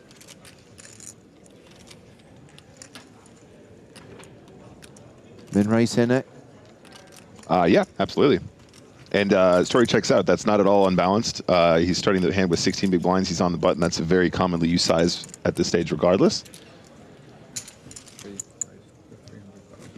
So yeah, just start with the min-raise and see how we go. Oh, ooh. A lot of oohing. James, this might be a 3-bet jam. This might be a 3-bet jam. Nah. Now, given the ICM implications, given the final table dynamic, does that turn the 5s into more set mining as opposed to... Oh, Yep. Shoves on Van Luijk, who snap calls. It's a domination situation. Van Luijk, huge favorite here to double up through Pastore. Yeah, this is a bit of a cooler, really. That button open's going to be super wide. The 5s jam is going to be profitable. Running into aces, usually not that profitable, though, guys. I got to be honest. Hein? Je sais faire ça. So Van Luijk is officially the at-risk player, but it's way ahead here. Предпочитам да се удвои бутон. Предпочитам легендата да се удвои, да. А кетчеви има ove što Не, ali dobro, tu францето покрива. pokriva. Плакати. Pokriva ovaj Francuz pokriva, brate, ovo. Baš tako velo. Ovaj, ne, ovo. Van Luijk, 4-1 favorite to double up. Stvari bolje ti ovaj da prođe, ovaj stručnjak. And he has flopped top set. This could be all over on the turn. I'm very confident. It is over. That is a full house. And Van Luijk gets the double up.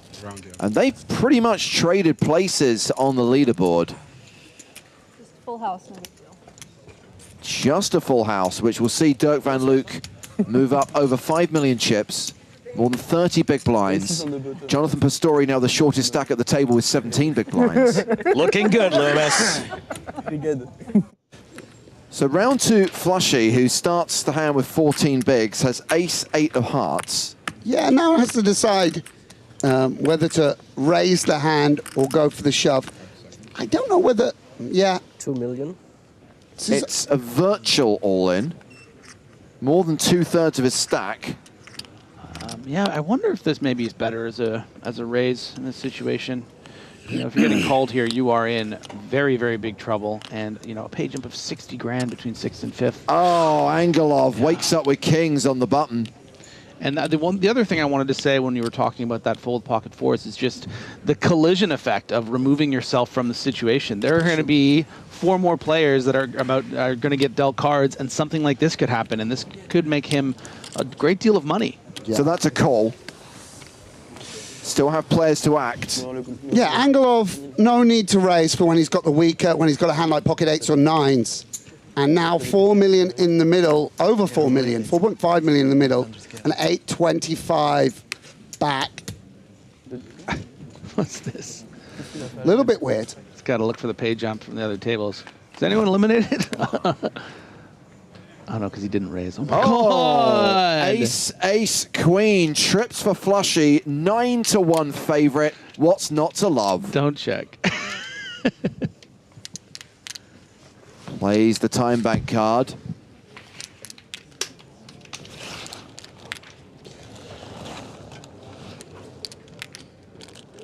Yeah, I'm probably wanting to commit the chips in case a queen comes off and on the turn he loses action from pocket 8s. Exactly, yeah. No, you get it in. Anyway. You know, but of course you want to you need to balance in this spot. He checked. Yeah, and does check. Obviously, in general, keeping 4 big blinds back is going to be really good for him. I know this is probably irrelevant, right? Well, that's a bet from Angelov. But I don't like the check. I think your whole range is, you don't want to give that chance for a queen to come in.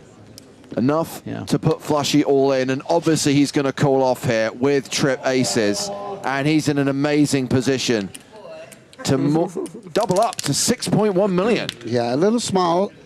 Of course, 10% of the time he will be eliminated, but very propitious situation for the young German. Jack of clubs?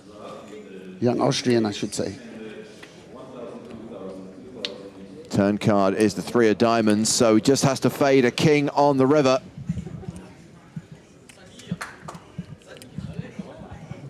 Angelov wants cheers from his rail. He's going to get them now! That king on the river gives him the win and sends Niclas Thumm to the rail in 6th place. Unbelievable. I did not see that coming. Remarkable. Thank you, Franz. Wow. Wow.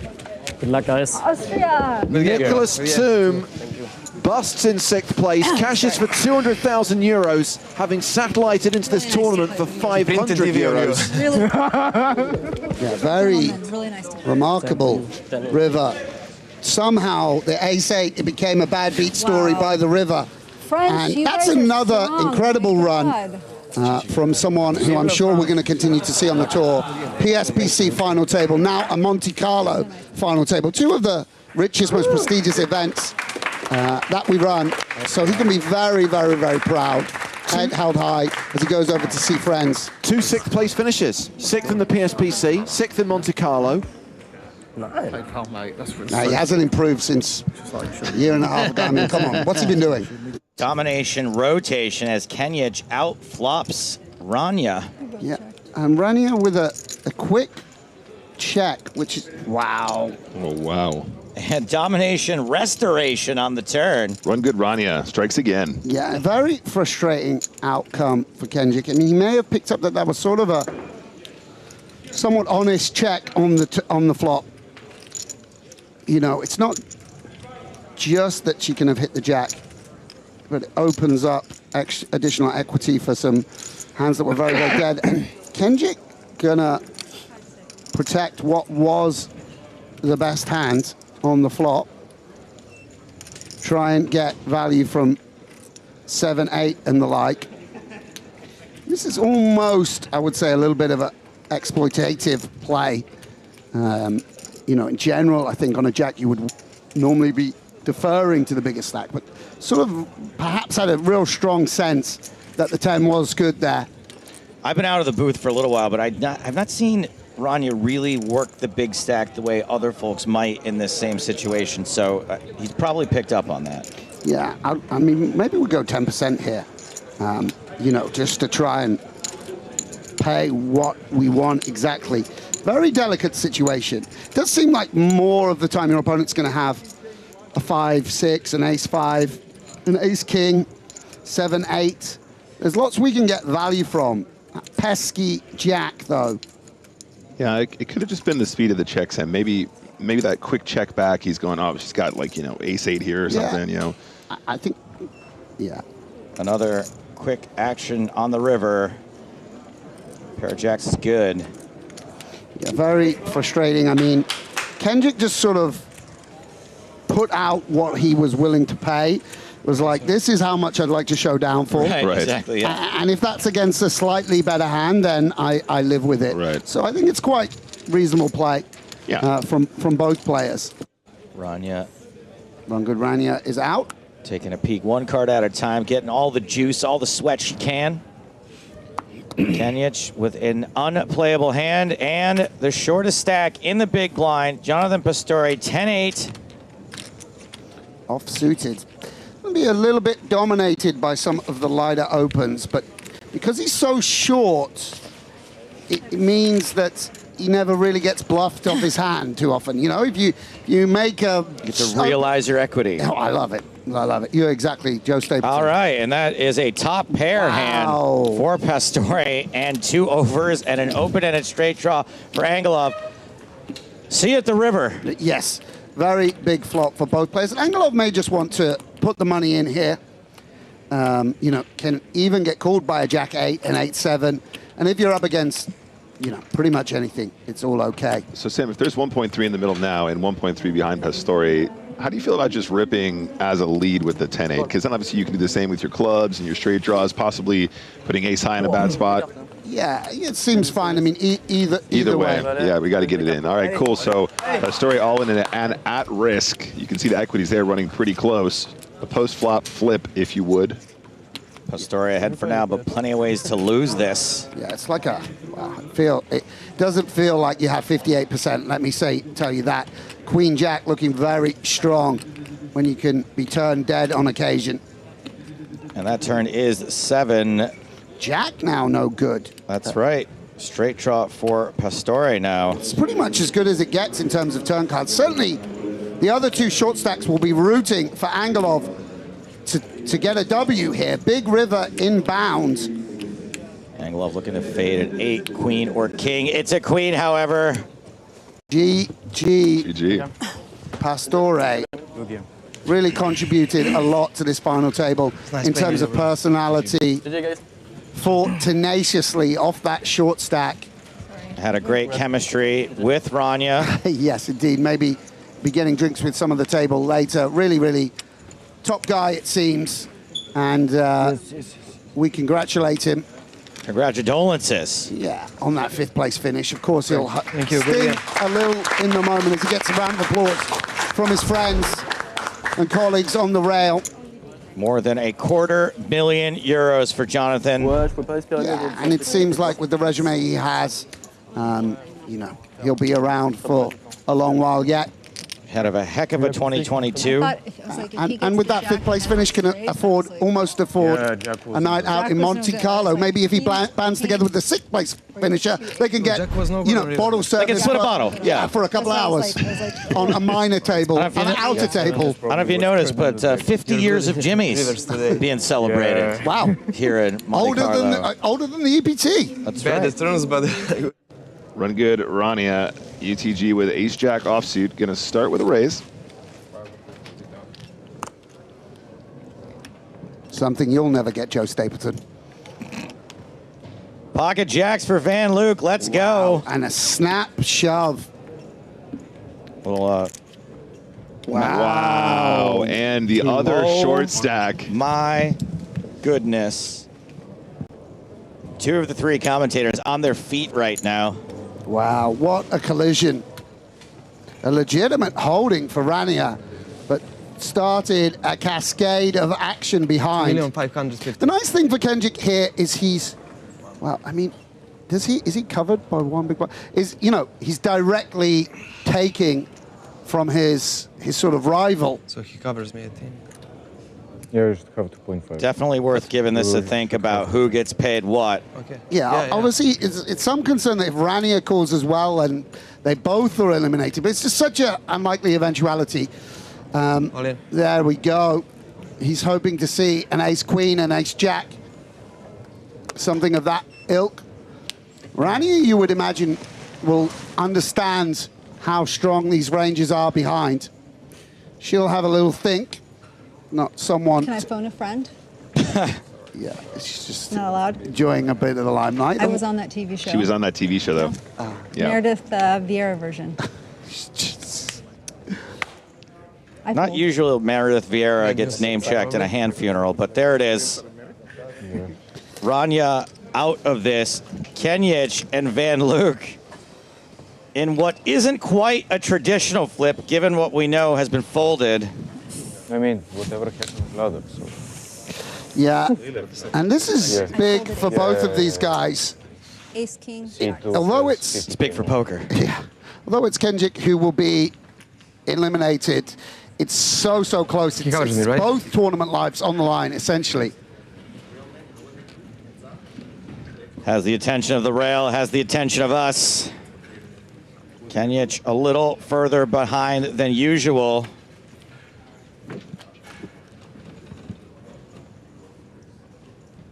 $10-7-5, Jack's holding. Heart's not a factor. Kenjic still looking to hit one of those 5 outs on the turn or river.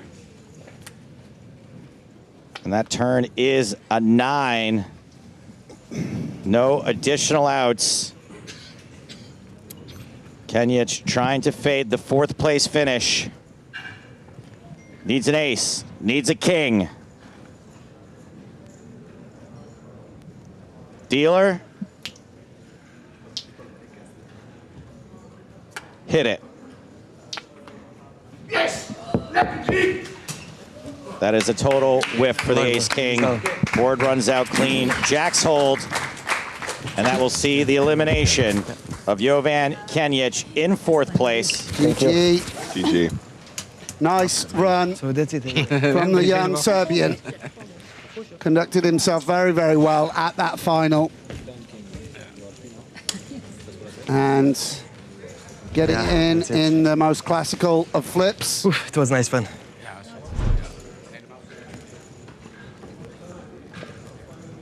Thank you. Allebei valt de kaart weg.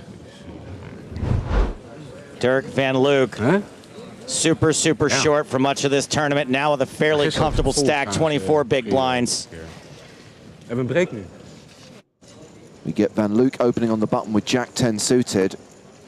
Round to Rania Nasreddine in the big blind. No opportunities? 5-4 offsuit.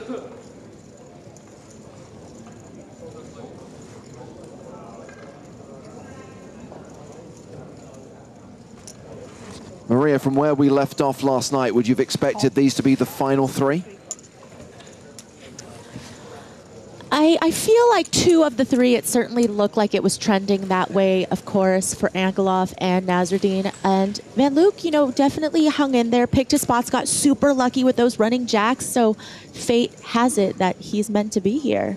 Yeah, and he has flop top pair here against second pair. Nezreddine checks to him.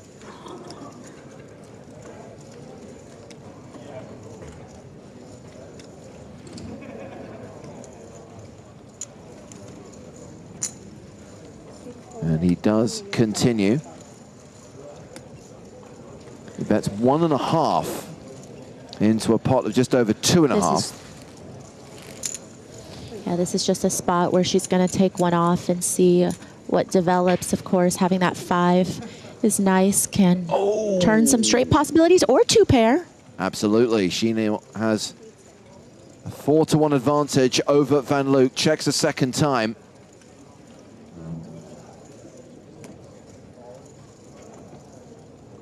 And if Van Luijk knew what Nezreddine had, those glasses would be getting steamy. This is a brutal spot for him now. Fires a second barrel. I'm all in. Oh. Wow. Please don't She back. Oh my goodness. Wow. check shoves. He snap calls. What a Whew. Please hold. Please hold. Please hold. 5 for a hold for the pigeon. Van Luijk has 8 outs. Jacks, 10s, and King for 3s. ace. No jack, no 10, no 3. No jack, no 10, no 3. No jack, no 10, no 3. No jack, no 10, no 3. No jack, no 10, no 3. No jack, no 10, no 3. Those are his outs. If he doesn't hit a jack, 10 or 3, he's out. It's the 10! Oh my goodness. Okay. She's still got 900K. It was a virtual all-in, and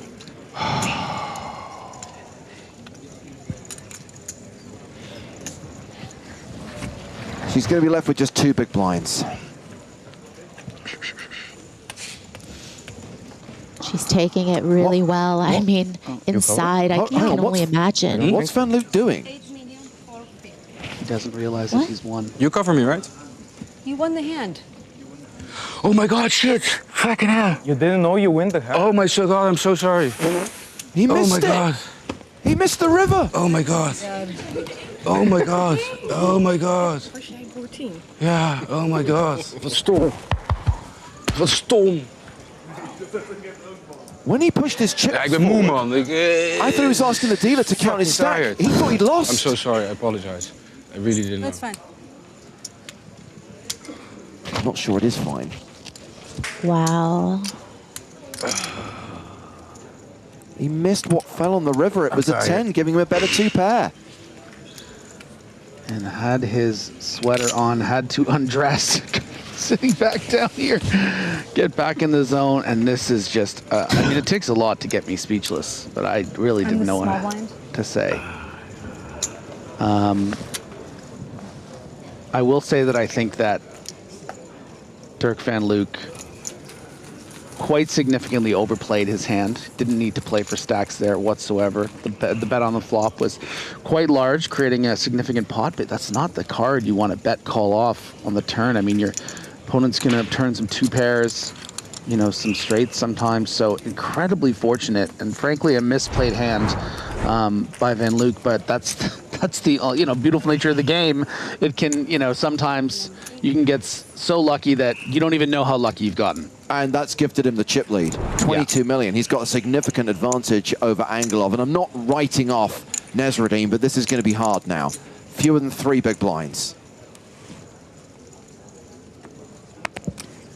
I just love how composed she was, you know, throughout. First, you know, doubling him up and then being left with crumbs, but then also him not really understanding immediately that he had won the pot.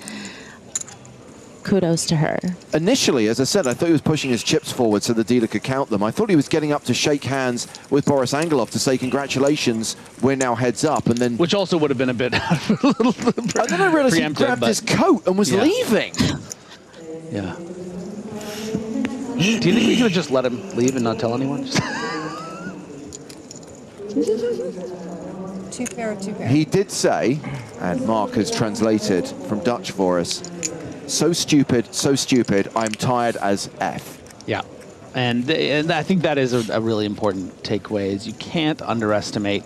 I mean, this is the 6th day in a row today where you're playing. I mean, you know, we do end pretty early some nights, give them a chance to reset and get some rest. But in general, you're playing all day for 6 straight days. And I can speak from experience having done that you can get loopy as much. It's just the max focus all the time.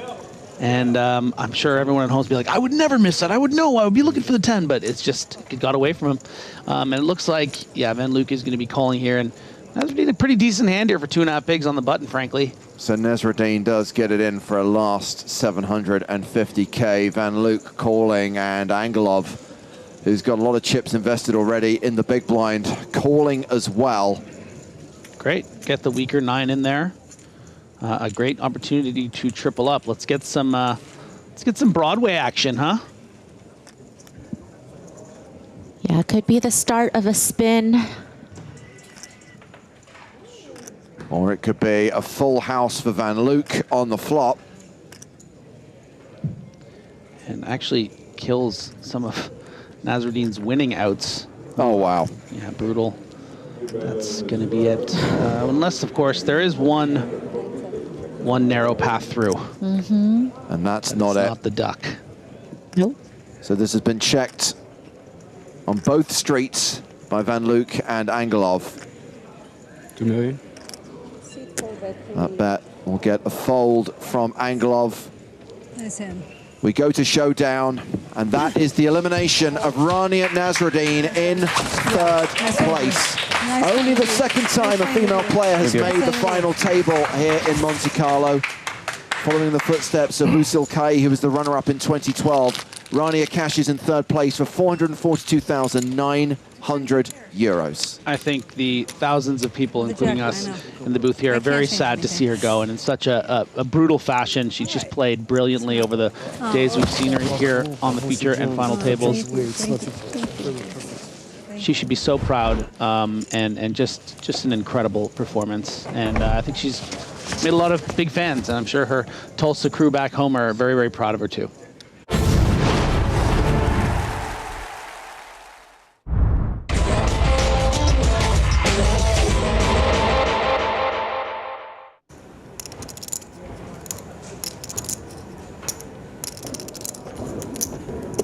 First hand of 30-60, and O'Dwyer's raised his button.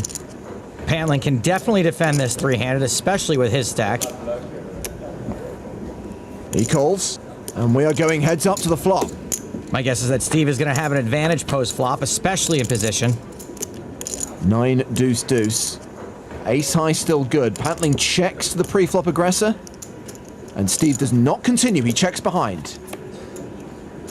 7 of hearts on the turn. O'Dwyer now with a flush draw. See if Pantling takes a stab. He plays pretty fearlessly. Gotta respect that. He will bet the turn. He overbets the pot. 385,000. This is a big bet for more than 10% of Steve's remaining chips, but he might feel as if he's got to make this call based on what he could win if he goes runner-runner. That's implied odds. There's the call. The river is not a heart, but it is a queen, giving O'Dwyer top pair. Pantling now checks. Steve probably knows his hand is going to be good here a lot. The yellow chips worth 25,000 each. O'Dwyer going for value. Which is that? 750,000. Scott Seaver and JC Alvarado giving Steve their thoughts between hands. Totally allowed. Steve has made a great polarizing value bet with an unpolarized hand, which makes this a merge. Guy with the best hand here. Funny one. Specifically designed to get a hero call out of a pocket pair or ace high.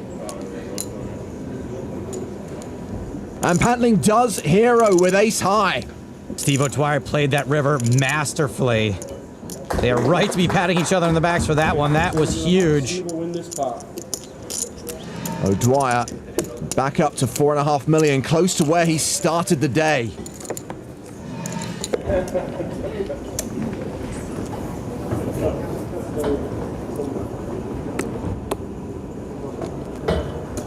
Johnny Lodden, Queen 10 on the button, raises to 120,000. 6s for O'Dwyer in the big blind. Lodden's going to be opening pretty wide, so pretty much any pair is going to be a 3-bet. There is the 3-bet to 375,000. How does Johnny respond? With a 4-bet by the looks of things. He re-raises to 800,000. Maybe a little aggro, but it's hard to fold three-handed. One. O'Dwyer shoves. See? Told you. Johnny's getting almost exactly 2-1, and he's probably not too happy about that since it's not really enough to make this call, which means he's going to have to fold away around 800K in chips. Wow, Loddon calls! Somehow Johnny talked himself into calling, and he's only as bad as a race. This is a huge flip for a difference in prize money of nearly 400,000 euros. A flip for 5 million chips.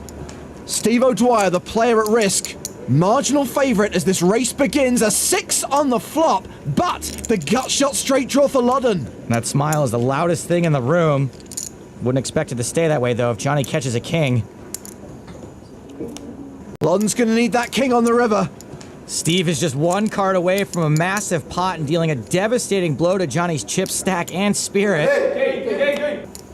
The Norwegians don't get what they commanded. O'Dwyer doubles up through Loddon. Love the silent cool guy head nod to the proud rail. Nope, keep doing that. And Johnny Loddon is now the low man at the table with less than 2 million.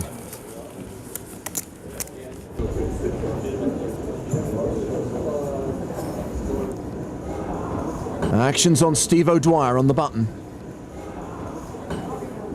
Ace 10. Very strong three-handed. He raises. Loddon's got ace jack in the small blind. Stronger three-handed. And if Johnny's 4-betting queen 10, he'll be 3-betting ace jack, surely. He is 3-betting.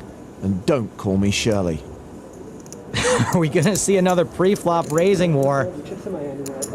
O'Dwyer just calls in position.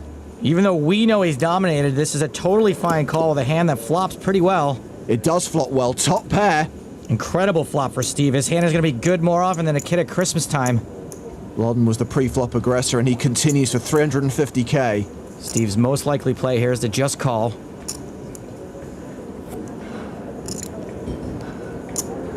And that's exactly what he does.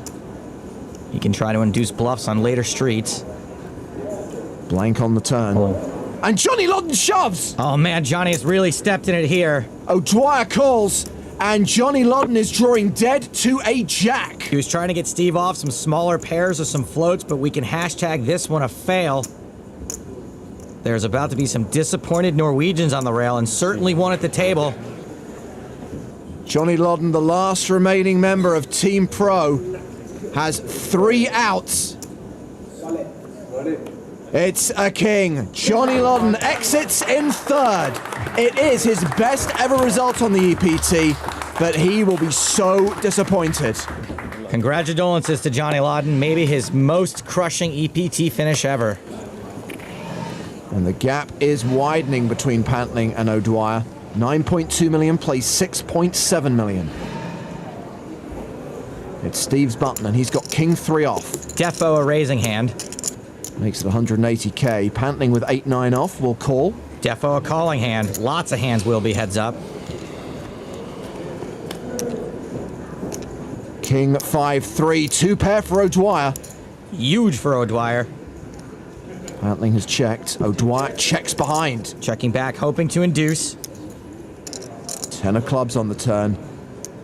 And Pantling now leads for 450K. The patented Pantling overbet. And it looks like induce is exactly what Steve did. He calls. My guess is he's planning to raise the river if he's given the opportunity. 7 on the river. Steve should still really like his hand. And will Pantling fire into the abyss? There's nearly 1.3 million in the middle.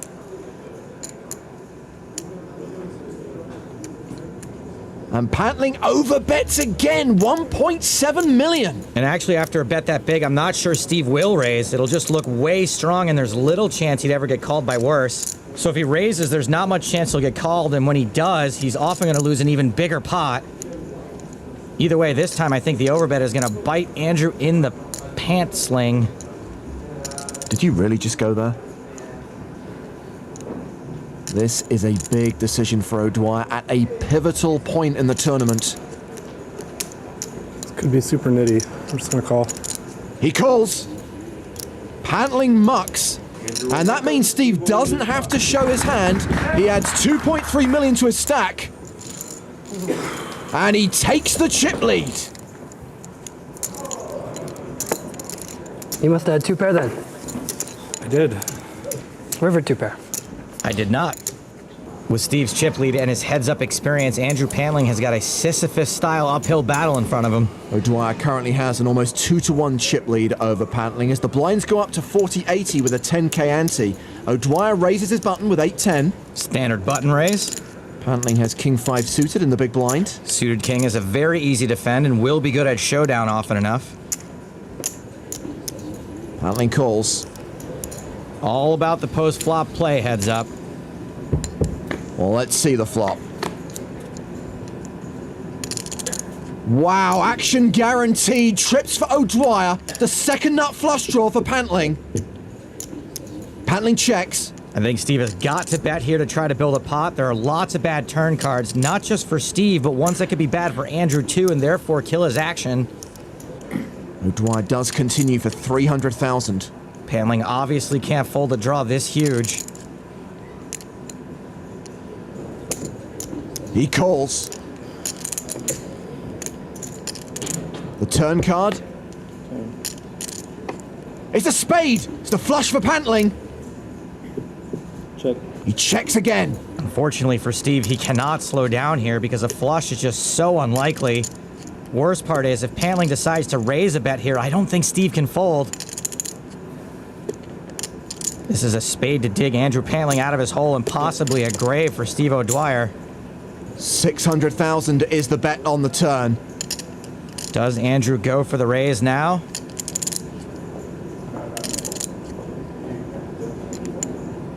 Signs point to yes. That is 1.425 million. Like I said, I don't think Steve can fold. He's beating a lot of other 8s. He's beating all semi-bluffs. And when he's up against a flush, like now, he's got equity to boat up. Still, he is behind. How much do you have left in green?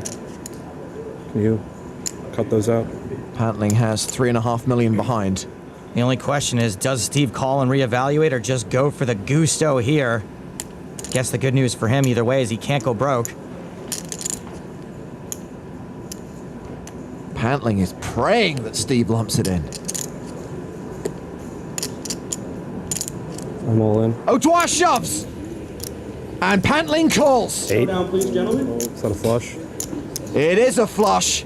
And Pantling will double up unless there is a Jack 10, 8 or 4 on the river.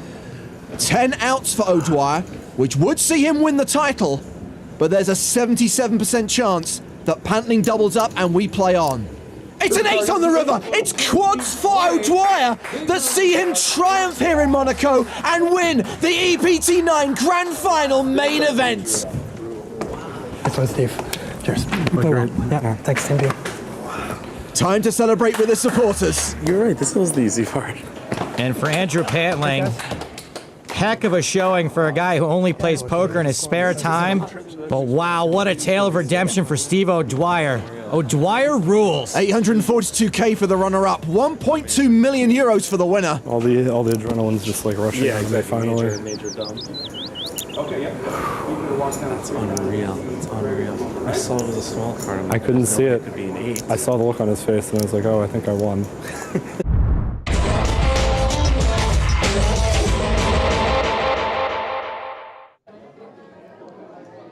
All right, next hand, Queen 10 of the offsuit variety for side and streaker.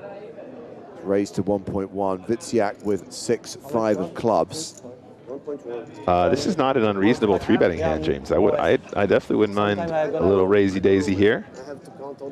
A raisy daisy? Yeah, 6-5 suited, 8-7 suited. Definitely some frequency of 3-bet there at the stack depth. 1, 2, 3, 4, 5, 6, 7, 8, 16, 17, 27, 37. I don't know.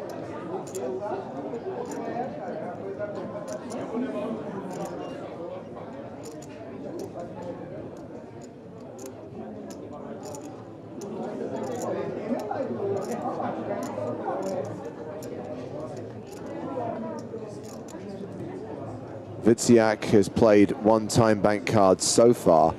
4 million. And you're right, Nick. He has decided to 3-bet with this hand. And I guess with a hand like Queen 10, with position, Seidenstricker can legitimately call this re-raise to 4 million? Yeah, absolutely. I mean, it just plays nicely in position. I don't expect to see a 4-bet here. That seems a bit over the top. But this is a very, very good situation to try and take it post-flop against an aggressive opponent. Indeed has the best hand, and that's an important part of deciding whether or not you're going to call. How frequently does my opponent actually have a bluff here?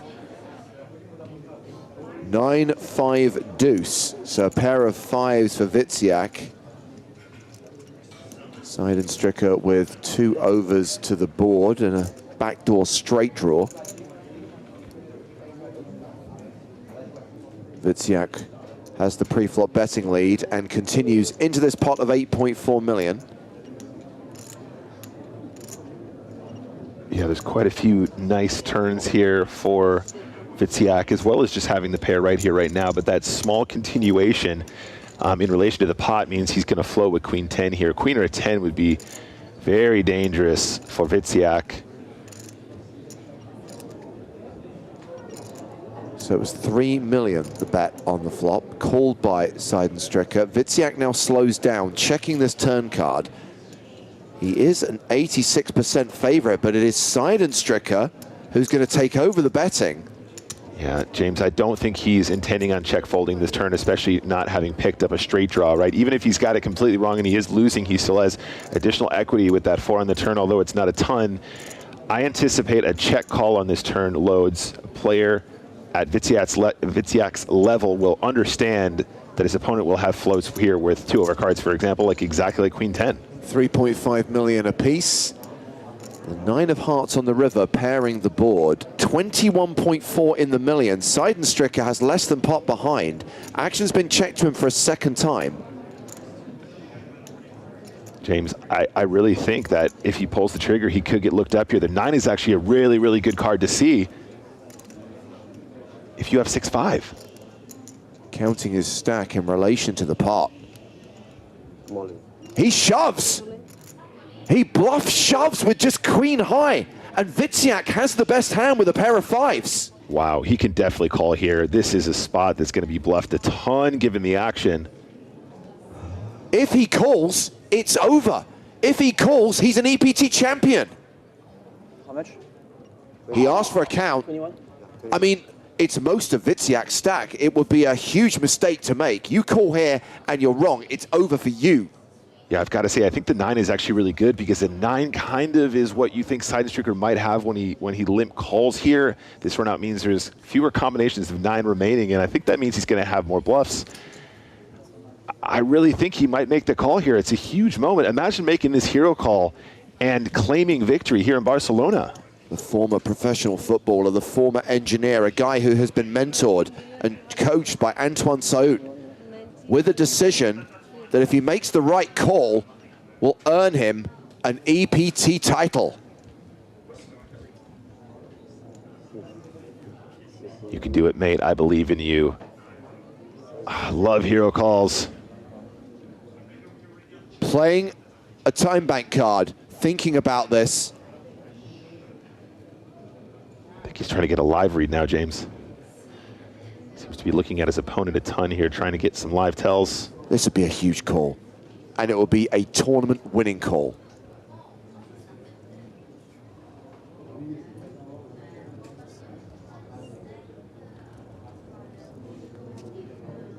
Look at this from the rail.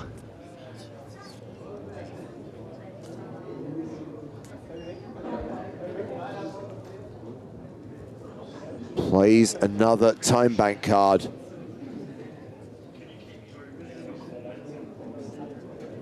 I call. He's made the call! Oh, wow. We have a result here in Barcelona. It is Simon Witsyak from France who takes the title and trophy. The additional 100,000 euros in prize money and crushes the hopes and dreams of the Brazilians. Wow, what a call. Absolutely fantastic poker. He's dominated this tournament, and what a dominant call to take the trophy. He has been chip leader for so much of the late stages of this 5K main event. He closes it out. He takes it down. He'll lift the trophy. he'll claim the single biggest slice of the €10 million prize pool, while Zhao Seidenstricker is the runner-up.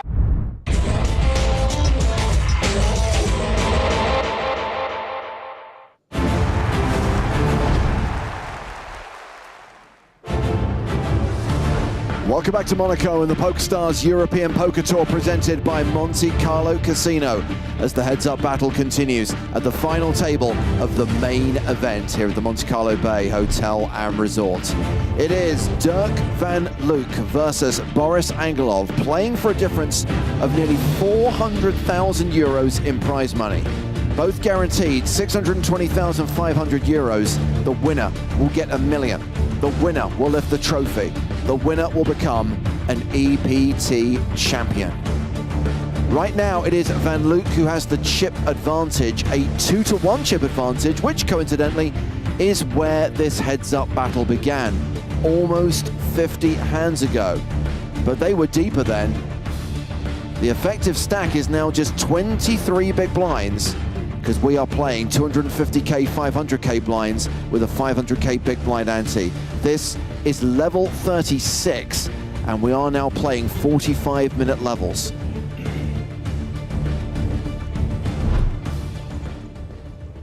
Action resumes with hand 145 of the final table. They went heads up at hand 98.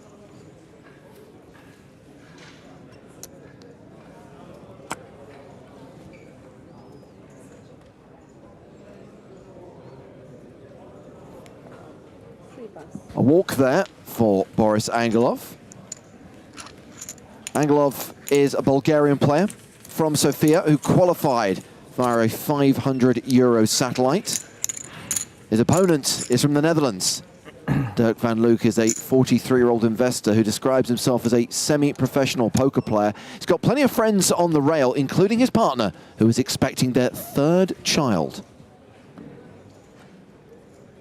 Both these players guaranteed the biggest scores of their respective poker careers, be that 2nd place prize money or 1st place prize money.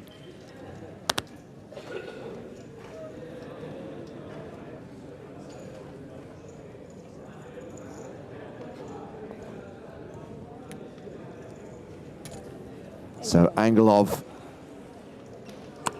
calls on the button. Queen 7 is the hand for Van Luijk, a dominating hand. 1.2. He raises. Makes it 1.2 million. And Angelov folds. It is James Hartigan, joined by Nick Walsh. Hello, hello. Thank you for having me. And also joining us live via satellite is Maria Ho. Hi. Welcome back, Maria. Hope everyone enjoyed the extended break, which was negotiated by the players. 20 minutes, 50 minutes, 40 minutes. We settled on 50.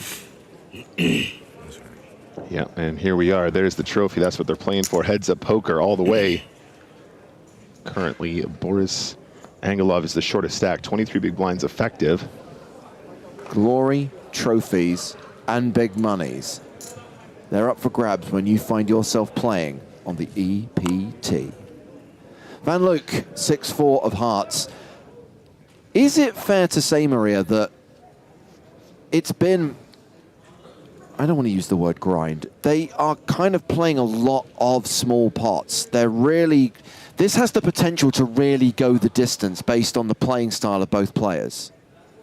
Absolutely. I feel like we've seen that Van Luijk, he's not really trying to, play huge pots pre-flop especially. He's usually very likely to just be calling Angelov's opens or, not really putting in many 3-bets. So when there's no coolers pre-flop and they don't want to play big pots pre, then you really just have to go post. And so far, been really cagey, a lot of back and forth. Van Luijk sent us off to dinner with that big hand with pocket kings, which is why he's back in the chip lead. But, still, I think both players are demonstrating that they're ready for the long haul. Yeah.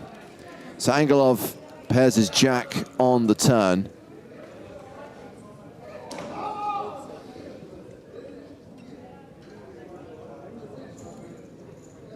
Getting a little bit rowdy out on the floor. Is that the high roller? Yeah, something like that. There's still a lot of poker happening here in Monte Carlo, which I absolutely love.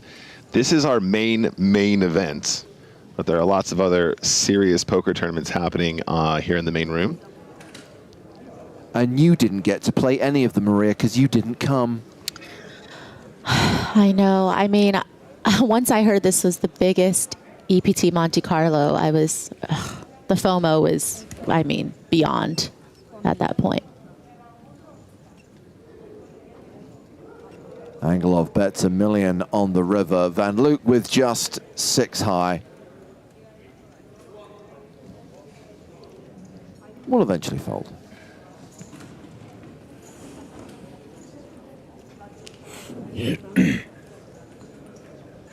So Angelov wins that one. Chips up to around 25 big blinds. Yep, this is definitely... This is the stack. Sorry, Maria. I have a feeling we're going to say the same thing, Nick, so you go ahead. I was going to say, it's basically a spin and go now, guys. This is definitely spin and go heads-up territory, so I'm glad you guys brought me in for this one, but yeah. I don't think you were going to advertise spin and go, Maria. I think you were going to say something else. You were going to say something else, too.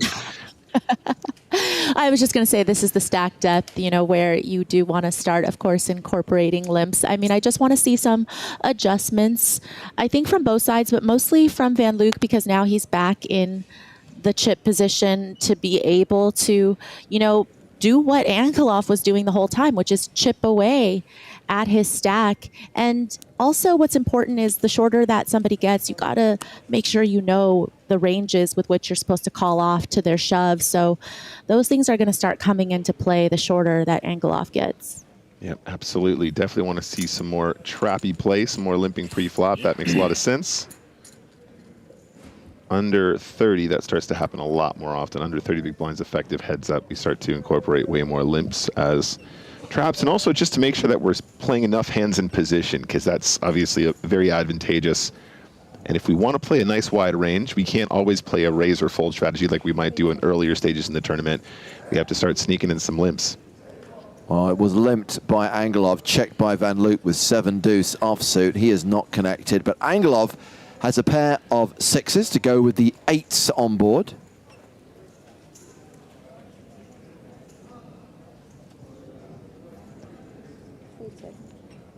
Yeah, I might want to go for some protection here. It's kind of also just for value, too. Like, you can still get called by worse 6s.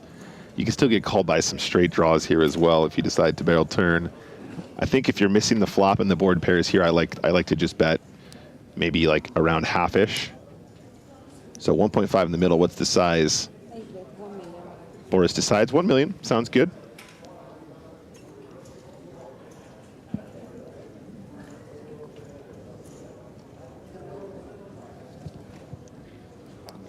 And it's interesting because we do see that Van Luijk has a gut shot. I don't know if I love calling here as much as maybe finding some raises. I don't know. It's interesting because is his plan, if he misses, just to check fold? Because you do want to consider other ways to win the pot, of course. Yeah, I think alternatively, having seen the check-in position, sometimes you can turn your gut shots into leads here. Yeah, you're absolutely right, Maria. I feel like, yeah, you're kind of just giving up on the hand here unless you connect. And when you do, I feel like it's a little bit obvious when you play your hand this way too. I think if you lead the turn, you give yourself the opportunity to have like some 10x, some 8x, maybe some actual flop straights that you're blocking, and then you can kind of reassess on the river given the run out how you want to proceed. Have some of that. 2,400,000 into a pot of 3.5 million. And Van Luijk with just 7 high here. Yep. And I honestly think this is in my mind, this is a very clear value bet, or at least that's how I imagine Angelov is imagining that's how he's proceeding here. Given the action, it just doesn't feel like it's going to be a lot of bigger pairs, so you still might get a hero called by some high cards, and then obviously the other one is the bottom pair that you have out kick there as well, which is pretty nice to try and target. Angelov closing the gap once again, playing 15 million to Derk van Luijk's 21 million. So we're now near enough 30 big blinds effective in this heads-up battle.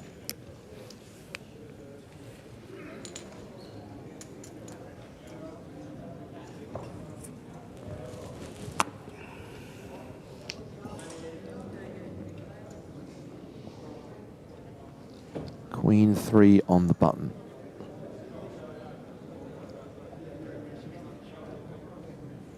$1.2. Free raise, 1,200,000. Raising to 1.2. Ace 5 for Angelov.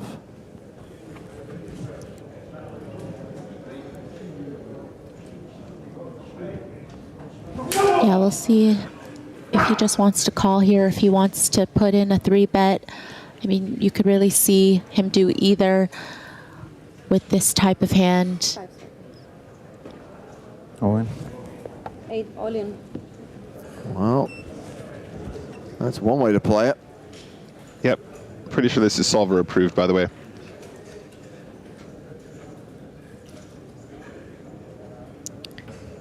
I think you probably do a little mix with the old ace 5, right, Marie? That's the old sourdough. You can usually do a little bit of everything when you look that one up.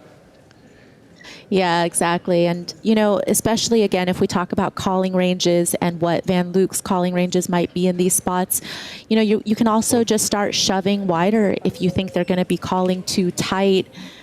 So certainly exploits to be had based on how well you perceive your opponent to know, you know, what's the correct calling ranges here. And sometimes Van Luijk will wake up with a big hand in that spot, but he's going to have top of range, I think, to call off that many bigs. Going to be a little bit more snug than the average person, I would think. Maria, what do you think about this analysis from LabD Whackin on YouTube? Angelov is the more disciplined player with better situational awareness, but Van Luijk's inexperience has him playing in certain spots in a way that confuses Angelov now and then. I think there's some merit to that for sure. I feel like Van Luijk is unpredictable, you know, and especially it makes me think of that hand where Angelov had middle pair for a pair of 7s, and we just see a check raise out of Van Luijk with ace queen on 8-7-6. And so that part, that unknown and that unconventional play certainly will make it hard for Angelov to, you know, be able to range Van Luijk in some spots. So I definitely think that I would agree with that statement. I feel like Angelov is probably also just more disciplined because he has more experience, it would seem. You know, people are saying he's a quite avid cash game player and, you know, is really familiar with deep stack play, and all of those things, you know, really make you confront all types of situations where you're going to be able to adapt and adjust better.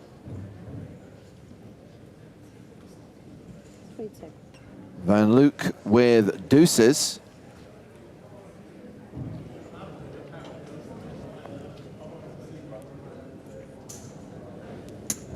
Eight bet, 500,000.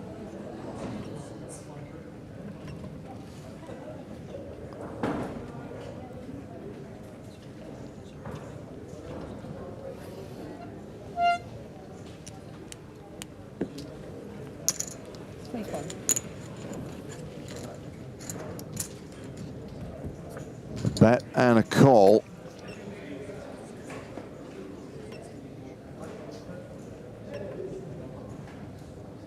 How many barrels is it going to take to get Van Luijk to fold? Will he fold the deuce? Yeah, I actually don't know if you barrel this turn too often. It's like, you know, of course it's a limp pot, right?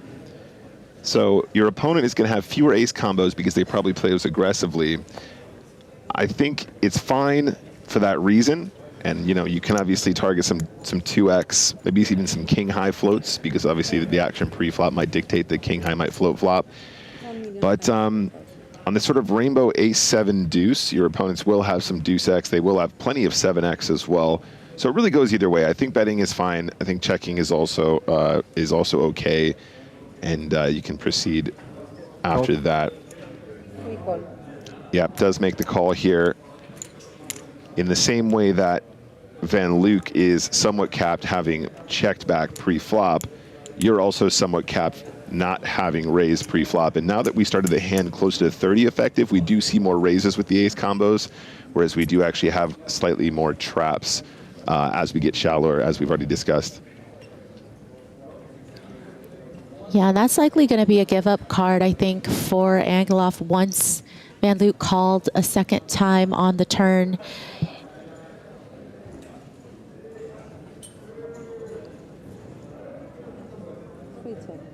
It would be gutsy.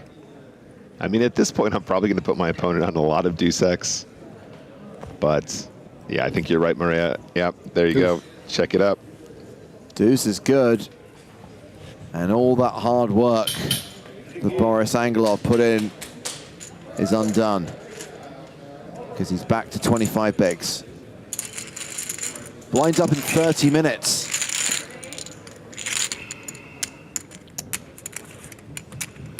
And we didn't really see, you know, prior to dinner break, Van Luijk get very stubborn with those type of holdings. You know, he would quite often be folding bottom pair or some of those weaker hands to 2 barrels. But, you know, maybe he's switching things up now and realizes perhaps he was folding a little bit too often and a little bit too quickly. You know, a lot of the times it was without consideration, seemingly. And now I think he realizes that there's benefits in taking some more time and also getting sticky. You got to get sticky in heads up. Yep, very important. Ranges being this wide, you can really ramp up the aggression, but in turn you have to show up with some pretty weak stuff at times. You need to be calling down in these situations. You know, here is a monster. At this stack depth, probably majority min raising this combo. We start to trap these a little bit more aggressively the shallower we become, because we want our opponents to be more likely to jam the hands we have dominated. Did he make it 1.5? Is that 3x? Yeah. No. We can't be doing this. Oh dear, no. This size is ginormous, especially in heads up, especially at this stage. This effective stack depth for sure, and Angelov folds the 9-5. I mean, when you think about the range that your opponent is supposed to defend in the big blind, as soon as you make that 3x, James, you're cutting out loads of the hands you want action from. You're really making your opponent's range stronger. Also, G-Tura watching on Twitch thinks they've identified a sizing tell. 1.2x with bad hands, 1.5x with big hands. I mean, he might have a point there, but generally speaking, especially now that we're under 25 big blinds effective, just the min raise every time. I mean, there's literally almost no advantage whatsoever to having a larger size, except perhaps to account for the big blind ante or something like that. But even in that case, it wouldn't be a whole 3 big blinds. It wouldn't be 2.5.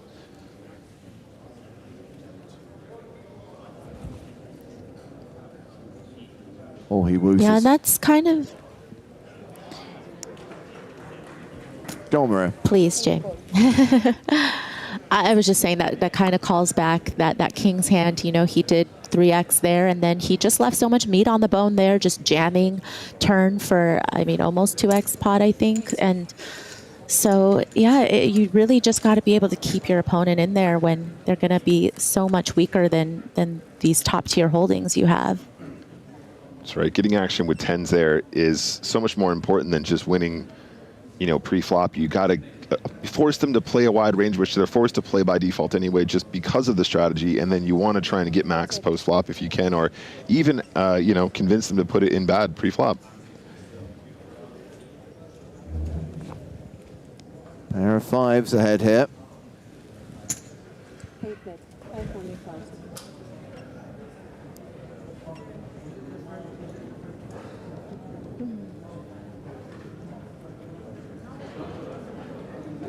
Call. Yuval Cole says it's easy to identify a tell when you see their cards.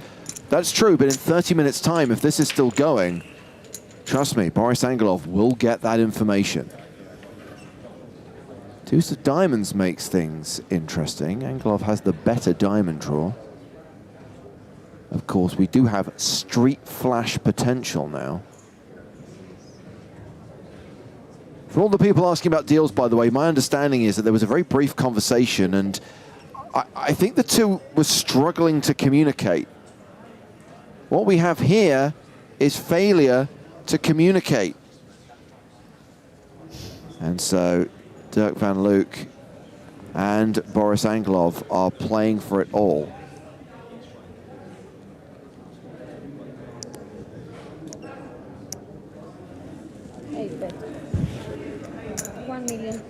And here we have Angelov just trying to muscle his way to taking down the pot. I mean, does have some equity, of course, if he gets called, but would be pretty happy to just shake Van Luijk here, but I don't think that's going to happen. I mean, as you mentioned, street flash possibility, James, but also Van Luijk may see that when he gets, ooh, I don't know if I expected the raise, but again, I like it. It just seems like he's taking a more proactive stance post-dinner than he was pre. He was very much on defense before dinner. Now being more offensive, putting his opponent to the test. Yep, that was definitely spicy. I like that one. I think calling is also totally fine, but as you said, Maria just seems to want to step on the gas a little bit. Angelov down to 20 bigs. Van Luijk playing 50 bigs.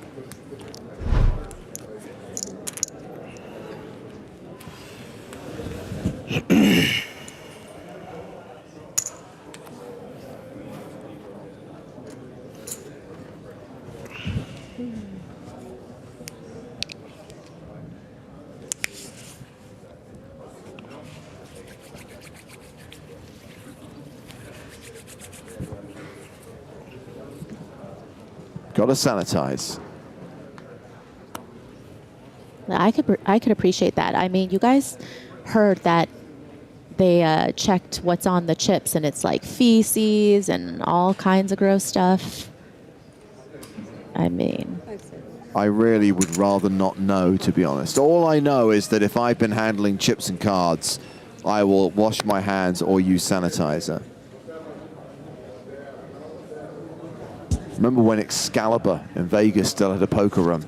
The chips were literally stuck together with grime. I really like that card room, though. I mean, also calling it a card room was a bit of a stretch. It was more like a square on the ground with borders. One of my favorite experiences happened at Excalibur when I won a bad beat jackpot, got to spin a wheel, and won an Excalibur t-shirt, which promptly shrunk in the wash. Oh. I think I lost with a full house to quads.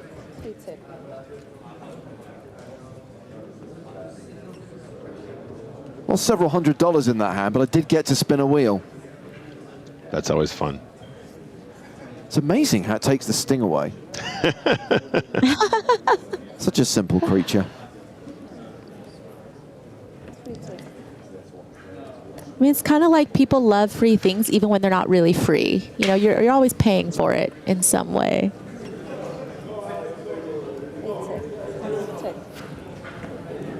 The best things in life are free.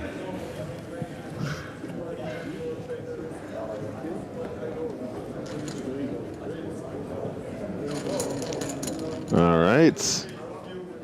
Another pot going that direction. 18 big blinds effective now. That's Boris Angelov. By the way, if you get a chance, check out Victoria Coren's first book. Everyone knows she wrote about her EPT win in For Richer, For Poorer. Her first book, Once More With Feeling, is about her and her friend Charlie writing an adult movie. Yeah. And they decide that the best place to write an adult movie is Vegas. And they stay at Excalibur, and her descriptions of Excalibur are just hilarious. I definitely need to remember to get that one on Audible. I've heard so much about it. Just the weird mix of like Arthurian legend with Chaucer, Robin Hood. It's just all kind of blended together. Anything that's old and English. Yeah, I have been to that Tournament of Kings that they do in the basement as well, and it's... You do realize that Maria has no idea what we're talking about. Maria has never set foot inside Excalibur and never will. Actually, you're wrong about that. I have. You've never stayed there, Maria. There's no way you stayed at Excalibur. No, I've never stayed there, but I've stepped foot in Excalibur. You definitely need to use hand sanitizer after you've been there. I mean, they expect you to eat the pheasant with your hands at the Tournament of Kings, so of course you do, James. Tournament of Kings. You know, red knight versus the black knight, all that kind of stuff. Who's going to win, blue knight or the red knight? It's great. The book is called Once More with Feeling.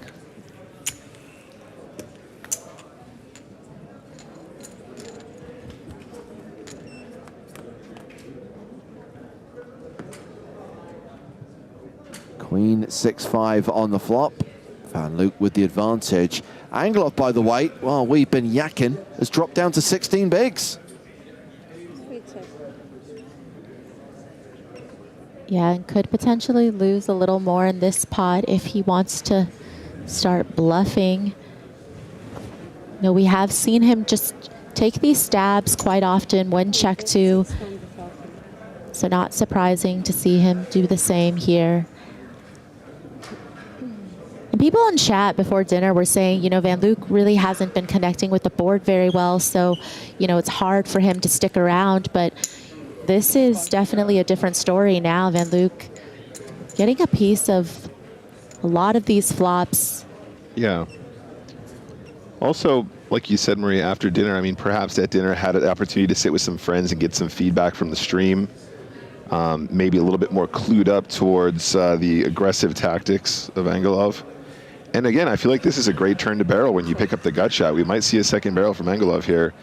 I certainly would consider the Jack of Clubs a nice card because it's another overcard to the 6 and the 5. You're going to get some straight draws to fold. You obviously pick up a little bit of equity, give yourself the opportunity to line up for a third barrel sometimes as well. Yeah, it's kind of unfortunate that this gives Van Luijk the backdoor flush draw because, you know, I could see a world in which he would fold a lot of other 6Xs. I'm not really sure about this combo.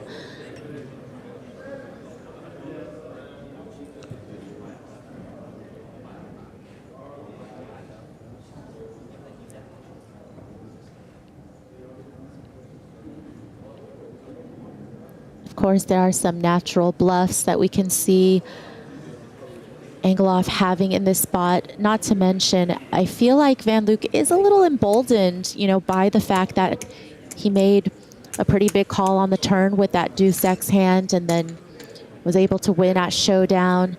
So maybe feeling a little bit confident that he can stick around and win and not get blown off the hand. On the second, 5, 6, 7, not a straight. 5, 6, 7, 9, not a straight. Neither player has a straight. It's not a straight, but Angelov is blocking the straight. And with those two overcards to the 6 and the 5, having bet the flop, having bet the turn, I would love to see him put in the third barrel here. And I think on this occasion, without the clubs coming, it might work. It probably works very often, in fact. Is he going to have to be all of it? I think it's got to be all of it, yeah. All in? Yeah, I think he definitely, sized the turn in a way where his plan is to create, you know, a price that isn't going to be that easy for Van Luijk to call on the river. Well, I was going to question whether we'd see a hero call from Van Luijk, which would win him the title, but no, snap folds. And the bluff gets shown.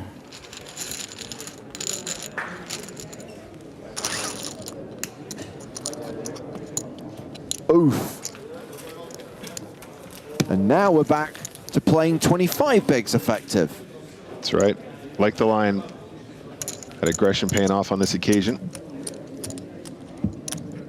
Again, Angelov showing the bluff there, I think, just to hopefully get into Van Luijk's head a little bit, you know, play that psychological edge of, you know, maybe you've won a couple of pots and maybe you feel like you're getting the better of me, but no, I can still bluff you off the best hand and I'm not afraid.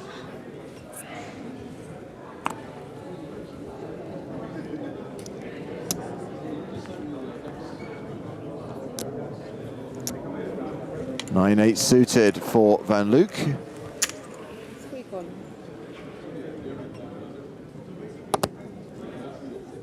King 6 of hearts for Angelov.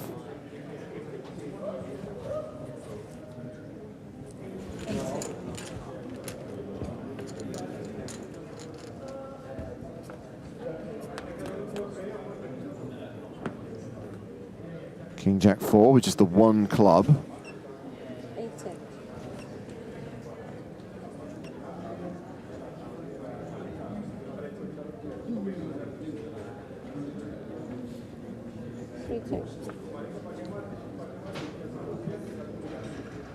Deuce of diamonds on the turn.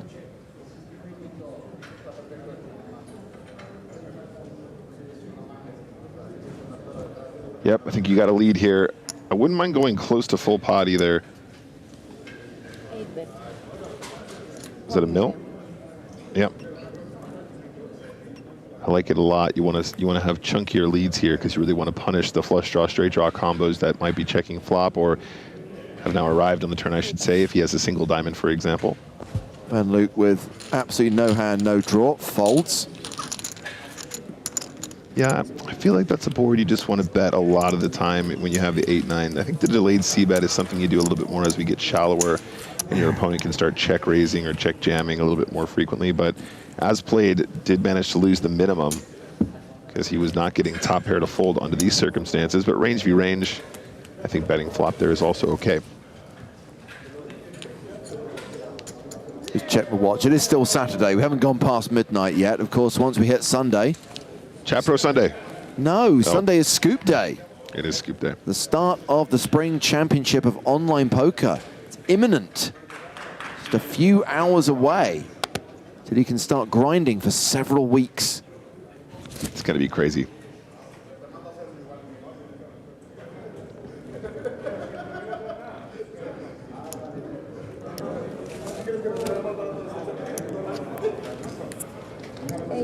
Angle of raising here with King 10.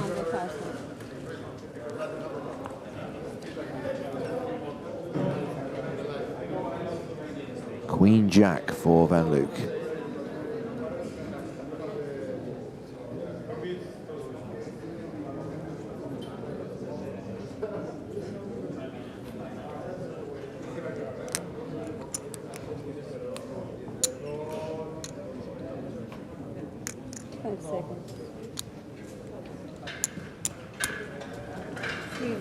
Oh, hello.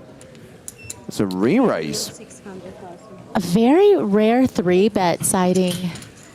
And just based on that alone, you know, Angelov not even taking much time with his hand. You know, if you have an opponent where you feel like they're going to be quite balanced with their 3-bets and have bluffs as well as value, then sometimes King 10 offsuit will consider getting involved in some way. But if you're just going to give him top of range, then it's an easy fold. Although we can see that Van Luijk picking Queen Jack there as a 3-bet is something that is unexpected to all of us.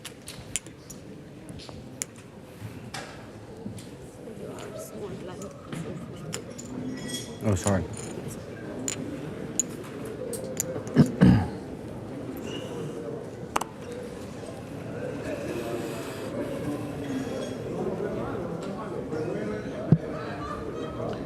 I like to see a raise from this combo in position. A lot of these trashy suited hands become raises, guys. Just because they've got slightly better playability than their offsuit cousins, but they're also not hands that you're going to really cry if they 3-bet and you're forced to fold, right? So what we end up doing is constructing ranges where we're limping kind of medium strength stuff that we'd like to see flops with rather than getting 3-bet mercilessly and being forced to fold them. And then we range very polar. We raise very polar, excuse me. We raise with super strong stuff and then a bunch of weird stuff like this as well, just to balance it up and still give us some vestiges of playability post-flop if we do get called. What we don't want to do is find ourselves raising too often with hands like King 10 suited, Jack 10 suited, King Queen suited, and then putting ourselves in tricky spots when we get 3-bet or being forced to fold hands that have considerable equity when we have a pretty hand in position that plays well post-flop. At least not all the time. Pocket fives manages to take this one down. Are we now back to where we started this level? Just about. When he puts in that small blind, it'll be almost spot on. Well, I guess it makes it easy for the highlights, doesn't it? You can just chop out the entire last 35 minutes. No one will ever know. And the entire level before that.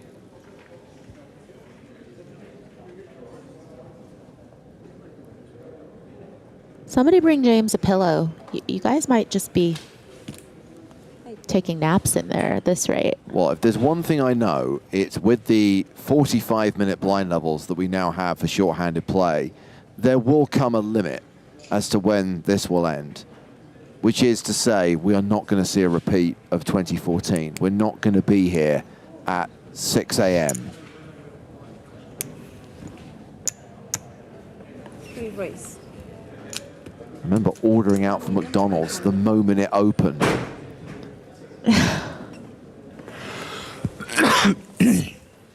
Was that Stape's idea? I think it was everyone's idea. McDonald's. By the time we got to 3 a.m., Joe was definitely advocating booze. I definitely had a nap on the floor. I don't normally nap on the floor. Joe does it all the time. But it's been a very, very long day, and I just needed like 30 minutes. Wait, you guys haven't been drinking this whole time? I jest. Save it for the wrap party. I've told the story before, and I will tell it again. Someone was watching the live stream at Nice Airport. So they were leaving Monte Carlo, got to Nice Airport, watching the live stream on their phone, and the player went out in third place. They went heads up. Jack Salter, Antonio Buonanno. Oh, right, it'll be over soon. Switched off their phone, got on their flight to Toronto, landed in Toronto, got home, switched on their computer, and their heads-up battle was still going. Someone managed to make it across the Atlantic and got home during that heads-up battle. Oh, Maria, I really don't like this check on the turn. When the flop is gone check, check, you need to lead at this. You need to punish the 6-5s. You need to punish the 7s. You need to punish the pocket 8s. I know, just giving your opponent free looks to realize their equity. And, you know, now if you come with the lead, it's just so unlikely to get paid off. Whereas if you just bet the turn, then Angelov is going to call in position with that open-ender. Yep. And at least you capture a little bit of value that way. Yep. Action from the hearts, action from the ace highs, action from queen highs, action from 6-5, 7x, 4x, king, all the other weird gut shots and stuff like that too. A lot of those combos will just bet flop in position, of course, so you can discount some of those. But here we are, yeah. Once you make the boat, you're not going to get any value from the misdraw. Now, having not led the turn, is this a spot where Angelov goes, wait a second, I can do something really wacky here? I'm not so sure. Yep, good fold. There was a pause where he thought about it, but you're right, though. I mean, in that spot, it's very unlikely, you know, with some of those draws possible that your opponent's going to have trip kings very often. So then you wonder if you could blow him off of some weaker holdings. Yeah. It's an interesting battle there because on one hand, your opponent hasn't really repped his hand the way he's supposed to, but on the other hand, you haven't really repped your hand the way you want to rep it on the river now. You can't check all the way to the river and then suddenly be like, oh yeah, by the way, I have kings full. Like, it just doesn't, story doesn't check out that way when you play heads up.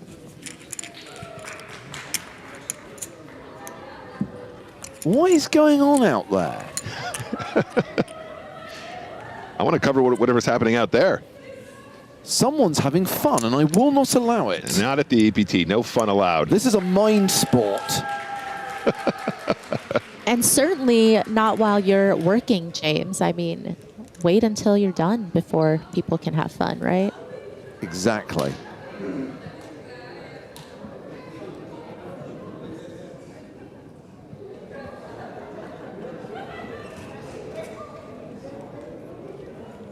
Quite so.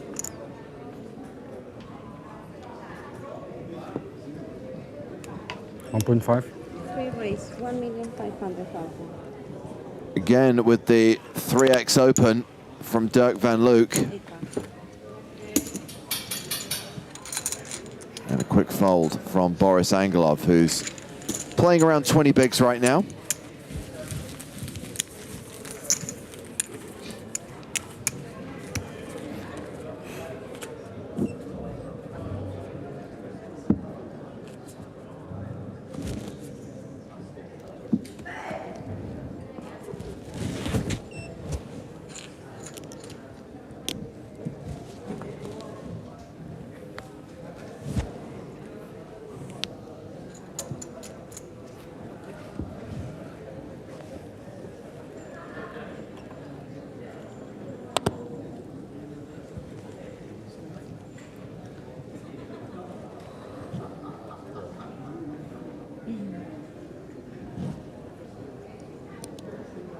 Jack 6. Angelov calls.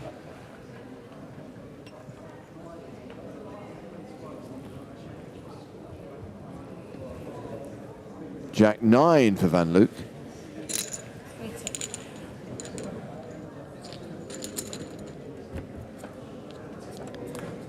Notal123 says, has poker ever considered ring girls? I'm very pleased to say the EPT hasn't.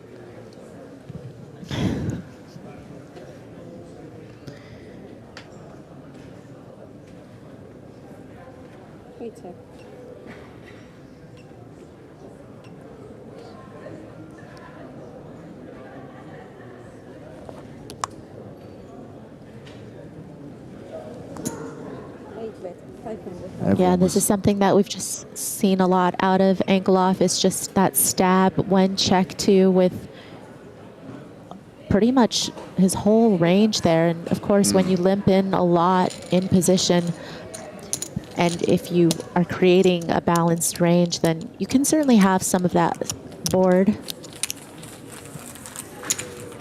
Everyone out there was hoping for a jack high flop in that hand. Their wishes were not granted. Apparently, this is the source of all the noise. Barney Boatman having a beer, getting a bit leery. With Howard Swains. Howard, behave yourself. You're still on duty. Barney just really living his best life these days. I mean, I guess he always was, but it's gotten a little better since he won.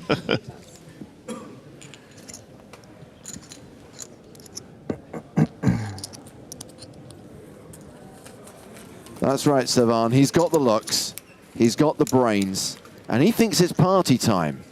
There's a winner's interview to do, Howard, for the PokerStars blog.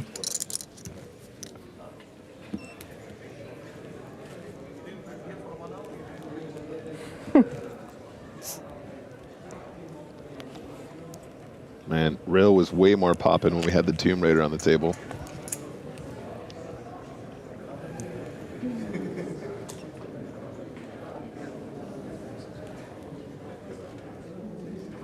Might actually be a foldable hand in position. This really comes down to how you perceive your opponent, to be honest. If your opponent isn't ISOing or limp raising versus limb very frequently, I think you can actually sneak in with 100% of your range. And if you're including a deuce, that's definitely where we're headed. This is right at the bottom of the barrel. From a GTO perspective, around this stack depth, something like 9 deuce off might be the weakest in position limp that we have. And then pretty much everything else better than that. Obviously, we're going to do some mixing of raising and stuff like that as well. But if he's including 8 deuce off, definitely maybe thinking his opponent isn't going to be raising as often. As we see here, though, nice little raise from the Queen 9, takes it down pre-flop.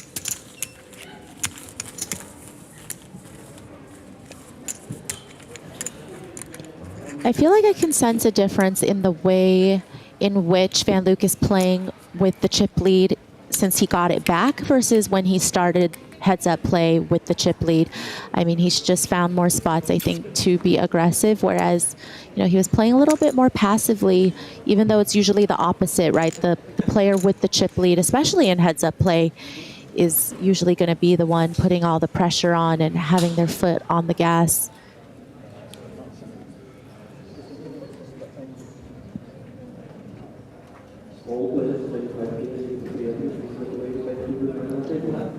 $1.2. We raised 1,200,000. So pocket tens, and with King Queen, it was 1.5. With King 6 of diamonds, it's 1.2. So it's raise and take it. Sorry.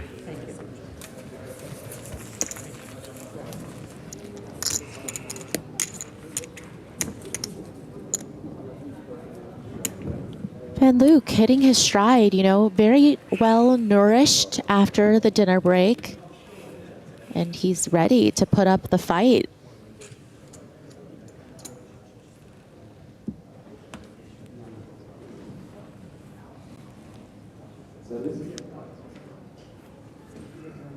Angelov back down to around 20 big blinds. Blinds going up after this hand, by the way. Ace Queen. There's a premium holding. Definitely premium, definitely bust worthy, as in going bust pre-flop, getting all the chips in the middle. Power of positive thinking, Nick. It's a potential double-up spot for Boris. Oh, that doesn't mean busting like busting the tournament. It means like going broke, like shooting for the hills. Oh my goodness. Oh my goodness. Maybe he is going to go bust because Van Luijk's got kings. That was unexpected, and this pretty much can only go in one direction at this point. Van Luijk needs to be careful here, though. How do you size your 3-bets at 21 big blinds effective? That's incredibly important here. 5 seconds.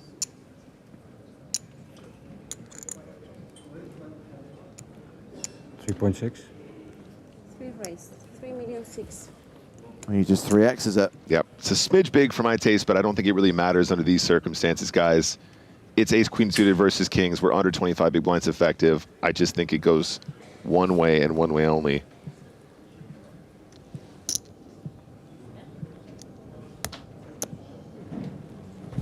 If all the chips go in here, Derk van Luijk will be the favorite to win.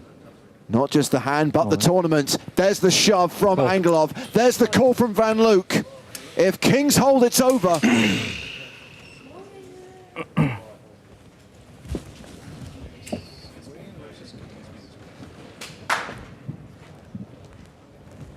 Ace of spades. Is someone on hand to tell Van Luijk in case he wins?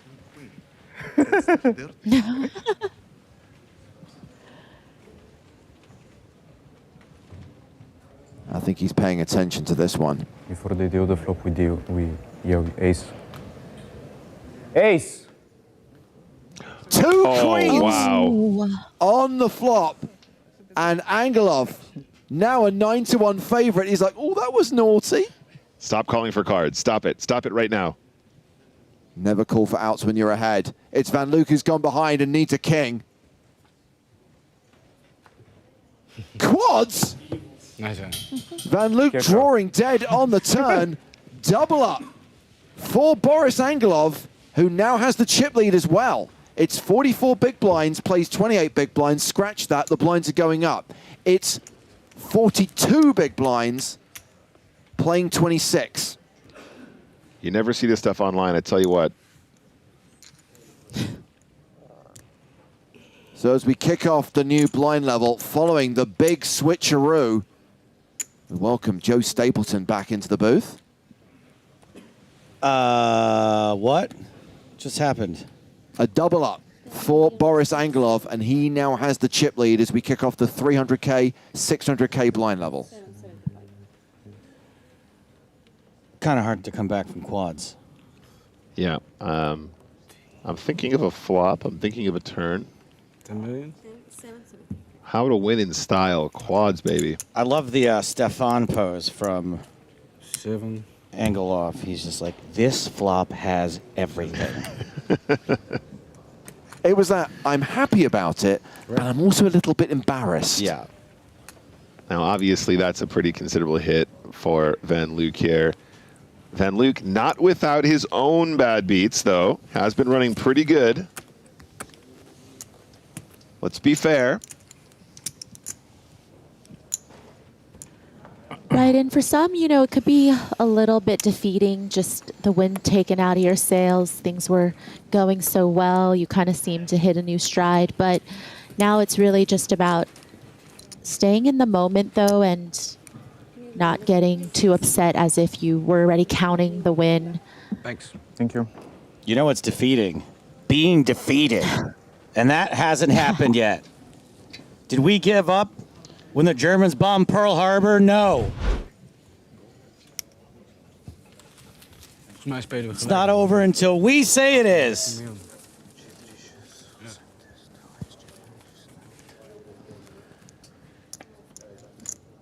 It's not over until that beautiful trophy is awarded to one of these two players. And I really don't know. I mean, who's going to end up taking it down? I feel like they both have found spots to, you know, really get under their opponent's skin, make it tough on them. It's not over until I do a mediocre winner's interview.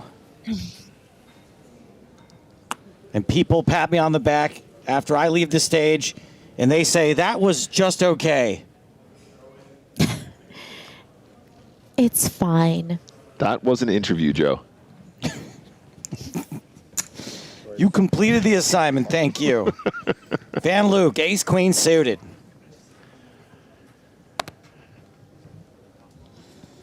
It's amazing how many people in chat do not know that I was quoting a movie.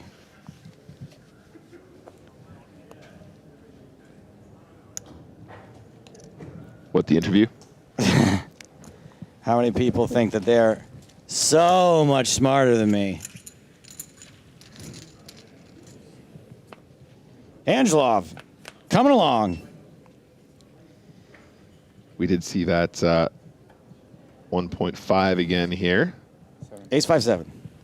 Blinds have gone up, though, so it's actually not as big as it was last level in terms of big blinds.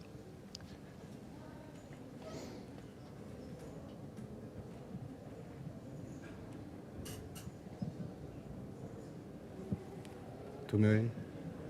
Woo, 2 mil. Oh. This is how you get paid $2 million with top pair. You don't get paid $2 million unless you bet $2 million. It's definitely, I think, a bigger sizing than some people would take, but Angelov is sitting there with second pair. It's just a little bit too good to just fold. Yeah. I agree. I think it is maybe a little bit on the bigger side, but when they got second pair, it's perfectly sized. It's like, how did he know? How did he know? Really? All right, we're going to a turn. When did you like your hand? 2 pair. 7 check. Angelov checks.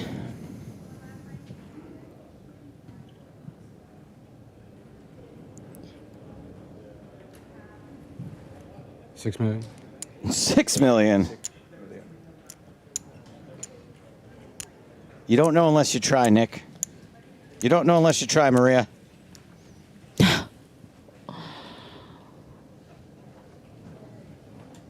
Can't tell you how many times I wish I'd quoted higher.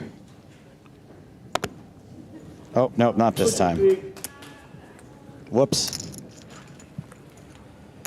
Van Luijk does get some back, though, and it's enough to put them dead even again.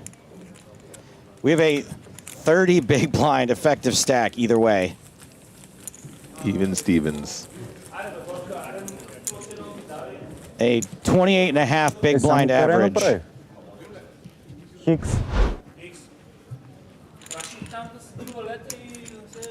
Who would have thought it would go down to the wire like this, except everyone?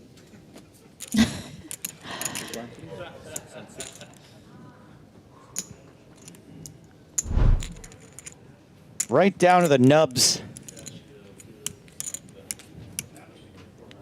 Did somebody over there in production jinx it somehow? Like, did someone say, you know, when we lost a lot of players early on in the day, that they were like, oh, yeah, I think we're going to be done early tonight?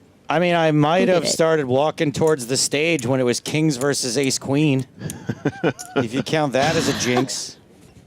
We did have Griff earlier as well going, oh, hey, by the way, could you remind me when the last longest heads up in the EPT was? Does anyone know what that was? Oh, Griffin. Griffin. Oh. It's always Griffin, isn't it? It is. Sometimes you just want to take a cheese grater to that boy.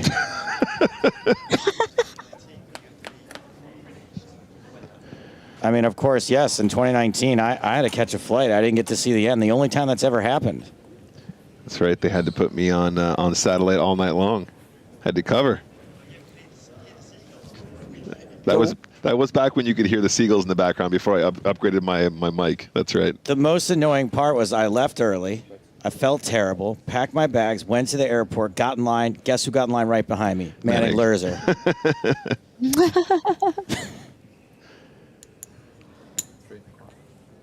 Pair of fives for each player. Outkicked Van Luijk is. Of course, he did take the helicopter to the airport. Oh, did he? Yep. Oh, okay. All right. Well, I don't feel as bad then. That's how he got there. Could have picked me up along the way, but all right. Probably hurting for money. Goes check, check. And that's a deuce on the river. That's 2 per for Van Luijk. Gets there. Definitely has been connecting out here. Definitely some advantageous distribution of cards.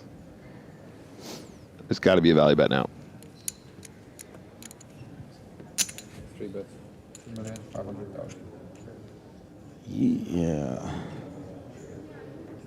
2.5 into 3. Very optimistic fella.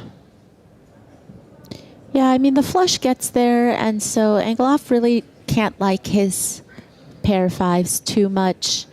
I mean, there will be some, you know, ace X, you're not really expecting a jack X or an 8X to necessarily bet this river for that size. So it really looks like it's either ace, a pair of aces, some flushes, some weird 2-pair combos like this, but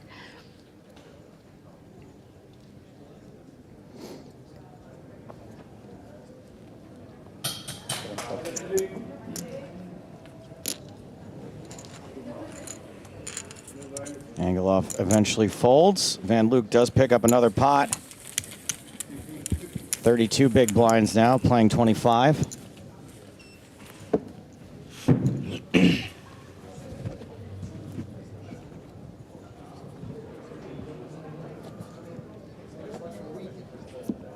You guys know it's at 10 o'clock at night? 10, 12, yeah. in some parts of the world, I mean, yes. that's wild. It feels both like 4 p.m. and 4 a.m.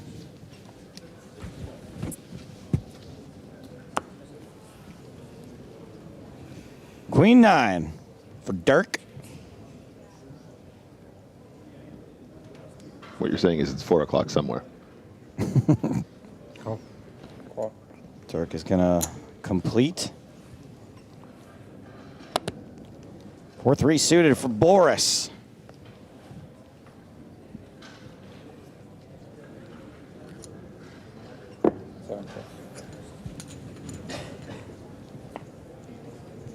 And we are going to a flop.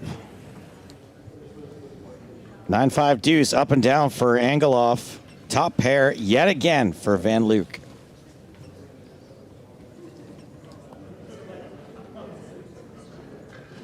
Don't miss this bet, buddy.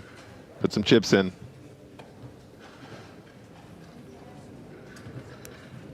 So there's 1.8 in the middle now.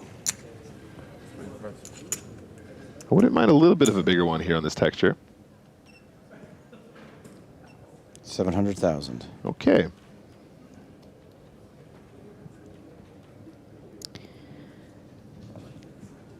Yeah, it's pretty nice when you're Angelov and you have these types of hands because you feel like it's such a good price to continue.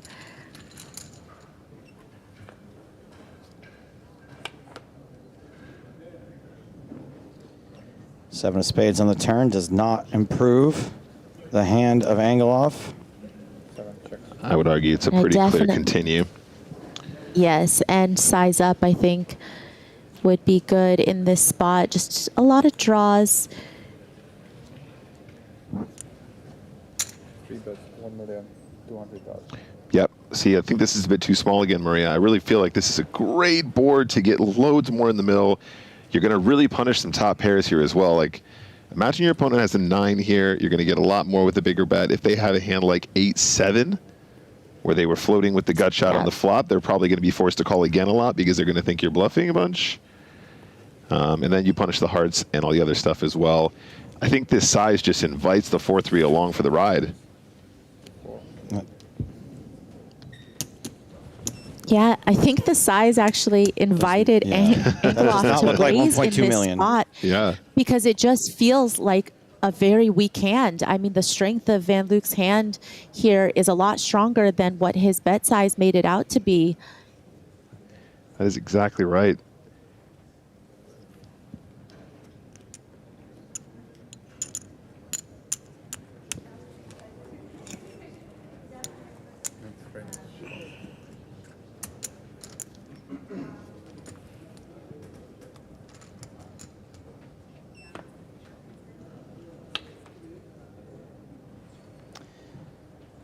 Two pair on the river for Van Luijk.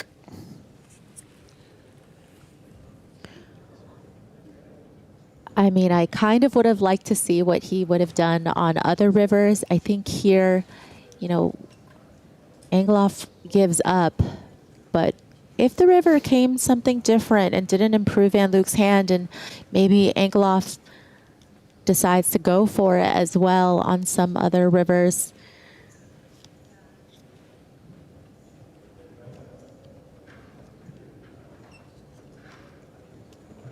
Van Luijk's rail quite interested. 11.2 million in the pot right now.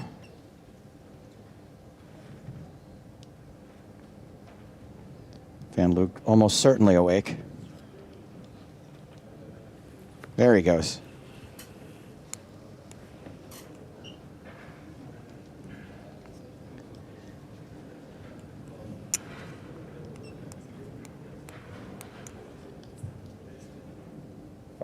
He's only got 14.2 million behind. Just gonna bet a stack of the big ones and get a fold.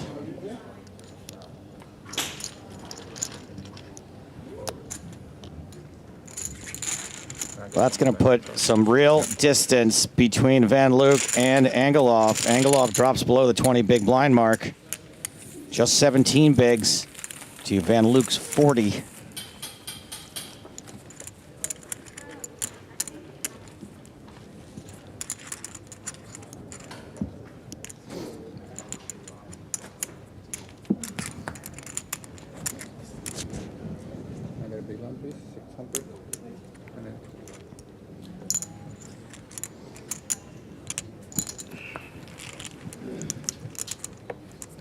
The amount of sheer stupidity in chat today is at least saying to me that we're reaching a larger audience. that is an absolutely wonderful way to look at it, Joe. I think you're right, buddy. Thank you for joining us, by the way. Don't let me chase you away. And don't let me stop you from saying the most ridiculously wrong things I could possibly ever read. Angelov limps in with ace-5, Van Luijk, queen-jack. So earlier we saw, you know, a little bit of a different scenario, but with the same hand, we saw Angelov raise and Van Luijk 3-bet with queen jack, and now it looks like he's going to continue to attack with the queen jack against this limp.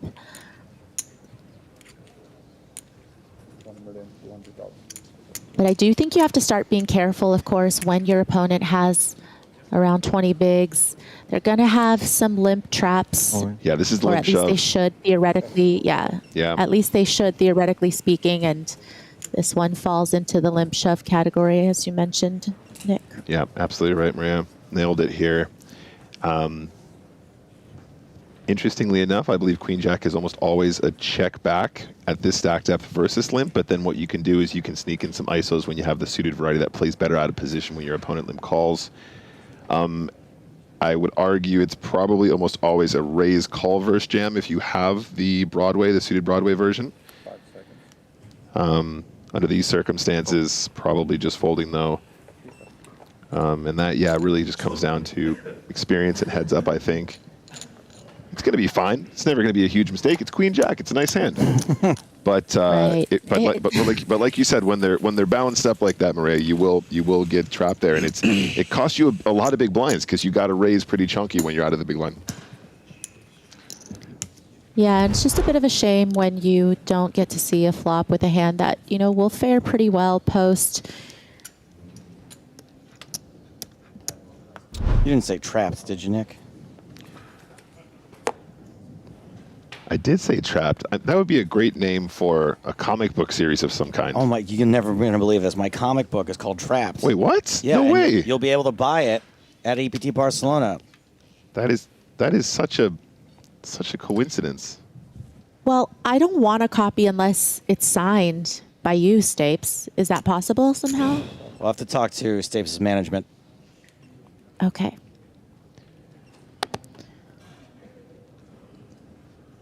Of course, Maria. Which body part would you like it on? But also, I was like, what management?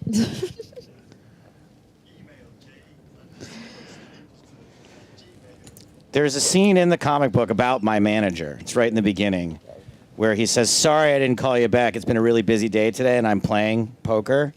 And I'm like, Ted, I can see you. And he's at a poker table across the room. And that really happened. You should have kept it going a little bit longer. It's been like, it's like, hey, oh yeah, doing anything nice? Yeah, he's like a pile of paperwork here. He's in like a $120 noon tournament at the Commerce. All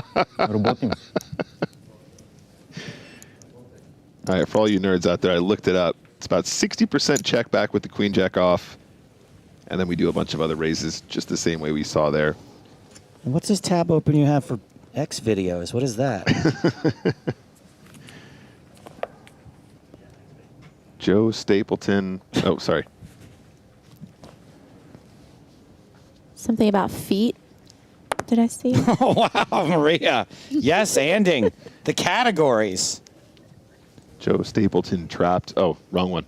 Homegrown Simpson stuff.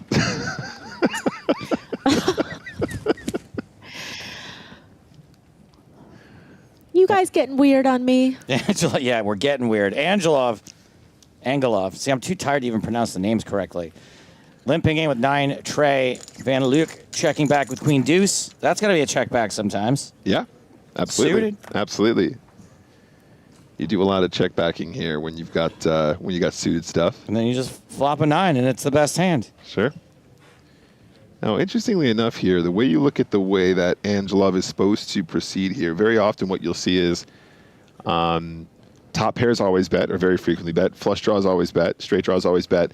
Some of your like 9x, 5x, if you don't have a good kicker, doesn't mind checking back here. But the betting with second pair is also obviously going to happen at some frequency too. The cool thing about betting when you have a better kicker with second and third pair is that when you actually get looked up, some of the pairs that they have will actually be outkicked when you're going to later streets. Makes it a little bit easier to win, and obviously we'll just have more equity overall. As played, no hand, bets fine, takes it down.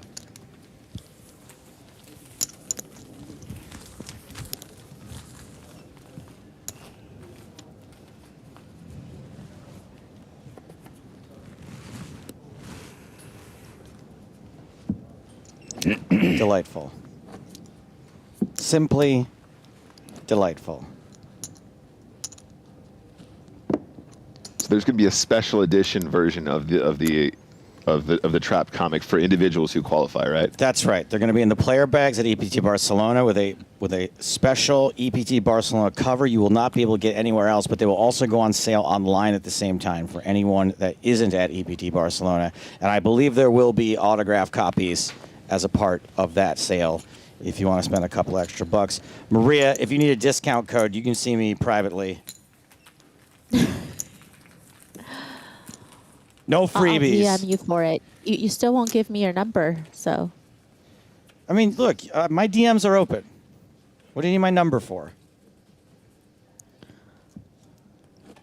You're right. When did I get wait your in number? line. When did you trust me with your phone When number? did I don't when know. do you think that was? I mean, it definitely wasn't within the first few years, at least, of when I met you. I think it was pretty early on, yeah. Because you weren't that famous yet either.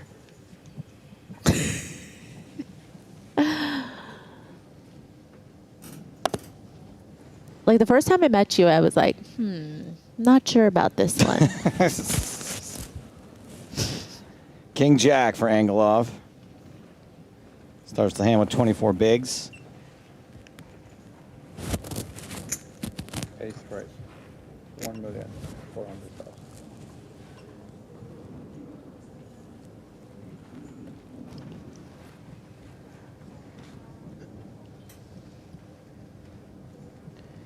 $10-9. The store brand Grafton.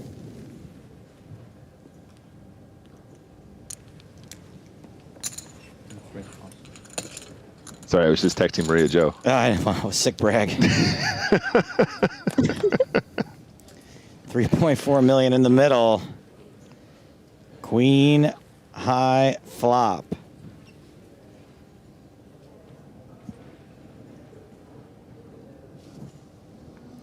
Joker 15578 on Twitch says, "Give Mario my soul." You got it. You said Mario.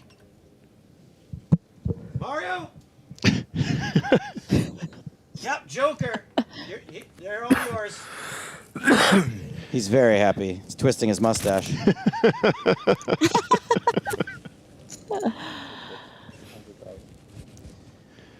And here is a continuation bet from Angelov, 800,000.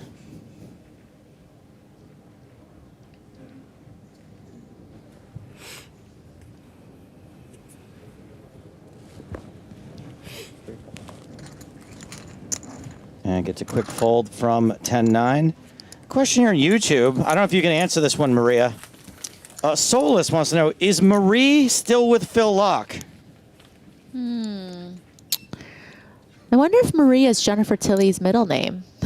Jennifer Marie Tilley? Marie Tilley. I don't think so. I think she's got like a kind of a fancy middle name, if I remember. Yeah. Anyway, is there a Marie anywhere in poker? I don't think so. I feel like there's Marias. Did you There's ever date Phil? multiple Did you Marias. ever date Phil Locke? No. Huh. But maybe it's because Tilly is half Chinese. Oh, maybe it's So I just could they're see just where they're it's seeing a resemblance easily between you two. confused. Yeah. Okay, maybe that's it. Jack 10 for Van Luijk. Ace King for Angelov.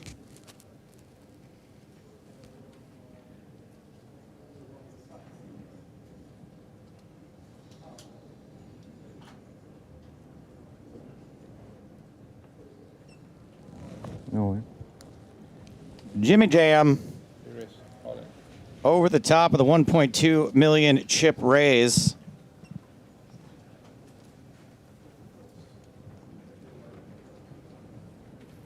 Yeah, this is an interesting one, guys, because actually Jack 10 suited is exactly the kind of hand that I was describing. You want to start limping a little bit more frequently as we get under 25 big blinds effective for this exact reason, because if you limp there and ace-king raises, you can still call, you can still play a really pretty hand in position that has lots and lots of equity without being forced to fold when there's a jam.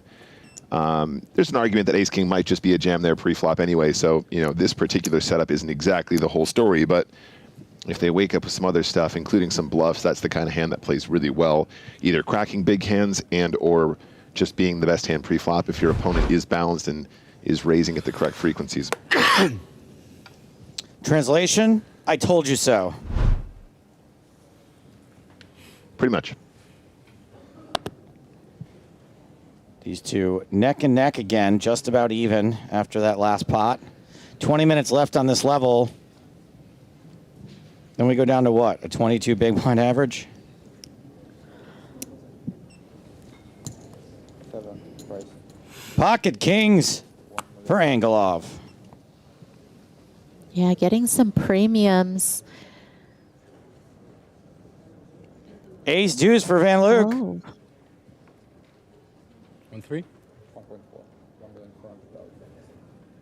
Cool. Just calls.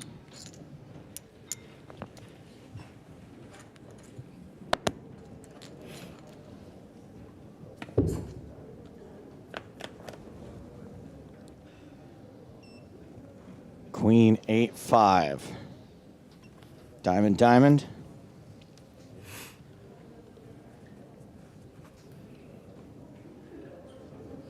Van Luijk checks the razor. Yeah, fortunate for him that he didn't really connect with this flop. I mean, sometimes maybe ace high will peel, but you really don't even have any back doors and your ace high is super weak here. But also, you do know that Angelov is quite aggressive. He does stab a lot, especially when he has the betting lead. Doesn't necessarily mean that he has a big hand, but I think that this just is a pretty bad combo to continue with. No.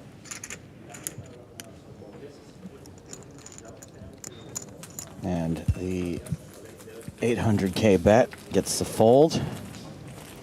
And we've got a new chip leader.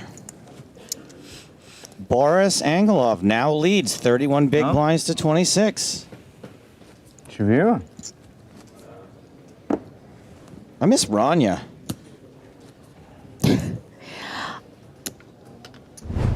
I mean, she was definitely the talkative one of the bunch. She kept things fun and light. Sure did.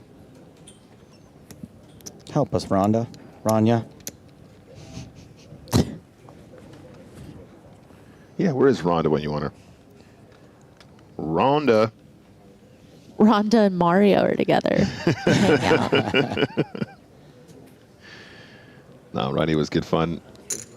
All right, back to the heads up. 8-6 of the offsuit variety decides to limp.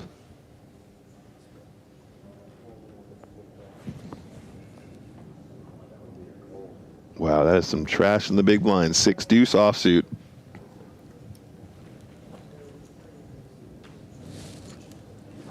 Well, what do you do with trash? You take it out. I don't know what that means, but it's 2.1 million. Look at this polarization. Angelov raising with the bottom of his range and the absolute tippy top, and I'm loving it. And Angelov extending that chip lead slightly.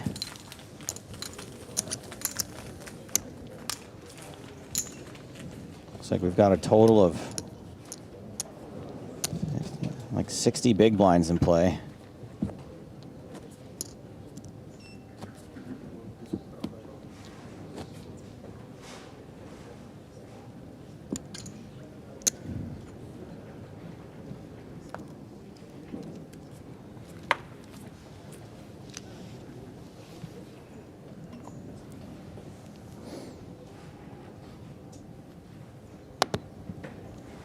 Angelov, ace-4.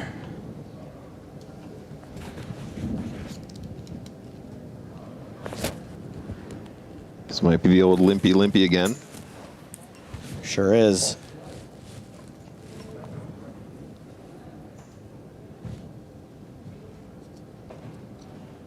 CG Omega says, the longer this goes on, the more likely is Angelov to win because he is learning how to beat him as we speak. Assimilation. King, 8-5. That's a Star Trek, Maria. Assimilation, Star Trek. By the way, chat, I would recommend not doing copy pasta. Don't do it. It massively disrupts chat flow and has nothing to do with poker.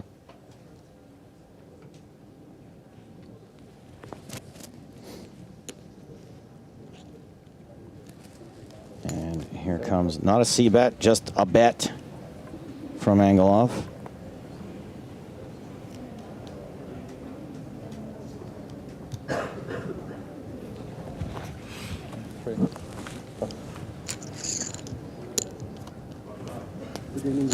Yeah, just can't continue, but it does feel like he's been posturing a lot more, whereas earlier on in the heads-up match, I think he was acting really quickly in all spots. You prefer to be 20? Okay. Thank you. Do we think he prefers the longer break so he could get more info from his friends No, he doesn't. and talk strategy? Could be. Certainly seems to have worked out for him. If that's the case, let's give him a 12-hour break and I'll go home.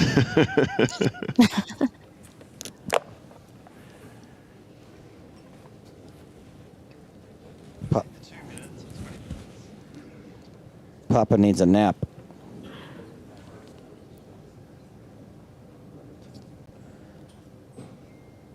Derk van Luijk, Jack 9. Or as I like to call it, Janina.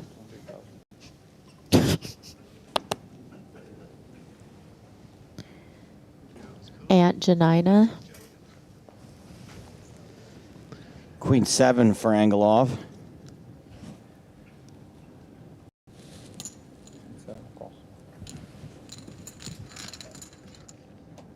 Just a call. Flop. 6-5 tray. Yes, Maria. What did you hear? Did you think that you interrupted me? No, I heard you take a breath, and I'm dying for anyone else to contribute. I did take a breath. I didn't notice. I didn't think anyone would notice. Yeah, I mean, this is just a spot where Van Luijk's just going to go for a bet when check two, but we see that Angelov can certainly continue here. It's just a matter of, do you want to take this hand as a check raise, or do you want to just check call? It does feel like this board is probably going to favor you a little bit more often. You have a pretty nice hand that, you know, even if you get called, can very likely turn equity with that 7 plus the Queen of Hearts. It looks like he is just going to call. Ace on the turn. No pair, no straight, no hope. Yeah, this is a good turn to barrel, though, right, Maria? I feel like the ace is like, you know, one of the classic turn barrel cards when you've started the hand in position and you're raising. Yeah, and I like to see Van Luijk reaching here. Sometimes we have seen him shut down, but not here. I think this is a really, really good follow through. Wow, 600K. Sorry, 2.6, excuse me. 2,600,000. Thank you. And that seems like a lot to draw to a straight. Don't draw to any inside straights.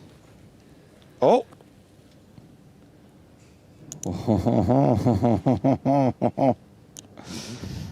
We are not drawing, are we? I mean, this kind of a call, Maria, has got me thinking that Angelov is getting reads apart from the play here. I feel like to make a call like this, you gotta have something else going on. That's what I mean. You gotta be looking Right. at. You gotta have picked up the tell here.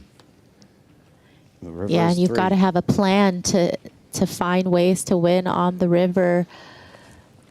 I mean, a check does win for Queen High. Come on, Van Luijk, go for it. Van Luijk checks there you back. go. Big pot being shipped in the direction of Boris Angelov. Ooh, he looks frustrated at that one. That's a tough pill to swallow. Angelov now with 44 big blinds, just 13 for Van Luijk after he posts. And I gotta wonder, is it a live tell? I think it might be in the sizings there, Maria, because if we think about the way he's played previously strong hands on the turn, does that align with that 2.6 million bet that he made under these circumstances? It feels like there's some discrepancies in the sizings, both pre-flop Right. and post. Right, and you know, it also just feels like a missed opportunity, I think, for Van Luijk, because your opponent's not going to have a lot of trips there on the river. They're not really going to call twice with bottom pair very often, but he just couldn't pull the trigger, and he's kind of wearing it on his face right now. Just the first time that I've seen that look, just very disconcerted. Mario's beside himself. You know, sometimes you're mad at the dealer. Sometimes you're mad at your opponent. But when you're mad at yourself, that one hurts the most. I think I heard the words all in already in this hand. Excuse me? Yep. If I call, action stays the same? Yes. Oh, an out of turn all in. I think you're right, Maria. I think a little emotion, some fatigue. Ooh, coming off the back of that pot as well. Shoving out of turn. You Was have the ace-4 offsuit. like 9? 2, 4, 6, 8, 9, 10 and something. Van Luijk out chipped almost 3-1 right now. 15 big blinds.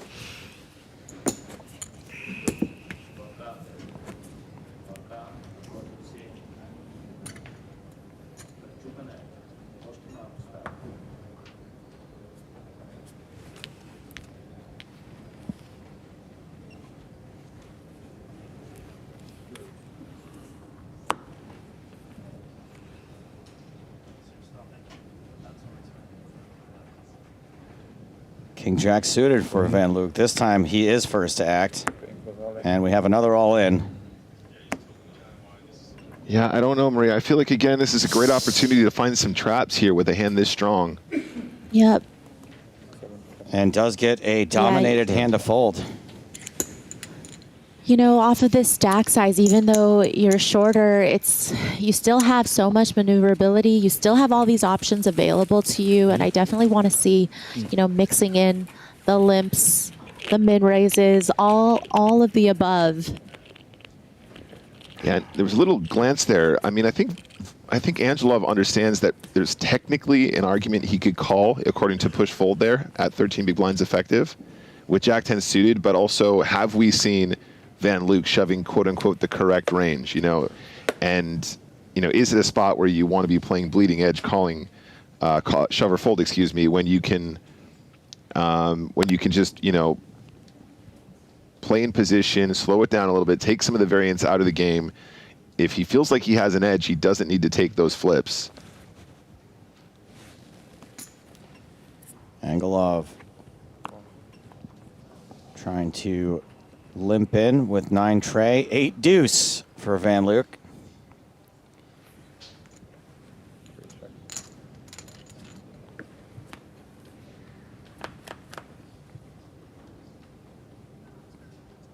Ace, queen, jack, 2 diamonds.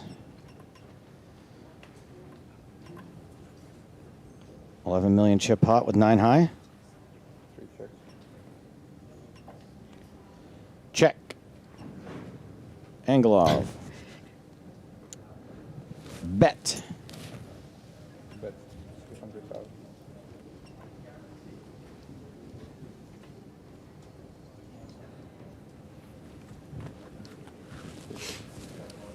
Yep, nice and easy.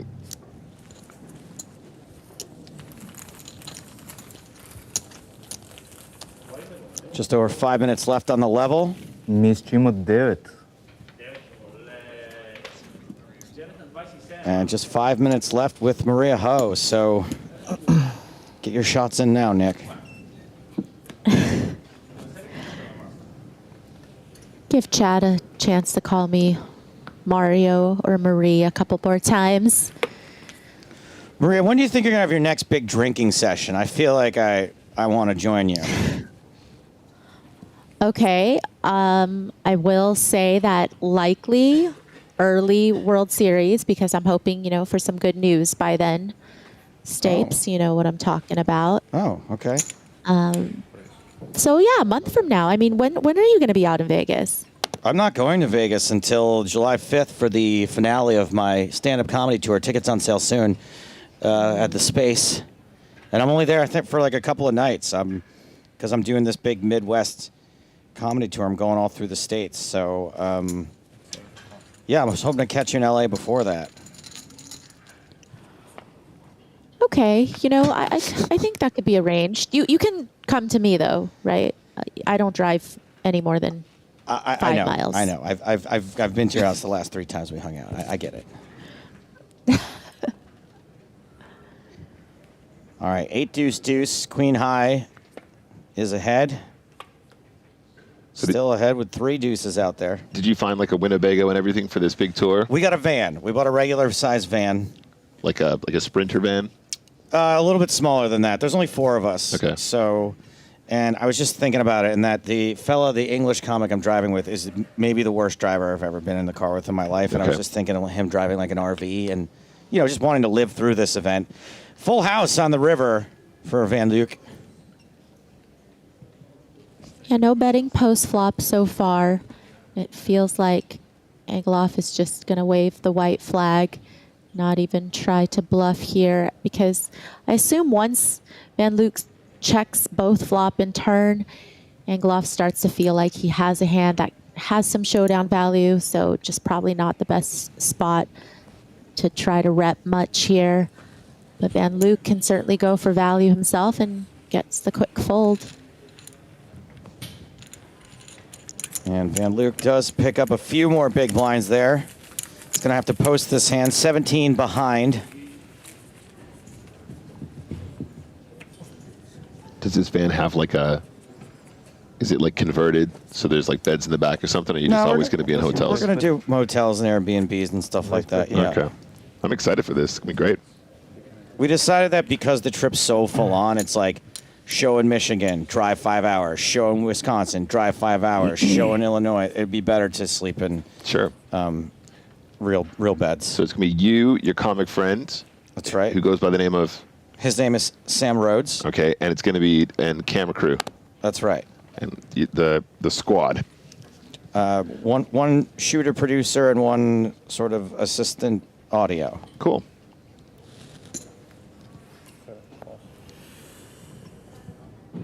I think we're going to swing by Wolfgang's Poker Room in Texas I and heard do about a that. comedy and poker night. Sounds great. June 30th. I'm going to go to a home game in St. Louis. I'm going to go to another home game in Houston. Is there a working title for this production? There is. Thank you for asking. It's called United States / Roads Trip. Oh. Nice. I like that. And we're going to be documenting the whole thing. This is my United States of whatever. Yeah, that's right. You know that theme song for our home game that you had somebody make? Yes. Maybe you should try to incorporate that somehow. So that guy went on to be an infamous character in the poker world by the name of Eden Rocks. That's who made... Oh, really? Yeah, I didn't know that. That's who made that theme song for me. Oh, wow. A bet to call on the flop. We can pick up the action here now. Queen of clubs on the turn. Sixes still good for Van Luijk.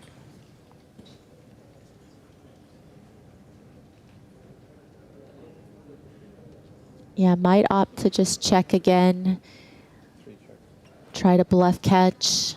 Just some of these hands that don't quite have enough strength to perhaps, go both turn and river, but, a little too weak, especially against an aggressive player.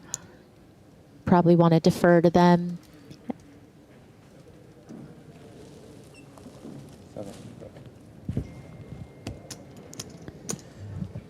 And Luke checks and Angelov bets. Will it be enough to fold out the best hand? Bets 2.4 into 3.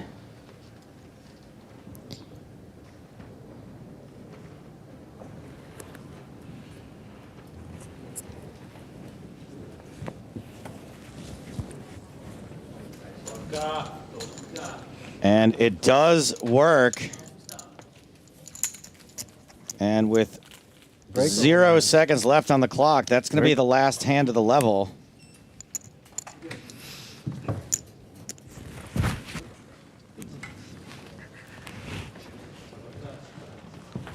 Ik durfde niet door te zetten. Door die 3. And that is the main character stack right there. 31 big blinds for Boris Angelov.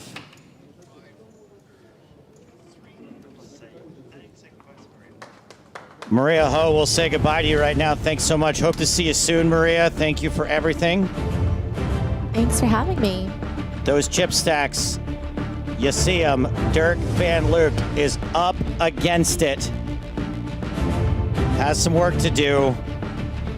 But for now, we're going to catch up with 2 gold pass winners that made it deep in the Monte-Carlo main event, Kevin Korsakis and Marcelo Scaris on their unforgettable ride. More from Monte-Carlo. And the €1 million prize still up for grabs. Back after this. This week has been amazing. It was one of the best experiences I've had in my life. After I left the tournament, I was able to, just take a look at what happened. The first couple days, I was quite tight, didn't feel like in my shoes yet. I'm coming at you and I made it this far. All the excitement. And then I started feeling more comfortable, right? With my actions. I would never imagine something this would happen with me. Well, there were no signs of fear during the bubble. The tournament director going from table to table, and it's a thing that you always observe when you're on the broadcast. You've all cashed in the biggest EPT Monte-Carlo. Congratulations, everybody. Congratulations. So when I came to the feature table, I was immediately greeted by Caverman. And then I didn't know that Adrian Mateos will be on my right. And when he came, I was like, oh my God. Standing That shot clock, and he makes the call. My best memory in this trip would be the hand against Mateos. Adrenaline was pumping through my body. I stood up, and when I saw that 3 on the river, like, yeah, let's go. It helps that I cashed the main event, tripled up my money, so that's such a joy, honestly. I was here, there was more than 1,000 participants, and I got 96. I would never imagine this would happen with me. So it can happen to anyone.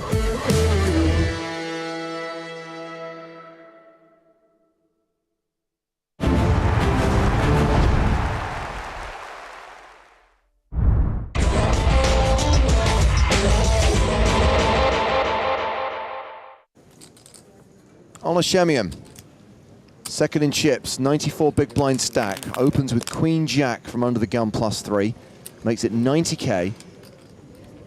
Pocket fives for Sadri Saleh.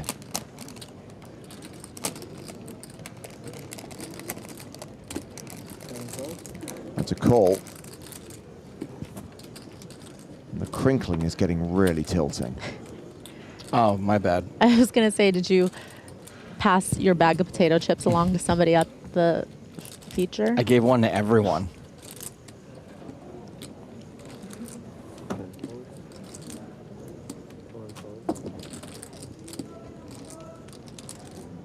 Izonas has Jack 8 in the big blind.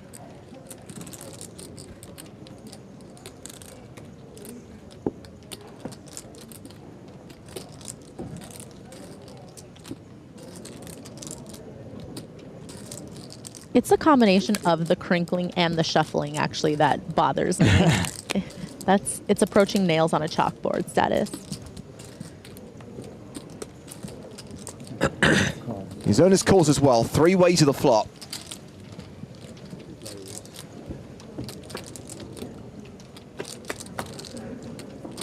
And that flop is 10-9-7. Izonas flops it.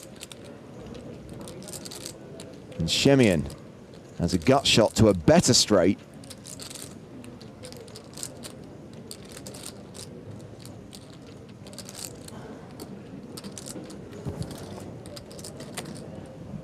What do you do here, Maria? Play and flow? Yeah, I mean, I think the reason why it looks like Izonas is going to lead into the pre-flop raiser is because he feels like this is the kind of board that's going to get checked around a lot. And leading can actually look a little bit weaker than obviously what he has. It looks more like, you know, protecting top pairs or a pair and a straight draw. Doesn't really look like you flopped a joint. 150K from Izonas, called by Shemian. Salah gets out of the way, and it's heads up to the turn. Let's see how good Shemian is running today. He's got the swag factor. It brings a 5 on the turn, which would have been a set for Salah. He saved himself by not getting involved post flop.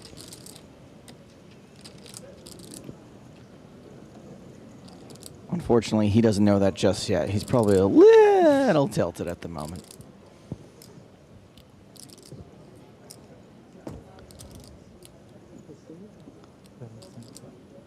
I was actually a little disappointed that Honglin folded 8-6, which would be in really big trouble right now, too.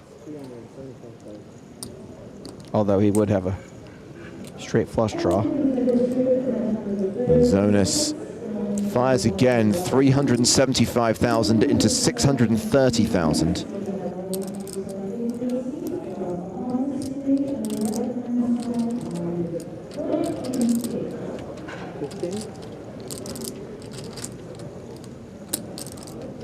And this is the part where, you know, Shemian's also thinking maybe my overcards could be good based on the way the hand was played.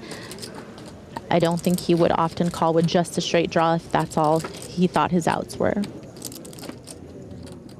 But it's the 8 that comes on the river. there's our answer to how good Shemian's running today. Shemian swag factor, 8 out of 10.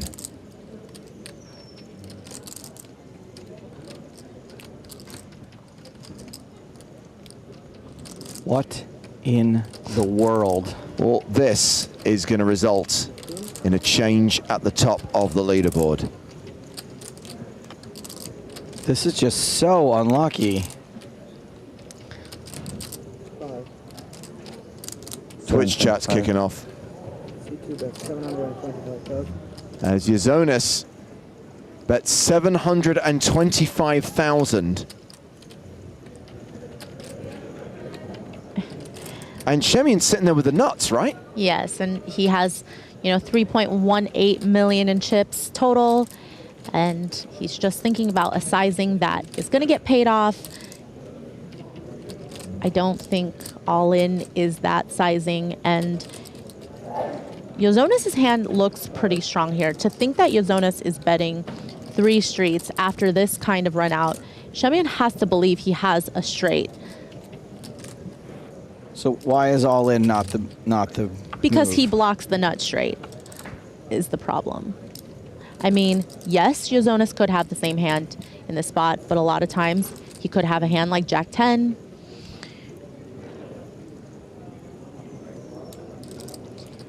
Well, how much is that? 2 million? 2.5 million.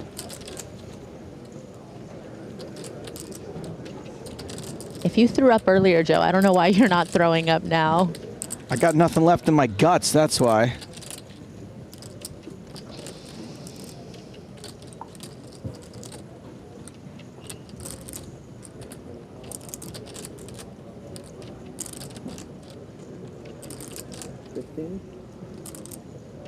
And of course, every decision has that 30-second timer running.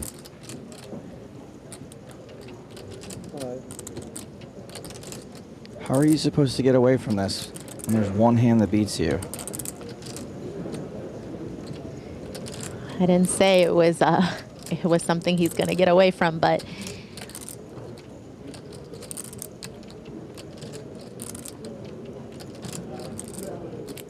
it's a very tough spot for Shemian to bluff,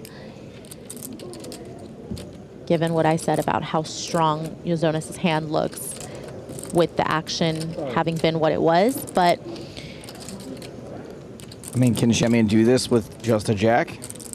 Just to be clear, he doesn't have to play those time bank cards. They will be deducted from him at the end of the hand. Every 30 seconds that passes, the dealer resets the clock and starts it again.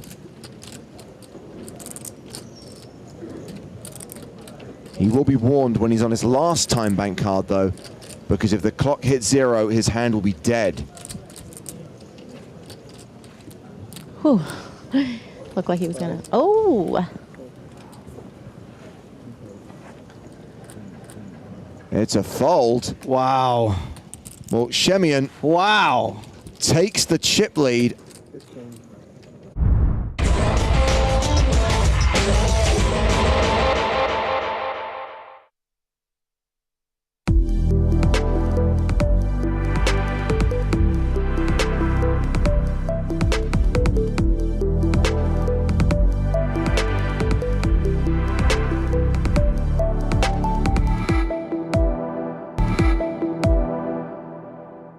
I didn't take care of anything, and she just booked the flight for me and said, like, after we won, okay, we gotta hurry to the airport. I didn't know I had a flight.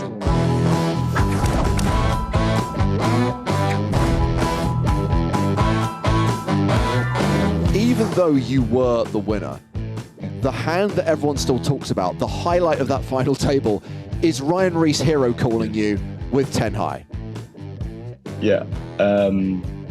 I just got owned. I still don't know how to talk about it. Obviously, everyone kept on asking me for years. It's been popping up everywhere, and I don't have any bad feelings about it. I don't think my bluff is so bad. It's just an amazing call. You just gotta give him props there. It's not just. I think he said somewhere that he would have called faster in other circumstances, and I believe that. It's just a really, really tough spot to go with your read there. It looks really stupid if you're wrong, and now it looks stupid for me if you're right. It's just like how it goes. I mean, in context, you know, when it's small blind, big blind, he's a super short stack. You've got plenty of chips. If you just show the kind of all in and the call with no background and no context, it's kind of like, what's this guy doing with 6-2 offsuit and how does he make that call? But again, the whole table dynamic explains a lot. It is kind of obvious that I have a lot of bluffs there, but the thing is, he can't have a good hand either. Like, it's impossible because he would be all in pre-flop. So it's just like, does he really call with like something like 10 high, or like he could have a split pot as well if he has a 6 high or something. It's just like such a tough spot for him. And just respect to him that he goes with his read there with the cameras rolling. Very, very strong player, Ryan Rees, obviously. Yeah, and if that was one of the standout moments of the final table, the other thing that I remember most clearly is you guys played, I can't remember if it was 4 or 5-handed, but for like 6+ hours, it felt like? It must have been, like, the final table was like, what, like 16 hours or something from 6 left? It went so late that I left early. I did not see your winning moment. I did not get to interview you, which was obnoxious because you're one of the people that would have been easy for me to talk to, obviously, after a win. And then I get to the airport, and then you get in line right behind me. Like, I didn't even have to leave. I just didn't know how much longer it was going to go. But yes, it was a long-ass final table. Thank you to producer Chris for reminding me it was 5-handed for 9 hours. Yeah. 9 hours, including breaks, without losing a single player. Yeah, that was super crazy. And yeah, I do remember that, Joe. It was really fun. My friend Ayla Lee, she when I was deep in the main event, she booked flights for me to Cyprus. Like, I didn't sort anything because it was too much. Like, I didn't sleep so much because the days were so long. So I didn't take care of anything, and she just booked the flight for me. And she said, like, after we won, okay, we gotta really hurry to the airport. I didn't know I had a flight. So yeah, we all flew to Cyprus the same day and celebrated a bit there. It was fun, but it was very just before the flight. I think we had like half an hour to spare or something. Wow. So, and what was, I mean, I guess, does adrenaline keep you going in that situation? Because from the outside looking in, we always complain about long final tables because they become very grueling, they become very taxing. When you're playing for hundreds of thousands, if not millions of euros, it's got to be just as exhausting, if not more. It is very exhausting, but I didn't mind so much while I was playing. Like, I kind of I crashed a little bit after. I remember the pictures for me on the plane where I was like with my mouth open, just sleeping on like a short flight. I was just so exhausted after. I still remember that. But during the final table, I felt good. I felt fresh. I was like fasting on a really good routine, I think. Just like really, really mentally fit. So I felt good, yeah. As a player, would you rather the final table take that long, like exactly that long, because of the structure and because of the way everyone played? Or would you, how do you feel about it being sped up and it taking a little bit less time? You know, as a player, what's your opinion on that? I do prefer the EPTs. I think it's perfect structure. If you compare it to like the WPTs, the final table is super shallow, and it's basically. I mean, I do enjoy that too. Don't get me wrong. It's fun to like gamble in these kind of spots, especially online. I actually kind of prefer the shorter structures because I don't like sitting in front of the computer for like 12 hours for some of the tournaments. So I do enjoy that, but I think for something as prestigious as an EPT, I think the deep structures are really great. And I also love watching all the final tables. I do love this kind of like the Triton ones, for example. They are a little shorter as well, and I do enjoy that too. But I think it makes the EPT special with the structure.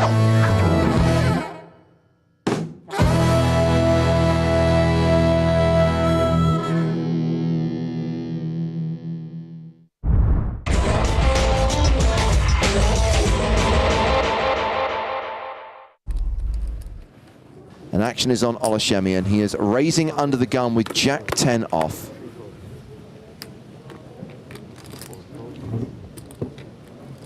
Round to Patrick Antonius on the button. He folds. Sadri Sella is in the small blind. He's got King 9. And I think yesterday, towards the end of the day, we saw Shemian getting a bit liberal with his opens from early position, and not everybody would open from under the gun with Jack 10 off suit. And Lanini, he's got a good spot for aces. It's fun to get aces in the big blind. It's fun to get aces in the... Any seat you're in, any position. Let's see your chips. You have a stack behind there? 900 more.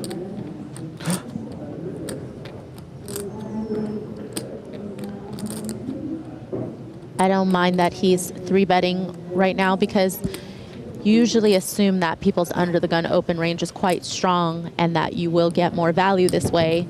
But Shemian is a bit weak, but he has position. He's like, no, I'm going to see a flop. I'm going to outplay you. Or just crack your Outflop aces. you. Yeah. Oh, Shemian flops, trips. I like this check by Lanini. Hold my hair back, Maria. Not on my shoes, No, Joe. I'm going to... Hey, there's a turn in river still. I'd like to see Lanini check call.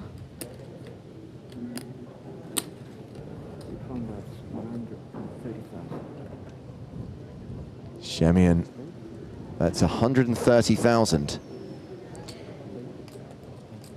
If you check call here with aces, you just keep all the worst hands in, and you also give someone like Shemian the option of barreling on later streets.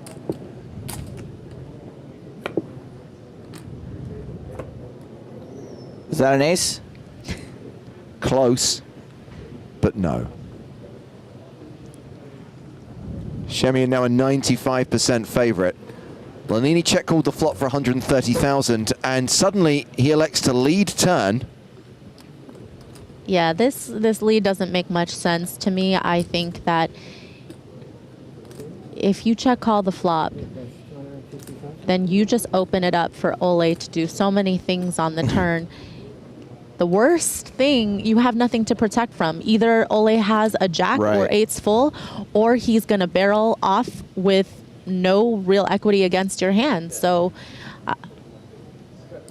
and you're also just letting Ole off the hook. You're like really to fold hoping in this spot. You're really hoping he has kings. It's very wishful thinking. And based on the pre-flop action, that's highly unlikely. Right. So this is roughly half pot, 250,000. And realize that Shemian has more jacks in his range than Lanini does, because Lanini's not likely to be 3-betting ace-jack from the big blind against Shemian's under the gun open. He's not going to 3-bet, you know, queen-jack suited, king-jack suited. He's probably just going to call those.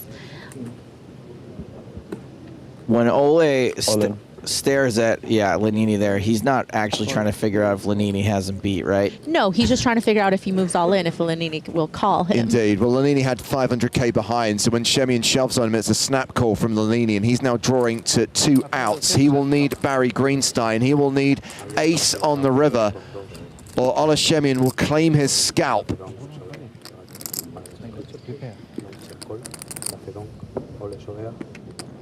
Just a 5% chance of survival. Is Shemian going to get Greensteined?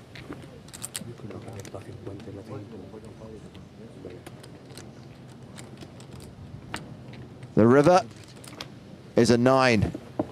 And Ole Shemian eliminates Davor Lanini in 14th place, taking us down to 13 players. And Shemian is now closing in on the chip lead. He has got 3.7 million, close to a 150 big blind stack, while Lanini walks away with 35,500 euros.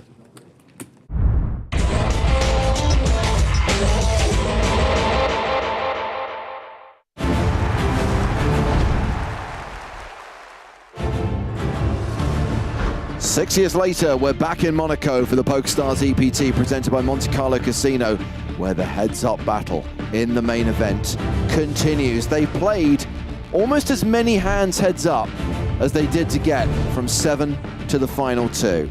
Playing for a not insignificant amount of money, guaranteed 620k, but there is a milli up top, so this is effectively a 400k heads-up duel. And of course, there is the trophy and title on the line as well. As we return from break, it is Boris Angelov from Bulgaria, who has the advantage. 26.7 million chips. Derk van Luijk is in the danger zone with 9.6 million. Danger zone! I am James Hartigan. He is Nick Walsh. Hello, hello. Thank you for having me. We're also joined by Griffin Benja. What's up, team? I'd like to think that this will be the final level of the night. Blinds have just gone to 400,000, 800,000 with an 800k big blind ante. There's 40 bigs in play. One player has 10 big blinds. Let's do this.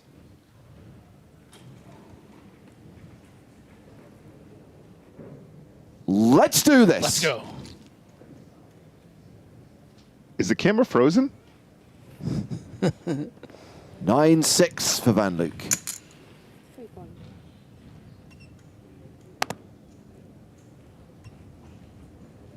He completes. 8-4 for Boris Angelov. He checks his option.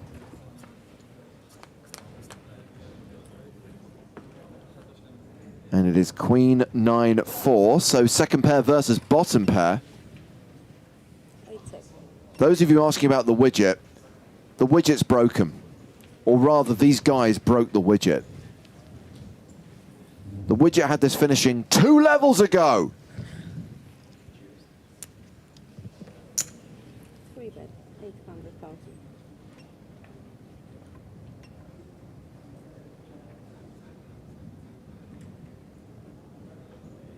Van Luijk betting 800,000 with the better hand. Angelov is going to call. It's quite a chunky bet, really, in the grand scheme of things. Given the fact that we're about 10 effective now, 11 effective. I think 1/4 or smaller is totally fine as a C bet when we're this shallow, but goes for the 1/3 instead.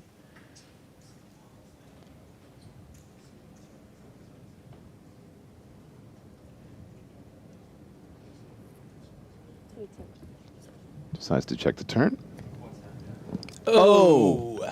Van Luijk gets rivered.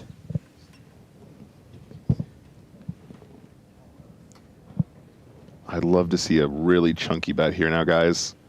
I think that you're only going to get called by a 9 or a queen, and they're probably going to put you on a misflush draw a lot of the time. And yeah, that's about as chunky as you can go. All into call. Will Van Luijk call it off with a 9, which is second pair on board? I think this is okay in principle. I just don't know if it's going to work against Van Luijk, but there's so much that goes into this 2x overshove. Angelov is aware that in general Van Luijk has been making sort of folds against big bets, but Van Luijk's also going to be getting that see, and he does fold, so that's why I really would have liked to have seen something in the range of 3 million. Just make sure you get that call from the 9 or the queen instead of going for it all. It's really punishing. Chat, you're absolutely right. 800K is the min bet. I apologize. I retract my previous statement. Yeah, I knew chat was going to get you for that one. That's so all I'll right. let you off the hook. That's all right. I know you're obsessed with small bets, but there is a limit. This is a limit. This is how strong the desire for online players to bet small is, right? Can I make, sir? Can I make it half a big blind here? Is that okay? I was like, I'm gonna let the. That's okay. I'm gonna let the piranhas tear up Nick for this one. It's been a long day, guys. When I'm wrong, I'm wrong. I retract my statement. I didn't have the energy to do it. I'm like, no. I'd like to put out a formal apology. Let my children have him. Dear PokerStars, I was listening to this commentator, Niclas Walsh. Queen 5. So we're 8 big blinds effective now, and there is dead money out there. This could just be a shove. Angelov does indeed shove on Van Luijk, who calls all in with queens. Oh, wow. What a time to wake up with queens. And what about this blockers nonsense? I mean, it is correct. This is pretty standard push-fold stuff, especially with that big blind ante dead in the middle. A lot of 5s, yes. But we've seen crazier things happen on this final table. I mean, yeah. I don't know if I would agree with that. I mean, yes, but it also just seems so much more absurd that something like Queen 5 would be Queens. 6 of hearts. Oh, it's an ugly hand, and it's an incredible hand.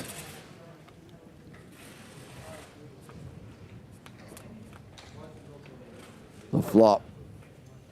is queen high. Well. How many queens are in the deck? How many clubs are in the deck for Angelov? Oh, good point. Don't be silly, Nick. Nick, you're always up here being so silly. It's the 3 of spades on the turn. Angelov drawing dead. Van Luijk is going to double up. That means it's going to be almost even Stevens again. 26 bigs for Angelov, 19 for Van Luijk. So, Griff, you actually missed the hand, but these two were all in for the win while you were away. Ace-queen versus kings. I did see that hand, quad queens. Flops, trips, quad queens. I did see that. There you go. In any case, we play on. Yes, we do.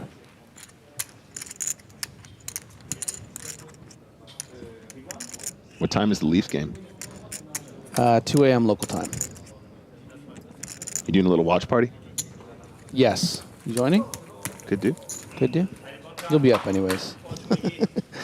Final night here, blowing off steam. You're not wrong. I sincerely hope that everyone is available to watch that game and we're not still commentating on 5 bigs effective heads-up poker. Are you taking a shot at me, James? You taking a shot? What's wrong with that? Heads up is heads up. They need to get it in.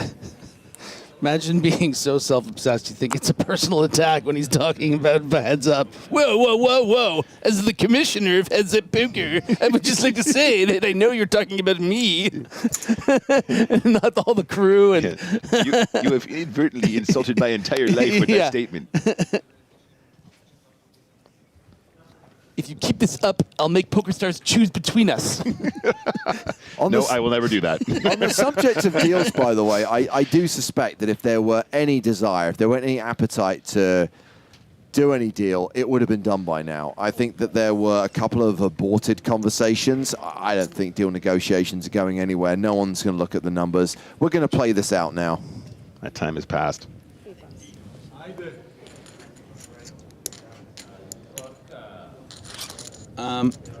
Important hand right there, just to see how exploitative Angelov can be against Van Luijk. It's so easy to forget how much of an edge he really has until you see moments like that. The limp fold to the 3.5x and the much stronger Jack-9 folded. Among the people on Boris Angelov's rail is another Bulgarian player, an EPT champion, Ognian Dimov. Ognian.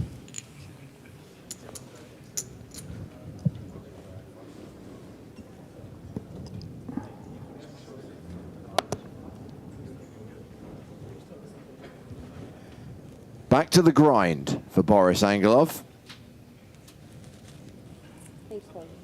Completes on the button with 4 deuce. 8-5 for Van Luijk.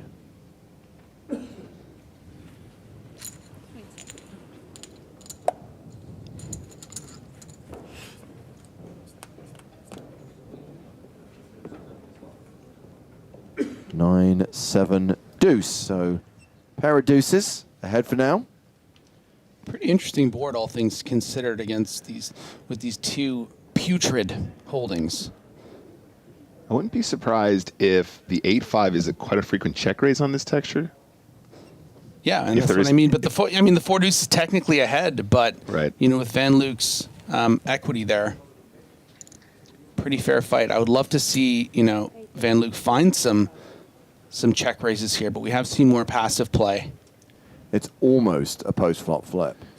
The cool thing about 8-5 is if you check raise, you can keep repping, you know, 2 pair plus. But if it comes spades, you can also kind of rep, like you check raise the spades.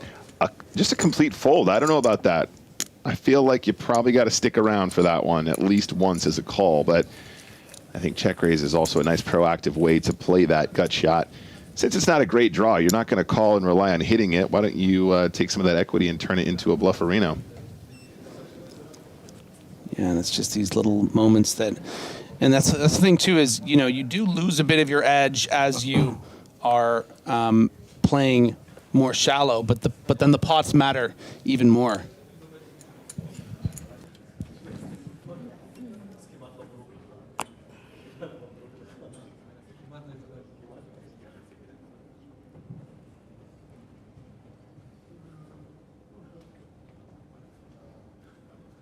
Van Luijk here with 9 deuce.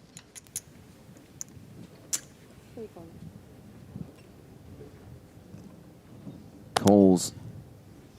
And Angelov with Jack 9.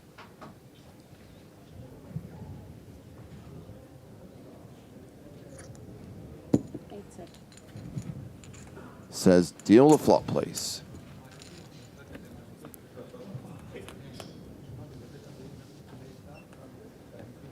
Very lucky here for Van Luijk, and it's interesting to see him elect to limp the 9 deuce, and this is actually a hand that Angelov early in the heads up was prepared to just open fold. So it's another example of how, you know, maybe Van Luijk's strategy is a bit more button clicky than an actual. I mean, if you're not folding 9 deuce on the button, you're really not folding anything, and found himself coming to this flop dominated, but has gotten lucky in the form of that deuce.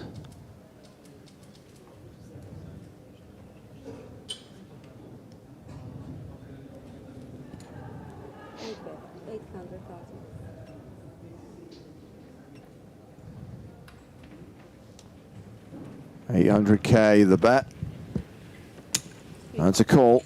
Good for Van Luijk. Not easy to call bets with a deuce here with 3 overs. Oh, and an 8 will be a straight now. So maybe more reasons for Angelov to try to bluff Van Luijk off something like a 4, a deuce, a 5. Yeah, I really like a bet here, to be honest.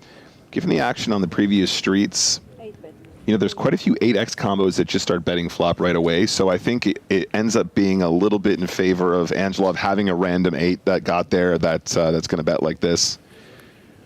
And very, very nice game awareness here. And yeah, it's going to cost Van Luijk. Yeah, I think it was check on the flop, but, but even still, the turn bet very much will include a ton of 8s. Right. And yeah, so even when, and that's another great example of why that 9 deuce I think is not a great limp, is because even when he did get lucky and hit that deuce, he was bluffed off it. So he needs to tighten up his ranges from the button there, because that's not how you're going to beat this guy. Yeah, it's going to be player dependent, right? Against the really super passive guys, you can just be in there with the limps, but against somebody who's a little bit more studied, you're going to get wrecked in those spots. But even Angelov, who's against it, did fold that exact hand on the button. Right. So it's like that's how loose that 9 deuce is from, you know, Van Luijk's. This is where we started the level, by the way. 12 big blinds for Derk van Luijk.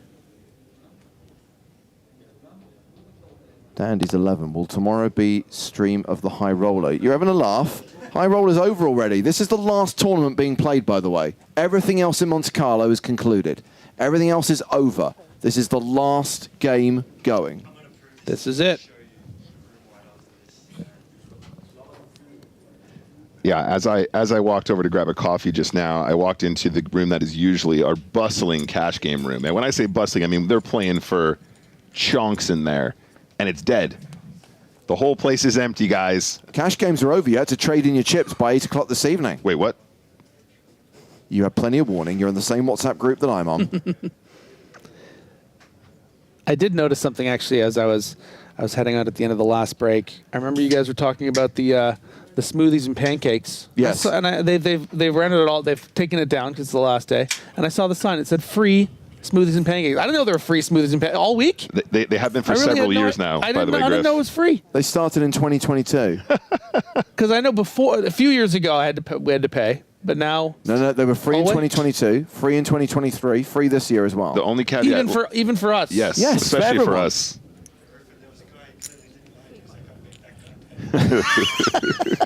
Has there been some guy making me pay? Like, this is just like some...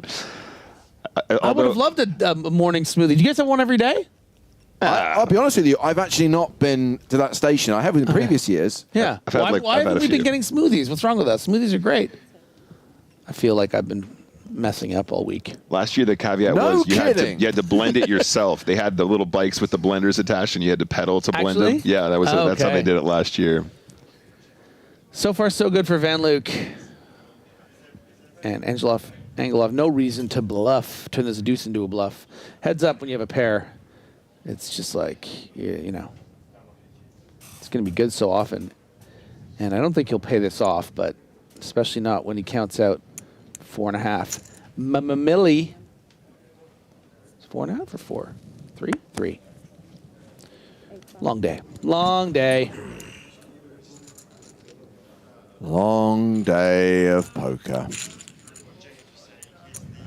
So let's take a look inside the Salle des Etoiles, where a few people sit around waiting for the inevitable conclusion of the last tournament to be played, the heads-up battle in the main event. You can hear the silence in the room, the echo.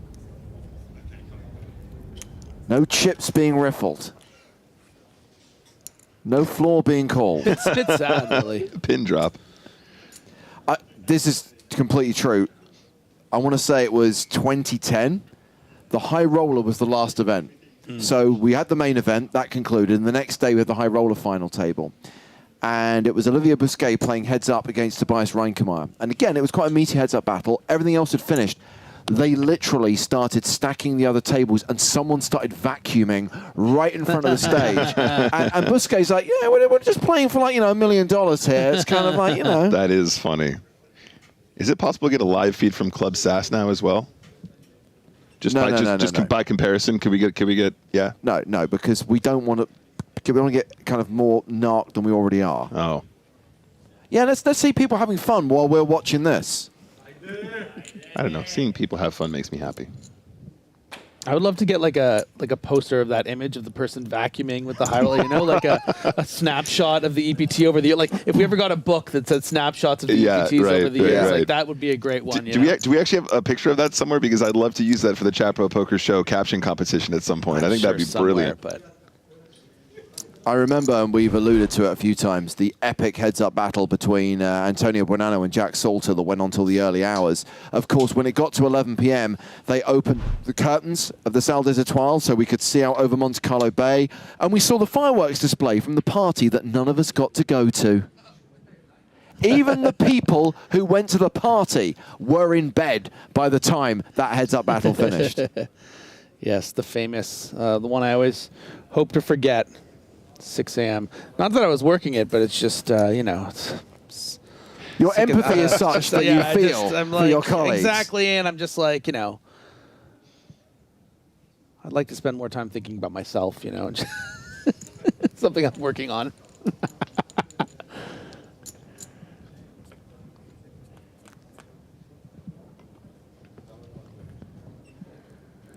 Okay, top two, not bad, and top pair for Angelov. Sorry, second pair for Angelov. Yeah, when it comes to heads-up poker, these can still be big exchanges. With ranges this wide, making a pair is hard.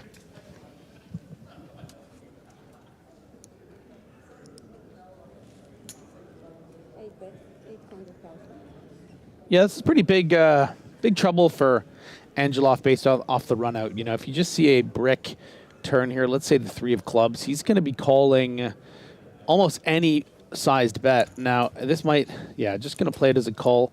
Van Luijk here, maybe thinking I have the board too crushed here. I don't want this guy to just be c-betting king 6 and then folding as soon as I raise. Yeah, and in the shallower we are, the more frequently we're going to find calls here, right? Because it's not so hard to get the chips in on later streets potentially. When we're deeper, we need to fast play this stuff, though, to really punish the cold decks when they have overpairs and stuff like that. This is a great card, though, for Angelov not to lose much money. I think he's going to check this back a decent amount of the time. He might bet small to check back river. And, yeah, we've lost the street of action here.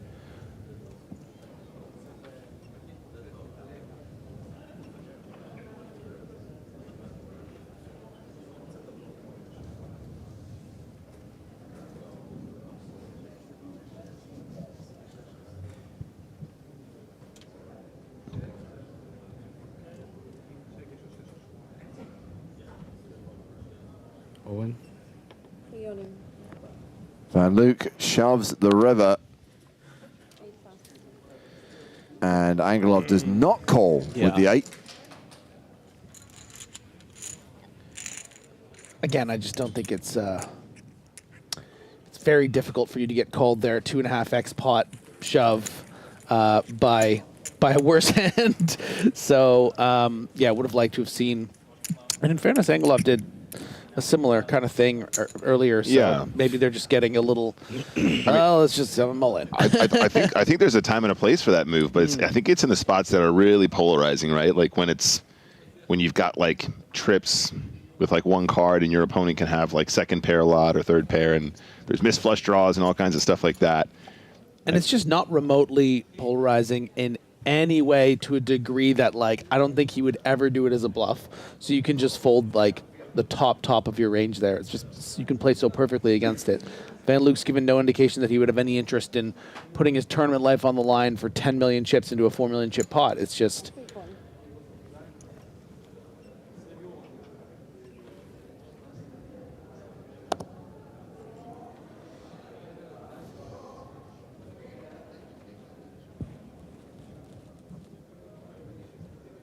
Not a strong hand in the big blind.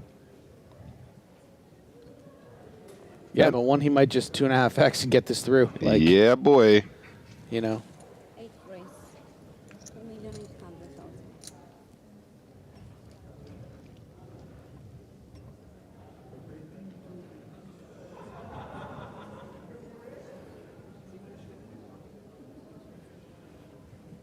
Yeah, if he's not calling Jack-9 to this action, he's not going to call 8-7.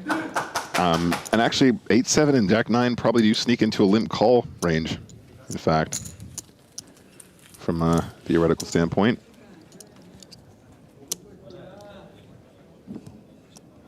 I would just like to see some more adjustments from Van Luijk. I think over the course of the heads-up battle, we have seen some adjustments.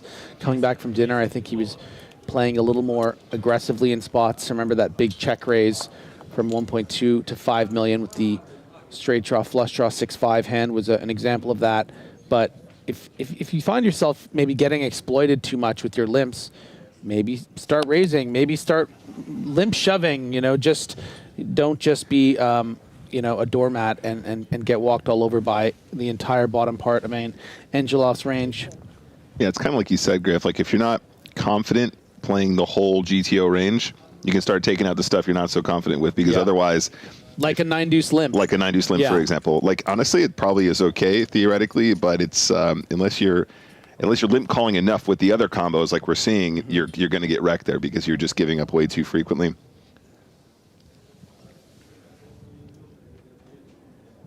Pretty interesting board considering how, you know, non-strong? Weak. Weak is the word. I got there. Not robust. You thought I didn't know the word, but it was right there. It is a post-flop flip, the straight draw against the flush draw, and it's Angelov who's betting 800,000.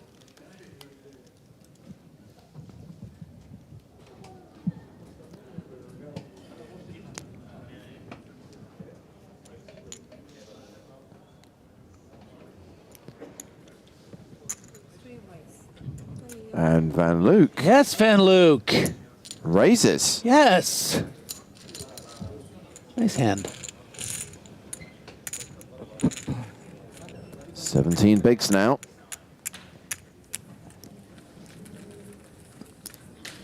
I want to go back about 10 years when if you were playing 17 bigs effective heads up, it was a door fold. Yeah, but that hand was kind of cool because I think that, I mean, theoretically, maybe the black 10-9 won't really play as a check raise there because you unblock the hearts, which your opponent could have. You unblock pairs, which they'll continue with. But because I think we've all deduced that it's in Van Luijk's best interest to play more aggressive and attack more and sort of throw some haymakers back at Angelov, I think that's a great sign for him to have a chance at coming back. Just decides to rip here. Look, the shove is never going to be bad again because, of course, there's a lot of dead money out there in relation to the amount he risks. But again, ace-4, probably another combo that could be played alternatively to get a little bit more value and or just avoid catastrophe on some occasions. You know what? I kind of like it. It's fine. It's fine. It's just profitable. for him. I mean, it's profitable. yeah, because it's a profitable shove, sub 20 big blinds, and he's getting a bit. You know what I think would have been better actually is to just limp shove. Is to realize that he's not always getting 3.5x over his limps by strong hands. That's the line, yeah. That the bottom range of Angelov hands are raising, and then you can just get a little more value from the ace-4. But as far as all of the options, the way that this heads-up match is going, I really don't mind shove. But I think limp shove would have been really interesting. Yeah, that's actually exactly what I had in mind for Van Luijk here. King 7 for Angelov. This will be a mix of limp / raise. That's a limp. Yeah, if it ain't broke, don't fix it. Angelov having a lot of success with the button limping strategy. Yeah. Yeah, absolutely. Definitely don't mind taking out some of the higher variance lines and just trying to play more pots in position. It's working out great so far. Van Luijk checks his option. We go to the flop, which is all spades, 9, 6, deuce. So a pair of sixes. And a no good flush draw for Van Luijk. Yeah, this is going to be a very important pot as we get more shallow. They're going to both have reason to see these two hands probably all the way to the river. I think checking with the King 7 here is fine as well as the bet. All in. Oh, wow. Yeah, and maybe that's a good reason why, but I mean, this is very unorthodox, but it's I think it's how he needs to start playing against Angelov to chip away to get back. Be like, let's go, buddy. You want to keep on freaking just knocking me down like over and over and over again? Let's just go for the big swings. I think it's safe to assume that Van Luijk doesn't have the ace of spades here too often, though. I mean, even though we've seen a little bit more passive play from him. He can't call. It's just... Yeah. Your edge is just too big against this. Yeah, I mean, even if you imagine you're a 50-50, which is what you're going to be against. Correct. How much is it? Top pair or whatever. Yeah. Like 14? I think this would be a mistake in not realizing 14. Where your advantage is in the other areas of the rest of this heads-up battle. Yeah, the only like sort of equity that you claw back here is if your opponent turns up with like Jack 10 with the Jack of spades, where they're kind of like drawing to, you know, what they perceive to be a big enough flush to make this play. But I don't know, Van Luijk probably more likely to do it with hands exactly like this, something made with a draw or maybe just a strong top pair. I mean, yeah, Van Luijk can be a bit erratic sometimes with big betting and big shoves, but not really those kinds, I don't think. Yeah. To go from an 800K bet to 14.4 million, right? It's just like he's not going to have Jack 10 with the Jack of spades and do that. So I understand the frustration. He wishes that he could see a turn card and maybe regrets c-bet betting, even if it's good process. But you can't call it off there and lose. It's just a huge mistake. So, two important things to highlight. The next hand is hand 195, which means now half of the final table will have been heads up. The second thing is we are literally even Stevens. Look at that. 18.7, 17.6, 21 big blinds each.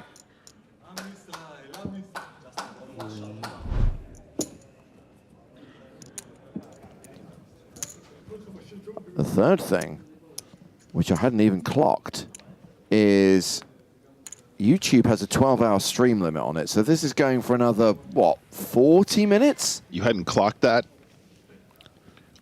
on your clock? I forget that YouTube has that limit. How many more minutes do we have? I think the stream would have gone live probably about 5 minutes before we actually went on air at 12:30. So we've got just under an hour. 45 minutes, I'd say we've got. Nah, we're fine. You say that, but look at the way this is going. I have faith. Come on, YouTube. Peacocks, you got to let us fly. Maybe we'd be doing them a favor by cutting this off. These guys are professionals. Aim for the bushes. 10-5, queen deuce, and it is my top pair versus two pair. Gosh. Okay, I will say, oh, wow, it's only 20 effective. Like, maybe Angelov would be okay with playing this as a check raise to get in, right? I mean, I know it's a weak queen, but this is a very strong heads-up hand. This all could go in on the flop. I also think there's a strong possibility Angelov just calls, and maybe he can get a scary sort of run out. No, he is. Yeah, that's fair. That is a call. Pardon me. Okay, that's good. We were live at 1 o'clock this afternoon. YouTube, you've got more time. There's a reprieve. You've got about 75 minutes. All good. It's all gravy. Yeah, so this is as dramatic as that flop was. We were very excited to see how, how unfortunate it was for Angelov. That it's a turn like that is going to, maybe make it a little easier to fold by the river. But who knows? I mean, the top pair's hard to make heads up, man. It is, and I feel like there are plenty of hands I can think of that want to barrel this turn as a semi bluff or whatever. Hearts, maybe some straight draws, maybe a combination of both, maybe just some complete air balls. There it is, 3.6. That was a 3.6 bet into 5.6, so not too small.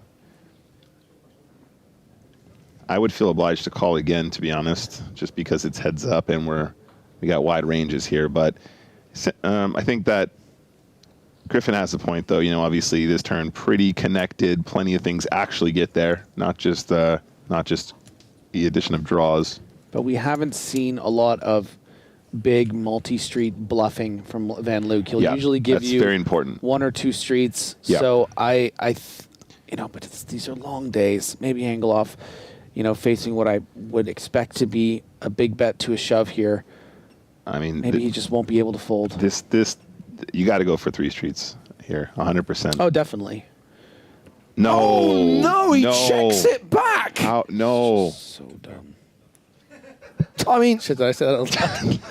You might want to just kind of let your brain process it first before the words come out next time, Griff. But, I bet, guys.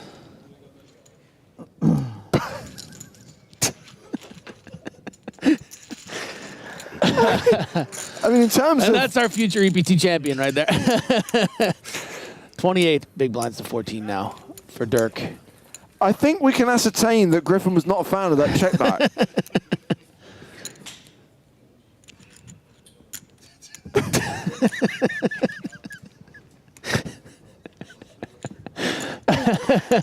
Hard to make 2 pair heads up. Listen. I'm as big a Derk van Luijk fan as the next guy. But sometimes you just got to bet your 2 pairs, and if you don't, it's your biggest fans that are going to hold you accountable. So now Angelov is at a 2-to-1 chip disadvantage. That's King 5 here.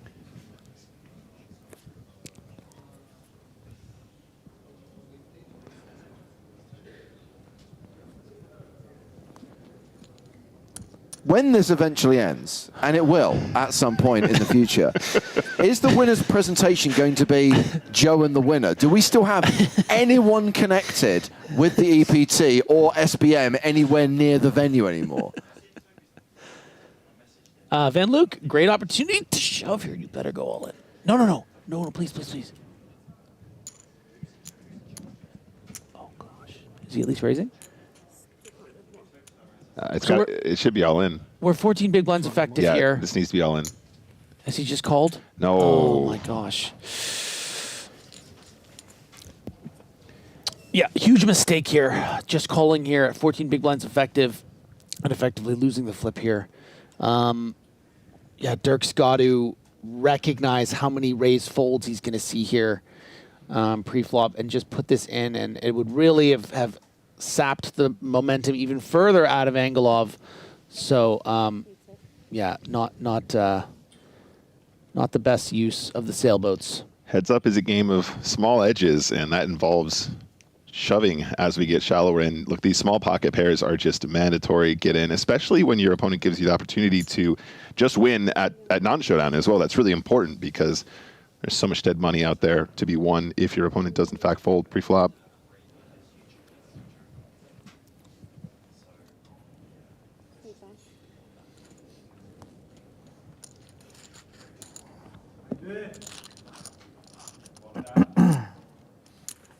So Angelov is the effective stack with around 18 big blinds. Blinds will be up in 10 minutes, by the way. I did not think we'd get to the end of level 38. Yeah. But looks like it's happening, people.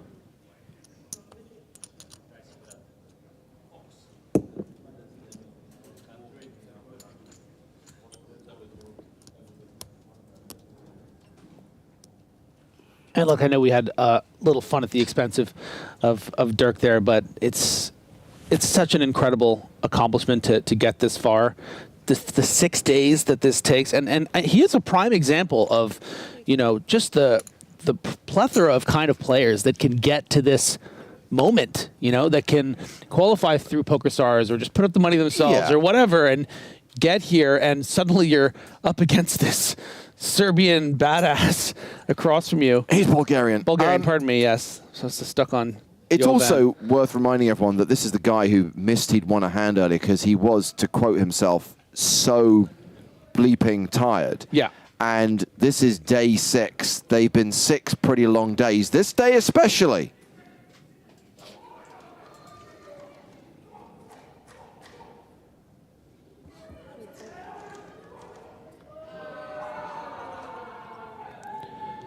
Some picked up equity here for Angelov.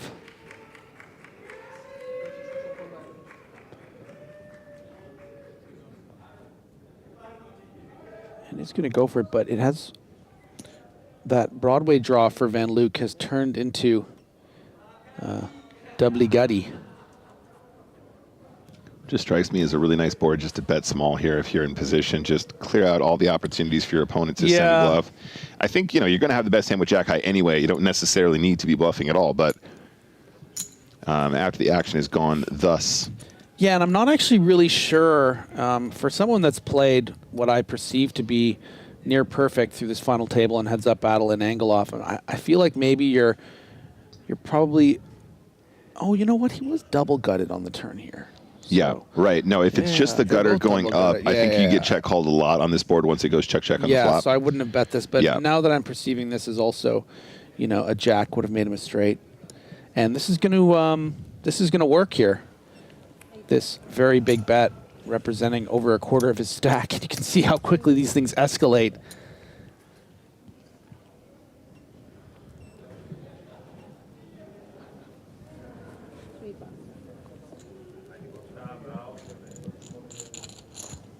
Yeah, nice move there. And we're back to even Stevens. Should have shoved those 4s, Mike. Should have bet that river. Should have shoved those 4s. And many, many more.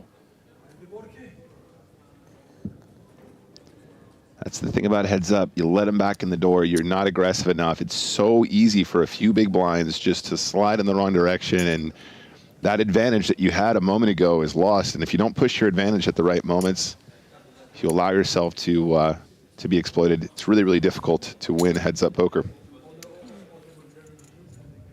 This is the 100th hand of heads-up. Yeah, it's like what they say about your home and vampires, right? They can only come in if you invite them in. And he's just sucking his blood right now. The late night metaphors on day 6. Yep. I really like this raise from the 10-7. I think that these combos are really cute little raises here pre-flop. When your head's up in position, around 20 big blinds effective, story checks out. It's not a great hand, but that's kind of one of the reasons that you want to try and raise these, because if you can take it down pre-flop, you've done very well, but some semblance of playability here. Having position is just absolutely crucial. And also a hand that Van Luijk could have just shoved as well. I mean, there's a lot of playability. Ooh, whoa. Wait. 6, 7, 8, 9, 10. It's a straight. Probably an above average flop for 10-7 offsuit. And equity for Van Luijk, maybe not as much as you would like if you're in Angelov's seat. In the 2 mil. sense that, yeah, you're unblocking all the pairs. You'd hope he has something like a 9 or an 8. But the sizing is not aggressive here. It's not, you know, oftentimes the rule is if you, flop a straight and you unblock the pairs, you just bet big because they likely have something. But he's making sure he doesn't lose his customer. Yeah, that's the word. Yeah, and actually sizes it perfectly for this exact combo, right? Queen Jack does feel obliged to come along with the gut shot. And yeah, really nice here. I mean, you'll get 6-5 to come along here with Yeah, that size, yeah. right? That's what you're really hoping to do Exactly here. right. You're quite right. And yeah, maybe he pursues Van Luijk just to be folding at a higher frequency than average, and therefore needs a smaller size here to get action from the second pair, third pair combos, as well as, of course, the obvious top pairs. So now you size to try and stack river, right? Yeah. Doesn't have to be big. So let's do some quick. What do they call it? Girl math or just math? Geometric. So what does he have to bet here to have a pot size bet on the river? It looks to be about, that's 3.6. Yeah. Yeah. So look at that. I really want everyone at home to check this out. Yeah. So this is so by design. He's betting 3.6 million to leave 10 million behind for the pot size ish bet on the river. We're not going to get to a river. No. And once again, Angelov has the chip advantage. What time's your flight tomorrow, James? Not worried about my flight, just worried about sleep.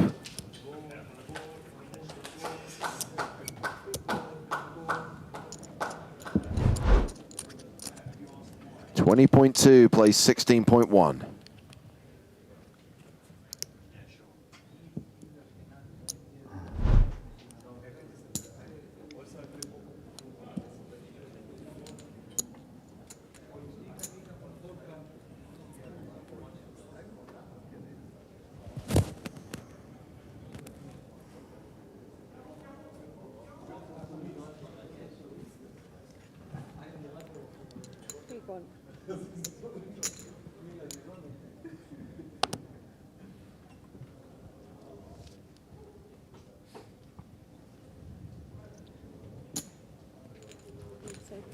Five, 4 completes. 9-7 checks. King 5-3 on the flop.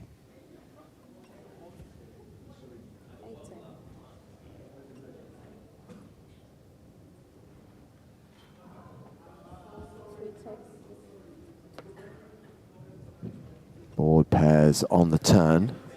When check, check on the flop.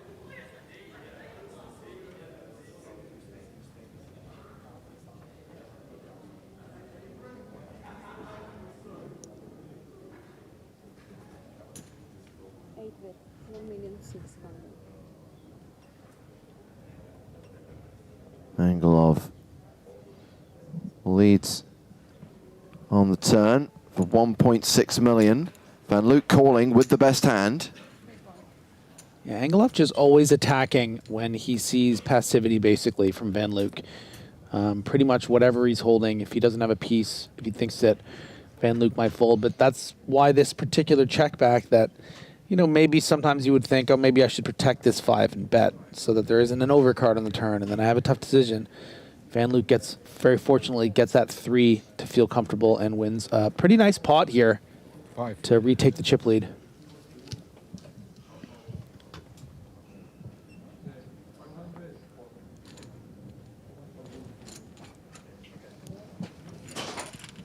The stack's pretty close, though. And how shallow are things going to get in 2 minutes' time when we roll into level 39?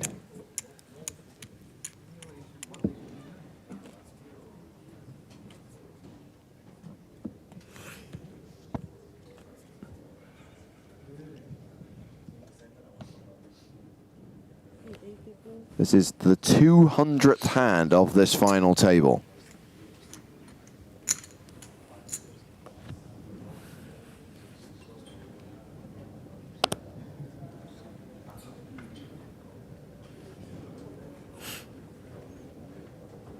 Angelov with 6-5 suited.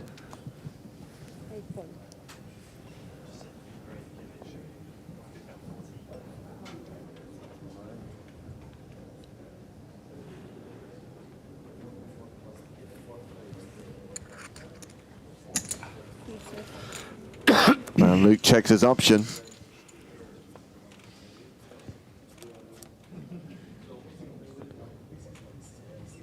Jack 10-7, one club.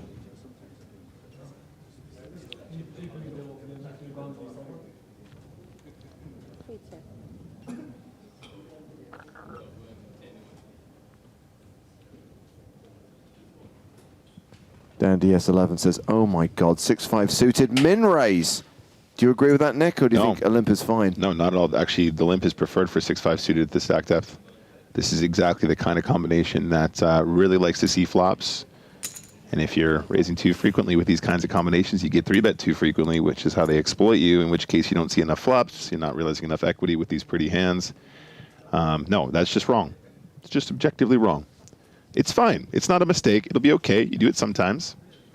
But as we get shallower, a lot of these cute little pocket pairs, suited connectors, are very, very cool little limpers. Stop. He's already dead.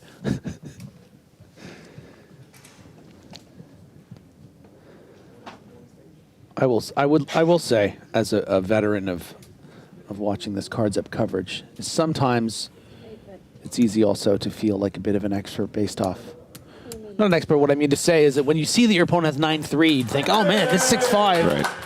I feel more entitled to this pot with 6-5 suited. It's a playable hand. 9-3 would fold. You should have raised. Well, you know, it's not always going to be the 9-3. Yeah. Yeah, we're just talking in ranges here. We are now playing level 39 of the main event. Blinds are 500,000 and a million, with a 1 million big blind ante, which is still in play. They are playing stacks of 17 and 16 big blinds, respectively. I really like that sort of inside poker moment where you saw the dealer change. And it all happened kind of like really fast. It was like they had to get the 1 million blind chip dealer. It's like, we have a very special dealer for this level. Get him in here. Go get Chip. It's the $1 million level already? We need Chip. We're bringing out the cooler.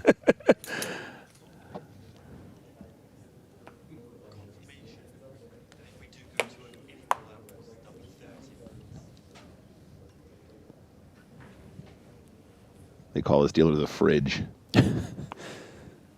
Well, the tournament staff have just made a ruling. If, I'd like to think that it's... If the fridge has lost its touch.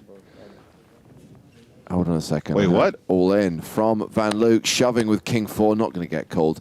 So if we get... 17 bigs. It's not the best combo to do, but it's not the end of the world. It's not the end of the world. Let's not... If we get to the end of this level, which is 45 minutes away, if we hit another break, then they're going to reduce the levels to 30 minutes. Because we're going to get to that point where, like, they can't actually clear the room in time for the end of the rental.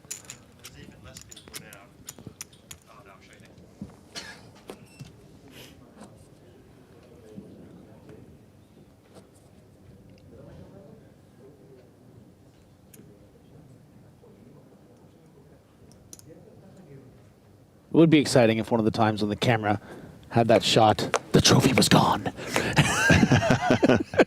This has been going on so long. Somebody's stolen it. I miss heist movies. I think I just need to watch a good heist movie. I love that. I love the heist episode of Rick and Morty. I think that was absolutely genius. Just hear the gasps around the room. Angelov, 17 bigs, is finally going to find a hand he wants to raise with. That looks like, actually, yeah, it's, you know what, he's decided to size up here to 2.4x. So maybe finding little exploits within this heads up here. Doesn't want to give him a good enough price. Probably to target, Nick, hands like this that I think can be brought into the fold. Brought into the fold. Has called, though.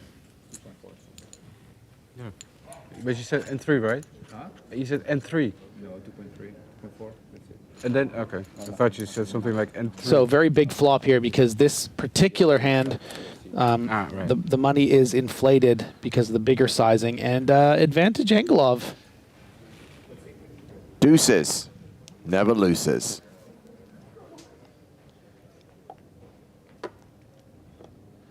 think just a little c-bet here is coup. Yeah, I don't think you're like thrilled about this flop as Angelov, because you're going to expect a lot of the, when you break down Van Luijk's range of what he's going to call with pre to this big sizing, it's going to be really on base on king, queen, deuce, 2 spades. But maybe he has something like 9-8 of clubs and it'll fold, and this is kind of in that range and gets it done, and that's a huge swing. Look at how big that is. I mean, 21 million now for the Bulgarian.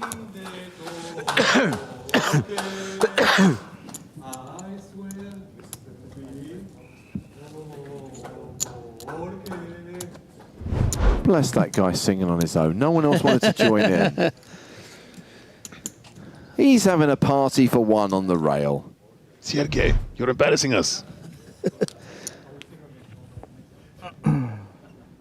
That's why if I sing in public, it's like a real banger. Everyone knows. You know, I mean, I'm sure that song's great, but if you're the only one that knows the lyrics. We're halfway there.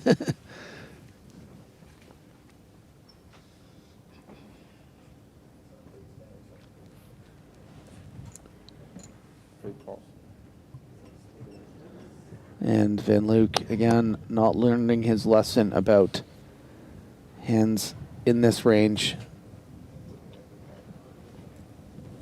7, 6.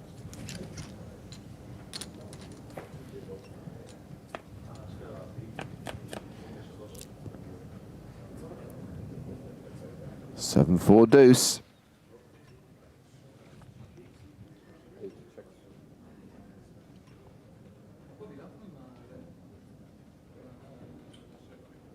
And we're just getting many examples of sort of the erratic use of how Van Luijk wants to use his chips. Wants to put more money in pre-flop with 9-3. Wants to call a 2.4x with the 9-7 off. Does get lucky here on the turn, and the kind of card that I think Angelov will lead on, which is nice for him. But then won't put in even 3-4 million with that 2 pair on the river. Like, so hard to make 2 pair. Maybe you can get a queen to call. So maybe just need to, I don't know, think about his decisions a little more. But you kind of, when you come this far, you kind of trust your instincts, and that's kind of what's got him this far. So why change now?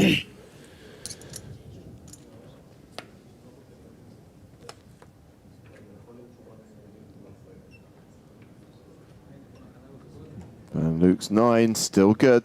So this is trouble, I think, for Angelov. Well, I don't know. Angelov's been really good at finding spots to lead, but like kind of knowing when to slow it down though as well. But the thing that I'm worried about for him is the two flush draws missed here. Yeah. Right? So Angelov is going to perceive a lot of Van Luijk's range. Even something like, I know he blocks 10-jack, but there are just so many other draws that have missed that Van Luijk can have. Normally, when you have the missed draw, you sort of think, okay, that makes it more likely my opponent can have a pair, but because my opponent could have Jack 5 of hearts here, or Queen 3 of spades, and that's a big swing. That was a big bet. And a 9. Yeah, and look at this. We're back to. Oh, this is just a huge pot for Derk van Luijk. Yeah, and. The unpredictability of this man. This maybe a hand that he shouldn't have been involved in at all with this 9-3 off. Just getting the right kind of run out that incentivizes Boris Angelov to bluff, and now it has a huge advantage. Boris is running out of room. He only has 12 blinds. Like, how much can you really do? How much limping and isolating over limps and all that sort of stuff can he do now that he's so short?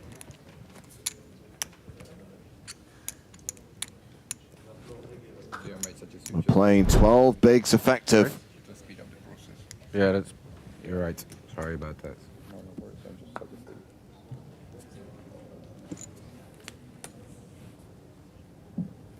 We need the dealer to deal a spicy hand.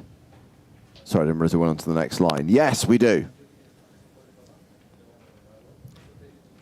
I actually prefer it without the last word. We need him to deal a spicy. Give us a spicy. We actually need him to deal a cooler is what we need.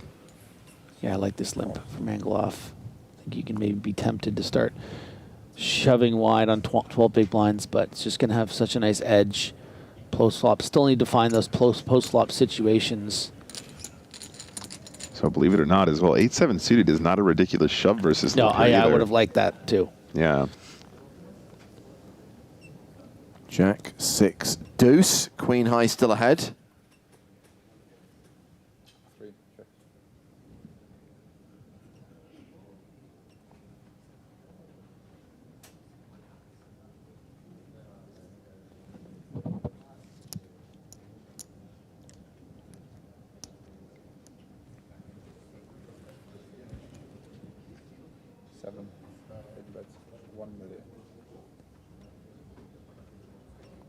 Angelov has bet $1 million.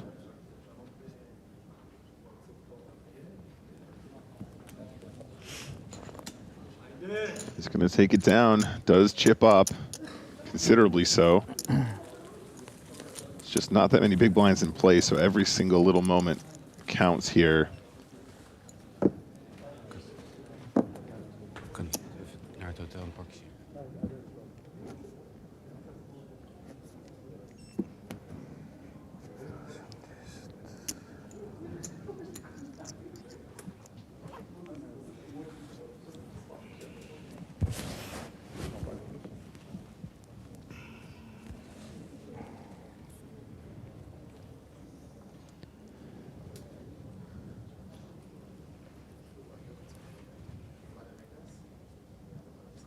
James, you know I have a hard out at 2 a.m., right? The Leafs game.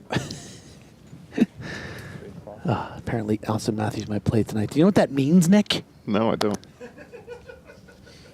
He scored 69 goals this year. He's our best player. He hasn't played in 2 games. 69.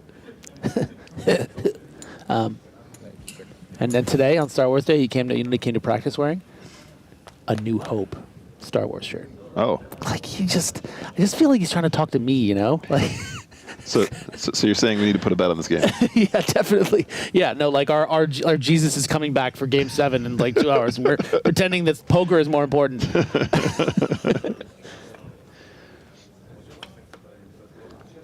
All right, real talk now. I'm putting a bet on that game.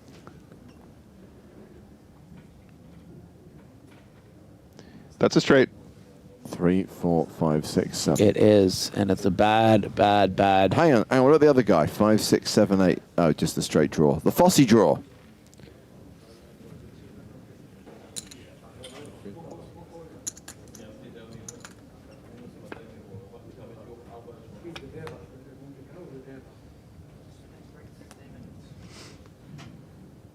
Must bet.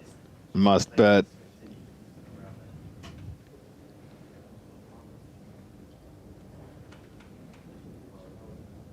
JSB says, we need a squid to choose a winner.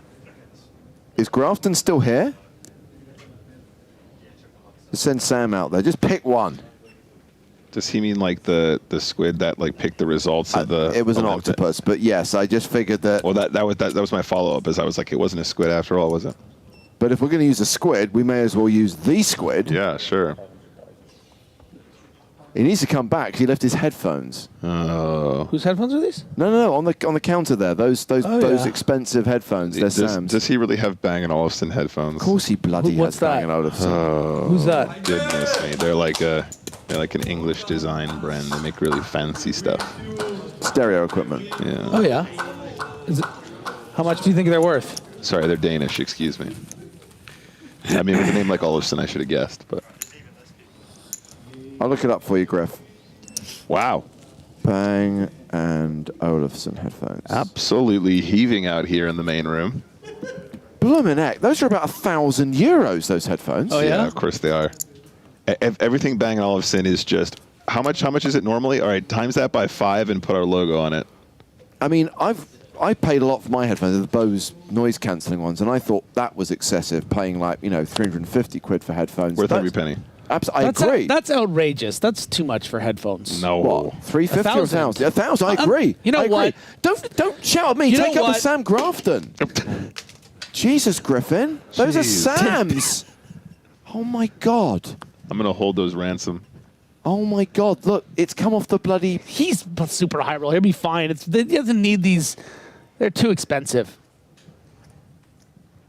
Well, they're really all over the place. Those are. Maybe shouldn't have done that. I thought you were going to stick them on eBay, not smash them against the table. Sam walked in, he said, looking for something nice. I want a lot of bang for my buck. And they said, you know what? Bang & Olufsen, that's the brand for you. They put the bang in Bang & Olufsen. So these two players continue to trade blows. Griffin has destroyed Sam's headphones. Still 30 minutes on the clock until the next break and the next level change. I think they're actually broken, Griff. So everyone's freaking out because Angelov found a shove with the Jack-9 suited, and our boy Derk technically folded a better hand with the King-9, but as everyone's talking about, it's not necessarily a snap-off for 14, 15 big blinds. It's close. Don't get me wrong. I'm sure this nerd Nick beside me will get the charts up.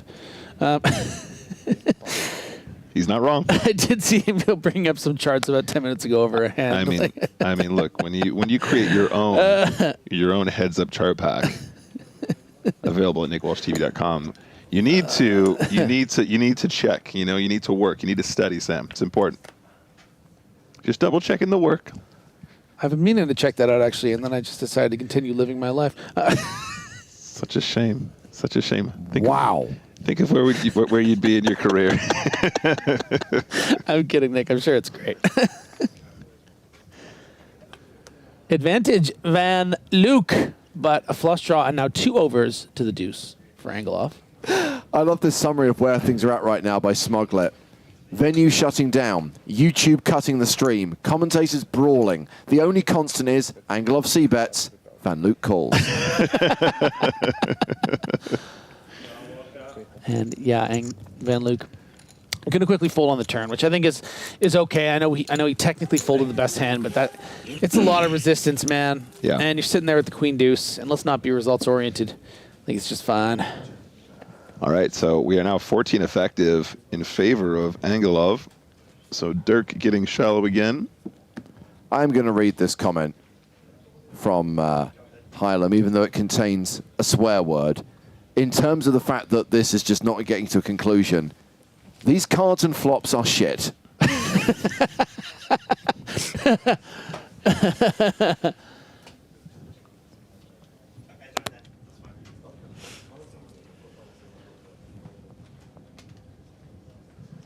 Griffin's walked off to try and put Sam's headphones back together.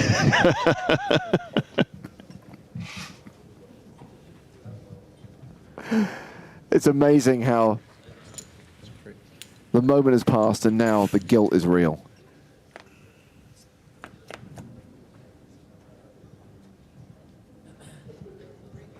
Jack 9-7 on the flop.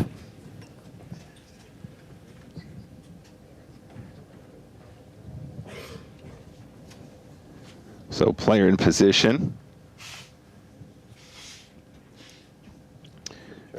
So checks to the player in position, I should say. Again, don't always have to see bet here, but it's been working out pretty good for him thus far. I really like the check back, honestly, on this texture. When you've got showdown like this, I don't think you want to invite the opportunity to get check raised when you can just get to the turn. You're not really protecting a ton, right? You either have it or you don't. If you bet and get called, they're going to have draws that have considerable equity, so it's not like you're doing too great. And then if you slow down to the turn, sometimes their bluffs, or their missed stuff, excuse me, on rivers can be turned into bluffs. If they miss the bet on the turn, I think it's fine to bet, though, because Van Luijk is going to rep his Jack X, his 9X, his 7X, his straight draws, his flush draws on the turn a lot of the time by way of a lead. So just a small one. Doesn't have to be crazy. If you want to be balanced here, you're kind of supposed to size up the same way you would if you miss the flop bet and you actually turn something significant. I think half pot works fantastic in that regard.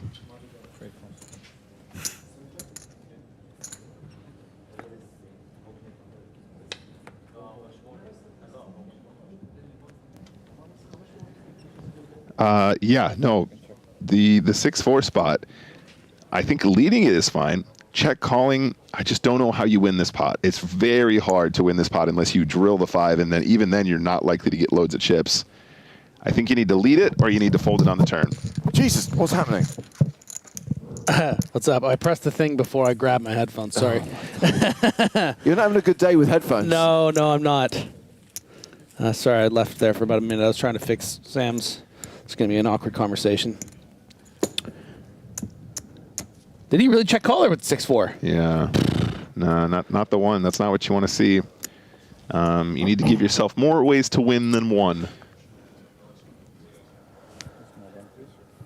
When you lead, you give yourself 2 ways to win.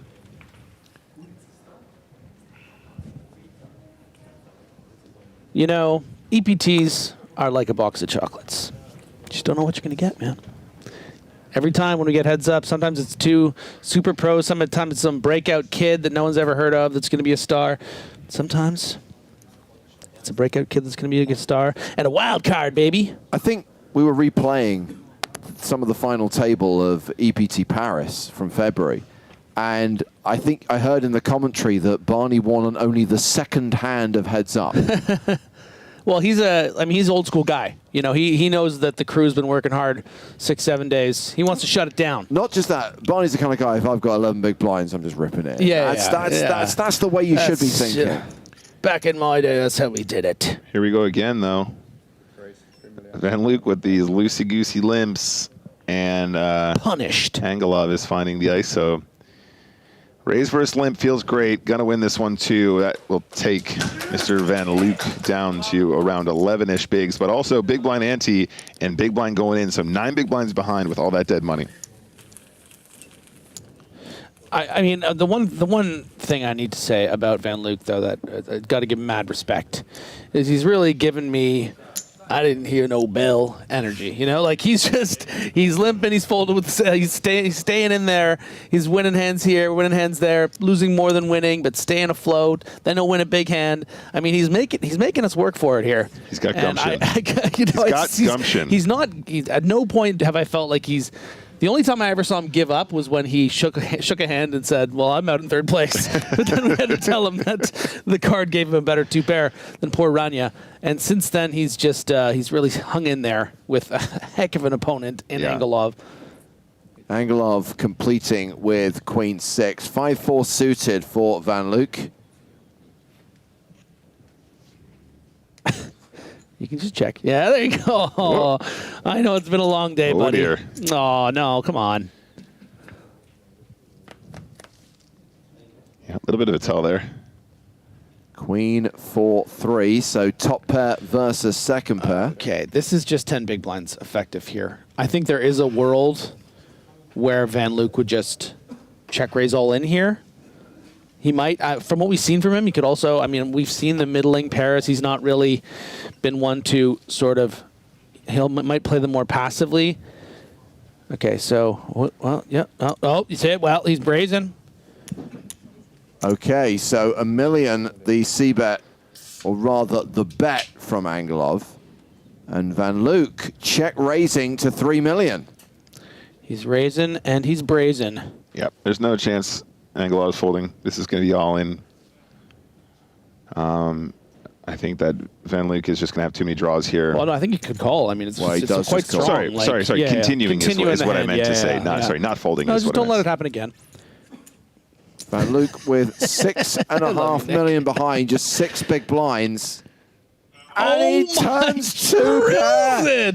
Turns 2 pair. You naughty boy, Van Luijk. And it even gives Angelov an openness, still 36% of ways to become EPT Monte-Carlo 2024 champion. Kid's got moxie. But... yep, you're calling all day long here. All in with 2 pair, called by top pair. Wow, Angelov does have 16 outs. And if we do see a deuce, a 3, a 6, a 7, or a queen on the river, it's finally over. That means either deuce or 6 or 7. Maybe queen or 3. I've narrowed it down. I speak a little Bulgarian.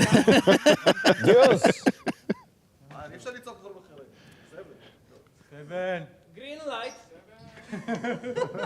Is it always coming 7? Yes! 3. It's a blank. Let's keep going, guys. It's another double up And we are back to a situation where Derk van Luijk has the chip advantage. 22 million plays 14 million.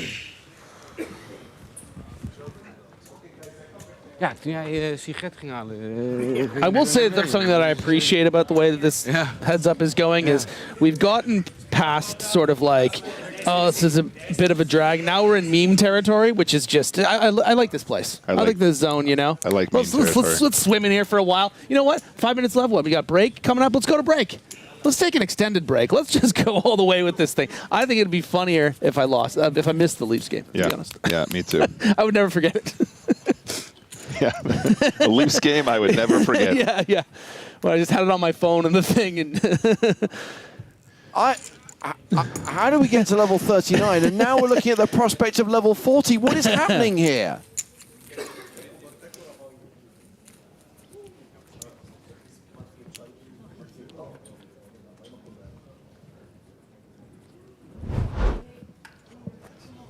I'm looking forward to the TV show where they cut this down to one hand of heads up.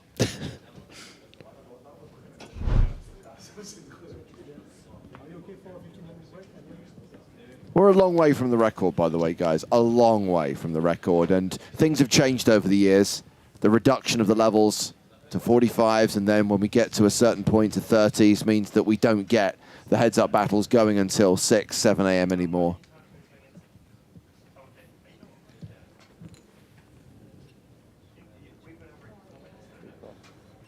All right, the flip-flop.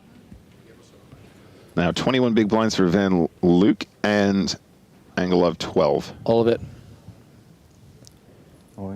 All you can eat. And already, again, starting this new chapter of heads up, Van Luijk making a half big blind mistake.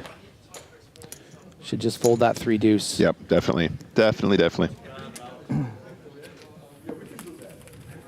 And Angelov's team is going to relay that to him on the break, right? Like, he is literally limping 100% of range. Right. So, and I mean, we can see he clearly already knew that.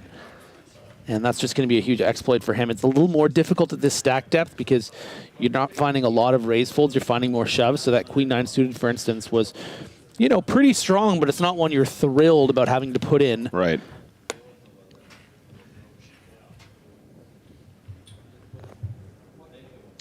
You can adjust your out of position there lots, right, too, as well. Like, all of a sudden, hands that you're supposed to raise not all in, like, technically, you can just play as pure jams, and it just works so well, just taking up blinds. And here we have AJ. Yeah, and this is just the balance of good limp. Pretty much limping his whole range. This is a complete monster heads up. This is, by all designs, intended to hope for a raise from Van Luijk. And Van Luijk raising with no real agenda here. I mean, it's what? It's a 3x to fold. This hand needs to play as a check or a shove, really. Yeah, it's a shove now, yeah. Sorry, from the ace jack, I mean, yeah. No, I'm saying with the Jack 10, like, this is just, of the 3 options, raise is going to be the worst of the 3. I agree. This is a lot of playability post-flop. You'd hate to get limp shoved there by pocket 3s and not realize your equity. This is exactly why Jack 10 off is just basically never a raise there. Like, it's such a nice hand to play from out of position, right? And it plays very well from out of position in an unraised pot. Jack 10 suited, different story, right? Better playability when they limp call. You can still stack off with it if they decide to jam on you because you're going to be doing well against their pairs and some other, you know, ace-X combos that you don't have you dominated. But they're, definitely a misstep again. Jack 10 off, just such an easy hand just to check. And, you know, very often you'll even be dominating some of the Jack X that your opponent has to limp as part of a balanced in-position strategy. How were they even again?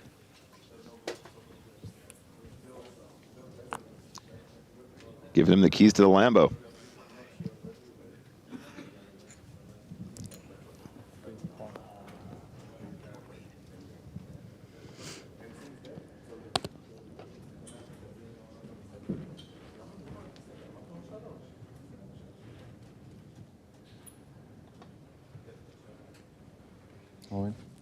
Yeah, might just be another shove. Feels good. I think this is very, very nice as well. Again, King Jack suited may be a combo you raise not all in here instead, but King Jack off, very clean to jam, especially if you understand how much wider Van Luijk's limping range is now that we've gotten some more information as the delay catches up with real world. Sorry? Oh, okay. Yeah, the next break is just 15 minutes away. Oh, okay, yeah.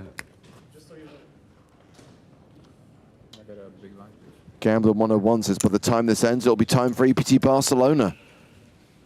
No time for Scoop. Nick's going to get on a plane tomorrow. He's going to just get home just in time to fire up the first Scoop stream.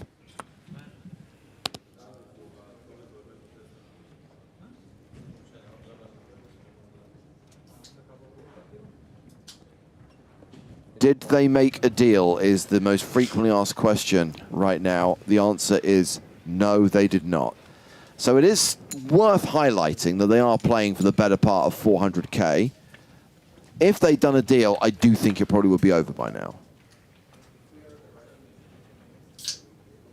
Well, this flop favors Van Luijk, suffice to say.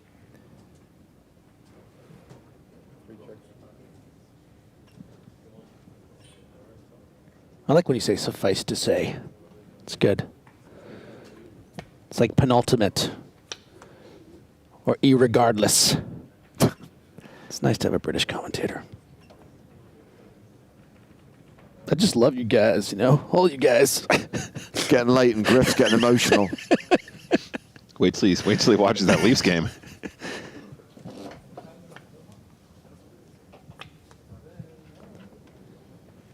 Pair of sixes, still good.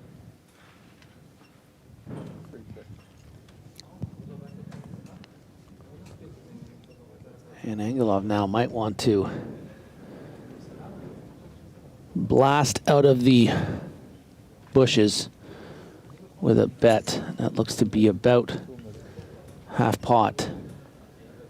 Hate to lose here on the river too. Well, a little more actually. You would hate to lose on the river here. Oh yeah, he sees it. He knows. He's got ya. Nice hand from Van Luijk. Boom. There he is. Fourth pair. Have a go.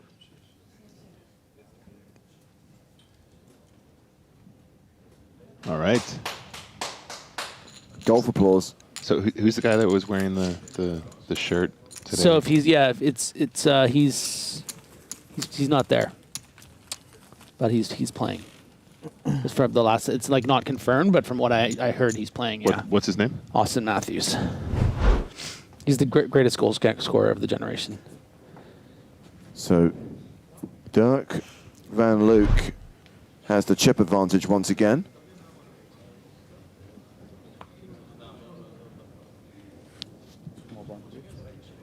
Yep, ever so slightly.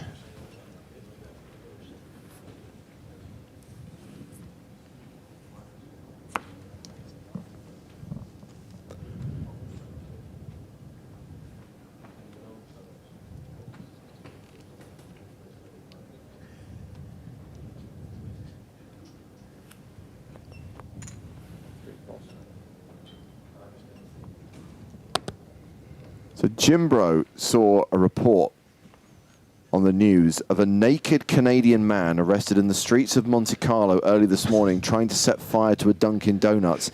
Is it bad that everyone automatically assumed it was you? They didn't take Canadian dollars. What'd you expect me to do?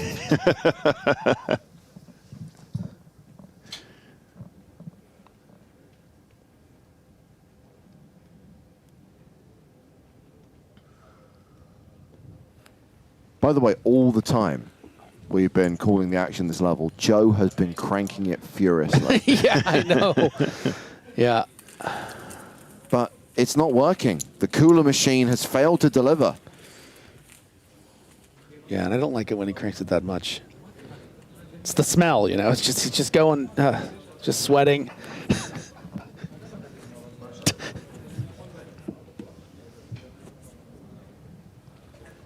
Again, the limp. Queen 3 from Van Luijk and the ISO of 3.5x. Just on 14 big blinds. Boris able to take that down.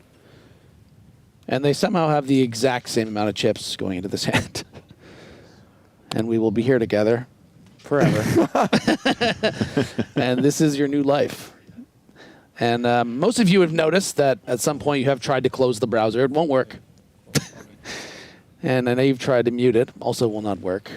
But also, we are all in this together. You're invested now, right? Yeah. It's like, oh, I've watched for like 5 days. I've watched the whole of the final table, and even though this is kind of like a real struggle to keep going, I need to know how it finishes. The next hand could be the last. The hand after that could be the last.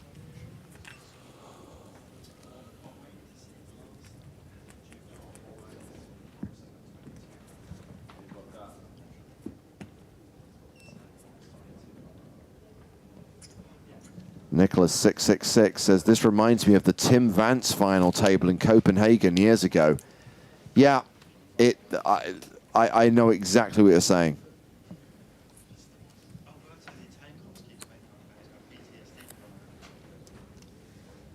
At least we don't have a overexcited American gentleman shouting Nancy into a baseball cap. Yeah, that helps. So a little limp again, 8-5 off. This one I think is going to play a little too. I just have a bit too much playability to put into that 3.5x range, and that's really the strategy here from Angelov. All the trash hands I'm going to raise, and he's just going to fold. And these playable hands I'm going to check and just try to outplay him post flop. Story checks out. Flop is deuce 4-6, 2 clubs. How many guts is that for Van Luijk? It's 2 guts. That's 2 guts. Please so bet. much better than 1 gut. Please bet.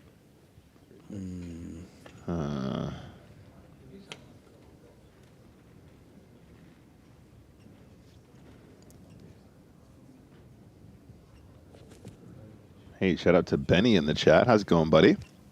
Our VIP. How many guts is that, Benny?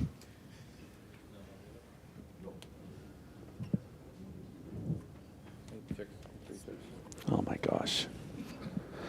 Imagine limping the button here and checking down 8 high and losing. It's just, yeah, it's, I mean, even Angelov, who is doesn't like to show emotion. It's not really his default, I don't think. He'll crack the odd smile for the cameras, you know? But there he couldn't help but just be, I mean, shell-shocked to see that holding didn't bet on the flop, right. Didn't bet on the turn, and then when it had 8 high on the river, allowed him to, I mean, these are important pots. Yeah, very Boris important. Angelov now has 20 big blinds to Dirk's 13. He shouldn't win that pot. No, it's just, just needs to be aggressive with those. So much equity, right? You're going to get there a decent chunk, so you're not really that concerned about just putting more money in as a semi-bluff. Speaking of EPTs, Benny, did you win 2 trophies? Is that 2 trophies this EPT, Monte-Carlo 2024?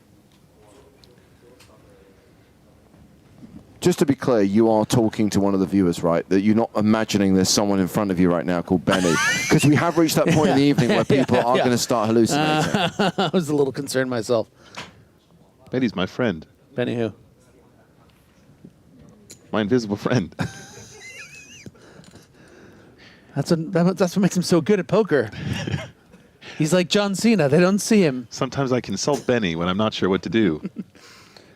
No, Benny Glaser in the chat with us. He said he got a first and a second. Very nice, buddy. All right.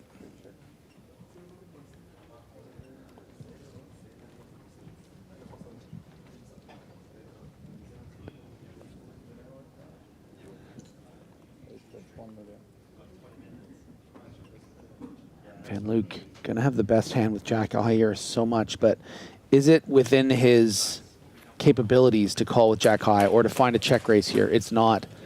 And we're just seeing, and this is the thing too, right, is that I don't think Van Luijk's inadequate play compared to Angelov wouldn't be so apparent if it weren't for the fact that Angelov is playing so exploitative, right? He's really pushing squeezing every edge. I mean, he really recognizes the moment. How fortunate it is to be heads up for an EPT title and to be up against an opponent that maybe isn't as strong as they otherwise would be. I really think he's, going to do everything he can to finish off Dirk. But as we've talked about, he's hard to get rid of.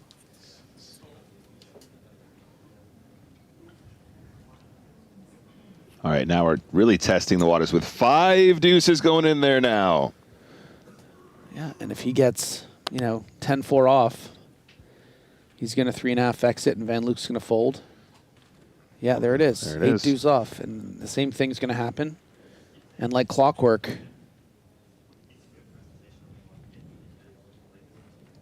I think 3.5 might be a little bit on the big side here, but you know, 2 and a bit or 3-ish seems good. I mean, yeah, but I also think it's just like it just works every time. It works every time, and you just really don't want them to call. Yeah. If suddenly there's an 8 million chip pot, and your opponent has 10 million behind, and you have 8 deuce. That's true. You are, you know, swimming without a paddle in the dark. Upstream. Yeah. Without any water. Yeah, you're just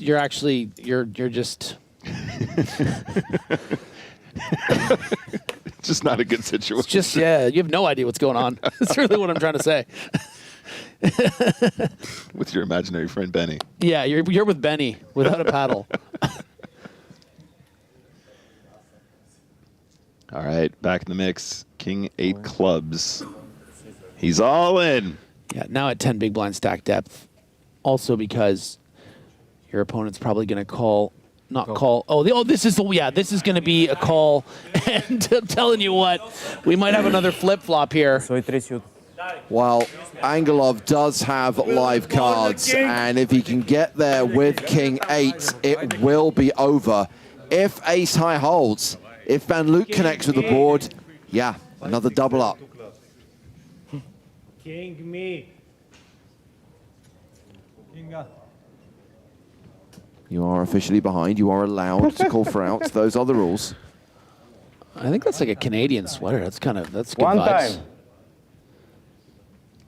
Oh, club is a good start, but that is not a good turn and river of the flop.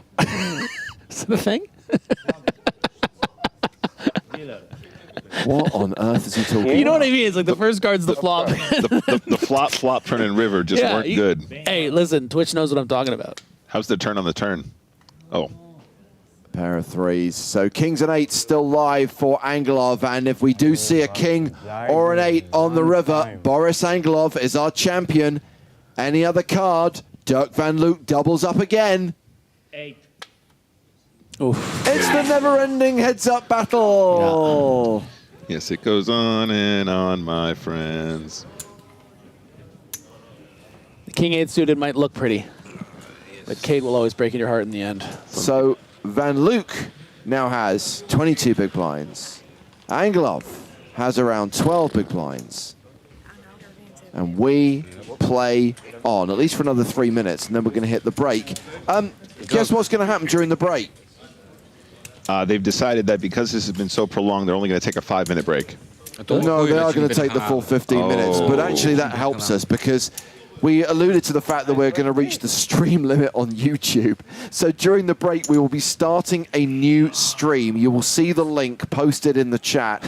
So YouTube viewers will have to go to a new stream because this final table has gone beyond its sell-by date. Behind and suck out. So far, very good.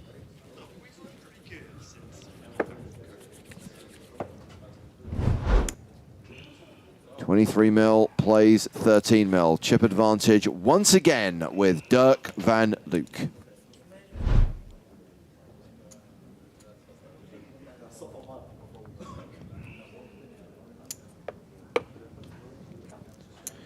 And yeah, Boris Angelov only going to have 11 big blinds to sort of work his magic. We've seen all the different ways he's been able to exploit his opponent, and great opportunity to shove here for the 11 effective for Van Luijk. I hope he knows it for his sake.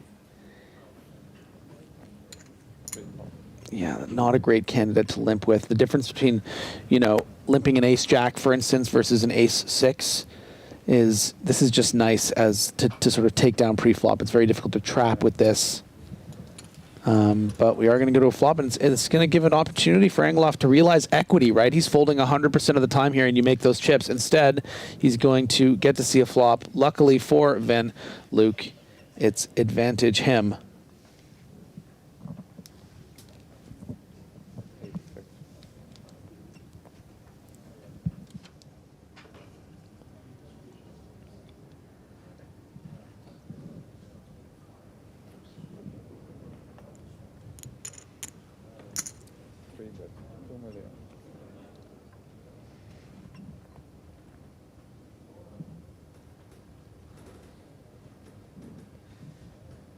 Bet of 2 million.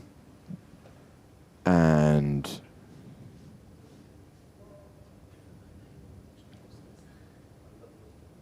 Angelov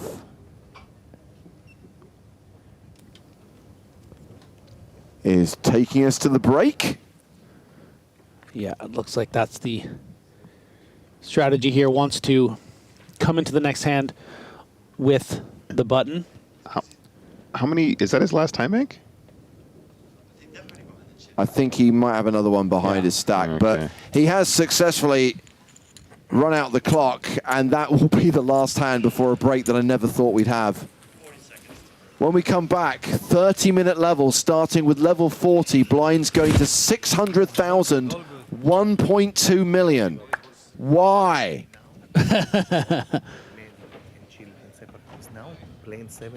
So that means there are going to be fewer than 30 big blinds in play.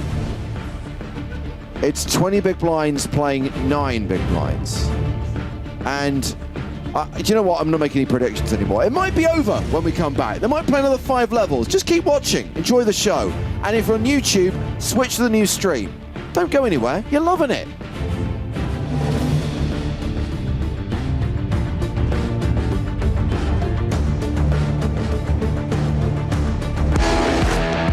The biggest game in town is back. Let's play some poker! Now we're playing game. You know, I'm really excited to have the big game back. It's just great for poker. The most fun I've ever had in any type of poker format. You never know. The big game is such a fun format, which I love because I'm an action junkie. When the TV cameras roll on, I would just win. If I went all in, what would you do, son? You're not the main character in this hand. Bring me my money! Oh man, I just want to get in there and brawl. You want to see it? Oh baby, tell me you bluff me. Here comes the cannon. Hi! A loose cannon that's good at poker? This was great, you guys. So that's why they call it the big game.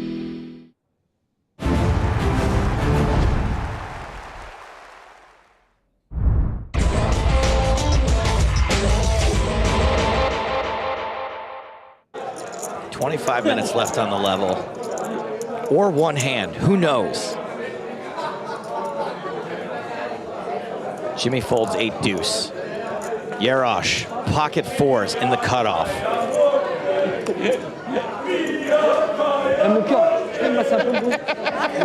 Hello. Ace queen for Kowalski. Starts the hand with 35 big blinds. Too much for an all-in, but could certainly call on the button, is what I was going to say. Wow, yeah, he's playing it slow here in position. Ace-Queen suited, a very, very, very playable hand in position. And you see what he's doing here, Joe, and you've identified it. He doesn't want to go too crazy pre-flop here. Oh, Pinto. Uh-oh.